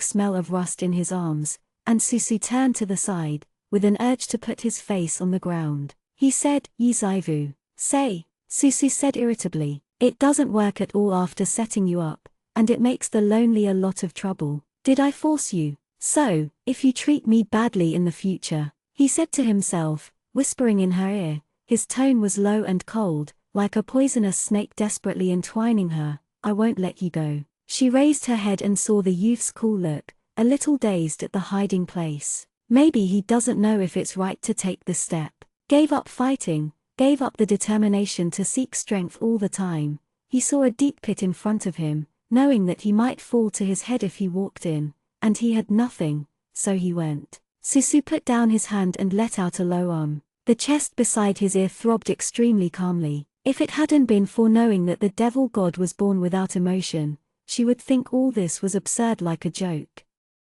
Chapter 70, My Hate. Sure enough, Lord Cai's death was concealed. It was claimed that he encountered bandits on the way home for retirement, but the ministers were all human beings, and anyone could guess what was going on. Changing to another person is the emperor, which may arouse the anger of the officials, but the emperor is Tan Taijin. He said that killing people would kill people, unambiguously, without fame or shame. Nobody can do anything with this kind of person. In short, I don't know who is the first to give in, and no one takes the initiative to look for Tan Taijin's bad luck. Everything went on like a raging fire, and in a blink of an eye, it was June. The day before the enthronement ceremony, Susu tried the phoenix robe. The gorgeous red phoenix robe was layered on top of each other, and the gold thread was shining in the sun. bqget.com debuts on bqget.com on TV. www.bqget.com. 36 embroiderers have been busy for 2 months before making this dress. Even Mian Muning has to admit that this dress is very beautiful. Susu only changed his clothes. Someone reported that Yu Bingchang was here. Yu Bingshang said, "The weather is good, and the 3 sisters would like to walk together." Her eyes are reddish, everyone can see. She must have cried. When the ladies of the court looked at Susu and then at Yu Bingchang, there was sympathy in their eyes. "After your majesty established this lady, he did not stay overnight. This lady is also quite pitiful." Susu smiled in his heart. "Okay." The 2 of them walked around the Yuhuawan, and Tuen Baiyu followed them without leaving any step.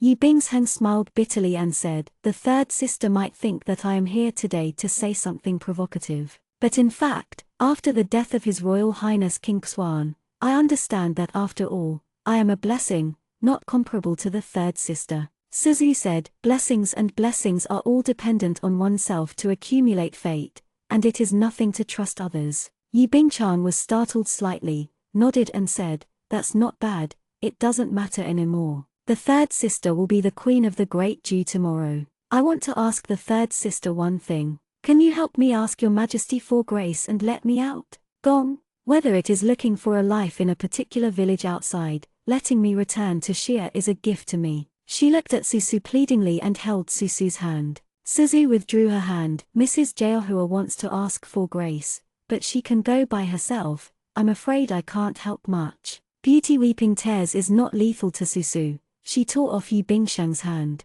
I will go back to the palace if there is nothing wrong. Yu Bingsheng looked at her back and withdrew his hand. There was no sadness or joy on his face. Guai said inexplicably, what the **** does she want to do? It's impossible to really want to leave the Zhou dynasty imperial palace. Suzu opened his hand. Guai said in surprise, hey, what is this? Yu Bingchan just stuffed it for you? I saw a green gem in Suzu's hand. Suzu said, this is a grandmother's gem. When the Yu family was exiled, the bottom of the family was taken away, and Mrs. Yi hid the gem. This is the first time her grandfather gave her something when she was young. Before Suzu went to Liuju with Mrs. Yi on his back, every cold night, Mrs. Yi would talk to her about the past. Grandma is so precious to this gem. Why is it in Yu Bingsheng's hands? Suzu had a bad feeling in his heart. Guai said, don't worry, Mrs. Yi has been at Tantaijin. It is impossible for anything to happen. Yu Bingsheng has been in the palace just like you. It is impossible to do anything to the old lady. You are not the first to. Did you still receive a letter from the old lady saying that he was safe? Speaking of the letter, Susu felt suspicious the moment he saw the gem. She took out the letters her grandmother wrote to her intermittently and compared them carefully. The handwriting was the same on several letters. Susu's heart sank instead. Even if the same person writes, they will not write the same words exactly the same in every letter. She clenched letters and gems tightly, was suddenly convinced of a news. An accident happened to Grandma. Susu walked back quickly, and sure enough, Yu Bingchan was still waiting for her where she was. Yu Bingsheng stood among the flowers, not surprised that Susu would come back. She said softly, the third sister wants to have a good talk with me now. Susu said to Nian Muning, the tourmaline I will use tomorrow has fallen in Ruiming Palace. Can you help me get it to Chengqian Palace?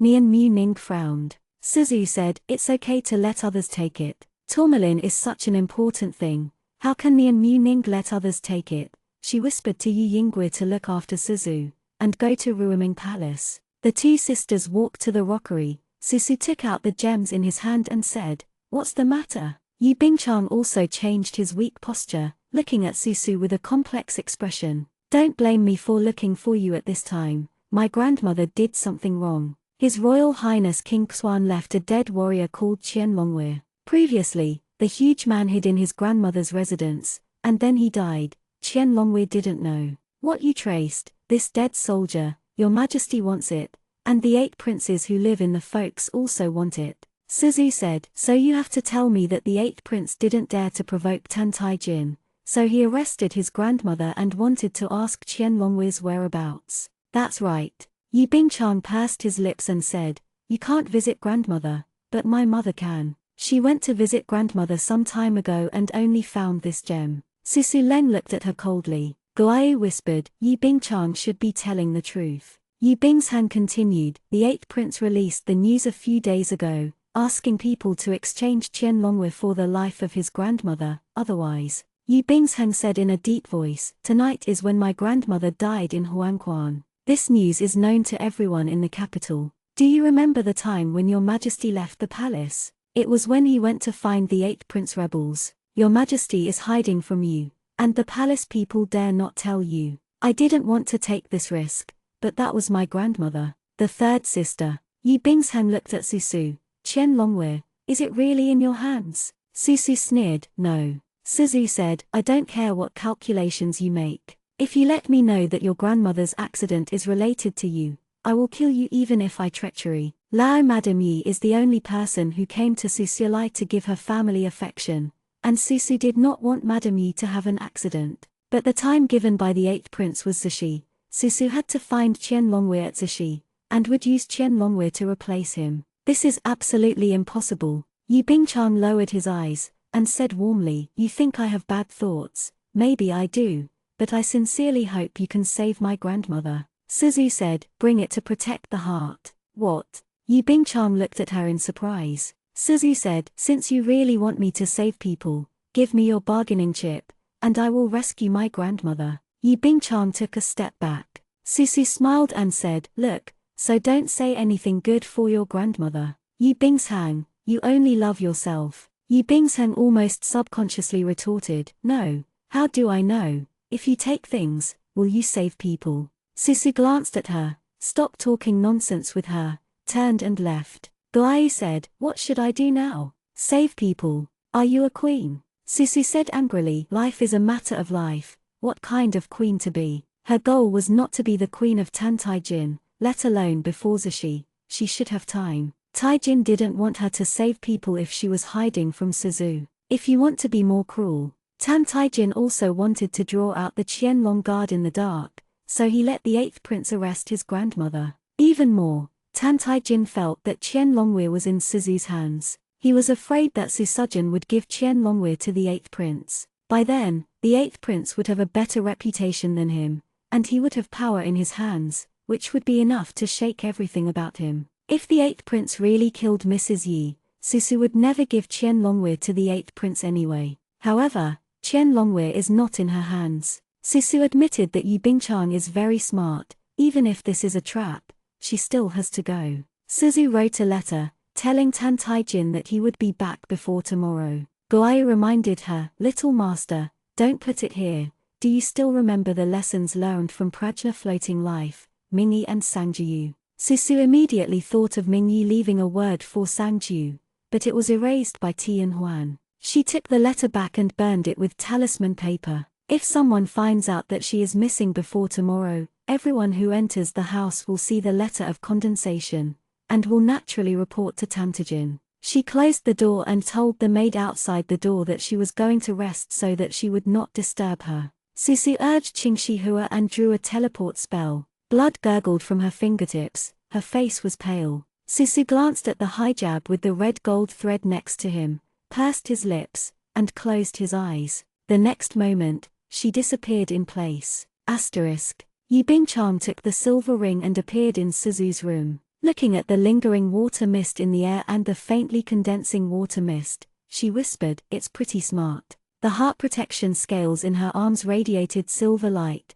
She took it out with a stroke, and the mist dissipated without a trace. Unfortunately, it's better to protect the heart and scales. I'm sorry, my third sister, but you didn't leave me a way out. At the same time, the soul-devouring flag's black mist rolled, and the old Dao hurriedly came to report. Your Majesty, there is a wave of magic circles in the palace. Taijin opened his eyes, he retracted his hand, and his thin lips were stained with a magnificent blush. The rat demon in front of him twitched, and the black energy in Taijin's palm disappeared in a blink of an eye. He lowered his eyes. Taijin was lost for a moment, and then smiled mockingly. Many things, only he thought they were changing, but they weren't. For example, he was still the monster that needed the monster's inner alchemy to continue his life. He was still thinking the last moment, when she found out in the future, would she look at him with strangely disgusting eyes? In the next moment, she was told that she would leave him again. Taijin stood up, and Nian Baiyu guarded outside the door. Nian Muning also appeared pale. The girl is gone. Tijin was much calmer than she thought, and he even smiled mockingly. Where is Yindi? Nian Muning quickly took out a box. The wings of the silver butterfly radiated a white halo in the night and flew in one direction. Tijin said in a low voice, toward Qianan, where the 8th prince is hiding. So, that Qianlong guard is really on her. Or maybe she gave Qianlongwei to the 8th prince and would never come back again. He was smiling clearly, but Nian Baiyu vaguely felt that His Majesty's mood at this moment was probably too bad. Nian Muning also lowered his head. The tracking technique is useless in the room. Guai saw bloodshot eyes in Susu's left eye, and quickly said, Little master, don't overdraw and spend the world. Your mortal body cannot withstand such a loss. Susu was silent. In fact, when she found this place, her internal organs were already aching. As Guai said, every time Qingshihua uses it, it will do great harm to her body. She looked at the sky, hoping to find her grandmother and take her back before dawn. Ion time is getting closer and closer. There are occasionally 2 green-eyed wolves in the jungle, looking at her faintly, not daring to lean over. Suzu felt that something was not right. There seemed to be a strange smell in the air, and without waiting for her to think deeply, when her arms were hot, it turned out that the tears of the soul-killing beads turned into 3 more nails. There are already 6. The sound of breaking through the air came, and Suzu almost immediately avoided the arrow by instinct. The applause came out, and a young man in a purple shirt stepped out of the forest. He looks young, but there is a suffocation between his eyebrows and eyes. Meeting Suzu, he was kind of excited about hunters seeing their prey. "You are Miss Yi-san. After waiting for you for so long, you finally came." "The 8th prince," Suzu said. "Where is my grandmother?" "That old lady, don't worry, she's fine for the time being." "Where is the seal of Qianlongwei? Did you bring it?" In fact, Suzu's heart sank the moment he saw the 8th prince. She used Qing Shihua's power to sneak over. She didn't want to be discovered by the 8th prince. She found her grandmother and took her away quietly, but she didn't expect the 8th prince to wait for her here. The 8th prince is 2 years younger than Tan Tai-jin. His eyebrows are thick, far from Tan Tai-jin's stunning appearance, only tends to be handsome. Guai said in a deep voice, "Could it be Yi Bingchan who reported the news?" This speculation is too vicious. If it is Yi Bingshang, then she clearly wants her grandmother's life. Suzu sank his heart, took out the tourmaline half covered in his sleeve, and quickly took it back. "Bring it, let me see my grandmother." The 8th prince looked at her unpredictably. "Is that the seal?" Suzu said, "Yes. Is actually the queen's tourmaline." Her heart is beating. She only hopes that the 8th prince hasn't seen it clearly. The 8th prince shook his head regretfully. "It's not in your hands. You don't even know what the seal of Qianlongwei is." He smiled weirdly. "Your one is a bit like the queen tourmaline that my mother and concubine can't ask for. Could it be that my cruel brother gave you it?" Suzu made a low curse, and stopped talking nonsense with him, and raised his hand to hit him. The 8th prince laughed, his face turned gloomy. "Huang Mao girl, come to my sight, dare to be so arrogant. Since that little asterisk cares about you, you have to stay even more. I only saw in the air, I don't know when countless red flame bees appeared." Guai said, "No, they all raise monsters in the Tantai royal family." The red flame bee was first evacuated from the Ju imperial family, and the 8th prince didn't know how many things were in his hands. Suzu is too late to run, but what about her grandmother when she leaves? She drew her sword and killed the 2 red flame bees that attacked her. But there are too many, like a beehive being stabbed through. All the red flame bees are coming towards Suzu. In such a situation, Suzu can hardly move. She turned and fell on the ground. The Qian bee is huge. She tried to hide in a small place and approached the 8th prince. The 8th prince said, "I can't help myself. He has been hiding here for so long, so naturally he has a lot of chips in his hands." The 2 emperor brothers above, Tan Tai Minglang and Tan Tai Jin, are tyrants with wrong intentions, and naturally there are more people who support him. The red flame bee didn't move anymore, but a blood-red net suddenly spread out behind Suzu. Guai was shocked. "It's the corpse network. In front is the Kai Yanfen, and behind is the corpse net." Suzu suddenly realized that Tan Tai Jin had been playing with her before and letting her out, because he never made any killer moves. The 8th prince couldn't beat Tan Tai Jin, and he was in a dangerous situation as soon as he got here. There is no way. In order to avoid the corpse net behind her, she can only choose to pounce on the Kai Yanfen. Saw Kai Yanfen's mouthparts about to pierce her shoulder. The silver butterfly passed through the swarm of red flame bees, suddenly illuminating the dark night of the jungle. Suzu fell to the ground awkwardly, and a black moa boot appeared in front of him. She raised her head and saw Tan Tai Jin. He looked at her mockingly. "With this ability, I dare to come and die." He turned his head to look at the 8th prince, and said with a sneer, "Little beast, I will let you choose a way of death." Suzu thought, it is true that he is a real brother, and his curses are the same. Taijin is even more exaggerated. The 8th prince was also angry. "Today I will let you back and forth." Here is the sight of the 8th prince. The strange powder mist diffused in the air. The hoisting flag behind Tan Tai Jin quickly rotated, dispelling the powder mist in the blink of an eye. The 8th prince said, "This is impossible." Tai Jin said, "Kill." Suzu has already stood beside Tan Tai Jin. The 8th prince saw that the situation was not good, so he planned to evacuate. Suzu thinks of his grandmother and wants to catch up. She just took a step forward. Tan Taijin held her wrist and said angrily, "Do you want to die, my ancestor?" She just said 2 words, and a silver blue arrow flashed in the air. Taijin hugged her abruptly, leading her away from the arrows. The arrow pierced the trunk, one after another, and shot at them. 20 Baiyu's heart sank. This is not a person from the 8th prince, but more like Qianlongwei. The moment Susu was hugged by Tan Taijin, there was a blank in Susu's mind, not because of anything else, but because the tears of the soul-killing beads in his arms were instantly hot and turned into 9 nails. He didn't realize it. The love of the young demon ***** was like untouchable air. He was born as stagnant water, and even his heart was silent, like a pool of stagnant water. So easy, but it's boiling again. When they fell, he even subconsciously put his palm on her head. The air seemed to freeze instantly in her eyes. Taijin was so close to her. The tightness in her eyes made her see clearly. The young man's body protects her, behind which is a fast-passing arrow. If she wants to kill him, now is the best chance. Even Guayu said excitedly, "Little master, hurry up. This is their ultimate goal." Susu's eyes flashed cold, and tears of the soul-killing beads came out. Tan Taijin hugged her firmly with his arm, and the next moment, 3 golden nails appeared behind him and drove them into his heart. Taijin stunned, and saw the girl's cold eyes. His face was pale with blood on the corners of his mouth. For a long while, he let go of her. "Why?" Susu Qingling's pupils looked particularly cold. "I was here to kill you." "Kill me," he repeated in a low voice. "No, you don't want to."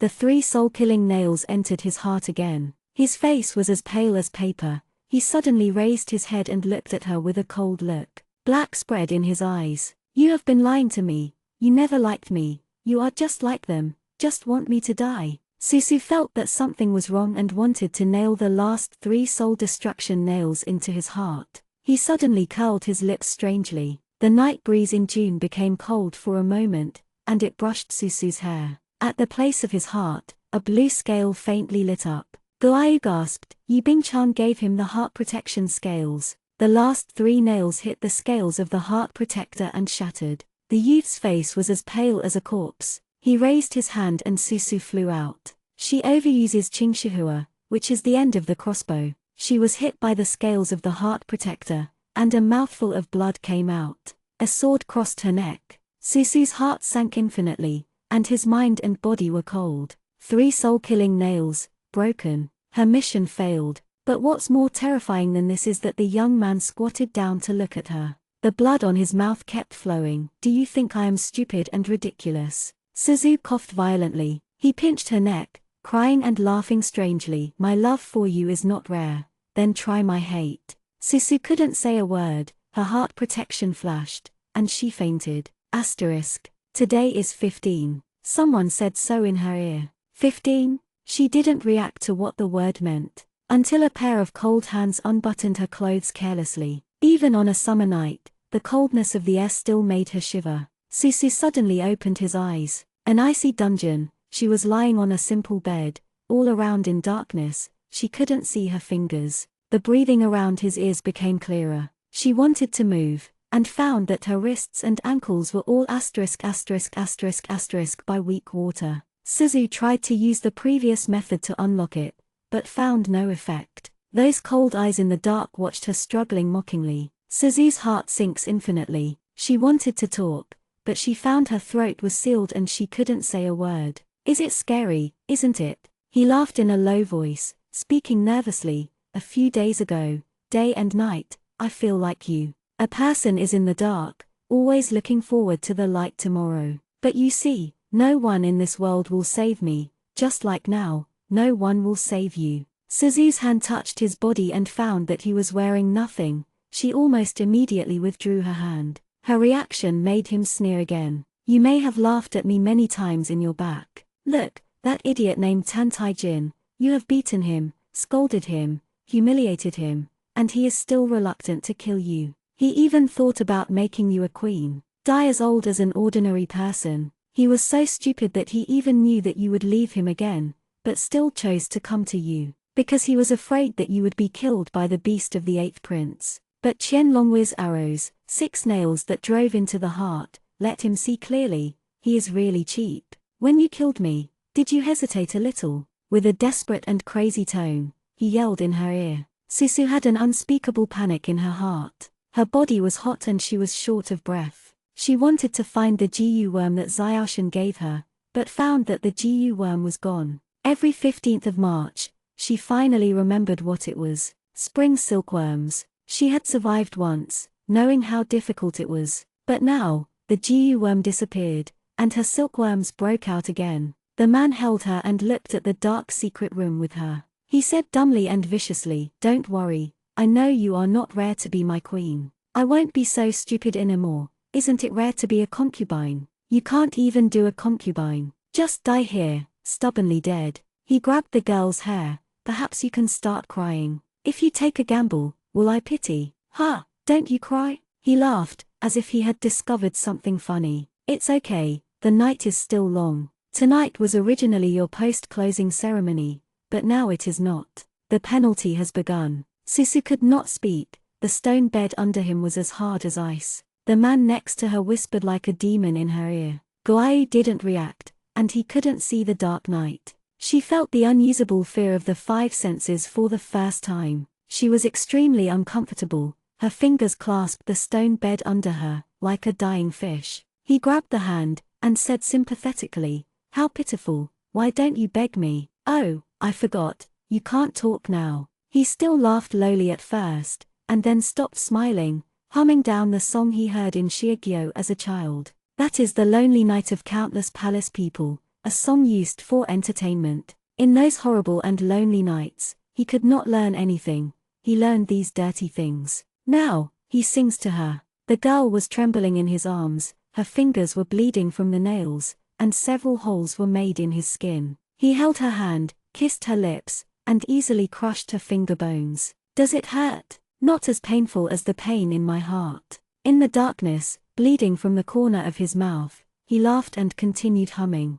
The girl didn't know how long she had suffered, but finally, she tremblingly hugged his neck. He stopped singing and laughed happily. Suzu's tears slipped into the temple, and she knew that she had compromised with Jichunkan. The night shattered before her eyes, and she gasped for breath. "My fingers hurt, and my body hurts everywhere." Couldn't make a sound, and the fear of failing the mission made her tremble like a little beast. Tai Jin was in her ear, sometimes sneered, and sometimes said words of pity and sympathy. She couldn't see the sky, only felt pain and cold. "I don't know when my fingers were caught," and Tan Taijin held her firmly in a tough posture. In the boundless night, Tan Taijin was cold and wanton. "Do you feel it, me?" He touched the tears rolling from her hair, wiped it carelessly, and whispered, "My hatred." Chapter 71, Shake. This night is very long for Susu. After she went to deep sleep, she dreamed of Mount Chang's. Not long after she was born at that time, her feathers were wet, and still unable to transform. Xingyu Xianchang carefully took her sword down the mountain with 100 brigade. "Henjiang will be your home in the future, and Dad will take good care of you." The little spirit bird poked his head out of the brocade and looked around curiously. The grey sky was suppressed, and sprites were rampant. Xianchang touched her head and waved her sleeves, and the whole body instantly fragrant. Senior brothers and uncles gathered around and looked at her in surprise. "Little junior sister has finally broken her shell." "Little junior sister, I am your senior sister Yaoe. This is a meeting gift given to you by senior sister. It can help you be healthy and healthy. I am your brother Chi Yu. This is a gift from your brother. And me, I am also your brother, little sister. This is the spiritual dew that the brother went to Penglai to find.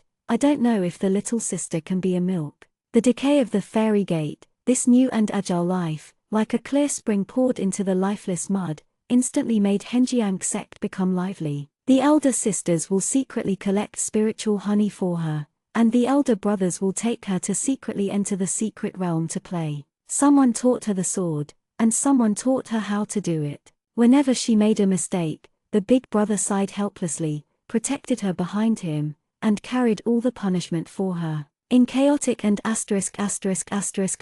times, there is always a clear sky beside her. There are also snow and spiritual springs that never melt in Liangshan all year round. The world is terrible, but they left the best to Suzu. There is a blue sky in her dream, the joy of flying a sword, the water of the Lingquan Ding Dong, the crystal clear snow. She couldn't help but curl her lips, showing a small smile. But after waking up, Susu heard the ticking water. She opened her eyes, was crushed and generally hurts. She was covered with torn clothes, and there were no strands of clothes underneath. Susu moved her fingers, and a sharp pain came from between her fingers. The broken finger bones made her sweat. A gleam of light came out from the gap, and it was dawn outside. Susu's intact hand tightened his clothes, staring at the glint of sky, not knowing what he was thinking. The sound of water also came from there, and it was raining outside. No one helped her clean up her wounds and the happy marks on her body. The scorching breath told her that she had a fever.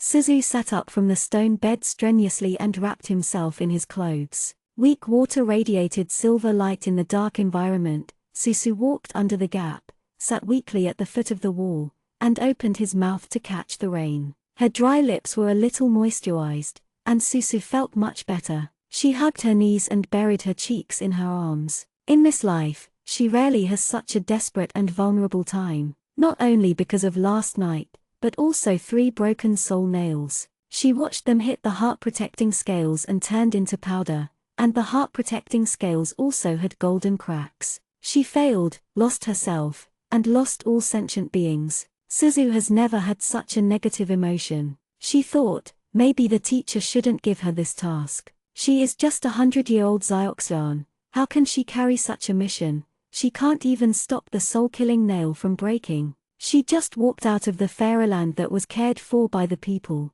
and she fell all over her body in front of the young demon god. But she really did her best. The mortal world is less than 2 years, but it is longer than 100 years before. She held back her tears, always carrying the world 500 years later. She was cautious, walking on thin ice. Even when she was controlled to kill Xiaorin, she only dared to cry for a short while, wiping away her tears and guarding the city for him. She didn't even dare to have overly warm feelings for anyone, for fear of affecting the purpose of this trip. But she is also the beings of the 3 realms, and she is also a body of flesh and blood. She can also be painful, afraid, and hesitate. The rain hit her face. The Tao heart that has always been adhered to is faltering. There is a voice that seems to say, "Don't insist, that's it, you can't do it. He is a demon, he has found that you lied to him. You will only die 500 years ago if you insist. Go home. You shouldn't have to shoulder all this.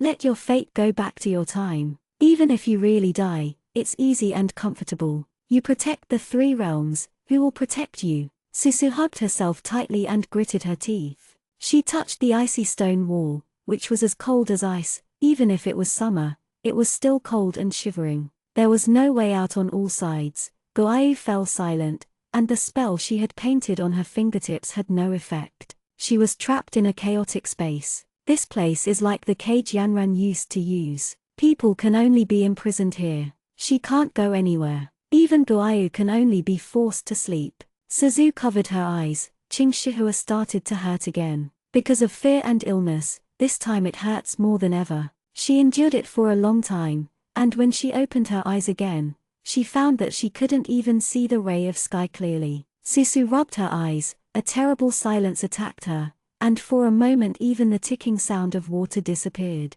She curled up on the stone bed, remembering that Guai told her about the consequences of Xianxia a long time ago. The fate is tragic, and there is no whole body. Nian Mu Ning asked worriedly, "Bai Yu, how is your majesty?" Nian Bai Yu shook his head, his expression heavy. "When I came back this morning, I vomited a mouthful of blood. I haven't woken up yet. The doctor said that my heart is damaged and I can't survive this winter." Ning Mu Ning staggered and took a step back. "How can this happen? I blame it. If I were optimistic about Miss Yu-san, nothing like this would happen." 20 Bai Yu supported her. "It is useless to say more. When your majesty wakes up, he may have a way. Someone has asserted that Tan Taijin will not live to be 16 years ago. However, over the years, without knowing what price he paid, he has lived well to the present. If this is the case, there may be a way to change it." 20 Bai Yu didn't tell his sister the scene of seeing your majesty this morning,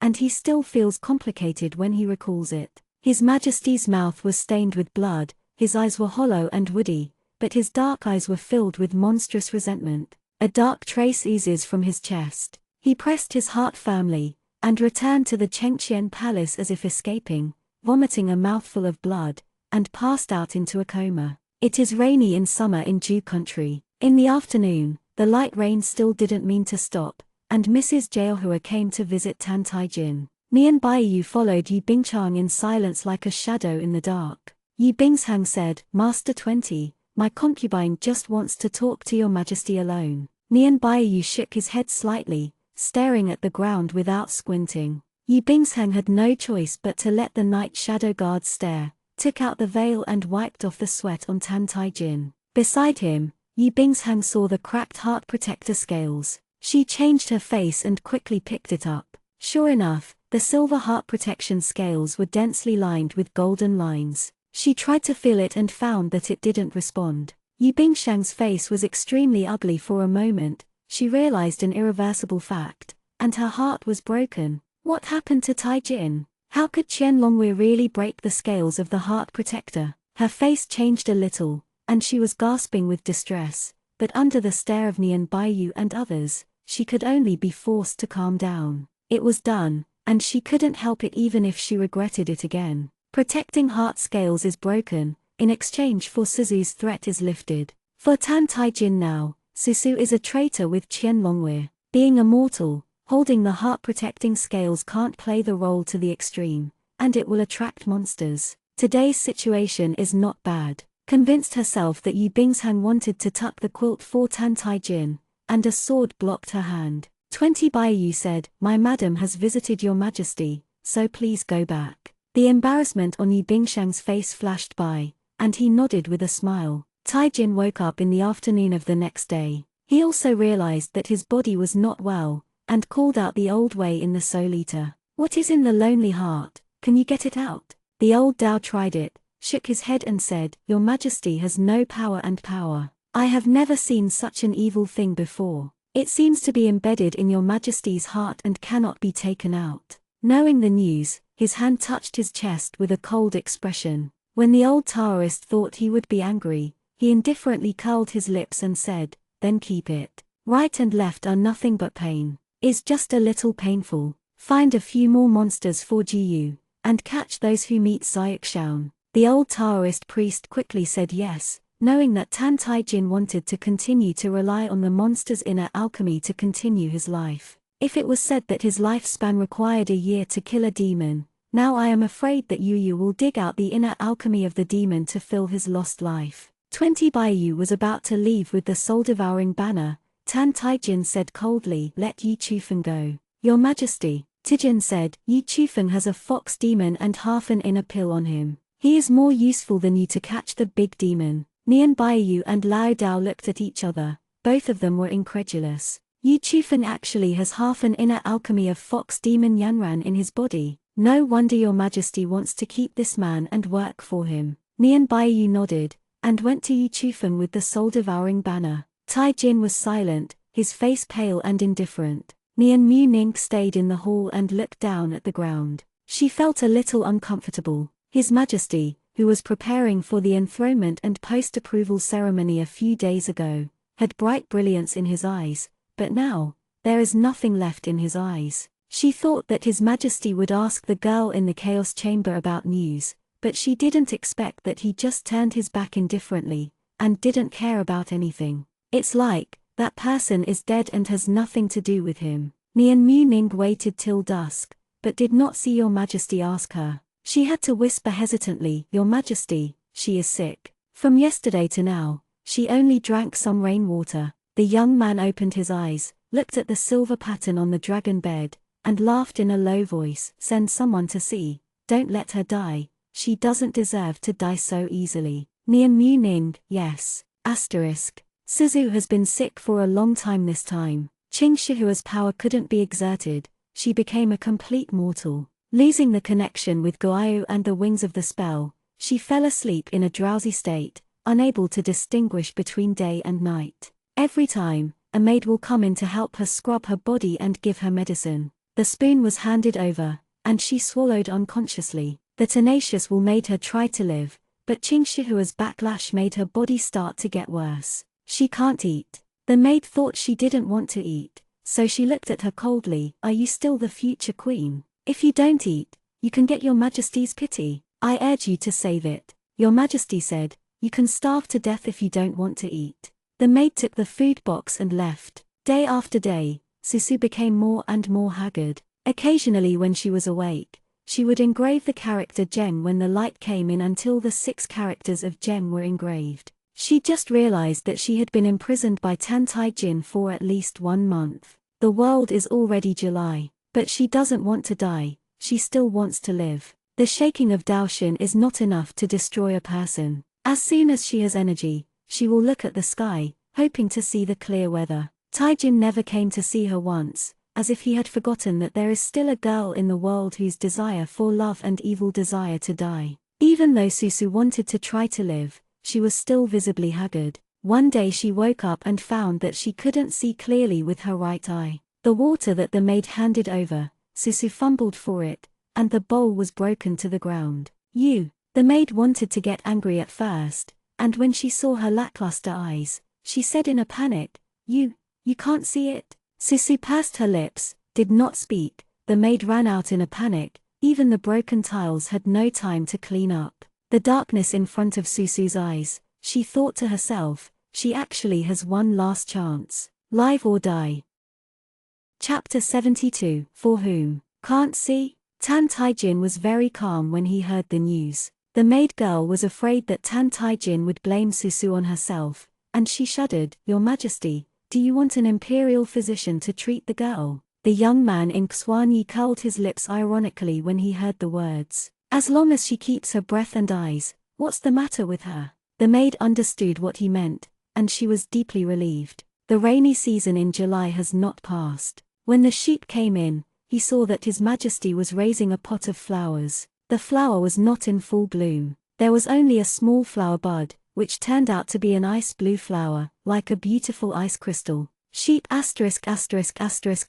was rare, so I looked at it twice more. Taijin said lightly, the sempervivum sent here is rumored to cure all diseases and avoid pain. The young man's cold fingers brushed the sempervivum, and the beautiful flower exuded a refreshing fragrance. What do you want to give such a treasure to your Majesty? Taijin showed a mocking smile. I want to be the Queen of Zhu. Last month, Taijin changed her country name to Jing, and the once most powerful Xia country became an affiliate of Zhu. Taijin, as a new monarch, is a worthy partner for all countries. What's so interesting, Tan Taijin has not sent troops to them yet. They are the first to send a big gift, hoping Tan Taijin can marry their princess. For the emperor, marriage is also a way of checks and balances. Yang Kum looked at Tan Taijin's expression, and cautiously said, Your Majesty means. Taijin fiddled with the flower, and said for a long time, the flower has been collected, no one wants it. Pick a gift for Jiyu and send it over. Sheep ***** glanced at him,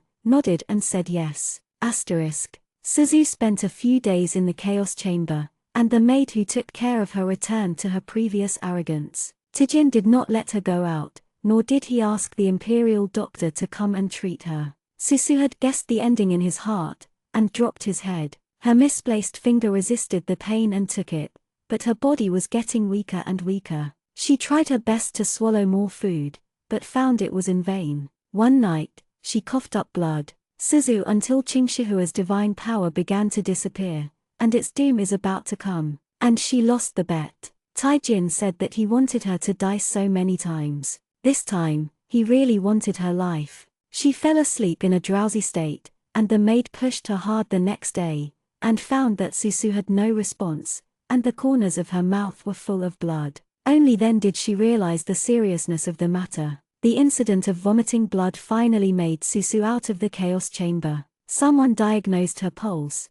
and said something vaguely. The girl is weak, but the minister can't see what's wrong. As for her eyes, I am afraid that she has been in a dark place for a long time and is temporarily blind. The other person on the other end did not speak for a long time. Susu heard a low sneer. Since she likes tricks so much, loneliness will do her well. Think of it and stay here. A warm force poured into his wrist. Until the evening, Susu finally woke up. Guayu looked at the little master's thin body in disbelief, and cried loudly. It was the second time since it was conscious that it cried so sad. Last time was when Suzu's mother died. Guayu injected all the spiritual energy that came to the world for more than a year of cultivation into Suzu's body, and finally made her feel better. Suzu panted, and there was darkness before her eyes, but she knew it was daylight. Her eyes are completely invisible. Guayu saw Suzu's dim expression, was silent for a long time, and it made up its mind to whisper, "I'll take you home.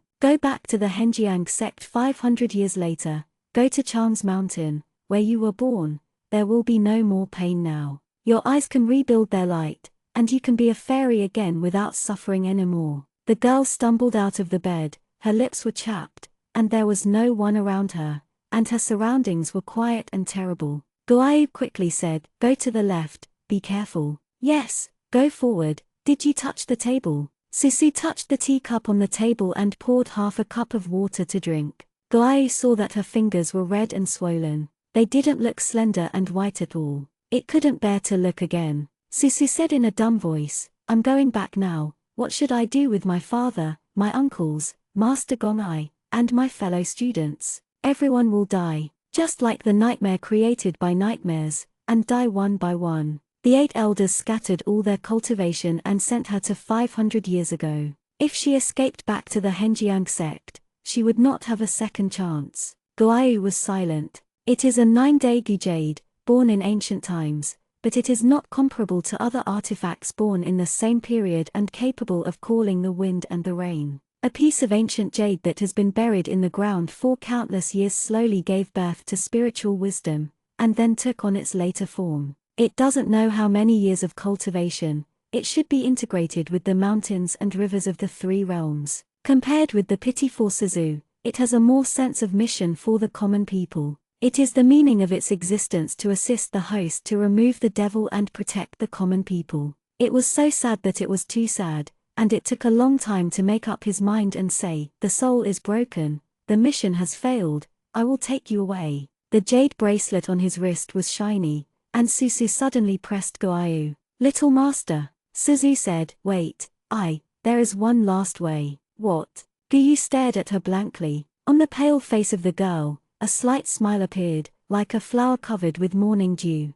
A fragile beauty blooms before dying. Xiaohui said with joy, "Madam, don't you know that that woman was thrown into the cold palace by your majesty? I heard that in summer, there are snakes, insects, rats, and ants in that place, and the food is rotten. This time, your majesty completely abhors it. Kill her." Yu Bingchang put down the clothes he was about to make, and raised his beautiful eyes. "Speak carefully." Xiaohui quickly patted her mouth. "Look at the slave maid's mouth. How many times the lady has taught her, but she still can't learn it. Madam can't think of the sisterly sympathy for her this time." Yu Bingsheng nodded. "Naturally not. The 3rd sister wants to hurt your majesty. Your majesty saved her for life, which is considered kind." The slave maid also heard that the eyes of that man can't be seen. Yu Bingsheng's movements paused. "Really?" In the afternoon, she went to give Tan Taijin the clothes she had made, and happened to meet the imperial doctor who was visiting Tan Taijin.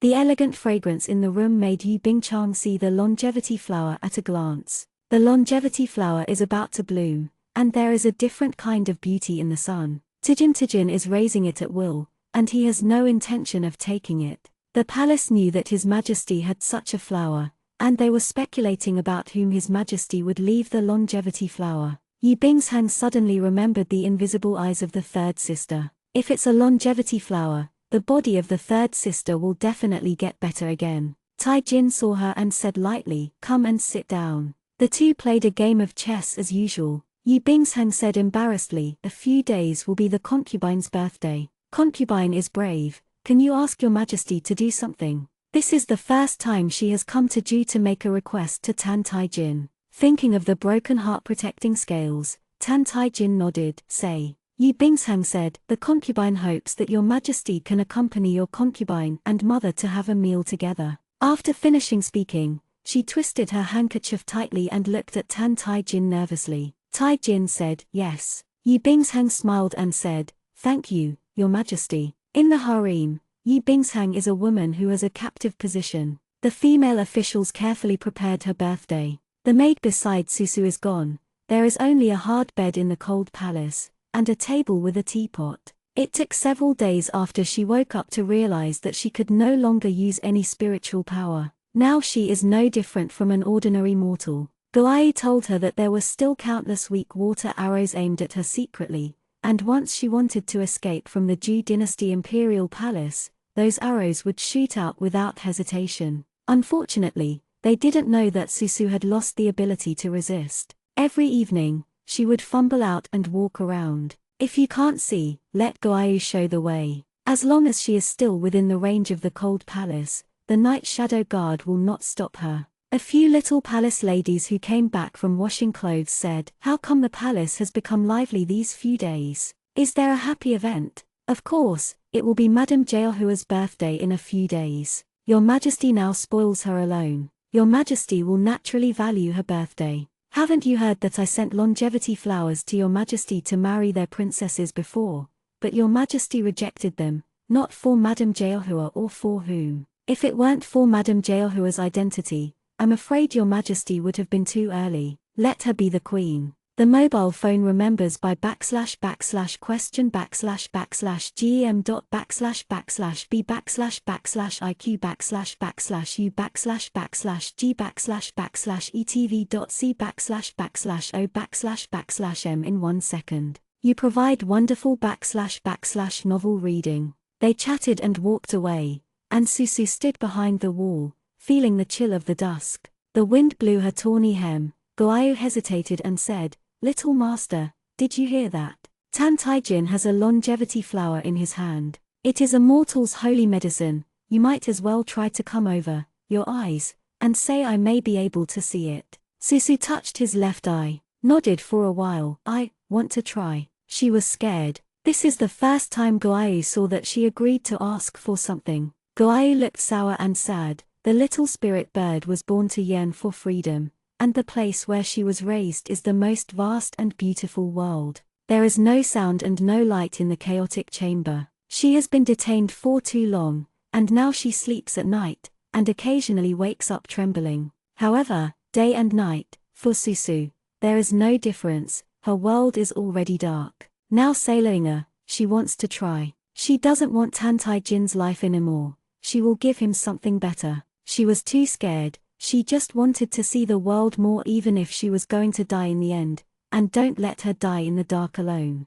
Asterisk. The day before Yu Bingsheng's birthday, it happened to be 2 months later. The moon hangs in the sky, illuminating the desolate cold palace. Susu curled up on the bed, shaking slightly. The spring silkworm on her body broke out. Suzu also didn't expect that after breaking out, the time for the spring silkworm to attack unexpectedly shortened, and now it is only 2 months before the spring silkworm attacks again. She hugged herself tightly, her forehead wet with sweat. There was confusion in her mind. She didn't know how long she had survived. Maybe it was an hour, maybe it was a longer time. Just when she thought she was going to die, the summer night wind blew in outside the door. The warm wind made her sane for a moment, and she blinked her hollow eyes. Someone opened her clothes with cold fingers, and Susu realized for the first time how powerful this insidious drug is as a mortal body. She shuddered and approached him. When she leaned against his arms,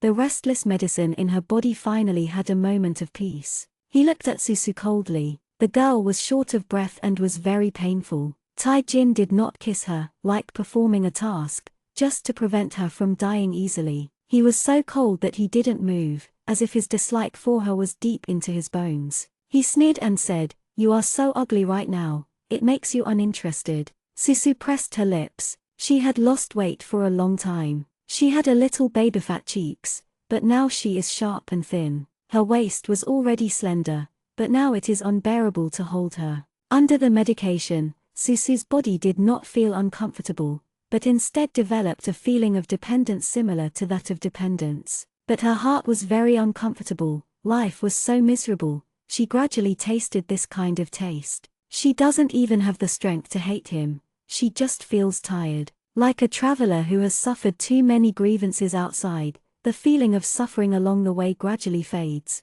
and he only misses his hometown. Susu couldn't see who he was now, so he thought it was not pretty as he said. She doesn't care about the skin, so she doesn't know that this rare and fragile beauty is on her, a bit more moving that makes people want to be bullied. His look was reflected in her black and white eyes, and Tan Tai-jin knew that she couldn't see her expression now. He sank down, still restraining his expression, said that he was not interested, but tossed most of the night. He put on his clothes to leave, and a pale little hand held him. Tai-jin looked back, and for the first time saw a look of expectation and anxiety on her face. Susu hesitated for a long time, and finally whispered, Can I trade with you, eternal flower?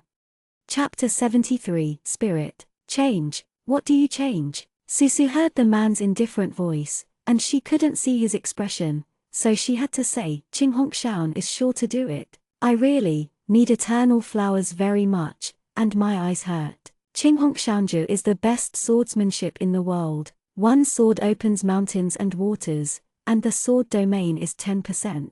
Qing Hongju is also the best opportunity for Susu Xianxia in a century. Now she just wants to look at the world again. It hurts. Qing Hongxianju? He seemed to sneer, half mocking, and pulled back his sleeves. Tai-jin did not say whether to change or not, and disappeared into the dark night. It's so funny, this is the first time I have seen Susu begging myself, but the conditions offered are not satisfactory. In Susu's eyes, he could only see power, and he was indeed like this once. However, when she offered to exchange Qing Hongshanju, there was nothing but fire in his heart. Tai-jin returned to his temple. There are longevity flowers, and the room is full of fragrance. The old Tao in the Soul Eater streamers coveted the eternal flower. For Tan Tai-jin, this thing could not save Tan Tai-jin's dilapidated body, so it was useless. But for the veteran, you can gain a lot of skill. The longevity flower is in bud, and maybe it will bloom tomorrow morning.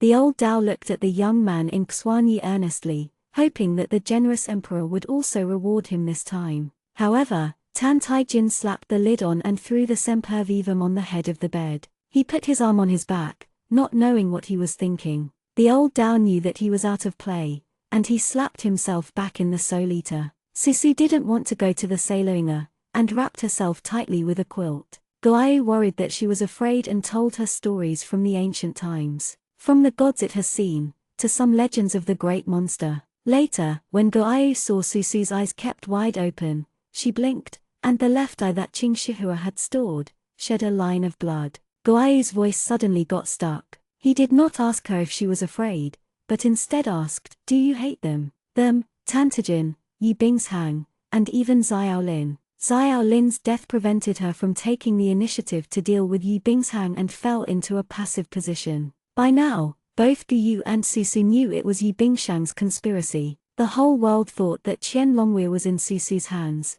and Susu had reached the point where he had nowhere to go. Susu kept silent. Goayu thought she would not answer, but Susu moved her lips. Hate. Goayu heard her say this. When I was locked in the chaos chamber alone, I even wondered how to make them suffer the most. She whispered, Yi Bingshang wants to be a queen and wants a man's loyal love. I want her to fail. Tan Tai-jin wants strength. He treats me like this. I hope to see him fall into the dust. Xiao Rin, I shouldn't hate him, but I really feel uncomfortable. I think about their fate over and over again so that I can be less afraid. I take my fingers and try to eat a few more bites of food, just to see that day. It rained on a July night. Lengong was dark and dead, and there was no one except Susu. She cleaned her tired body laboriously. There was only cold well water in Lengong, and Susu hadn't fallen asleep since she came back. Her eyes no longer bleed. Xianxia stayed quietly in her eyes.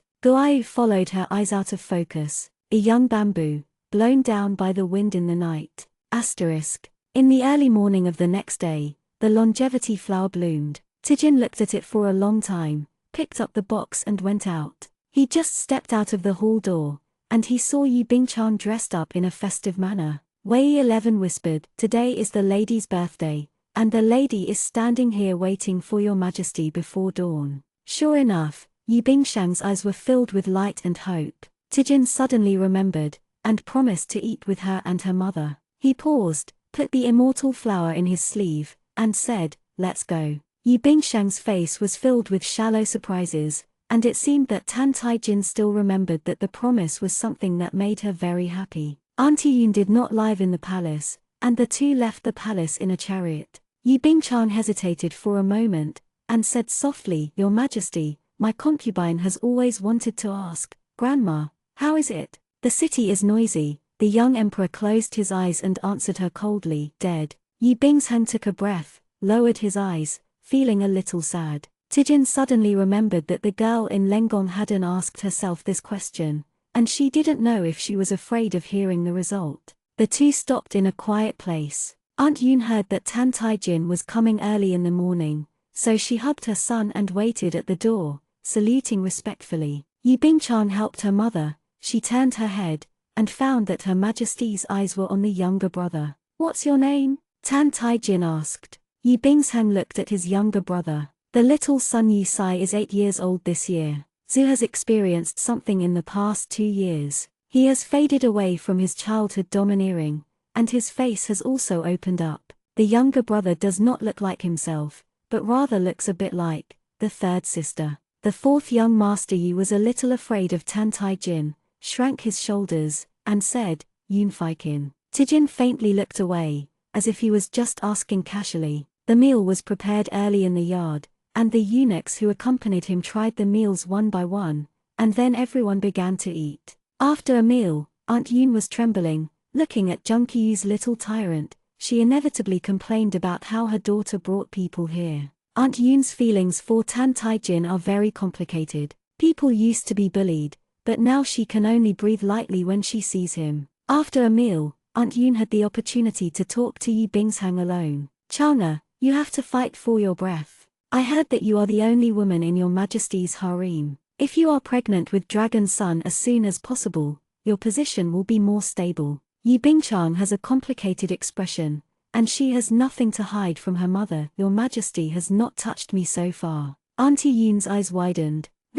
How is this possible? The outside is saying, "Your Majesty pampers you very much." Yi Bingshang sneered. She remembered where Your Majesty had gone last night, closed her eyes, and said quietly, "Mother, the future will be long." Back to the palace road, the ice blue arrow suddenly broke through the air. Night Shadow Guard quickly blocked a lot of eyes, and one shot into the chariot. Yi Bingchang didn't even think about it, and stood in front of Tan Tai-jin. "Your Majesty, be careful." The arrow pierced her shoulder deeply. Tijin frowned and supported her. "Bingshang." Yi Bingshang's lips dripped with blood, and his body twitched with pain. A large number of ambush soldiers suddenly appeared, and a cold smile appeared at the corner of Tan Tai-jin's mouth. "I'm looking for death." The tiger demon hiding in the dark jumped out, became bigger in a flash, and attacked the ambushing person. Not long after, 20 Baiyu came to report, "Your Majesty, there are a total of 83 people,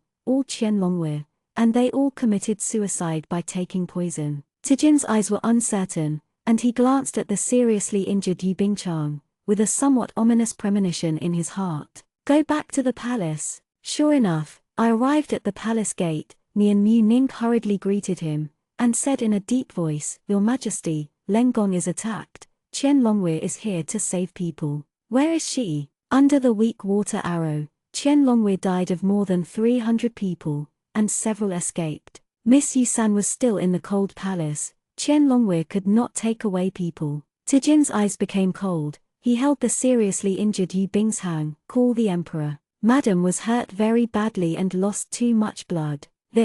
I am afraid that there must be a panacea, otherwise the body will definitely suffer from the root of the disease in the future." The young man in Xianxia was silent for a long time, and suddenly smiled mockingly. "I don't know, longevity flower is feasible.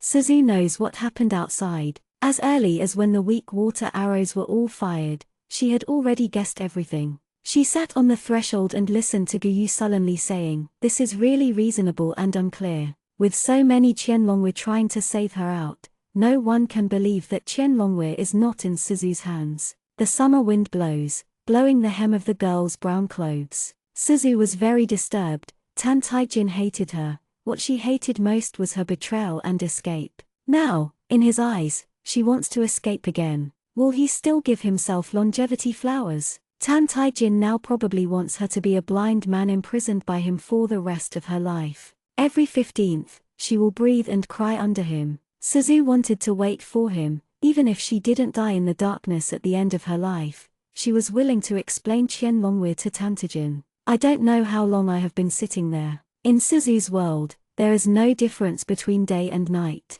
The little palace ladies who had been delivering food for a long time came, but Tan Taijin did not come. Seeing that Susu was still looking outside, the maid put down the dishes, and said dissatisfied, I can't see clearly, what's so beautiful? I don't know what kind of mold I have, and I will be sent to give you food. Today is Mrs. Jeohua's on birthday, your majesty will pardon the world, so I will come to this place. Hey, what about you? What is your reaction? Gongshon is accustomed to holding high and low. Tan Taijin came last night, no one knew. Suzu is in the cold palace, and the people in the palace naturally look down on her. The palace maid looked at Suzu, who was indifferent, angrily. The thin girl looked pale and weak, her eyes were out of focus, and the noble people of the past were reduced to this fate, which made people feel infinite happiness and malice in their hearts. Seeing that her skin was fair and tender, the palace lady raised her hand and pinched Suzu.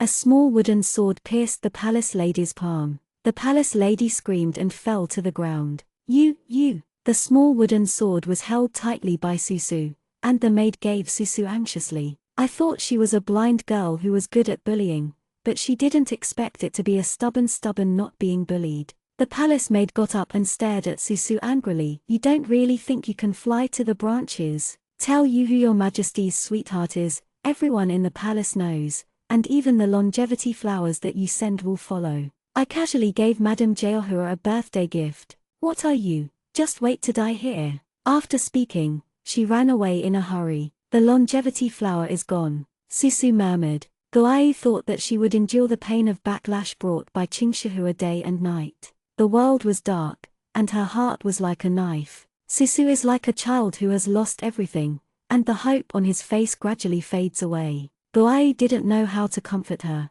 but saw Susu stand up. She is facing the setting sun towards the horizon. Guai couldn't help saying, in the heart of the young devil, you must be the one who loves you. Suzu, we all know that this is Yu Bingshang's conspiracy. Suzu couldn't hear it, and whispered, I was wrong. I was so stupid to beg him. She covered her eyes, and the blood wandered down her palm. Guai heard her say, I actually shook my heart for a moment. Her voice is very soft, and when the summer wind blows, it disappears into the night. Guai knows he heard it right. Susu had hesitated. When she received the red hijab, she looked back. At that time, the girl's eyes were struggling that she didn't even realize. People are not plants, who can be ruthless. She was born with a womb and never dared to forget why she came. She has seen sentient beings in the three realms struggling hard under the claws of the demon. The North Sea dried up, the Nanshan mountains collapsed, and the world was full of grief.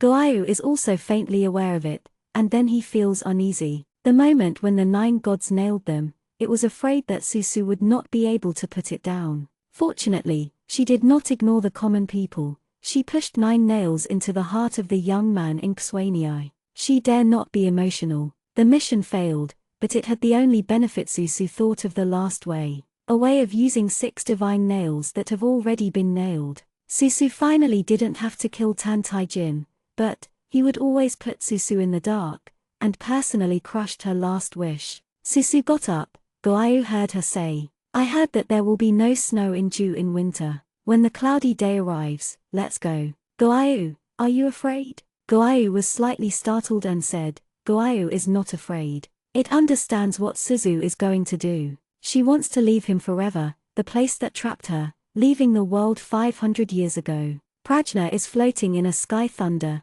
Mingyu wants to exchange the essence for mulberry wine. On a cloudy day, it can also lead to such thunder. She used Qingshihua as a phantom to infuse her fairy soul, using 9 heavens Guaiu as a medium to become a real spirit. Replace evil bones with the essence. Chapter 74, Teal Bracelet. Since autumn, the weather in Ju is still warm. When the weather is good, Susu fumbled for activities in Lengong. There was nothing in Lengong, and there was less and less power in her blood. Guaiu became her eyes, showing her the way and preventing her from tripping and falling. Xianxia devastated her body, making her thinner and thinner. Now the pink White House looks a bit empty on her body, and her waist is extremely slender. There are many willow trees in the palace. In his free time, Suzu walks out of the courtyard of the cold palace and breaks a few branches. When he comes back, he sharpens the array of willow branches. To create the true essence, she has to infuse yin qi into the flower of the world. I don't know if it's a coincidence. Whenever she goes to break a willow tree in the evening, she always meets a broken-mouthed palace person talking about the recently spoiled Madame Xianxia. Your Majesty is very kind to Madame Xianxia. I heard that in the past few days, the rewards sent to Madame Palace are endless. Have you heard that Madame Xianxia was ill, and Your Majesty took care of her personally? A few days ago, Xianxia made a mistake. Your Majesty was furious. Madame interceded, and Your Majesty stopped being angry at once. Even the treasures sent by Your Majesty are used to please Mrs. Xianxia. Their laughter passed through the cold palace separated by a wall and penetrated into Suzu's dark world. Suzu heard that they also mentioned themselves. Then what do you mean by Your Majesty to Lengong? I heard that in the past in Xianxia, Your Majesty hated her deeply, and now he keeps her in order to torture her. But she almost became a queen before. Someone sneered and said, she is blind now. If Your Majesty really likes her, why don't you give her what kind of treasure? It's too late for me to say that Your Majesty hates her. Suzu held the willow branch, not knowing what he was thinking. The autumn wind blew her plain dress. She supported the palace wall and walked back slowly. Willow branches can draw yin qi. She crossed her legs to draw the yin qi of Lengong into the Xianxia in her left eye. Yin qi entered into her body, making her shiver and her skin pale. Day after day, Suzu gradually got used to it. Yin qi entered Xianxia. Her eyes no longer bleed frequently. She knows, she's almost relieved. One night, she was sitting by the well washing her dress. Guayu suddenly said, he is here. Suzu paused and continued to wash. Tan Taijin came silently. He didn't let anyone follow him, and he didn't carry a glazed lamp. He looked at her from a distance. The Emperor Xuanyi coldly watched the thin girl wash her clothes and walked past him holding the tub. It was quiet and dark in the cold palace. She seemed to be used to it, and she walked past the well with familiarity without help. She has a quiet look, and her black and white eyes are not at all invisible. The girl didn't seem to find herself. She was about to walk into the house when she saw her. Tan Taijin subconsciously followed a few steps. After realizing what he was doing, he stopped, turned and left. Guayu said, he left. If it hadn't been for Guayu, Suzu would never have known that he had been there. 6 soul extinguishers were nailed in his heart, completely turning him into a cold and bitter person. If there is a time when there is still a slight loss of control, it is about once every 2 months that Susui spring silkworm attacks. He always sneered and forced her to beg for her. When they were on a blind date, he occasionally lost control and couldn't help but look at her blankly. However, only for a short while, Tan Taijin would recover his poison. When he came, Susu did not know what to do. If she had expected him before the immortal flower, she was now completely deserted and there was no grass. She counted the days and waited for the cloudy days.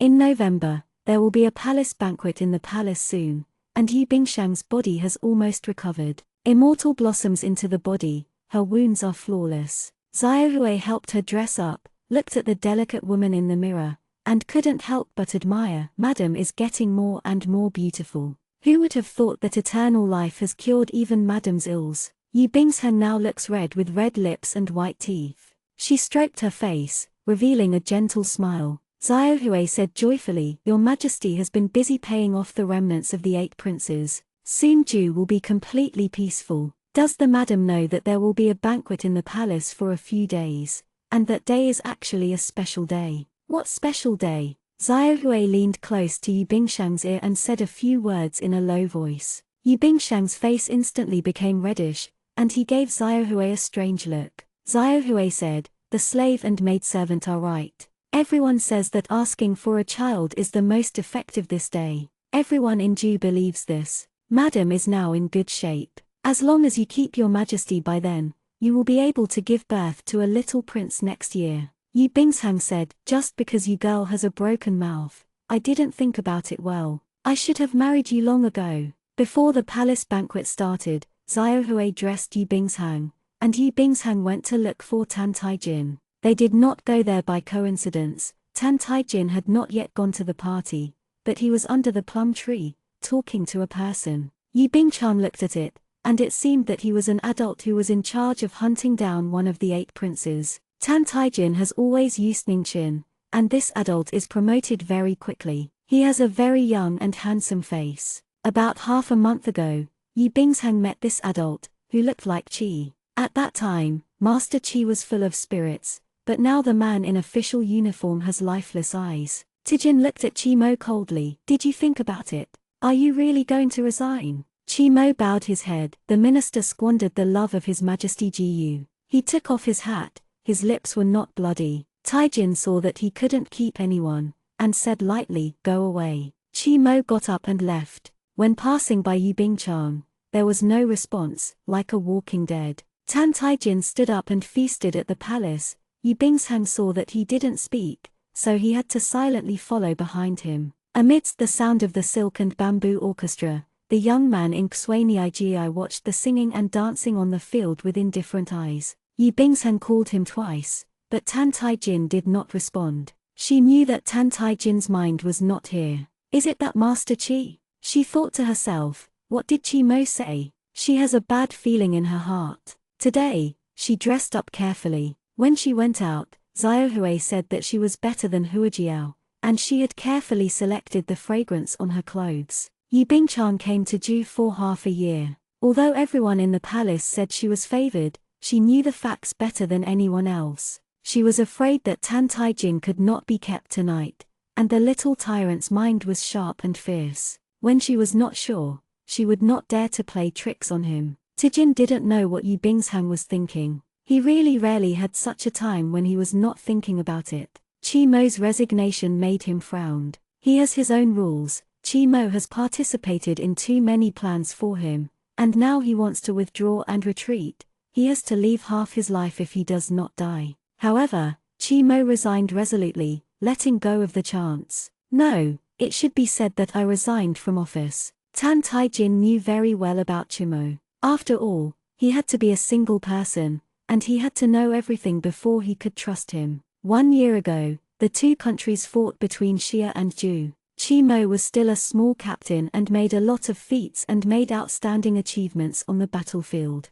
In the Battle of Kangju, Qi Mo led his troops to ransack his home, killed a family member, and finally hid the 5th young lady of that family secretly. Qi Mo liked her at a glance. The girl was also a fierce temperament, and always wanted to kill Qi Mo and avenge her family. There is no war in the girl's eyes, only this Shura-like man killed her family and robbed herself. What angered her most was that Qi Mo had a family background before meeting her. Miss Xianwu tried several times to kill Qi Mo, but he finally saw through. She was just a weak girl, and was finally forced to be a concubine by Qi Mo. Qi Mo is vigorous and resolute. Miss Xianwu disobeyed him several times, deliberately disturbing the house. He loves her, but inevitably gets angry. The old lady Qi didn't like this vixen who was so fascinated by her son, so while Qi Mo was not there, she and Qi Mo's aunt-wife had a discussion with Miss Xianwu. Qi Mo repeatedly bumped into Miss Xianwu's body,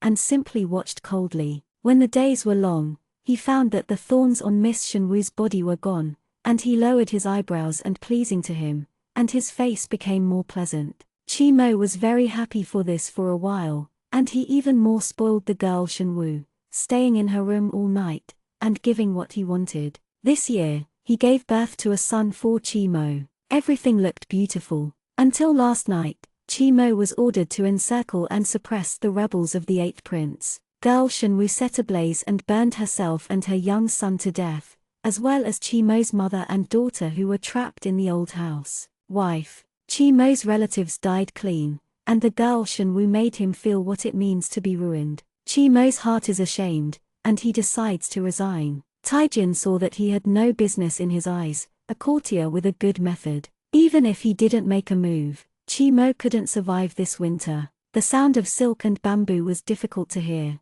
and the soul-killing nail on the heart began to ache. He stroked the position of his heart, Chimo's little concubine's affairs made him a little uneasy inexplicably. He stood up suddenly, wanting to see the girl who made him hate. Yi Bingchang couldn't help but say, "Your Majesty, the palace banquet has not yet been." He didn't look back a step, and said lightly, "You will go home after the banquet is over. There is nothing wrong." Yi Bingchang watched Emperor Xuanyi leave, his nails falling into his palms. Taijin all the way to Lengong, the sound of silk and bamboo has long gone. He knew that less than 15, he shouldn't be here. He had already said that he would never have any feelings for her again. He raised his hand and put it down again. Taijin is the Prince of Ju, and he naturally knows what day it is today. The Emperor guards his loved one and prays for heirs today. He shouldn't be here. He looked cold, turned around and returned to his palace. Chimo will end up like this, because he himself is useless.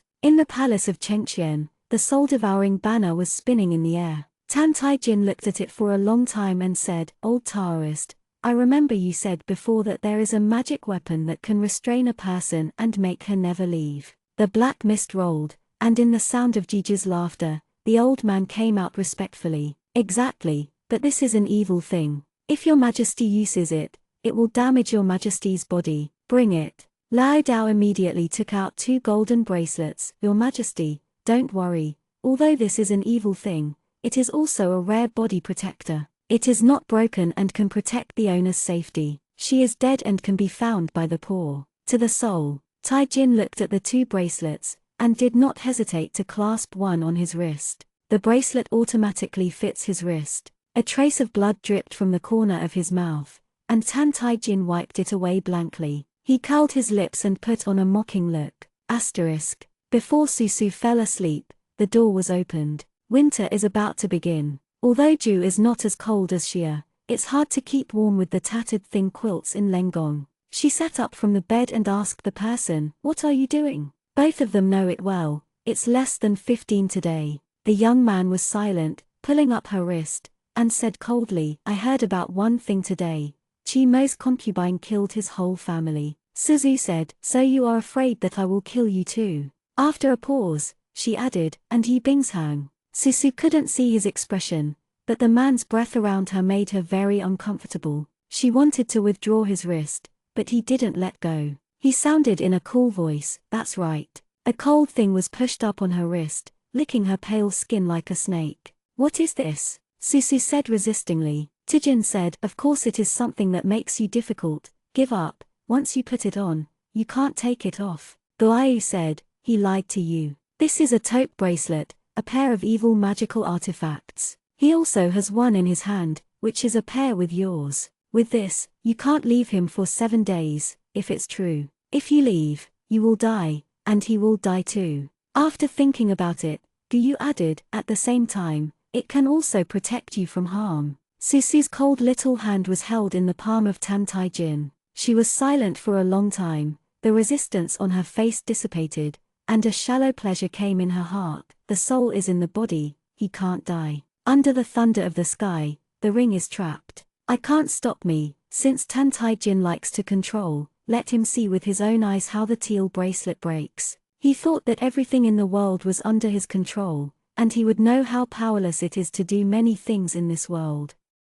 Chapter 75, Shattered. The bracelet was put on the girl's wrist, and Tan Taijin lowered his eyes, only to see that she had lost too much weight. She used to be alive and vigorous, but now her cheeks are thinner, and her wrists are even thinner. All these are changes brought about by him. Suzu is very white, and Tan Taijin's power is easy to leave a blue and purple mark on her body. Now her whiteness has become sickly pale. There is no look in her eyes, they are empty. Was forcibly put on the mallard bracelet that was said to torture her. She didn't struggle and didn't have much resistance on her face. Taijin suddenly thought of girl Shenwu, who had such a well-behaved Eve. He thought a lot, and he felt like a heavy object was pressing down on him, which should be called uncomfortable. However, the heartbeat under the chest cavity was always smooth, his heart was cold, and he even thought that she looked good now. At least she can't run away anymore. He doesn't need to open his eyes to ask the dark guard that she is still there today. Jing Lannan said that he is a little monster in human skin and no emotions. He didn't take it seriously before, but now he understands that this sentence is right. All the emotions imitated were just illusions, and his heart was an ice lake without waves. What does it matter to hate him, anyway? Her love will not give him, and it is good to leave hatred. The people in the room have not left. Sisu noticed that, opened his eyes and urged coldly, "Get out." Taijin faintly saw the icy glazed goddess of childhood who stared at him again. It's all like this, still so high. Sisu thought Tan Taijin would leave when he heard these two words, but the next moment, a hand touched his face. She heard him ask without emotion, "Do you want to get out of the cold palace?" This is the first time he has touched her with the strength of trying to strangle her since the 6 soul-killing nails were nailed into his heart. Sisu took away his hand and smiled suddenly. "Can you let me leave, Ju state?" Taijin's face changed slightly, and he looked at her angrily. "You can't go anywhere now. As long as the lonely is still alive for one day, you will never want to leave." Sisu said, "You can't give what I want, and I don't want what you give. So what is the difference between going out and not going out?" Taijin's fingers are tight, so this is saying, is his side more tormenting her than Leng Gong? He shouldn't ask this question, he has already hated her to his bones. She was cold, hungry, and haggard, that was what he wanted to see. Sisu thought that he had made it so clear that his bad vanity would make him impatient to leave this small broken house, but the next moment, her wrist was held and he leaned down and pressed it down. "You staying in the cold palace, but a slave girl." Why did he care about her feelings? The girl under her body spreads out, maybe she never knows how fascinating her temperament is. Like a piece of ice that cannot be covered, Tan Taijin hates her sharpness and covets her clarity. Today is not 15.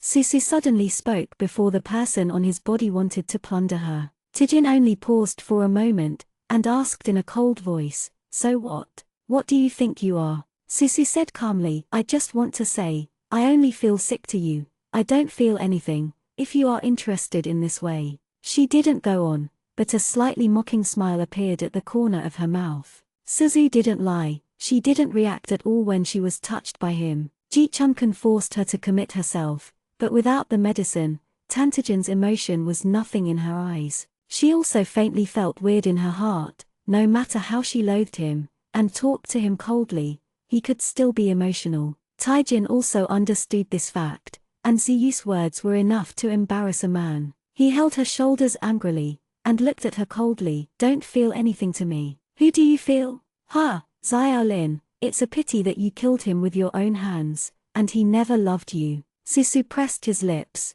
Taijin finally saw other emotions on her face, but it made him even more angry. "I make you sick. Very good, if you don't want to, you can only stay by my side for a lifetime." Sisu accidentally bumped into the ring on Tan Taijin's wrist. Tan Taijin paused, but after all he could not go on, he left. In fact, Sisu also knows what day tonight is. She stroked her lower abdomen and remained silent for a long time. She will not conceive children for the devil god, his children will only be the blood of sin. Sisu is extremely grateful that she can leave without worry. Xiaohui looked at Yu Bingshang's cold face, and understood that Madame's mood was very bad. "Xiaohui, as a personal servant girl, she knows whether your majesty has stayed here overnight." Xiaohui is very depressed. "Madame is so good-looking, but your majesty doesn't touch her. Is there really a problem with that?" She doesn't know, but Yu Bingshang knows.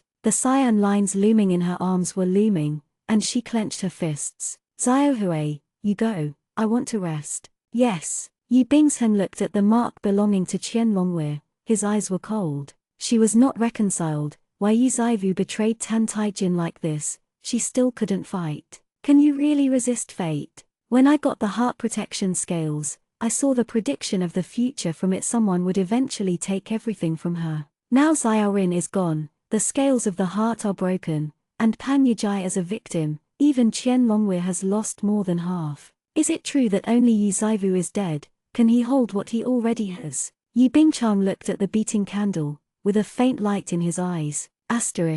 Strange to say, it never snows in winter in Ju. However, in the winter of this year, Ju had its first snow in a century. One night passed, the heaven and the earth were wrapped in silver. Leng Gong was bleak, Sisu received a reward. The little *****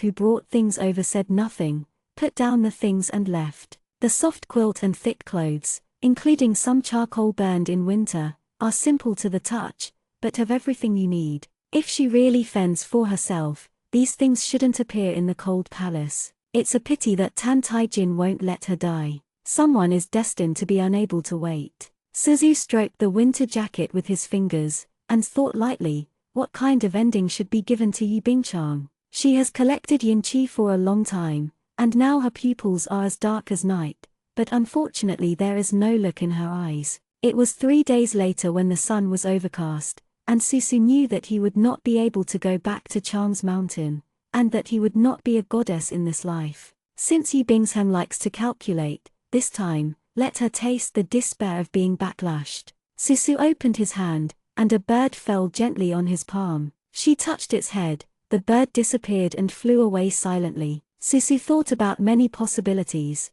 but to her surprise, it was Nian Baiyu who had betrayed Tan Tai Jin. Guaiyu was also very surprised, and the weirdness in his heart grew thicker. Xiaolin, Pan Yijai, and now even the loyal Nian Baiyu, I don't know when they were also related to Yi Bingsheng, including the young demon ****** who has no love at all. Why would she be moved by her? Could it be? Guaiyu thought of an absurd possibility, and was shocked to be unbelievable. It almost immediately wanted to tell Susu, but it was only when it was about to speak, and it was in pain. It remembered the vows made long ago, and found that it couldn't say all of it at all. Guaiyu sighed, saying that it doesn't matter, everything should be over anyway. Once the evil bone is out of the body, the demon ***** will regain the love thread. At that time, his love and hatred became clear for a moment, and everything in the past would be clear. That evening, Susu found herself in a carriage. She had already guessed what would happen, and she didn't panic when she woke up. However, the woman opposite is obviously not as calm as her. Yi Bingshang's face changed when he opened his eyes. She looked at Susu, who was ***** on the other side. Her face was ugly, and she thought, didn't she agree with the 8th prince and let him save Yi Zaivu away? How can I also appear here? At this moment, Tan Tai Minghan opened the curtain. He has not yet reached the crown. He is a boy with thick eyebrows and big eyes, but his face is gloomy at the moment, not half of the youthful vigor. Over the past year, he has recruited soldiers everywhere, relying on the people left by his mother and concubine, and finally gained his own power, but he was beaten up and down by the people of Tantijin. Seeing that his life will not be saved, he simply break the boat and take revenge before death. But the interesting thing is, you all said Tan Tai Jin cares about each other the most. Who is lying? He smiled coldly. It doesn't matter, we just need to see how the little beast chooses. Yi Bingshang's heart was in confusion, but at this time, she looked at the calm Suzu and forced herself to calm down too. The 8th prince was desperate, only then would he come up with the idea of taking revenge on Tan Tai Jin even if he died. The 8th prince is not good, but he is far from Tantijin's opponent. Now that Suzu's disappearance is mostly concealed, if something happened to him, Qian Longwe, who got the news, would definitely follow up. No matter how bad they were, they would save themselves and have a fight. And Suzu, Yi Bingchang looked at the weak and blind girl. Why don't you make dangerous moves, and you will never have trouble? Thinking of this, she glanced at the 8th prince and fell silent. At this time, Yi Bingsheng knew that Susu had seen through his hostility, and nothing else would help. Can only hope that Tan Tai Jin and Qian Longwe can save themselves. She tightened her fingers and thought, nothing will happen, she will still win this time. Suzu knew that the Tan Tai imperial family did not have a good stubble. The 8th prince could carry it in Tan Tai Jin's hands for a year. I heard that it also incited many people. The place where he settled was his mother's concubine's city. Tan Tai Minghan also learned from his father and brothers to raise demons and Taoist priests, so the carriage ran into the formation and disappeared in place. After Suzu couldn't see, he had been imprisoned in the cold palace for half a year, and was taken to the city, only to realize that the outside was so messy. Tan Tai Minghan's uprising failed, and now the city has long been surrounded by Yi Chufeng's troops. A city gate, outside is their second brother. It is no wonder that the 8th prince is so crazy, willing to seek skin with the tiger, and while agreeing to Yi Bingshang, he also believed that if he let the spirit bird take it, he captured his ally Yi Bingshang. Even Yi Chufeng was in a place she couldn't see, gradually becoming a stranger. When Susu and Yi Bingshang were hung up, they calmly thought, as the years change, civil servants can become military commanders. I wonder if the world 500 years from now is really as she hopes today, with peace in the three realms and the fragrance of birds and flowers. The rope strangled their bodies, and the wind and snow fell on their faces.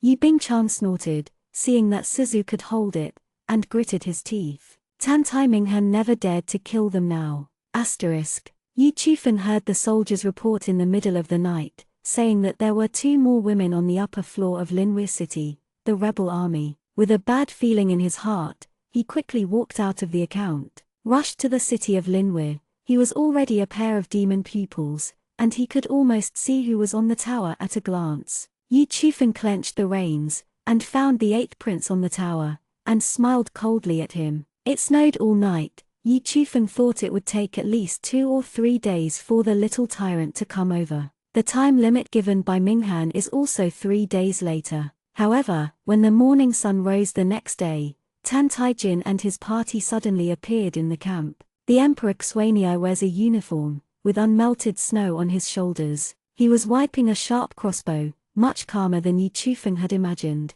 Where did the trash keep them? Yi Chufeng pursed his lips, and said truthfully, Tan Tai Minghan hung Zaivu and Bing Shang on the tower overnight. He was afraid that we might rob people, so he sent people to guard them. After dawn, he put them down. Know where it is. Tijin's expression was cold. Hearing Yi Chufeng talk about their current situation, he didn't even pause his hand. If he didn't come too fast, Yi Chufeng would even suspect that he didn't care about it at all. Taijin finished listening and got up with, "Send troops." Tan Taijin's clothes were blown by the wind to hunt and hunt. Do you want Tan Tai Minghan to die without a dead body? However, Tan Tai Minghan did not fight. He did not move for a long time. He closed the gate of the city with a hostage in his hand. There are 2 days left. What is the urgency of Brother Huang? And he will return it to you at that time. But if you are attacking now, I can't guarantee that they will not lack arms or legs. The Black Army and soldiers approached the city.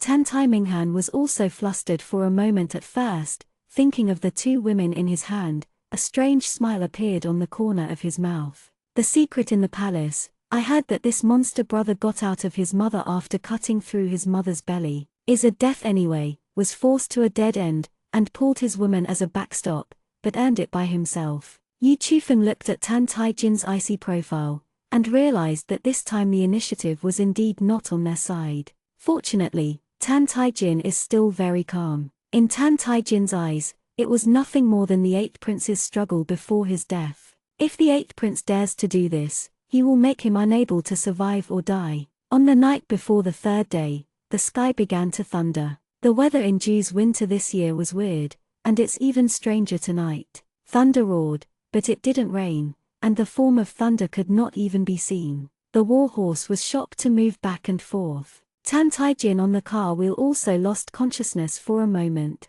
Don't allow him to think too much. Not long after the muffled thunder lasted, on the tower, the 8th prince finally appeared. He wears a bright yellow dragon robe, and his face is full of madness before he will die. Yi Chufeng couldn't help but said, Zaivu, Bing Shang. Taijin looked up, and under the dark sky, he saw the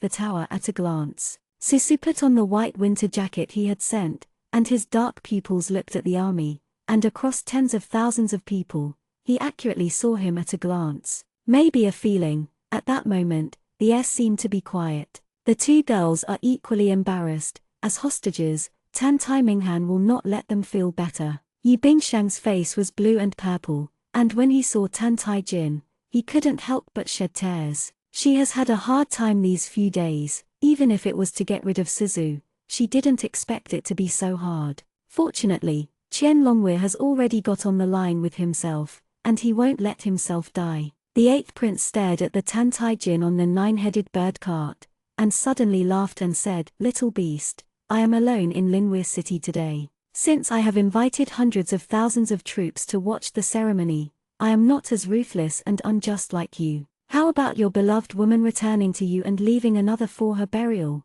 Don't worry, Jiyu will do what she says. your wife and Miss Yi can only live one, who do you choose? Yi Chufeng's face changed a lot when he said this. For him, both of them are his own sisters, and he doesn't want any of them to have an accident. Tai Jin did not speak. In fact, for him, it makes no difference whether to choose anyone. As long as they appear in his field of vision, he has the ability to save two people at the last moment. The Soul Eater flag has quietly shrunk without a sound, and flies toward the tower. Under the gloomy sky, two young girls, one biting his lip, looked at him pleadingly. Pear blossoms with rain. Another. The girl's obsidian eyes looked at the gloomy sky. Even if she couldn't see it, she still didn't see him in her eyes. Like that night, she turned her head away and said, "You really make me sick. Disgusting him, never rely on him, and want to kill him." The 6 nails in his heart reminded him of his stupid past day and night. Why should he care about her thoughts?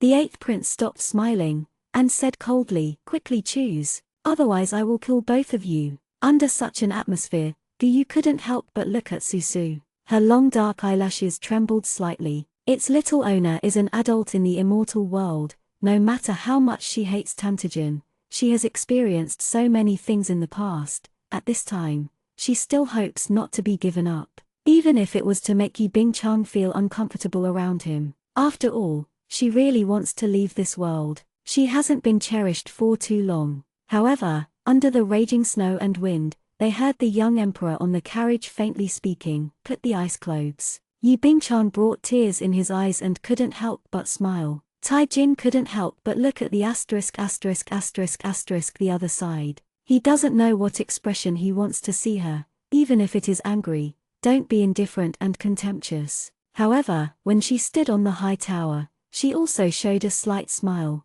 There was no slightest anger in that smile, even a little bit of liberation. Tai Jin suddenly felt an ominous feeling in his heart. The gust of wind blew Suzu's clothes. The 8th prince's knife pierced towards Suzu. Tan Tai Jin's eyes narrowed, and the Soul Eater, the 8th prince and his people had all opened their eyes and were drained of their souls. "Go down." I don't know who said, then, "What's the matter with that thunder?" Tijin looked intently, his heartbeat missed a beat. He suddenly fell into inexplicable fear, so that he couldn't help but roar, "Yi Zaivu, leave for Gu." The girl broke the rope at some unknown time and stood on the highest part of the tower. The purple air and black air in her eyes are intertwined, and all the purple thunders that were hidden in the sky have gathered on top of her head, and they have gathered into a thrilling scene. Many years later, the soldiers still cannot forget this day. The girl's bracelet exudes a dazzling white light, turning into a curved jade shape, flying around her.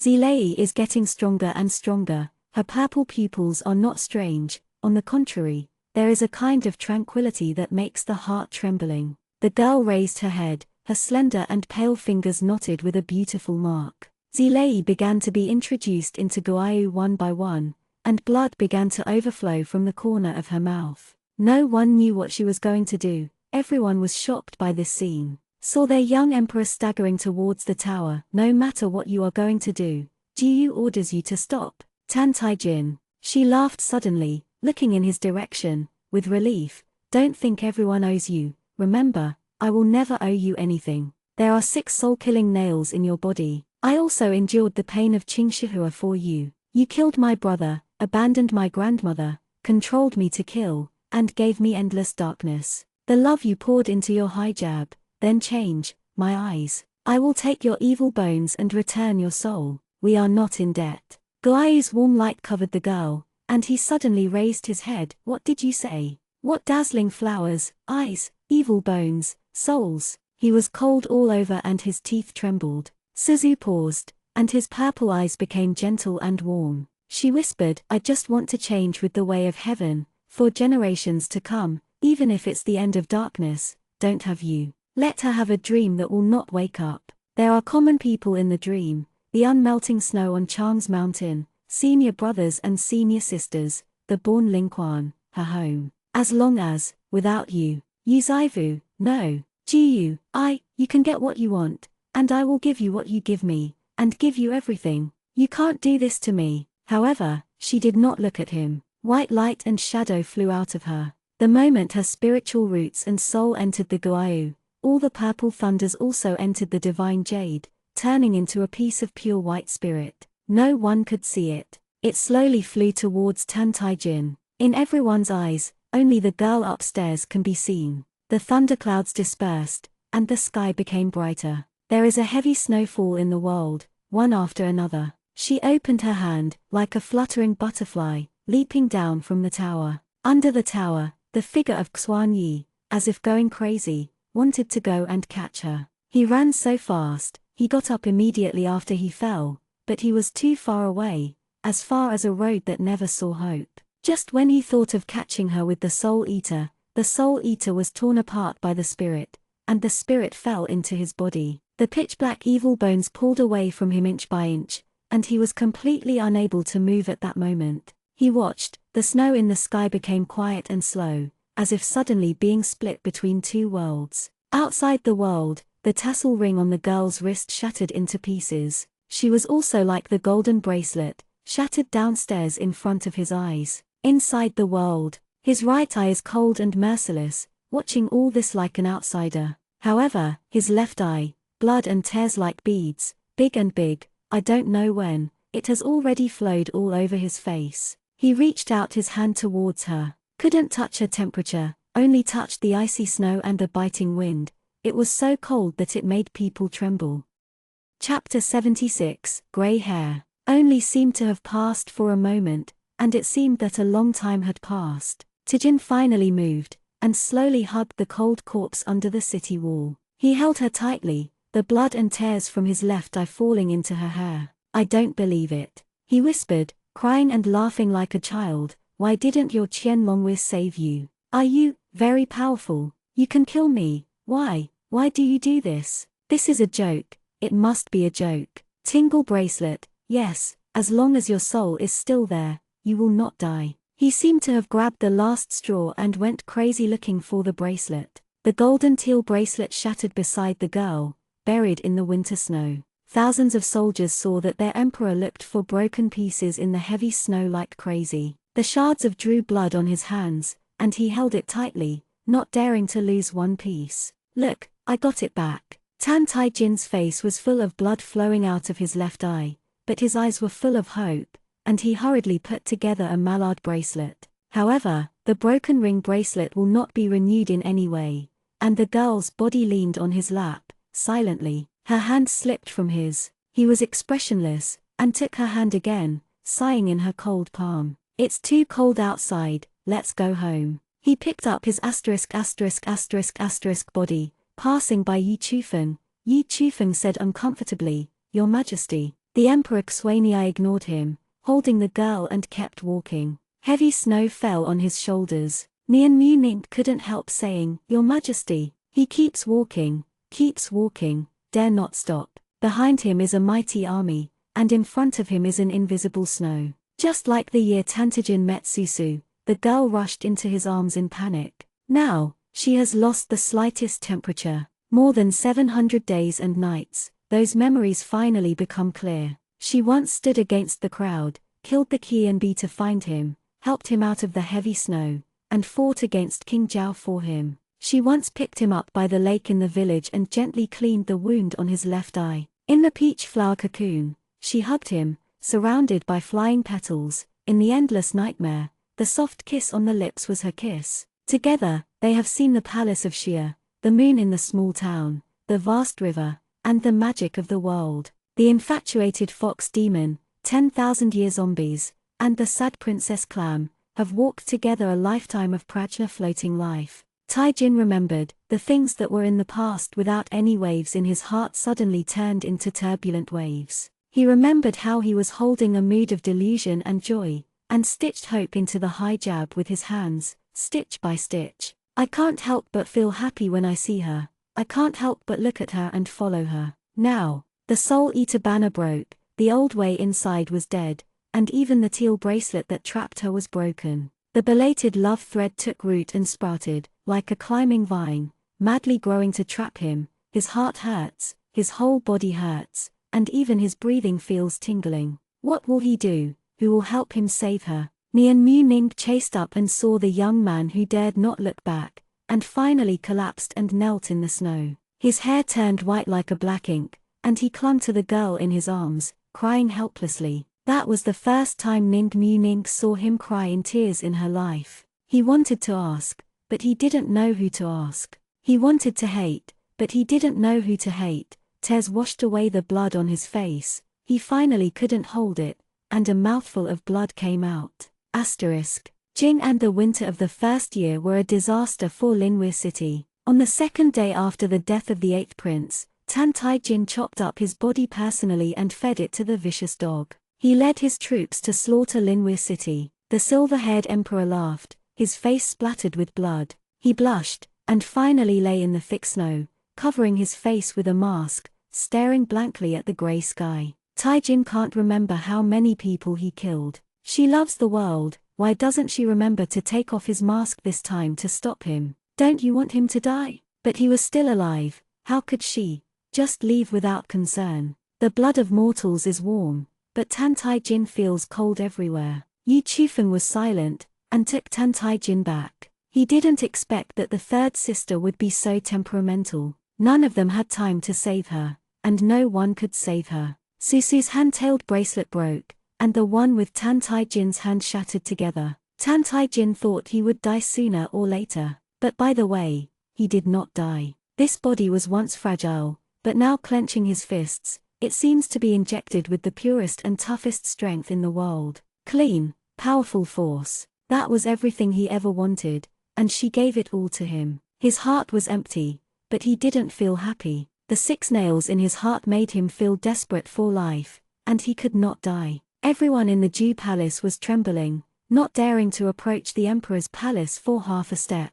The palace people seemed to be in a nightmare that they couldn't wake up. Wei 11 shivered and glanced inside. In the deserted palace, the weak water weapon was melted by Tantai cinder and used to make her bed. The girl was lying on it, and a dark meditation pearl was embedded in the hand of the glass rabbit on the curtain. When Taijin took back the corpse, the body was already ill-formed. The little tyrant came back after killing someone, crying for a long time. Tears wet the clothes, and after crying, he smiled and stitched up her wound. He stayed with a corpse every day. Sometimes I gave her a hairpin that bloomed in the morning, sometimes I painted her eyebrows and rouge, and told her the story of his childhood in the Dew State Palace and the Summer Palace. Those stories are old, dull, and gloomy. Is like a minion dragging people into the darkness, but Tan Taijin doesn't know. He thinks everyone's childhood is like that.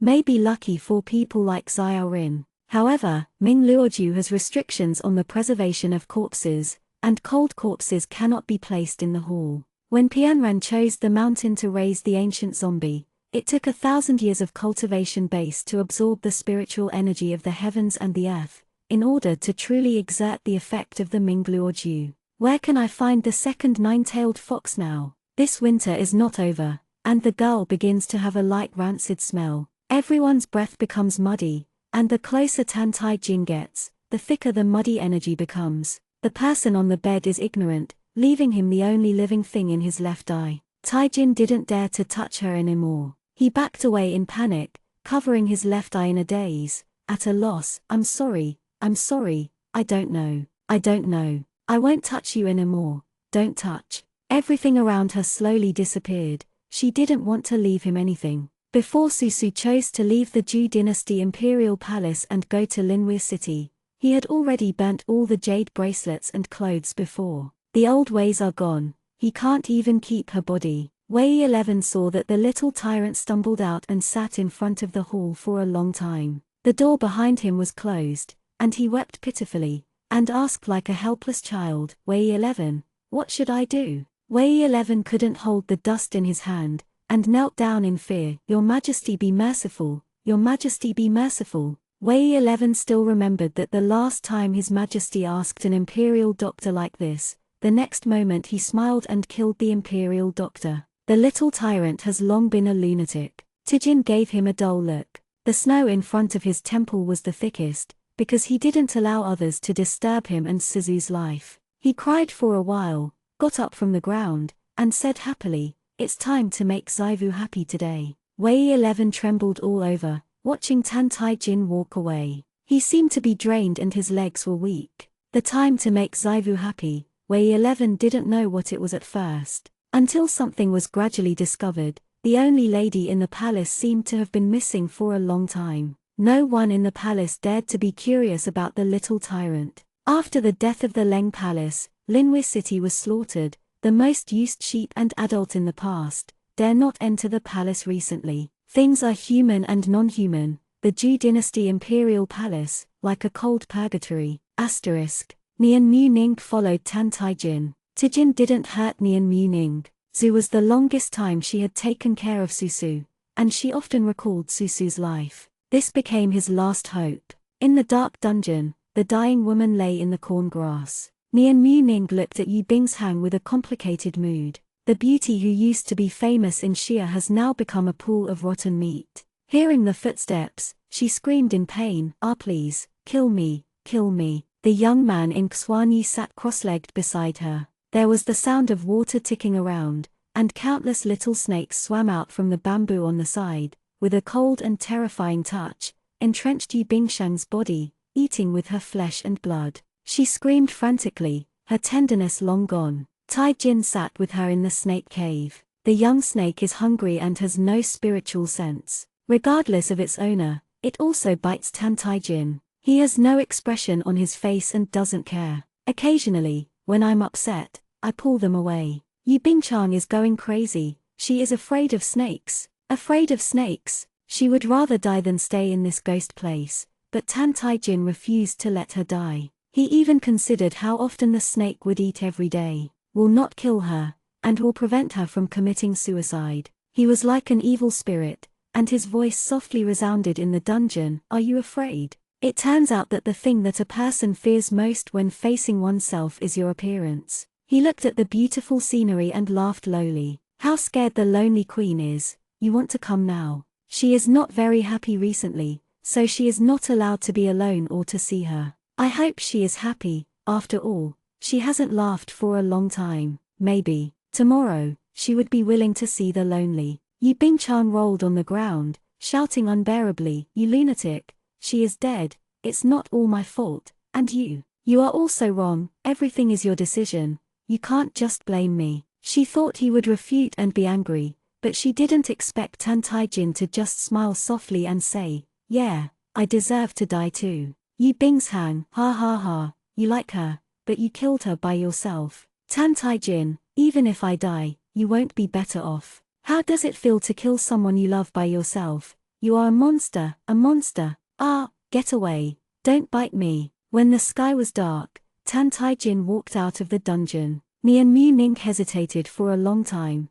and finally decided to tell Tan Taijin the result of the interrogation. Yu Bingchang was too scared, so she recruited. She said that when she was 8 years old, she went to Baijuan and fell into a valley. The valley is full of flowers, and there is a woman who has just given birth and is dying. The woman saw that she was also a young girl, so she took her in for a few days, fearing that she would get lost in the valley and encounter danger, and gave her the flying jade flute, take her out. It turned out that back then, Yu Bingchang sat on the growing jade flute, and on the way out of the valley, he happened to meet a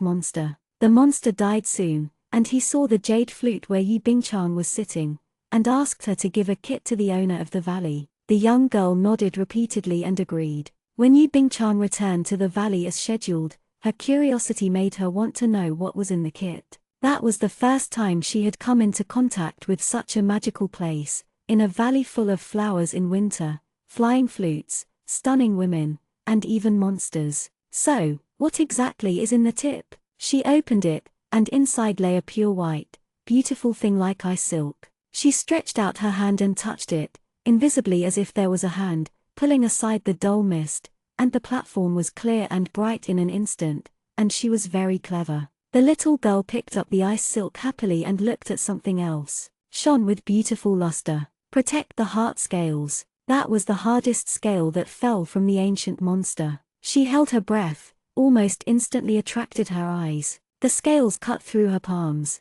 and the little girl said, "Oh." The restless scales sensed the breath of the jade flute under her, and hesitantly quieted down. Yu Bingchang saw his future ending from the scales of his heart. The little girl bit her lip and squeezed the white ice silk and heart-protecting scales. She glanced at the valley behind her. That beautiful woman, maybe, is dead. Even if the thing is taken, no one can use it. But her future is so pitiful, maybe these things can save her. She gritted her teeth and fled, leaving the valley. That winter day became Yi Bingshang's secret. Later, by coincidence, the heart-protecting scales helped her fuse the ice silk. She grew up and realized that it was a complete love thread. She was too guilty, but it was done. She couldn't find the magic valley and return the things. After she found out that she had one more love thread than others, no matter how stubborn men were, they also liked her. It is easy to make a person fall in love with oneself. It turns out that one love thread can love someone,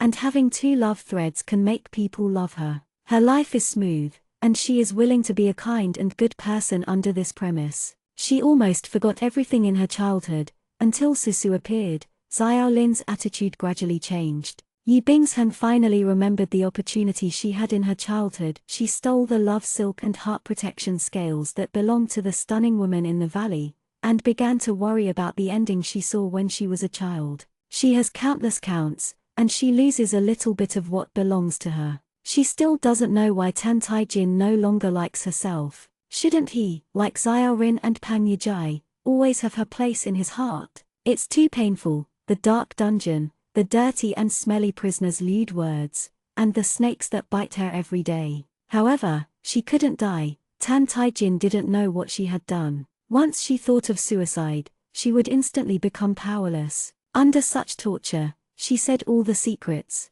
Taijin returned to the palace, but for a long time he dared not open the door. The girl's body is not the flamboyant zombie, it has long been damaged in a disastrous manner. He sat outside the palace, looking at the cold night. Suzu left only 6 nails in his heart, and a tearful eye. Taijin sat on the steps all night, snow falling in his hair. Mi-hun nail lingered behind him inch by inch. At first he felt that he couldn't bear the pain, but then he gradually became numb. Cold, endless cold, he hugged himself tightly, biting his lips and bleeding. The endless sense of loneliness made Tan Taijin hate her. When she killed herself, he never hated her like that. The first ray of morning light came on, he pushed open the door behind him, and looked at the corpse on the bed coldly. Chapter 77, 100 Years. Tan Taijin went in for a long time, but never came out. Wei 11 had no choice but to call Yi Chufeng. Now everyone in the palace is in danger, and there are even rumors among the people that Tan Taijin is inherently ominous, and the weather in winter is so strange. Sheep has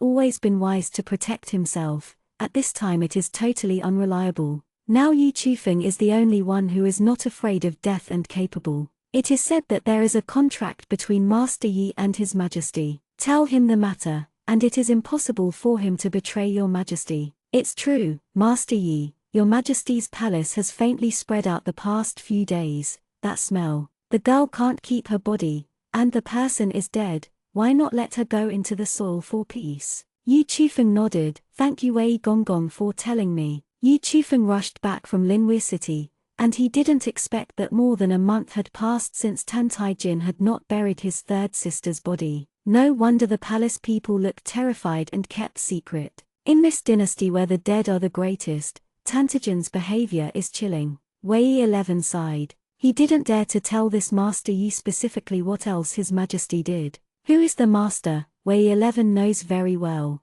After all, the power of life and death for everyone is still in the hands of Tan Taijin. Yi Chufeng approached the palace, and he also smelled the shallow smell that Wei 11 said. The incense to prevent the decay of the corpse was put in the room, and the delay has been the extreme now. Wei 11 whispered uncomfortably, Your Majesty went in this morning, but he hasn't come out so far. The eyelids of the minion jumped. Master Yi, nothing will happen, right? Yi Chufeng said, let someone come and open the door. But I will be responsible for what happened. Wei 11 responded. Soon the palace gate was pushed open, not to mention Yi Chufeng. Even Wei 11 didn't expect to see this scene before him. He softened his legs and forgot to salute, so he knelt and crawled. Get out. Yi Chufeng's face was pale. He walked forward, and tightly pulled Tan Taijin's collar. What are you doing? Xianxia little tyrant laughed in a low voice, keep her, let her be with me forever.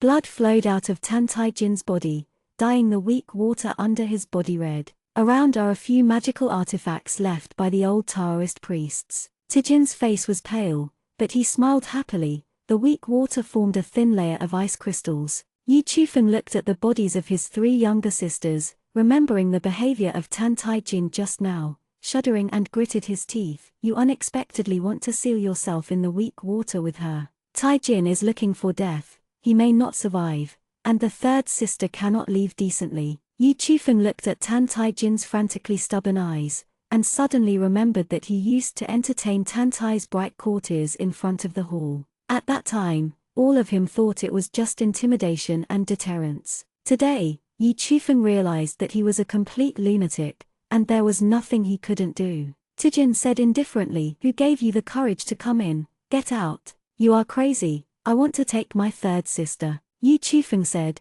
and went to hug the cold corpse on the bed. One hand crossed over, Tan Taijin patted it with a palm. Do you dare to touch her? Tan Taijin said coldly. Yi Chufeng's face was very ugly, and he couldn't care about the contract or the difference between the monarch and his subjects. At this moment, he didn't even think about it, he only found it absurd. The 2 fought. One had a 9-tailed fox demon pill in his body. Taijin hit Yi Chufeng with a punch and a fist. His expression was creepy. Yi Chufeng didn't want the 3rd sister to be uneasy when she died. He raised his hand, and a ball of flame flew toward the corpse on the bed. Taijin's gaze froze for a moment, and he didn't even want to pounce on the corpse. The flame burned his back. He didn't notice it, and extinguished the sparks on the girl's body under him carefully and in a panic. Yi Chufeng looked at all this weakly, and for a long time, he closed his eyes. You look like this, if the 3rd sister knew it, she would feel sick.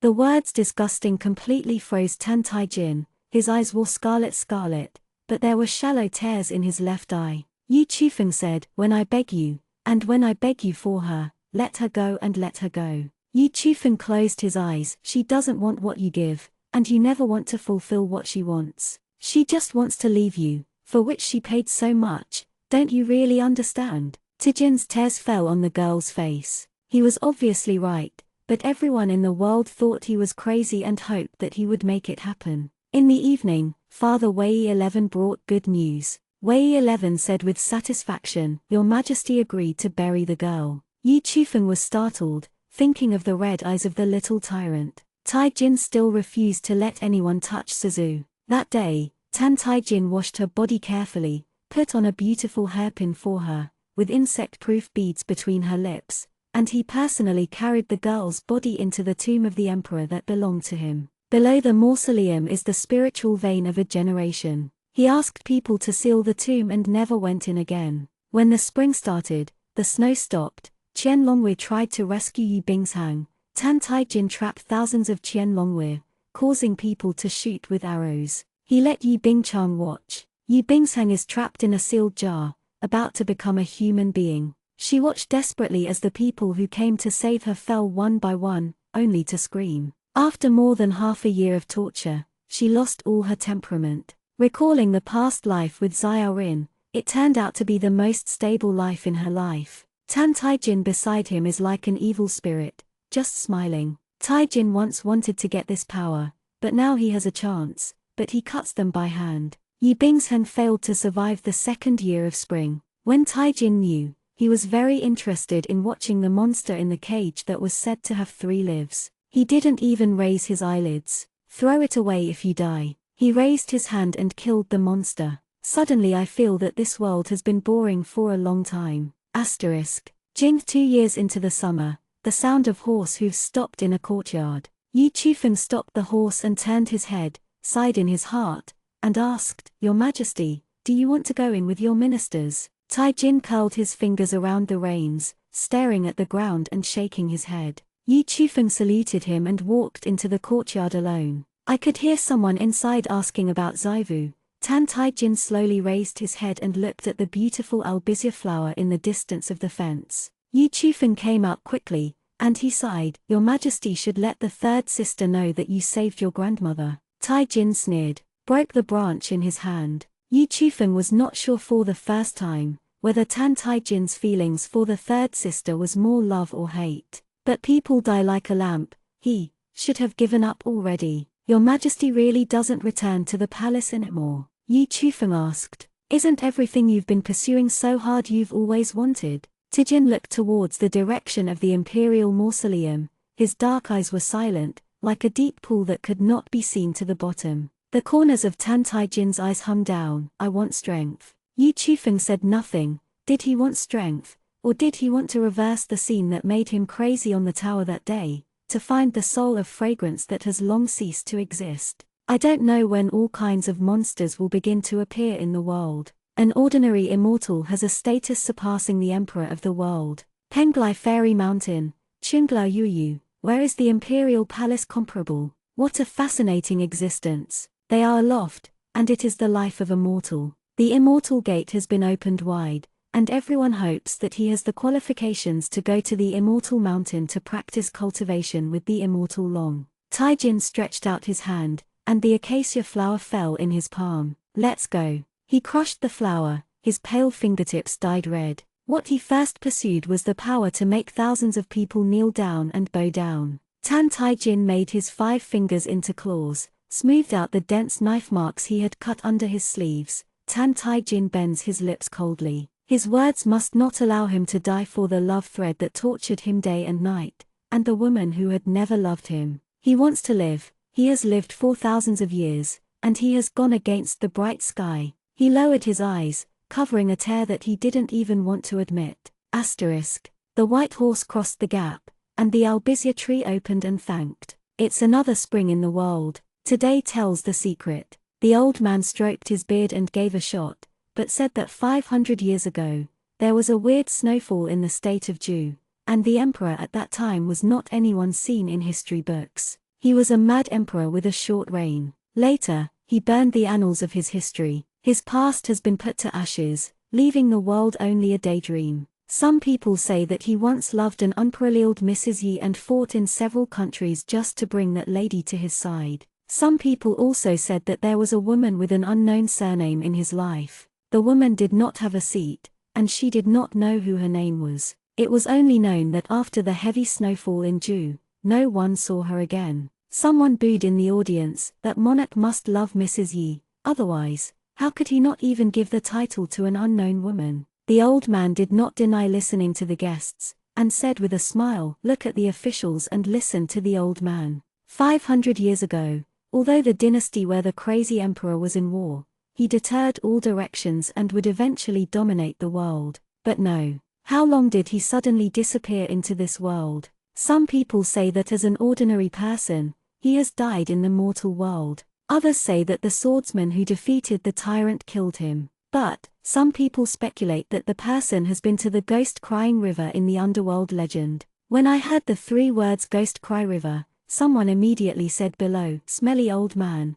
all day long, how can anyone go to the Ghost Cry River? As everyone knows, that is the place where the souls of mortals are devoured. Will the mad emperor go to die? What 500 years? In the previous state of Zhu, there was no mad emperor in the annals of history. Maybe there was no such person. You said, am I right? As soon as this statement came out, many people immediately echoed, yes. I always talk about these boring past events and what to do. If you have the ability, you can talk about the opening of the fairy gate, and collect the news of the disciples. Yes, not about the immortal world, but also about the demon world and the demon world. The old man shook his head. Since ancient times, mortals have always yearned for cultivating immortals. I am always curious about things about spirits, monsters, but if there are monsters, everyone is in danger. Now that the story has become a thing of the past, the spectators are already gone, and the old man no longer tells this story. After all, he doesn't even know what the truth was 500 years ago. There are 5 realms in the world: gods, immortals, mortals, demons, and underworlds. The gods have already fallen, and demons only do cruel things. Needless to say, let's talk about the 100-year routine of immortal gates today. Who will get the flower this time? Do you still need to talk? Of course it is the first Henjiang sect of Xianmen. Listening to the book building again became lively. On the corner of the second floor, the woman in Xingyi flattened her mouth in disdain. That's hard to say. This year, the Henjiang sect participated in the grand competition are all new disciples, thinking that everyone is as enchanting as Gong'ai Jaivu, who broke through the golden core and entered the middle stage of the nascent soul in just 30 years. Look at me, don't beat them down this time. Yuzhuang, who was wearing the same color robes, said with a headache, Junior sister,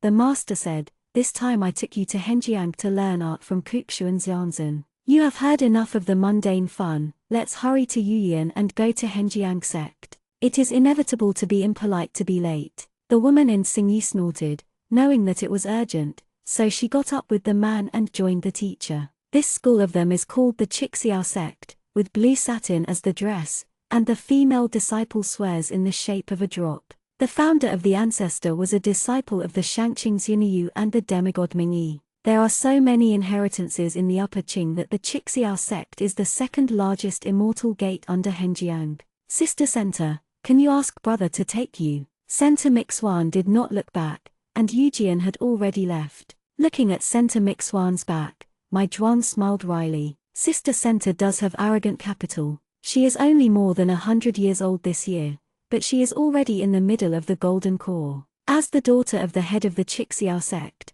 she is noble and beautiful. It's just that this temperament is true, so others can't bear it. I don't know if the Henjiang sect can accept the younger sister. I heard that the head of Henjiang also has a jewel in his hand, who is loved by all the teachers. The younger sister passed by, wondering if she can get along with her. Chapter 78, Ruthless. She woke up in a dusk. The fairy mountain in Chang's is lonely and deserted. For 100 years, few people have set foot, and the snow that never melts falls on her eyelashes. In the Tianqi, the mist is curling up, and the golden sycamore leaves are made into a beautiful bed by spiritual power. Later, she moved her fingers and her eyelashes trembled. She felt a little pain in the world filled with white steam, and subconsciously pressed the source of the pain, the heart. Tears fell into the water of Tianqi, causing shallow waves. The overwhelming sorrow and sadness, at this moment, finally manifested incisively and vividly. Susu never thought that he could wake up. That day she jumped down from the tower with the determination to die, burned the fairy soul, poured into the 9-day gujade, the sky thunder entered the gujade, caused a raging industry fire, and burned her to death. She heard the sound of Goayu shattering and revolting in her ears, thinking that she had disappeared into the world like Goayu. Susu saw the man under the tower rushing towards the tower amidst the fire. He ran so fast. Did he come to pick up Yi Bingchang after he gave birth to love? The snow in the world was so big, her eyes were blurred, she wanted to hold Goayu, and Goayu turned into ashes in front of her. Suzu thought at that time, if you can live, who would want to die painfully in the fire of karma? Every inch of skin hurts, the fairy soul seems to be crumpled, she falls into the fire of karma. Never went to see him again. There were more than 700 days and nights in the world. When she recalled that time, even if she didn't want to think about Tan Tai Jin, he was almost all her memories. The life of a mortal is too bitter. He embroidered the most sincere feelings into the hijab, but killed her brother, abandoned her grandmother, controlled her to kill, and gave her endless darkness. She couldn't save her elder brother, and never saw her grandmother again. Xiao Lin's blood splashed in her hands and became a pain she couldn't get out of. She did not live up to the sentient beings of the three realms. She was sorry for herself alone and Yi Zaivu. Susu was born a spiritual womb and never dreamed. At that time, she yearned for the first time. These 700 days and nights were just a nightmare. The nightmare was over, and she was in Chang's mountain with countless familiar faces around her. Life is the same as before, even if the three realms are rampant. She is trapped on the fairy mountain, still with the color of longing in her eyes, looking at the world with Goayu. But Goayu is dead. Her tears blurred the disappearance of Goayu. It was like any insignificant wisp of blue smoke in the world, gently brushing her hair, no sound. Goayu once said that it was just the most useless stone in ancient times, and countless great gods that existed at the same time fell. Only one survived the prehistoric times, survived the vicissitudes of the mountains and rivers. The world was lonely, and finally followed her mother and grew up with her. It always says that it doesn't know anything, but it does everything to live. But in the end, she was the one who was not good, which made it tired and lost it. Jai's eldest brother, grandmother, Xiao Rin, Guaiu. Her fairy soul becomes transparent every inch in the fire of karma. This nightmare is really cold. At that time, she just wanted to pray to the heavens, and forever, even if it was the end of the darkness, she would never meet Tan Tai Jin again. Or, can she let her take another look at Nagasawa Mountain for the last time? At this moment, the snow in Chang's is blowing up, and it becomes a beautiful picture. Susu's black pupils are filled with tears. Are you going home? The white-clothed fairy walked slowly in the phoenix forest, with a transparent jasper on his waist, with cyan tassels tied on it, ink-hair jade crown, look peaceful. A stern boy followed behind him. Gongyeji said without instructions, Fuya, see her again, and don't ask the junior sister what is the relationship with Lee Suzu whom you used to know. She will be angry. Seeing the young man's silence, Gongai said with a laugh, she said no time and time again, and you always think of her as someone else when you are angry. Last time you competed with you cut her favorite clothes. She was in. I have been upset by the Tianqi for a long time. I told the spirit fish in the pond that I had to file a complaint with the master, but she hasn't said anything until now. The younger sister has been in retreat for a long time, and she will probably not hold grudges when she comes out. Don't make her feel sad. The boy passed the corner of his mouth and said, okay. Gonai didn't think of anything, and there was a trace of helplessness and warmth in his eyes. Junior sister is still young, take more responsibility. Their voices were from far and near, and Susu and Tianqi looked over in a daze, and saw the snow-white fairy mountain, behind the mist, towering sycamore trees.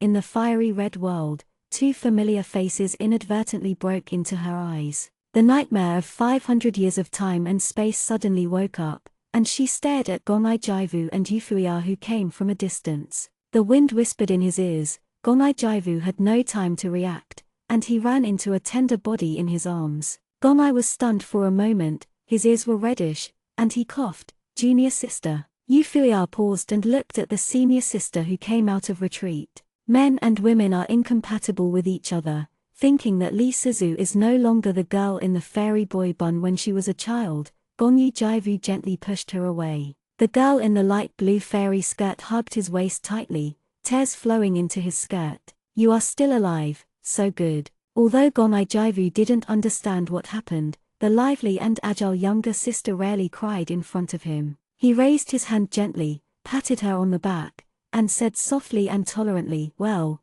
younger sister, don't cry. Yufuya saw that the pretty sister's eyes were red like an aggrieved rabbit. After a moment of silence, he took out a purple fairy skirt from Qiankan's bag. Sister, I was wrong. Last time I cut your skirt, I found one that was exactly the same. I'll make you apologize. Do you want to see it? Susu turned his head and saw Fuya in his memory. Clear, clean, looking at her with a little worry in his bright eyes. Is no different from the little brother in memory. Gonai's silent heartbeat ringed in her ears. The sorrow and despair of 500 years ago were gone. Everything in front of her was bright, warm and colorful. Susu can hardly describe the feeling at this moment. He thought that everything turned into nothingness, and there was no trace of her in the world. But she opened her eyes in the fire and found that she had gone home. Brother is still alive. Are all the people she cares about alive? In the world 500 years ago, she pulled out Tan Tai Jin's evil bones. Does it mean that she succeeded? Susu raised his head. The sky is not depressed, as clean as a wash. The dead, standing in front of him alive. She changed everything 500 years ago, and all tragedies did not happen. She's back. Wake up in a spring that is so warm that the flowers are in full bloom. Asterisk. The news that Henjiangsek's most precious little fairy came out of retreat almost caused a sensation in the whole school. Ling Yao waited at the foot of the mountain early, condensing the mirror to organize his clothes. The brother next to teased, Sister Ling, don't sort it out, you sort it out 83 times. Yes, Xiao Suzu has to run again when he sees you. What is this Uncle Ling's hand? Yo, Uncle's Vientian lotus, you pick it for Xiao Suzu. Are you not afraid of being chased by Uncle? The handsome man among the crowd smiled brilliantly. He didn't care about the ridicule of the same door at all, but corrected him. What is Xiao Suzu? Regarding the seniority, she is your uncle. Had it not been for the head Kun Xuanzi forbidden him to go to chance to disturb Susu's cultivation, he would have gone up with the sword. When Susu Yuyan came down, he saw this scene. A group of fellow students wearing disciple uniforms happily waved at her. Susu, little Yuling. When Susu was born, he was named Feng Yuling, which means Xiongling Yukiyu. The female disciple also said with great interest, "You are out of the customs. Come and see what gifts the senior sister has prepared for you." Susu received the fairy sword and was immediately surrounded by everyone. She lowered her head, her arms still full of treasures. "Xiao Suzu, this is the pearl I brought back to you last time I went to Penglai to celebrate your cultivation. This is the candid horse I promised you. Didn't Xiao Suzu never go to the world? Try it. Junior sister, look at the tail of the dream beast. Use it to defend yourself." Even in her arms, there was a full-blooming Vientiane flower. The Vientiane flower can block thunder 3 times when crossing the catastrophe. It is a rare treasure. Master Qingwu has been raising it for 200 years. Susu raised his eyes and looked at the same door in front of him. Most of them had died in the hands of the monsters born this year, and now everyone is still alive. She returned to the time she left 500 years later. However, because of the changes she brought, they are still there. Susu looked at Ling Yao, who was stunned and couldn't help but laugh. For the first time, avoiding this overly enthusiastic person without panic, he whispered, "Brother Ling, it's not Yi Zaivu. She is Li Suzu." Although she didn't know why she came back to life, but she felt warm and happy like never before. Everyone gathered around her and told her about the recent excitement in Henjiang. The fairy mountain stands tall, with countless pavilions, suspended in the air. Henjiang, which was not suppressed by demons, is so powerful and beautiful. Susu turned her head and saw the place where she learned the sword, the hall where she learned the law for the first time when she was young, and the place where the disciples went to the morning class to practice sword. Susu paused, and stepped onto the 10,000 heart cultivation ladder. Gomai said quietly, "Junior sister, the heart cultivation ladder is the place to go when returning from the mortal world. You don't need to." The girl looked back, and a small smile appeared between her lips. There was a blazing cinnabar between her eyebrows, and the moment she stepped on the ladder for repairing the heart, there was a wave of water on the ladder. Under her feet, blooming and transparent flowers bloomed. Gomai Jianwu looked at her and stopped talking. Sister, what is there in her heart?" She seemed to have grown up quietly where they could not see. Yu Fuya held the sword, watched the girl's back disappear behind the Zayukin ladder, opened his mouth, remembering Gomai Jiavu's instructions. He calmed down again. For so many years, it is his unwillingness to give up. Sister Li and that person are just the same name. How can a young girl in the fairy world have something to do with that person 500 years ago? One ladder washes away the inner panic and anxiety. Step by step, Susu finally felt that the 500 years of the past was far away from her, and at the end, Qingjia Xianzhen turned around. "Daddy!" She ran over. Xuanzi touched her hair. He lowered his eyes, looked at her tearful eyes, and sighed. "It's just retreat. How can I be so sad? Who bullied Susu?" Susu choked. She was never so fragile when her soul was lost. People are so strange. When the people around you don't love yourself, you can put on the hardest armor. When you meet someone who loves you, the armor will be slowly peeled off. It's like a little beast going home with his body covered in wounds, all the sadness finally someone can tell. Xuanzi said, "Daddy, see how your cultivation is." He motioned for Susu to put his hand on the test spirit stone.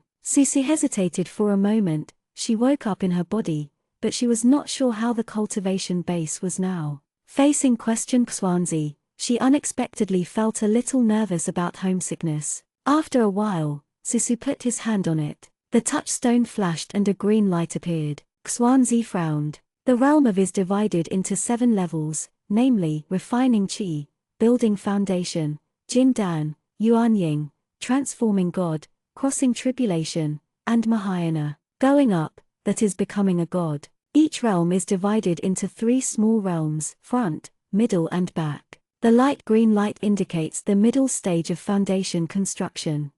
She opened her mouth, but she didn't know where to start. Susu remembered that she was in the middle stage of Jindan before returning to 500 years ago, but now she is only in the middle stage of foundation building, and even vaguely returning to the early stage of foundation building. How could this be? Xianxia didn't show any disappointment. He tapped his finger on the center of her forehead. After a while, he opened his eyes, with a complex color in his eyes. Suzu, you, Nirvana? Susu raised his eyes and looked at Xianxia. He didn't look surprised. Daddy, Xianxia said, don't be afraid. When you were born, I knew that there was a day, and Dad didn't know where you went or what you experienced. He patted the futon beside him and motioned for Suzu to sit down. Susu sat down beside him. Xianxia's eyes were gentle. Father rarely tells you about your mother. She does not want me to mention her in front of you, and also hopes that you will be an ordinary happy little girl. But your blood is still awakened. Susu actually had a hunch. Is it a phoenix? Xianxia nodded. The blood of the ancient gods, and only this vein can be reborn in the fire of karma. Susu lowered his eyes. It turned out that Guai knew about it a long time ago, so it has always been stingy and consumes spiritual energy, just because he thinks that one day, use all the spiritual energy to send her home. It did it, and it disappeared in this world forever. A gentle hand was placed on her shoulder and patted. Bikuget TV debuts www.bikuget.com. The blood is awakened, and you will have a great road in the future. Xianxia said, even though he has regrets in his heart, he would rather Suzu never grow up. Suzu, look at the Lingtai. Upon his reminder, Susu noticed that there were more white water droplets on his spiritual platform. It is only the size of a fingernail, looks fragile and small, and perches tenderly on her spiritual platform. What is this? Susu asked. Xianxia said, the ancient ruthless Tao. Chapter 79, Shame. The ancient ruthless Tao, the purest and simplest Shinto in the world. All three realms cultivate immortals. From immortal devil to god, after constantly passing thunder and thunder, they will break through each realm and eventually become gods. Ran, the ancient ruthless Tao is not like that. It is the great law that exists in the ancient true God. All creatures are born with love silk, and those who have love silk, it is difficult for the Taoist heart to remain pure. There are a lot of great roads, and you will fall if you don't survive love. Even if someone kills his wife and son to testify, no one has become a for thousands of years. Ruthless Tao itself is the only exception. It makes practitioners ruthless and loveless. There is no need to cross the robbery, and the cultivation base will be able to travel at a rapid pace. Became a only in 100 years. Only the phoenix after nirvana can be a blessing in disguise and can practice ruthless Tao. There is no ruthless way for her in other cultivation methods. Xianxia said, the Tao is originally ruthless, but it is also affectionate to all things. Cultivating the ruthless Tao can quickly become a without the suffering of the heavenly thunder. But Suzu, if you cultivate the ruthless Tao, you will do it again. I can't realize what it's like to love someone. You will be affectionate to the common people, but you will not be tempted by anyone in this world. Suzu curled his fingers slightly and lost consciousness for a moment in his eyes. Then, the past will fade away slowly, right? She can feel happiness and all the beautiful emotions, but she will gradually fade away from the human experience. Isn't this the way she has been pursuing? Suzu, do you choose it? Nothing to care about. She should have forgotten them all. Even if I don't forget, I don't want to think of it. Susu turned his head to look at Xianxia, and nodded. She practices ruthless gods. The relationship between men and women is the most illusory thing in the world. She didn't dare to be tempted, but when she couldn't help but was forced to kill Tantijin, was used, imprisoned, abandoned. Since this is her original intention, what's wrong with practicing ruthless Tao? When she came out of Xianxia Hall, a tall white figure was waiting for her. Fuya. She patted him on the shoulder and called him with a smile. The young man turned his head, as if it was Fuya. He is always rigid, but when facing her, he rarely feels ashamed. Are you still angry with me? What is mad at you? After a pause, Susu found the reason in his memory. Do you think of me as another person? Is also a coincidence. Fuya has not yet stepped into the memory of immortality, there is actually someone named Li Suzu. Yu Fuya nodded. Susu bent his eyes. I'm not angry. The white girl's eyes are clear, her long skirt is on the ground, her eyebrows are cinnabar red like fire, and the jade bell on her waist is dinged by the wind. Yu Fuya has known her beauty for a long time. When she was still under adulthood, her beauty made her colleagues talk about it and yearned for it. However, the first time she faced her good-looking, it was this moment. He couldn't help turning his head away, staggering her gaze. Not possible. He suppressed the chaotic heartbeat. Long ago, when his love was first opened, he had already met someone he liked. The man escaped from the abyss with his back, and he and her have seen the last **** in the world. Senior sister has the same name as her, and he can't shake it either. The white-clothed monk kept his face straight, and the Yuyan walked under the fairy peak.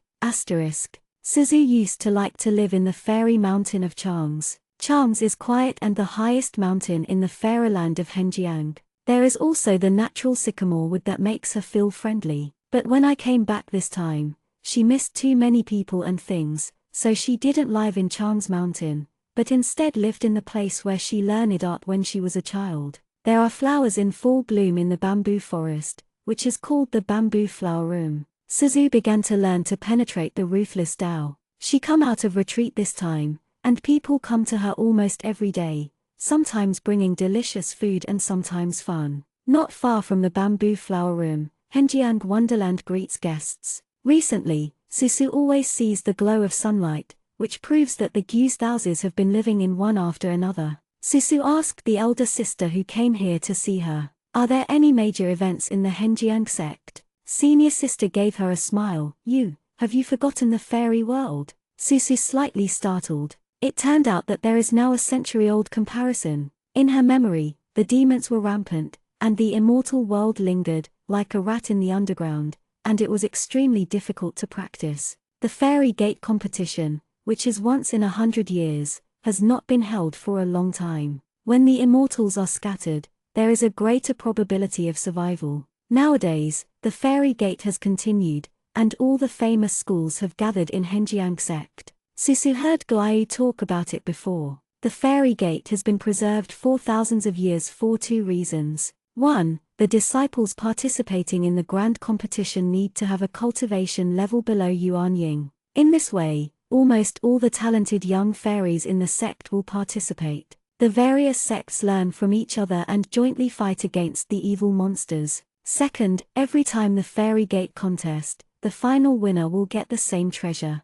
Treasures of the lowest rank will be rare and rare spirit artifacts, and there will even be fairy artifacts, or top-grade pill. I won a big match, not to mention the glory of my own school, but also a chance for myself. That's right. Senior Sister Fairy said with a smile. This time the grand match leader is the legendary Requiem Lamp. Requiem Lamp. Susu repeated it in a low voice. Is it the Requiem Lamp that can retrieve the soul in the legend? The fairy said, in the first two Xianmen Grand Tournaments, senior brother Gongai was famous in the 3 realms and was amazing. But this time your senior brother will not participate in the Grand Tournament anymore. He has broken through the Golden Core and reached the Yuan Ying. You and Fuya, you can try. Many sect elders are no better than Yuan Ying. Such a cultivating genius is really admirable. Because of the senior sister's words, Susujuo paid attention and found that Henjiang Wonderland was really lively. This competition took place within the Henjiang sect. From the head of the Henjiang sect to the outer disciples, they all attached great importance to this. Once a head or elder brings young disciples over, the Henjiang sect will immediately lead the way and settle down. Suzu began to practice the ruthless Tao, so naturally he would not participate in such a competition. It was one night, a young man holding a sword was sitting under the moon outside her house. The young man squeezed his spirit sword and glanced at her. Everyone has prepared gifts for you to go out. I will win the Requiem Lantern for you. Susi held his chin and looked at him from the window with a smile. Okay, Fuya, come on. Fuya pressed her lips, ignoring her faintly smiling eyes. Yujian left. Suzu was a little funny to see him so solemnly. Fuya, it is really inexplicable to give her a sense of familiarity, but unfortunately I don't know where this feeling comes from. She believes in Fuya's strength. Although the junior brother is not as talented as Gong'aiji,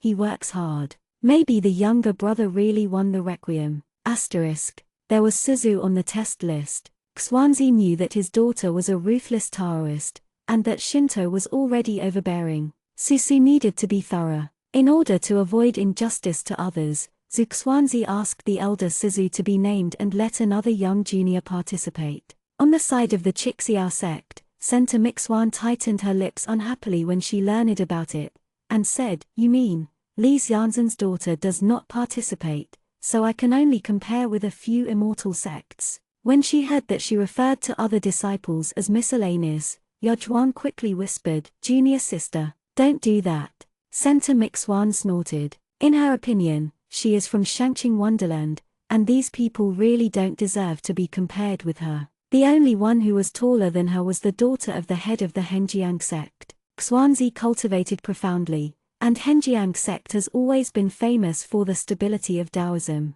The head of the Xianxia sect hoped that Center Mixuan would come to Henjiang Wonderland to practice Taoism and respect Xianxia as a teacher. Xianxia is not easy to accept disciples. Center Mixuan liked to show his strength to this immortal. Before she came, she spent a lot of time to inquire about Li Sizu's news, and wanted to crush her from the looks and cultivation base, so she was naturally upset. Mai Zhuan did not care to be angry with her, and explained carefully, the opponents of junior sister, in addition to the disciples of the Chongxu sect and the Destroyer sect, there is also a disciple of the head of Li, who is also the junior disciple of Gong'ai Yu Fuya. I heard that this person is young, but he has a lot of accomplishments. He is also the cultivation base of the Golden Core period. Junior sisters should protect themselves and not underestimate the enemy. Gong'ai's elder brother. Center Mixuan's eyes rolled, and finally got some interest. That's also Li Sizu's brother. She stroked the newly acquired fairy artifact in her hand and curled her lips. Without Gong'ai and Li Sizu, it would be good to meet Yu Fuya. Brother Yu, don't worry, I won't lose. When she said that she would not lose, Yozhuan had no doubt. He glanced at the whip in Center Mixuan's hand. It was a middle-grade fairy. No matter what weapon the disciple uses, the rules are only point to point, not to hurt people. Having a good weapon is also considered a personal skill and chance, and it is counted in strength. Center Mixuan came prepared. Her cultivation is good, plus the middle-grade immortal implements and the spiritual pill given by the master. It is invincible among the disciples below the primordial soul. Yu Fuya, no matter how talented he is, it can't compare with the natural advantages of the younger sister. On the second day, the grand competition officially started. Susu saw a bright figure among the bamboo flowers early in the morning. Sister Xiaoguang shook her and held her affectionately. "Susu,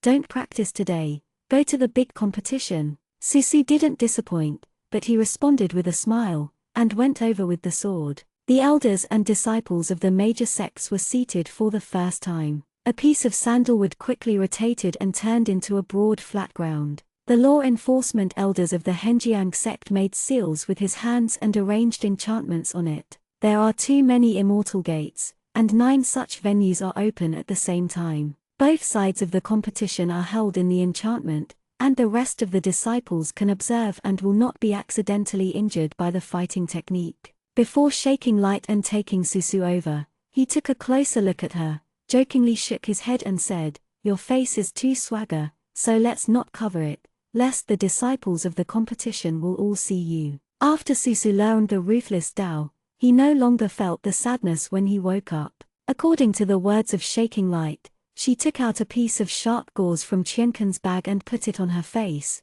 Instantly her face blurred. Shaking lightly nodded in satisfaction, and said, "Let's go." They went late, and Susu didn't tell Xuanzi and the elders that he was coming, so he didn't go to the seat beside him, but stood with Yao Guang among the disciples under the test field. Xuanzi saw her at a glance, sighed and shook his head. Susu smiled at his father. The test has already begun. Zhuang did not participate in the competition. His task was to listen to Master's words, watch Center Mixuan, and prevent her from getting into trouble. As soon as Center Mixuan came on the court, Mai Zhuang stood guard under the stage. In the first game, Center Mixuan confronted a female disciple of the Xianxia faction. That female disciple happened to be the Golden Core in the early stage. Center Mixuan easily defeated the female disciple without even offering the fairy tools. Her Xianxia is fierce and does not save face. Fortunately, the female disciple is also quite demeanor.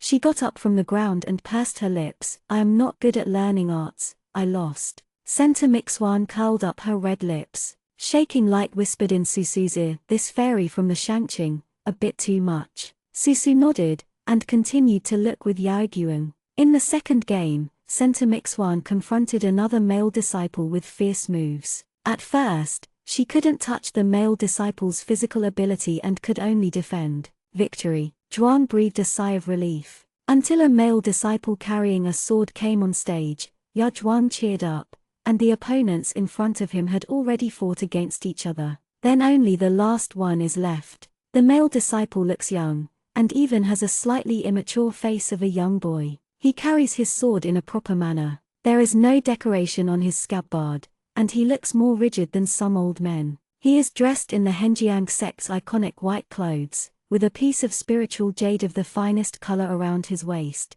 and his hair is erected with a jade crown. I don't know what his skills are, except for a sword. I don't see him bring any other magical weapons. In terms of appearance alone, the person is pretty handsome. He was neither overbearing nor overbearing when he saw a gift, and said, next, Henjiang Zongyu Fuya, please enlighten me. Shook Light and said, it's your junior brother, let him file the spirit of Super Qing. Susu thought that Fuya said 2 days ago that she would win the Requiem Lantern for her. Someone behind him whispered, I heard that there are few people watching the competition venues. Someone is very good. He has won 9 games in a row. 9 games. How long is this? Susu turned around, and there was a competition platform at the farthest place from her, but it was too far away to see it really. Can only faintly see a figure of Xuanyi, killing Gyoju. For some reason, she squeezed her fingers subconsciously. Susu? Shaking his light to call her.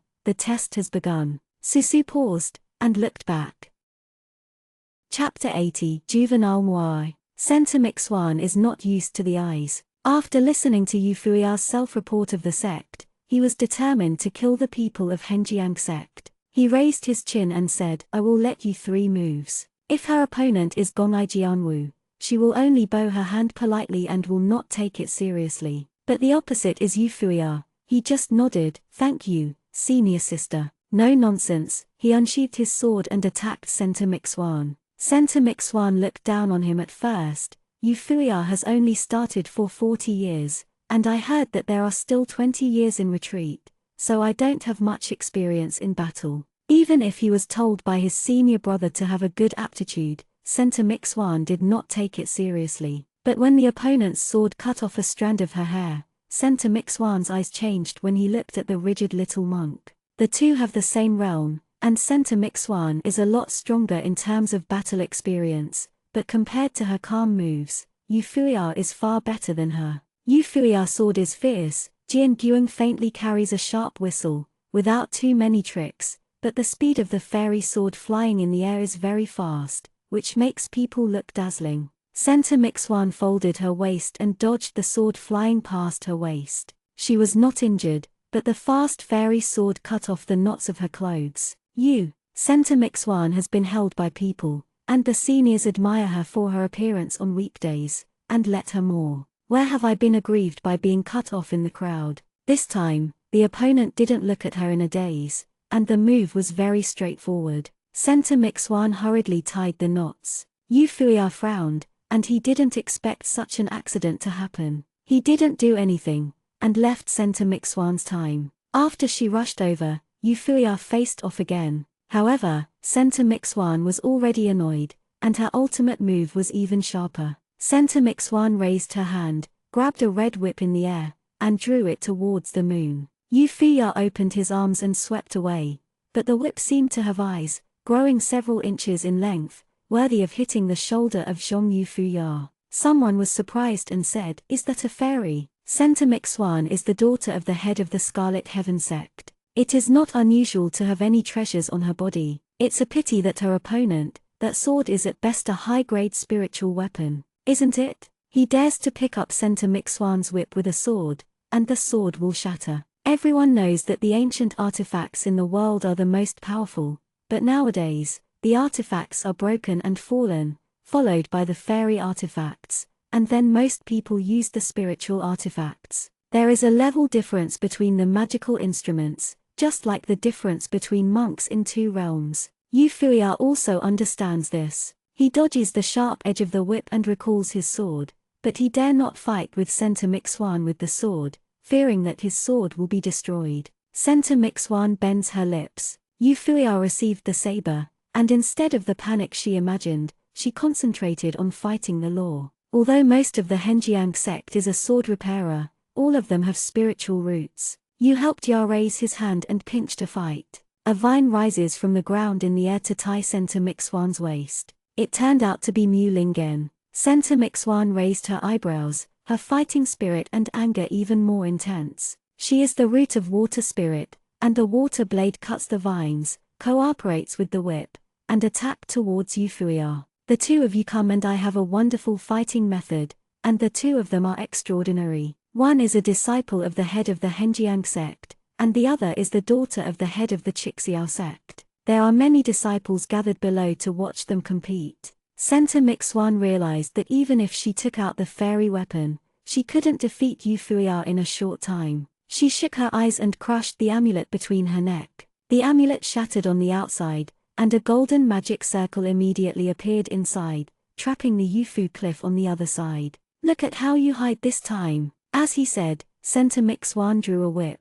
That amulet was cast by the head of the Xiao sect to protect her. Her father's realm has reached the late stage of the tribulation, and she is one of the great powers of the immortal world today. Yu Fuya was just a disciple of the golden core stage, trapped in the golden magic circle, and was given a whip by Center Mixuan. But Center Mixuan did not hurt him, but tore the clothes on his shoulders. The crowd whispered. Even the elders of various denominations frowned. Is it a violation of Master Center's nephew? In the past, no one had done this in the competition. The body protection circle is a good thing, but there is also no explicit stipulation that this cannot be done. Center Mixuan's father is not low in status, and most people in the cultivation world have to let her take the lead. Center Mixuan was so willing to crush the only bodyguard circle to humiliate Yu Fuya, which shows that this woman is extremely vengeful. Here is still hesitating. The white coat of Yu Fuya in the circle has been pulled to pieces, revealing the boy's well-structured chest. The elder of Henjiang sect had a solemn expression, winked at Yu Fuya, and signaled that if he couldn't hold it, he offered to admit defeat. This situation cannot announce the end of the game. After all, neither side of the competition was beaten out of the stage, and Center Mixuan did not cause serious injury to Yu Fuya. But Yu Fuya could offer to admit defeat, so that Center Mixuan could no longer attack him. The young man in the circle pressed his lips tightly, dodged the whip with difficulty and stubbornness, and never spoke. Shook the light and said angrily, "This is too much, or give it a good time. How can it be so humiliating?" Suzu frowned. She naturally understood why Fuya would rather suffer humiliation than admit defeat. Because he said, "I want to win the requiem for myself." Center Mixuan smiled coldly, trying to pull Yu Fuya to his knees. The blood-red whip pierced through the air and drew towards the knees of the young man in the circle. Seeing that the young man could not escape, the next moment someone flew up lightly. The whip was held by Susu, and Susu's wrist turned, and a faint flame was burning on the whip. The flame followed the tip of the whip, all the way to Center Mixuan's palm. Center Mixuan's hand hurt, threw away the whip, and stared at the person coming. The white-clothed girl turned around and said to the young man behind her, "Fuya, it's okay, don't be aggressive." Her tone was very caring, which suddenly reminded Yu Fuya of the girl who walked with him in the mountains and forests. The girl was also helpless back then. Child, how can she be so clean? Yu Fuya stared at her blankly. Under Center Mixuan's offensive, he still remained calm and stubborn, but at this moment he was suddenly embarrassed. He doesn't even know where this feeling comes from. Center Mixuan was about to complain for herself, when Yu Fuya suddenly said, "I admit defeat." Since Susufia entered the competition venue, the field was so quiet that needles fell. Center Mixuan gritted his teeth angrily. Who are you?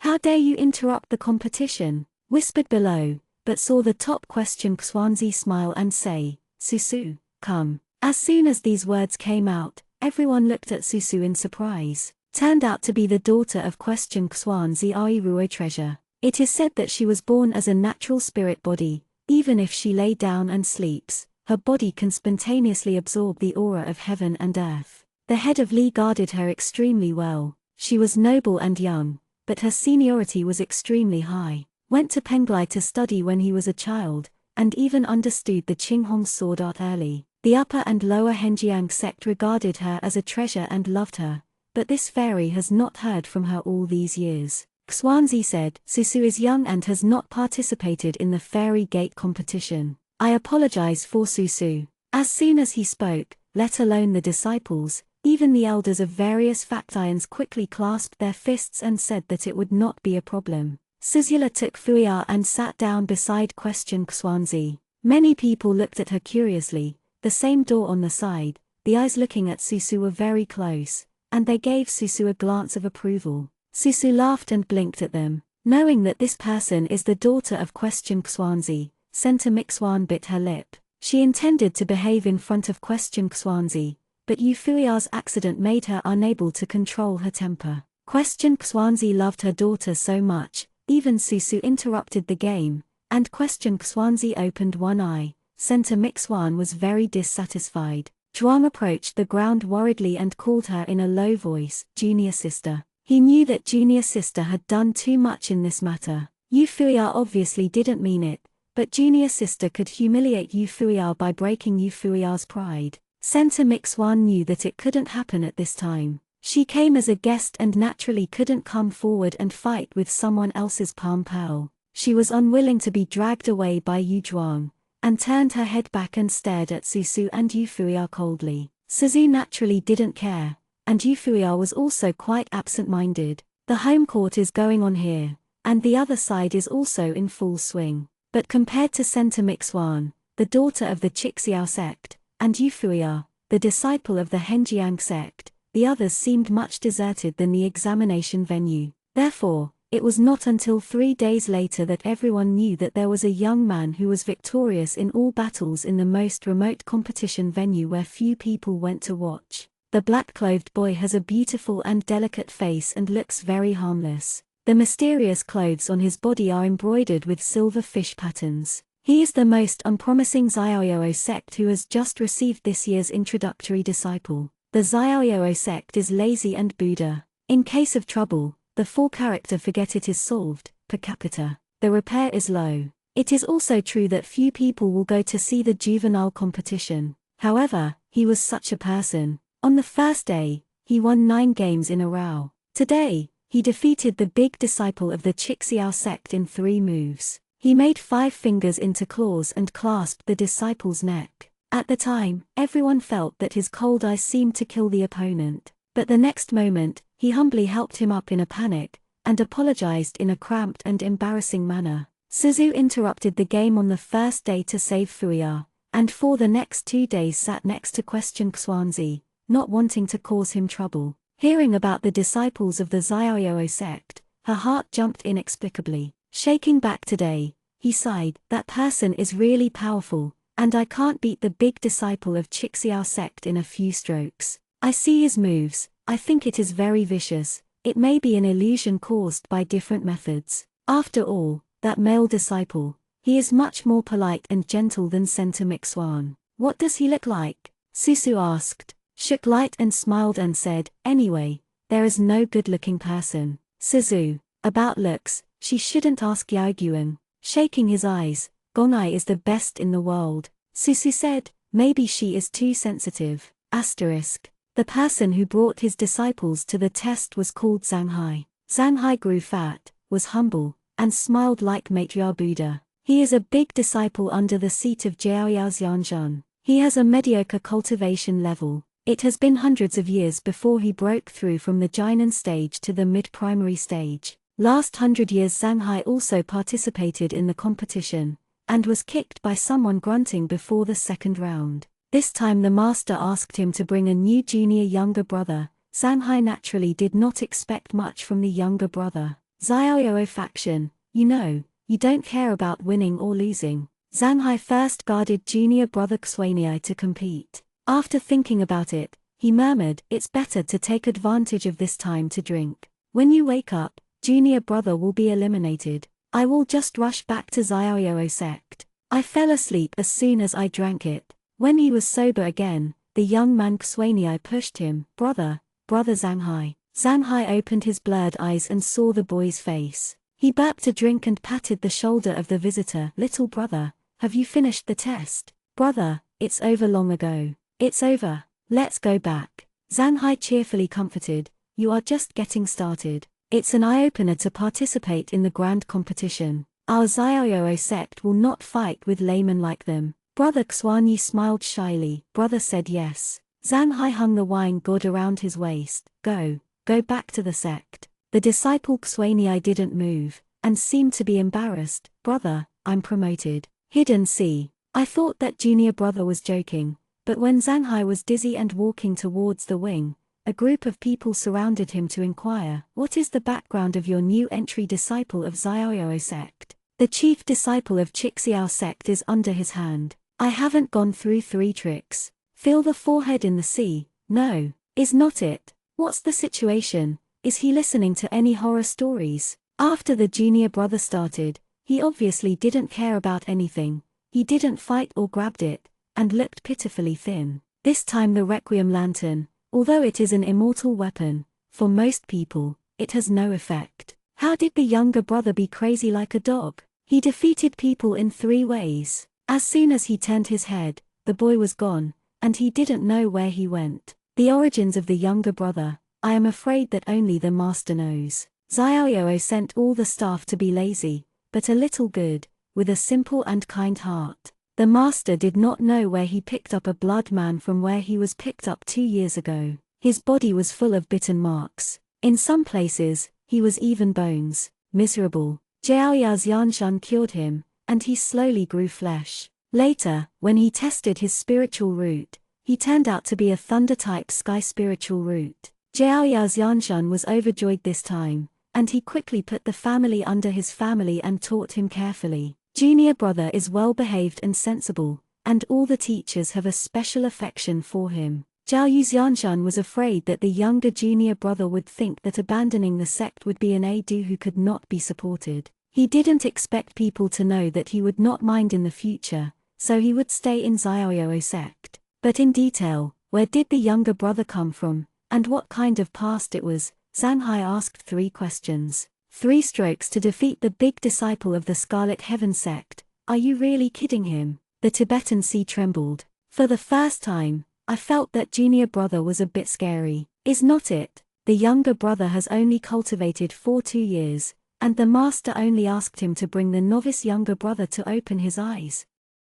Chapter 81, Meet Again. The boy could not be found everywhere in the hidden sea, but he did not expect that he had fallen asleep in the wing when he returned. Zanhai sighed. The younger brother is too shy and doesn't like to communicate with others. Going to the Sea of Tibet, as the intimate senior brother of Ximen, he covered the bed with a quilt for the younger brother. As soon as he touched the younger brother opened his eyes. The black eyes of the young man in Xuanyi were a little bit cold. When he saw that it was the Tibetan sea, the jitters in his eyes disappeared, his sleepy eyes were dim, and he whispered, "Brother." Zanhai nodded, don't know why, he just approached, always feel that the vigilant killing intent of junior brother flashed past. Zanhai shook his head, how could it be possible? The Xuanyi boy in front of him looked innocent and harmless. Seeing Zanhai looking at him, he tilted his head and asked Zanhai silently. Zanhai sighed, Jun, really Jun, no matter how many times I watched it,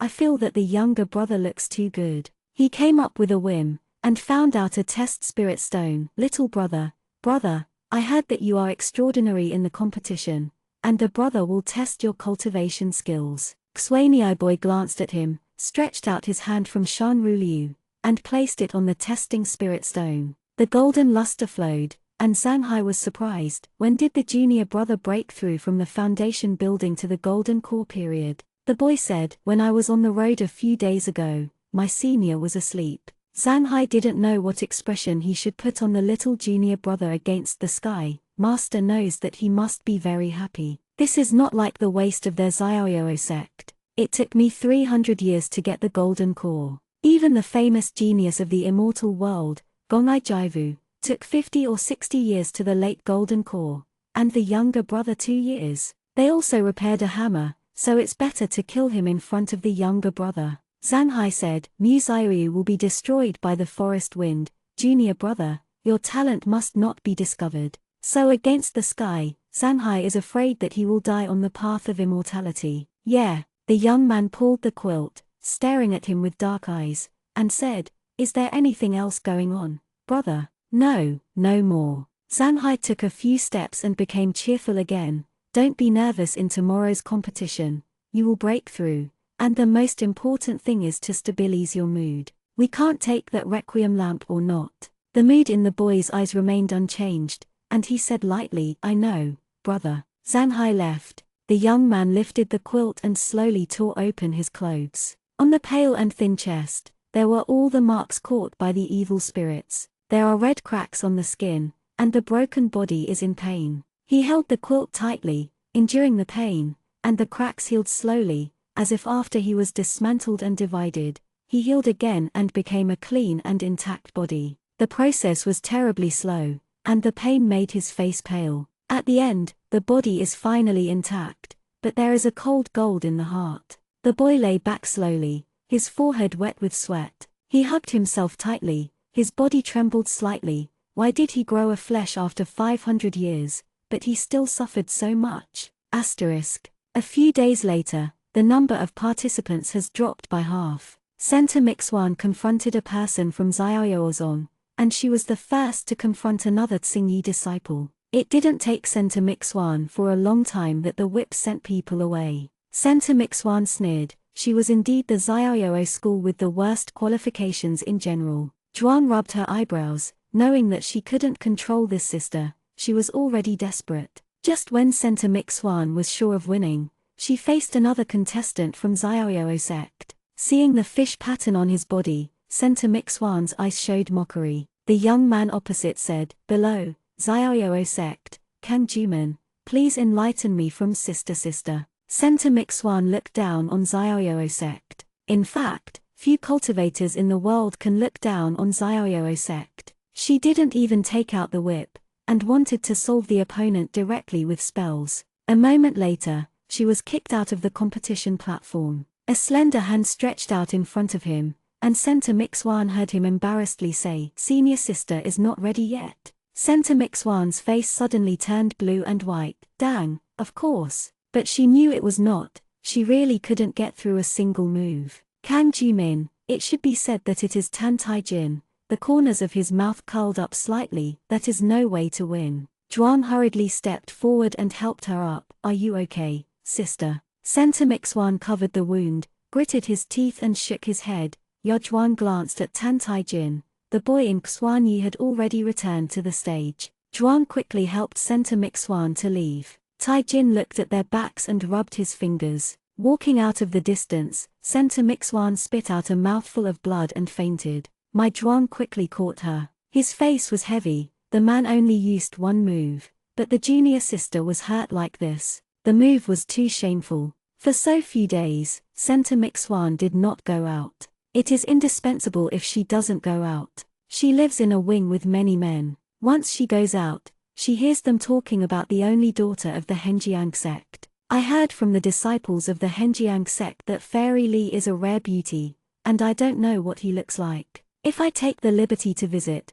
I wonder if Fairy Li will be annoyed. You said that if you see Fairy Li next time, I will send her a beauty pill. Will she accept it? Someone laughed and said, you dare to send things from the Hewan sect to Fairy Yuling. If you don't shoot, you will be killed by Gongai Jaivu. Don't worry, after some time the Kanyuan secret realm opens, Fairy Li may go. Not only them, but even a suitor before Center Mixuan. They are also changing their methods to inquire about Li Sizu these past 2 days. Center Mixuan was itchy teeth. But she has nothing to do. Regarding birth, Li Sizu's birth is more noble than her. There is a great dad in the immortal world who was born as a spiritual fetus. Center Mixuan can only comfort herself. What is noble status? The strength of the world of cultivation is respected. If Li Sizu is not protected by a good sect, he may be caught as a furnace. Thinking of this, she finally felt more at ease. Besides the Tibetan Sea is also very puzzled. Little junior brother, why didn't you fight the Xianxia sect girl before she flew out? Tai Jin wiped his sword, and said, unexpectedly, that senior sister is not ready yet. Little brother, you are really lucky. Tai Jin just smiled. Tai Jin returned to the backyard of Henjiang sect after the daily test. He never went out. Seeing that he was so unsocial, Xianxia couldn't help but persuade him. Little brother, how old are you this year? It's good to get to know the disciples of the same generation, and to have a good relationship. You have been extraordinary in the past few days, and many Taoist friends want to get to know you. What do you do when you come back to wipe your sword every day? Seeing Tai Jin not answering, Xianxia thought of something. He smiled. Senior brother is at your age, and once was also a teenager Moai. Tell him, do you have a favorite female disciple? Tai Jin's action of wiping the sword stagnated, and said coldly, no. Xianxia didn't notice that his emotions were not right, and continued, no. What do you think of the little girl you are competing with today? She is the relative daughter of the second largest sect, Xianxia sect. That's called a beauty. You don't know how to lie Xianxia, but you are so cruel. Also, when I went to the front yard to drink, I heard that the head of the Henjiang sect also has a daughter. I heard that the little girl has a beautiful face, and she is so beautiful that she is overwhelmingly beautiful in the three realms, except for the Henjiang sect. People, no one has seen her face, or let's go back to Chan's mountain next time, maybe we are lucky enough to meet her. Tijin's expression has not fluctuated, no matter if Xianxia mentions Center Mixuan or Li Sizu, his expression has not changed in any way. Xianxia looked over, and he showed a shy smile. Brother, it's not late, you should go back. Well then, I'll go see other injured juniors.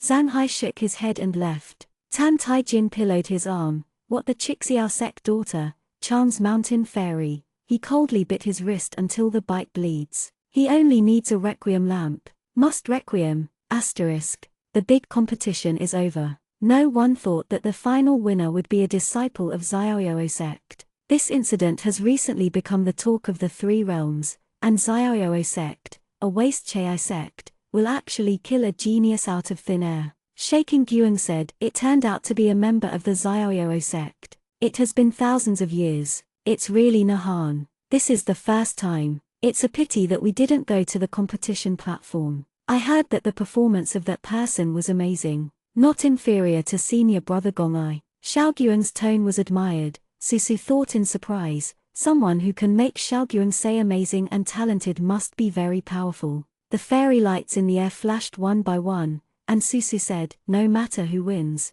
these few days are really lively. Shook her forehead and nodded. Why do you close it? You like to go to lively places. Didn't you like to stay in Chan's mountain before? Susu covered his eyebrows with cinnabar, revealing a pair of smiling and smart eyes. BQGEF TV debuts www.bqgef.com @bqgef.com.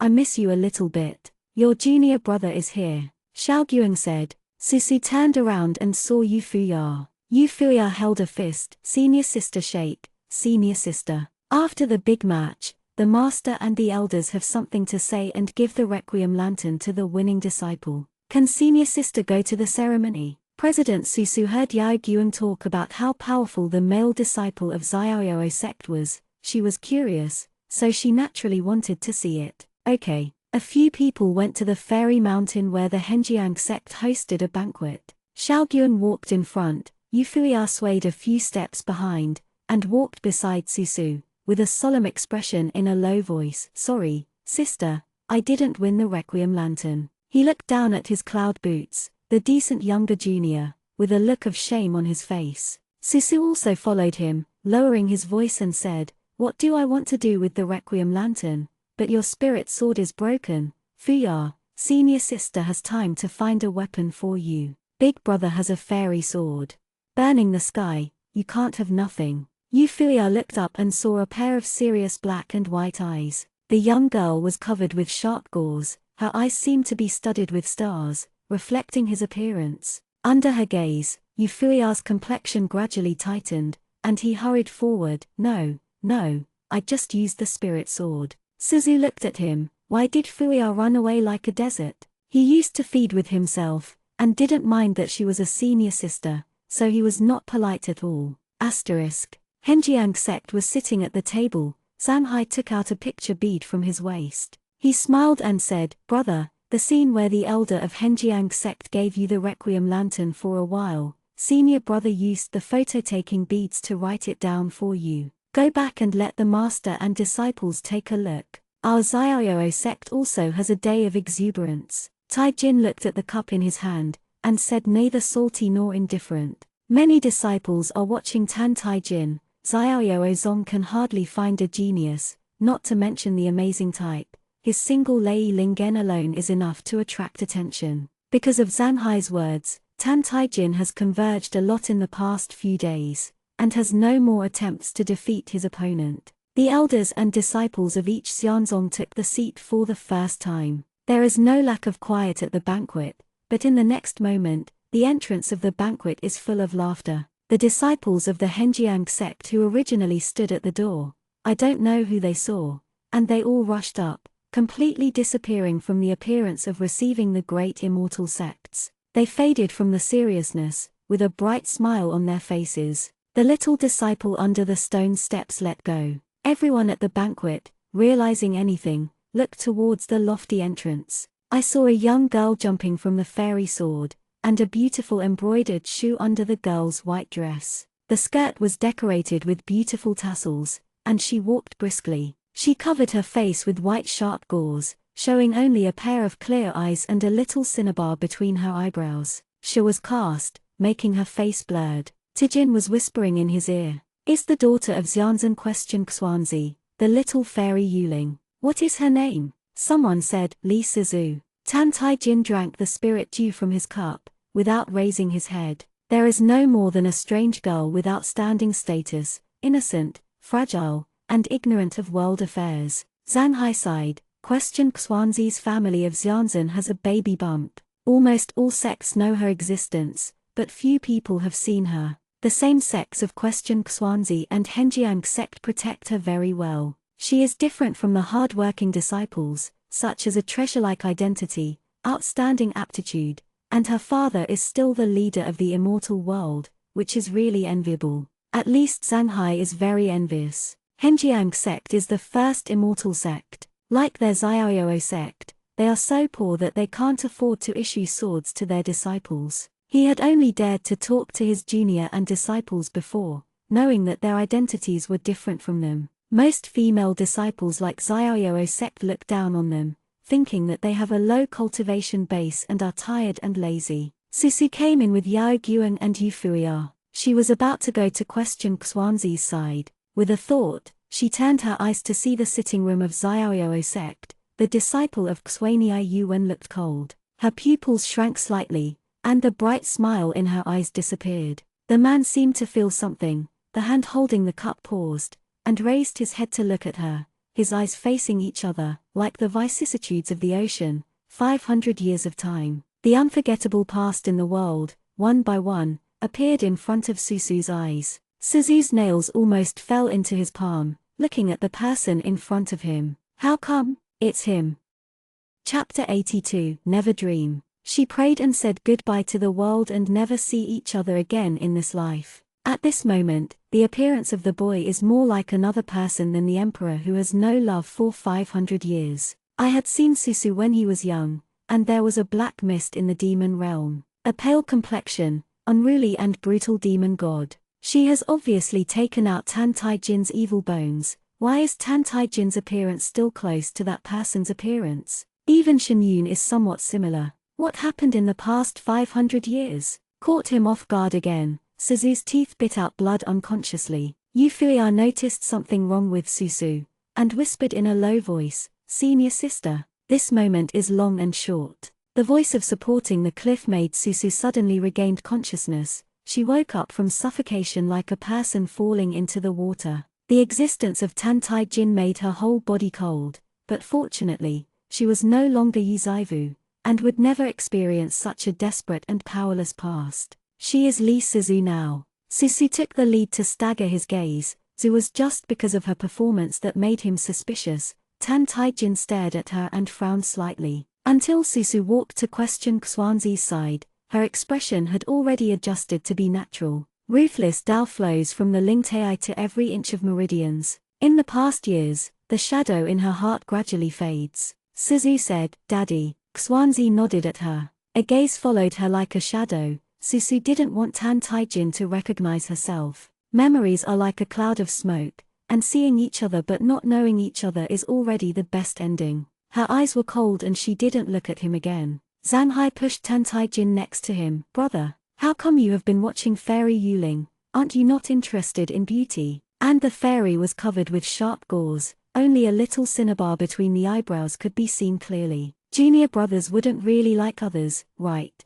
Taijin looked indifferent and said, "It's okay." Was just the moment when she met the girl's eyes. Under her chest, she seemed to be pinched tightly by a hand. When she turned and sat down, the emotions in her eyes were gone, just like every cultivator on the fairy banquet. Taijin felt a little ridiculous. Is it completely crazy? But for a strange girl, he could actually see a familiar shadow from a single glance. Sometimes he even thought, 500 years later, he should have forgotten her completely. Zanhai heaved a sigh of relief when he saw that his emotions were so fast that he didn't mean to look at question Xuanzi's baby girl. It's really hard to handle. Is it true that the only genius of Xiaoyou sect should be sent to Henjiang sect? Master will kill himself. Zanhai, by the way, no one has ever seen question Xuanzi Yudao Lian. 100 years ago, I suddenly heard that he had a daughter who was born with a spiritual body. Junior brother, you don't know how shocked the cultivation world was at that time.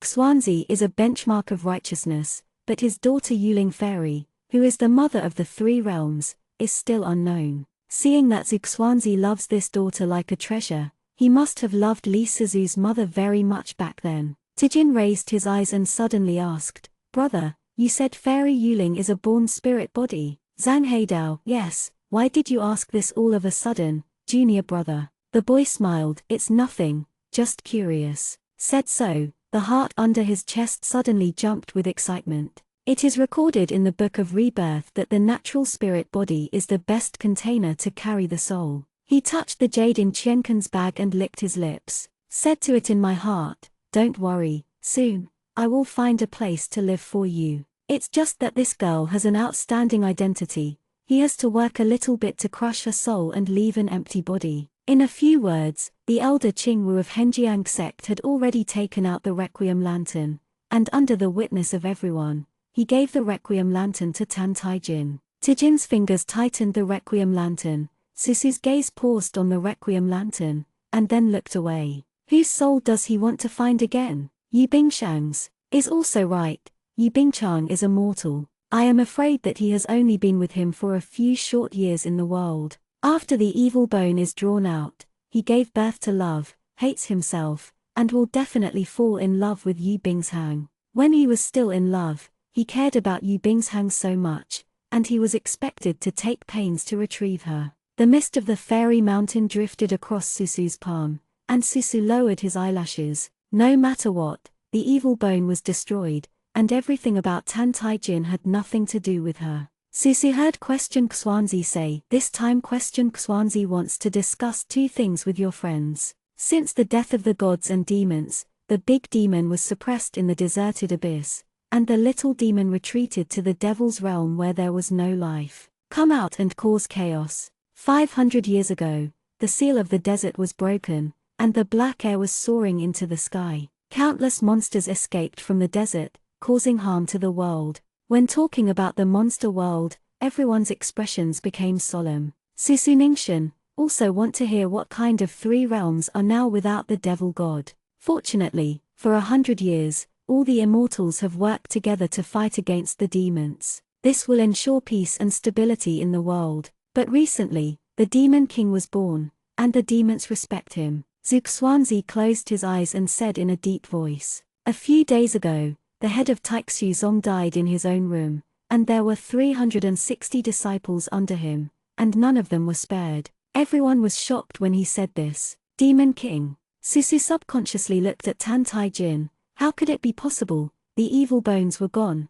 How could there be a demon emperor? Xianxia has a magic weapon called Shui Jing, which can revisit what happened in a certain place in a short time. He offered the water mirror, which was suspended in the air, and everyone looked over. I only saw Taixu Zongli. The stream in front of the mountain gate was all dyed red with the blood of the disciples under the gate. The golden cores of the disciples above the golden core stage were taken out, and the demon emperor's methods were extremely cruel. In the water mirror, the demon was raging, but the figure of the demon emperor was not reflected. The demon emperor had only one back in the water mirror, and he didn't even know whether it was a male or a female. Such a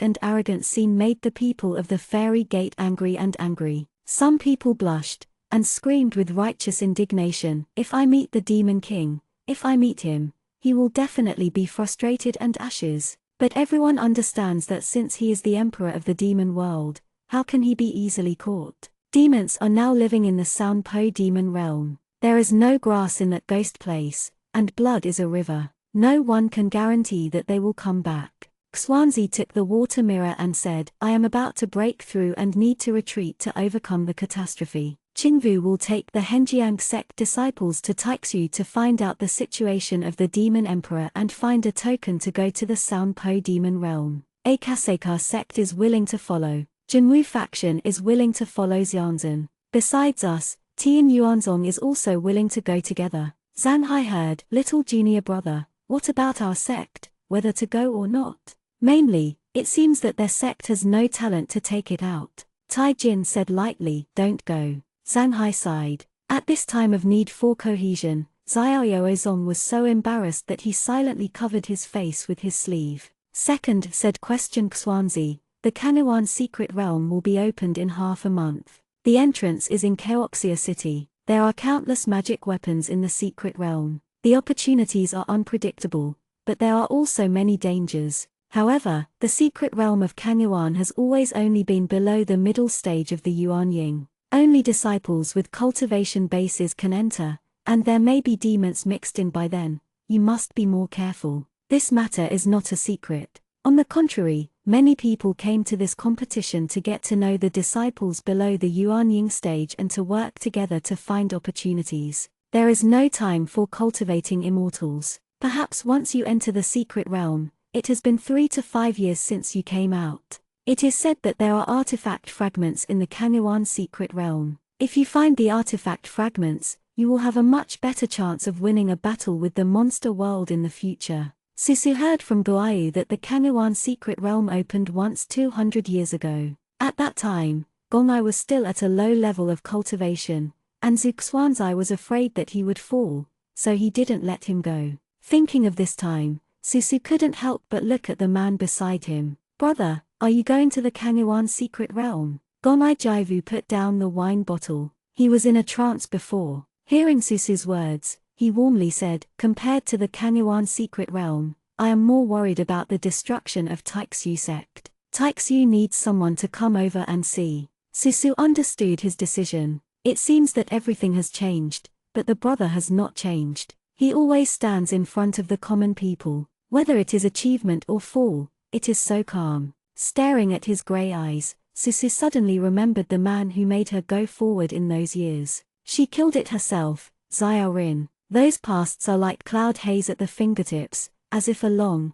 long time has passed. Suzu knew that he should gradually let go. Seeing those things in the water mirror, Susu understood that the battle between the fairy world and the demons is inevitable, and maybe soon, the fairy demons will still go to war. It's just that this time the immortal gate has the power to fight, and it is no longer as bleak and weak as it was at the beginning. All sects bid farewell to the Henjiang sect, and went back to prepare for the future entry into the Xianpo demon realm, and also told the younger generation of disciples about the secret realm of Kangyuan. Suzu's ruthless Dao is unstable now, planning to return to Charms to practice Yuyian. Her fairy sword has not yet been sacrificed, a savage whip smashed across the air. There is a water pattern attached to the whip, Ling Ling killing intent. Susu immediately noticed the sound of breaking through the air and planned to avoid it. Junior sister, Yu Juan was shocked, too late to stop. Another blue sword hit Center Mixuan's whip, and the sword shattered. Yu Fuya stood in front of Susu. Senior sister Center, this is Henjiang sect, not Chixiao sect. If you are rude to senior sister, don't blame Henjiang sect for being polite. Yu Fuya's spirit sword shattered to the ground, and Susu looked at the fragments, a little angry. Junior brother Fuya cherishes the sword, and the whole sect knows it. Now his sword is shattered for protecting himself. Center Mixuan did not seem to hear what he said. Without saying anything, he called again. Susu was about to fight back, looking at Center Mixuan's hollow eyelashes, but suddenly felt wrong. Although Center Mixuan is domineering, but this time she came to Henjiang sect to cultivate her heart, hoping to worship Question Xuanzi as a teacher. Susu is the daughter of Question Xuanzi, and Center Mixuan cannot suddenly act on her in Henjiang sect. Just thought so. The next moment, a slender hand volleyed from the top of Center Mixuan's head. Center Mixuan opened his eyes wide and fell softly. Junior sister, Yajuan quickly caught Center Mixuan. Behind Center Mixuan, Gongyu Jaivu walked out. He frowned and looked at Susu. Junior sister, are you okay? Susu shook her head. She looked at the purple chi in Gonai Ji's palm. This is. Gongyu Jaivu crushed the purple gas in his palm and said, it's puppet art.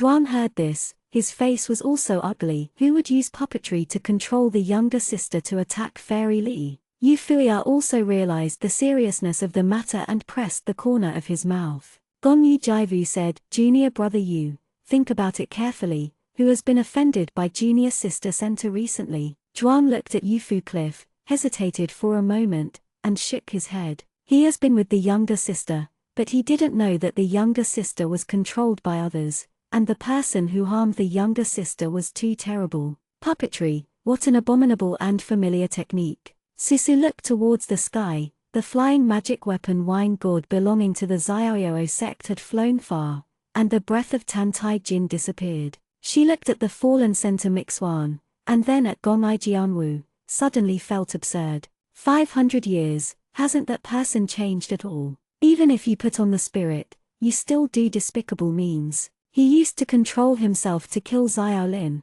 but now he continues to control Center Mixuan to kill himself. At the same time, the boy sitting on the Tibetan sea wine gourd opened his eyes. Didn't try the depth, Tan Taijin thought lightly, what a pity. His eyes were cold, his slender fingers gripped his jade tightly, as if holding the last straw. The jade in his hand is like that winter, in the carriage in the world. The girl personally tied the piece of his waist. She lifted him up from the snow and beat Wang Jiao for him so that his knees would not bend. At that time, she wrinkled her face and said softly, this is for you. When Jiao Wang saw it, she would always be a little more jealous. She brought the warmest spring in the world, and also gave him the most painful cruelty. He wants her to come back, at all costs for it. Even if you hate him, it's okay to hate him like you did in the past. Not like this, never dreamed. Chapter 83 Ruined. The last time I saw Taixu's destroyed gate from the water mirror, Susu wanted to visit Taixu with Gongai Jaivu. Xuanzi's bottleneck in the middle of the catastrophe has been for nearly 100 years. This time he has an epiphany and needs to retreat and break through. Knowing that Suzu is going to Taixu with Gongai Jaivu, questioned Xuanzi said, Suzu, you don't go to Taixu mountain, go to the secret realm of Kangyuan. Why? You have just cultivated the ruthless divine way. Before the avenue is completed, try to avoid the big monsters. Suzu, it is difficult to grow by yourself, and immortals are also the same. You shouldn't take risks when you're not growing up. But one day, you can reverse the situation, make your own way, and guard the people before you die. Protect yourself first. Susu was startled. No one told her for too long. You should protect yourself first. Kangyuan's secret realm can be experienced, and chances can be found. Immortal sword is not for you. When you were a child, you were very happy when you only learned the Qinghong sword art. Ruthless Dao was originally beyond the 5 elements. Dad didn't know Guayu who grew up with you. Where have you been? But you need a new opportunity. Hearing question Xuanzi mentioned Guyu, Susu fell silent. Yes, she didn't like to practice swords alone since she was a child. When Guayu was there, she always told her about the 5 elements of Chaimen and taught her how to use some novel things. Guayu is gone, she is holding a cold sword, and her heart seems to be empty. Daddy won't force you. If you don't want to go to Kangwon's secret realm, you can also stay in Chang's. I'm going to the secret realm, Susu said at last. She knew that Xuanzi was doing her own good. When she was young, she had become accustomed to shouldering the fortune of life, forgetting that she could also have the opportunity to grow and experience. She forgot, but Xuanzi remembered it for her. There are 5 elements of aura in the world, and what kind of spiritual root can absorb what kind of aura? Suzu used to be the root of the fire spirit. After Nirvana practiced the ruthless Tao, she found that every kind of aura did not reject her body. The bloodline of the ancient phoenix was supposed to be a god. After Nirvana, her current cultivation speed is more than 100 times faster. The ruthless divine Tao on the Lingtai is wrapped in shallow red silk. Sissy didn't know what this was, but there was a faint feeling that she needed to investigate this thing. She lived among the bamboo flowers for half a month, and when she went out, she saw the chirping little spirit bird falling on the shoulder of a young man in white. These spirit birds are close to Suzu and often accompany her to help her guard her home. Suzu called him, Fuya. Yu Fuya turned back, sister, I'll pick you up. This time he will also enter the Kangwon secret realm to experience. Yu Fuya was late to get started, and it was Xuanzi who personally took him over from his deceased and taught him carefully. Although he is Susu's younger brother, he is very mature in mind. Susu nodded, I'm going to find the brother first, and be alone with him. Yu Fuya, I will go with my senior sister. So Susu walked ahead, and Yu Fuya followed her. 100 flowers bloom among the bamboo flowers, and a few butterflies are flying among them. Some fell on the ribbon in Susu's hair. She was not covered with sharp gauze today, showing a beautiful face. Yu Fuya glanced, and lowered his eyes. Gonaijuru didn't live far away. His practice focused on keeping the heart safe, and he still went to morning classes every day like ordinary disciples. Xuanzi personally taught him, and later he took his own role, occasionally teaching Susu and Fuya. He has a gentle temperament. Susu was lazy when he was a child. He was so helpless that he always kept one eye closed. When you teach Fuya again, you have to be stricter. Susu went over and saw a white-clothed man talking to a blue-clothed woman under the peach blossom tree, like a pair of bi people. The woman smiled, very touching. She raised her eyes intently and looked at Gonai Jianwu, with strong admiration in her eyes, shaking light. Susu looked at senior sister Yaoguang, and sighed in his heart, not going to disturb them. In the world of the demon god, Gonai died in battle without any hesitation. Yaoguang is a disciple of Xianxia master uncle, who likes Gonai Jivu and the whole Henjiang sect knows it. She is not the same as Yu Bingchang. She is like a bright fire, unrestrained and enthusiastic. The former Gonai was dead, and he never said that he didn't like her. Sister Yaoguang still followed him without hesitation. Susu admires Xiaoguang, and hopes that the senior brother can respond to the senior sister. Fuya stood quietly beside Susu, without going over. Although they didn't say anything, Gonai Jianwu was such a keen person, as if he could see through the peach blossom tree. Junior brother, junior sister. There is no way. Susu had to go out and shouted with a smile, brother, Xiaoguang sister. Seeing her, Xiao Suzu winked and smiled. Susu said, Daddy has begun to retreat. I am coming this time and want to tell my senior brother that I want to enter the Kangwon secret realm to experience. If the senior is too virtual, please pay attention to your own safety and refrain from taking risks. Gonai had no words, and said, there are many crises in the Kangwon secret realm, and you just came out of seclusion, and you are too weak. If you want anything, tell the brother, and the brother will help you find it. Shaking and nodding again and again, exactly. Susu said, don't worry about me, I am enough to be in the secret realm of Kangwon. Dad has always said that the Great Road is fearless, and you should not be afraid of the head and tail. Since it is experience, there can be no substitutes for others. Brother, believe me, I will return safely. Gonai Wu looked into her eyes and saw that Susu looked solemn and didn't mean to be joking. He nodded, well, I am going to Taixu Mountain this time and I can't take care of you. Be careful with you and Fuya. Suzu solemnly responded. Henjiang sect had to go to 30 disciples in total, and Elder Qingvu lighted the soul lamp for each disciple. Gong'ai had unplugged Susu with a bunch of self-defense magic weapons. If it weren't for Susu's determination, he would even plug Suzu's life sword burning heaven together. Looked at with a smile, she didn't go to the secret realm, she wanted to go to Taixu with Gong'ai Jaivu. Qing Vujio Qiankan summoned an immortal boat from his sleeve, and the disciples sat in it. Qingvu said, "This time you enter Kanyuan, everyone must be careful and vigilant. Fuya, you have to take good care of junior brother and junior nephew." Yu Fuya heard the words and hugged his fist and said, "The disciple knows. Cultivation requires constant steps, constant practice, and a clean face." Watching the disciples leave, immortal boat traveled thousands of miles in a day, and 3 days later, everyone arrived at Xianxia city. Suzu took good sharp gauze. It was autumn in the world, but the sun was scorching in Xianxia city. The secret realm of Kanyuan would be opened at noon tomorrow, and now there are people who cultivate immortals in the city. Fuya received the immortal boat, and the responders were waiting for them early. "The fairy elders of Henjiang sect, please come with your children." Fuya handed a piece of high-grade spirit stone over, and the person smiled with joy. For mortals, a high-grade spiritual stone can prolong life. Everyone walked into the inn, and Senta Mixuan saw Susu and Fuya at a glance. She was about to come over with her eyebrows erected, but Yuzhuang held her arm. Senta Mixuan had to flatten her mouth and straighten her waist.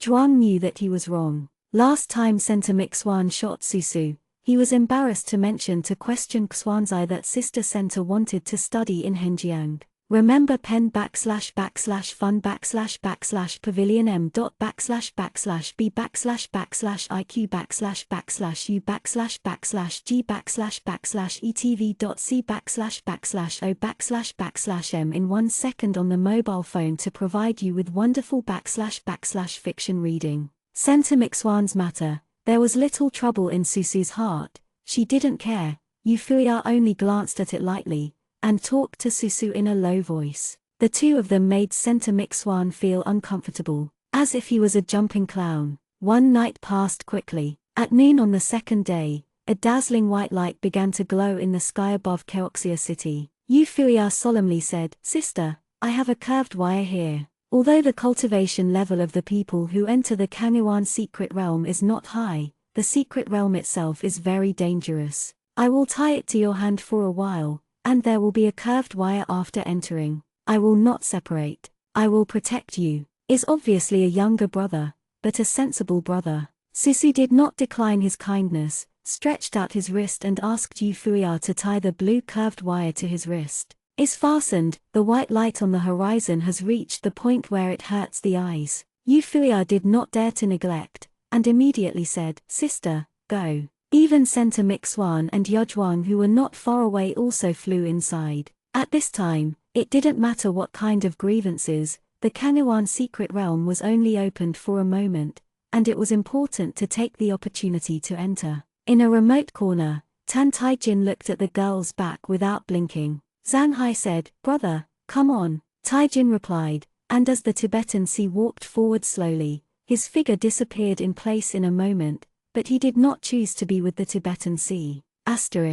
Only when Susu entered, he felt a violent wind blowing on him. The entrance to the Kanyuan secret realm was dangerous. She opened her arms to stabilize her body, and the curvy wire on her wrist broke with pain. The lead wire should not be broken. She turned her head, and sure enough, she, Fuya and the Henjiang sect disciples had separated. Suzu had to pinch the tactics with one hand, and flew in from the entrance first. The world said that Kanyuan's secret realm was dangerous. The place where she fell was filled with the fragrance of birds and flowers. Susu looked at the sun above the secret realm, discerned the direction, and walked east. She and Fuya agreed, if there is an accident, the two will reconcile in the same direction. She hadn't walked 2 steps, and there was a sound of breaking through the air above her head. Susu raised her eyes, and a dark shadow fell down embarrassedly. She recognized that it was not Fuya, so she didn't move. The boy smashed under the peach blossom tree,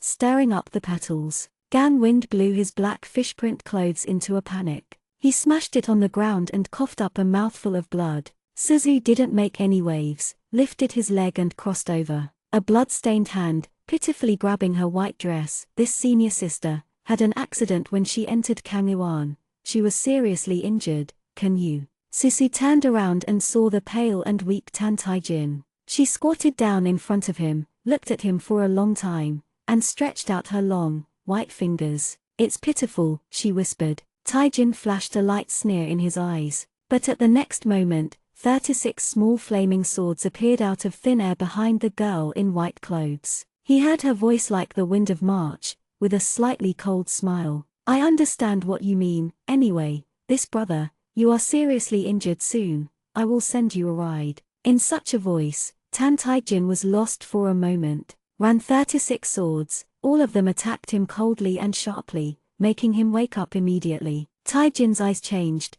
and he looked at the girl in front of him coldly. In order to win her trust, half of his injuries were real. Seeing that the sword was about to pierce the body, he flew up, opened his hands, and the domineering spirit shook the fairy sword away. The fairy sword spun quickly and disappeared in Suzu's palm. I will only say this once. I have no good heart and will not save people. Get out, stay away from me, or kill you. She will not be the Yuzaivu 500 years ago. She will sympathize and feel guilty. At some of the stupidest times, she hoped that he would be well. Before, she would work hard to protect him in the peach cocoon for a promise, carefully wipe the blood from the corner of his eye, and find medicine for him. However, Tan Taijin will not be pitiful. He will always know what he wants. He can have any coat that is beneficial to him. Under the coat, there are venomous minions. Suzu didn't want to meet him. From the day she jumped off the tower, she will live forever and never want to see this person again.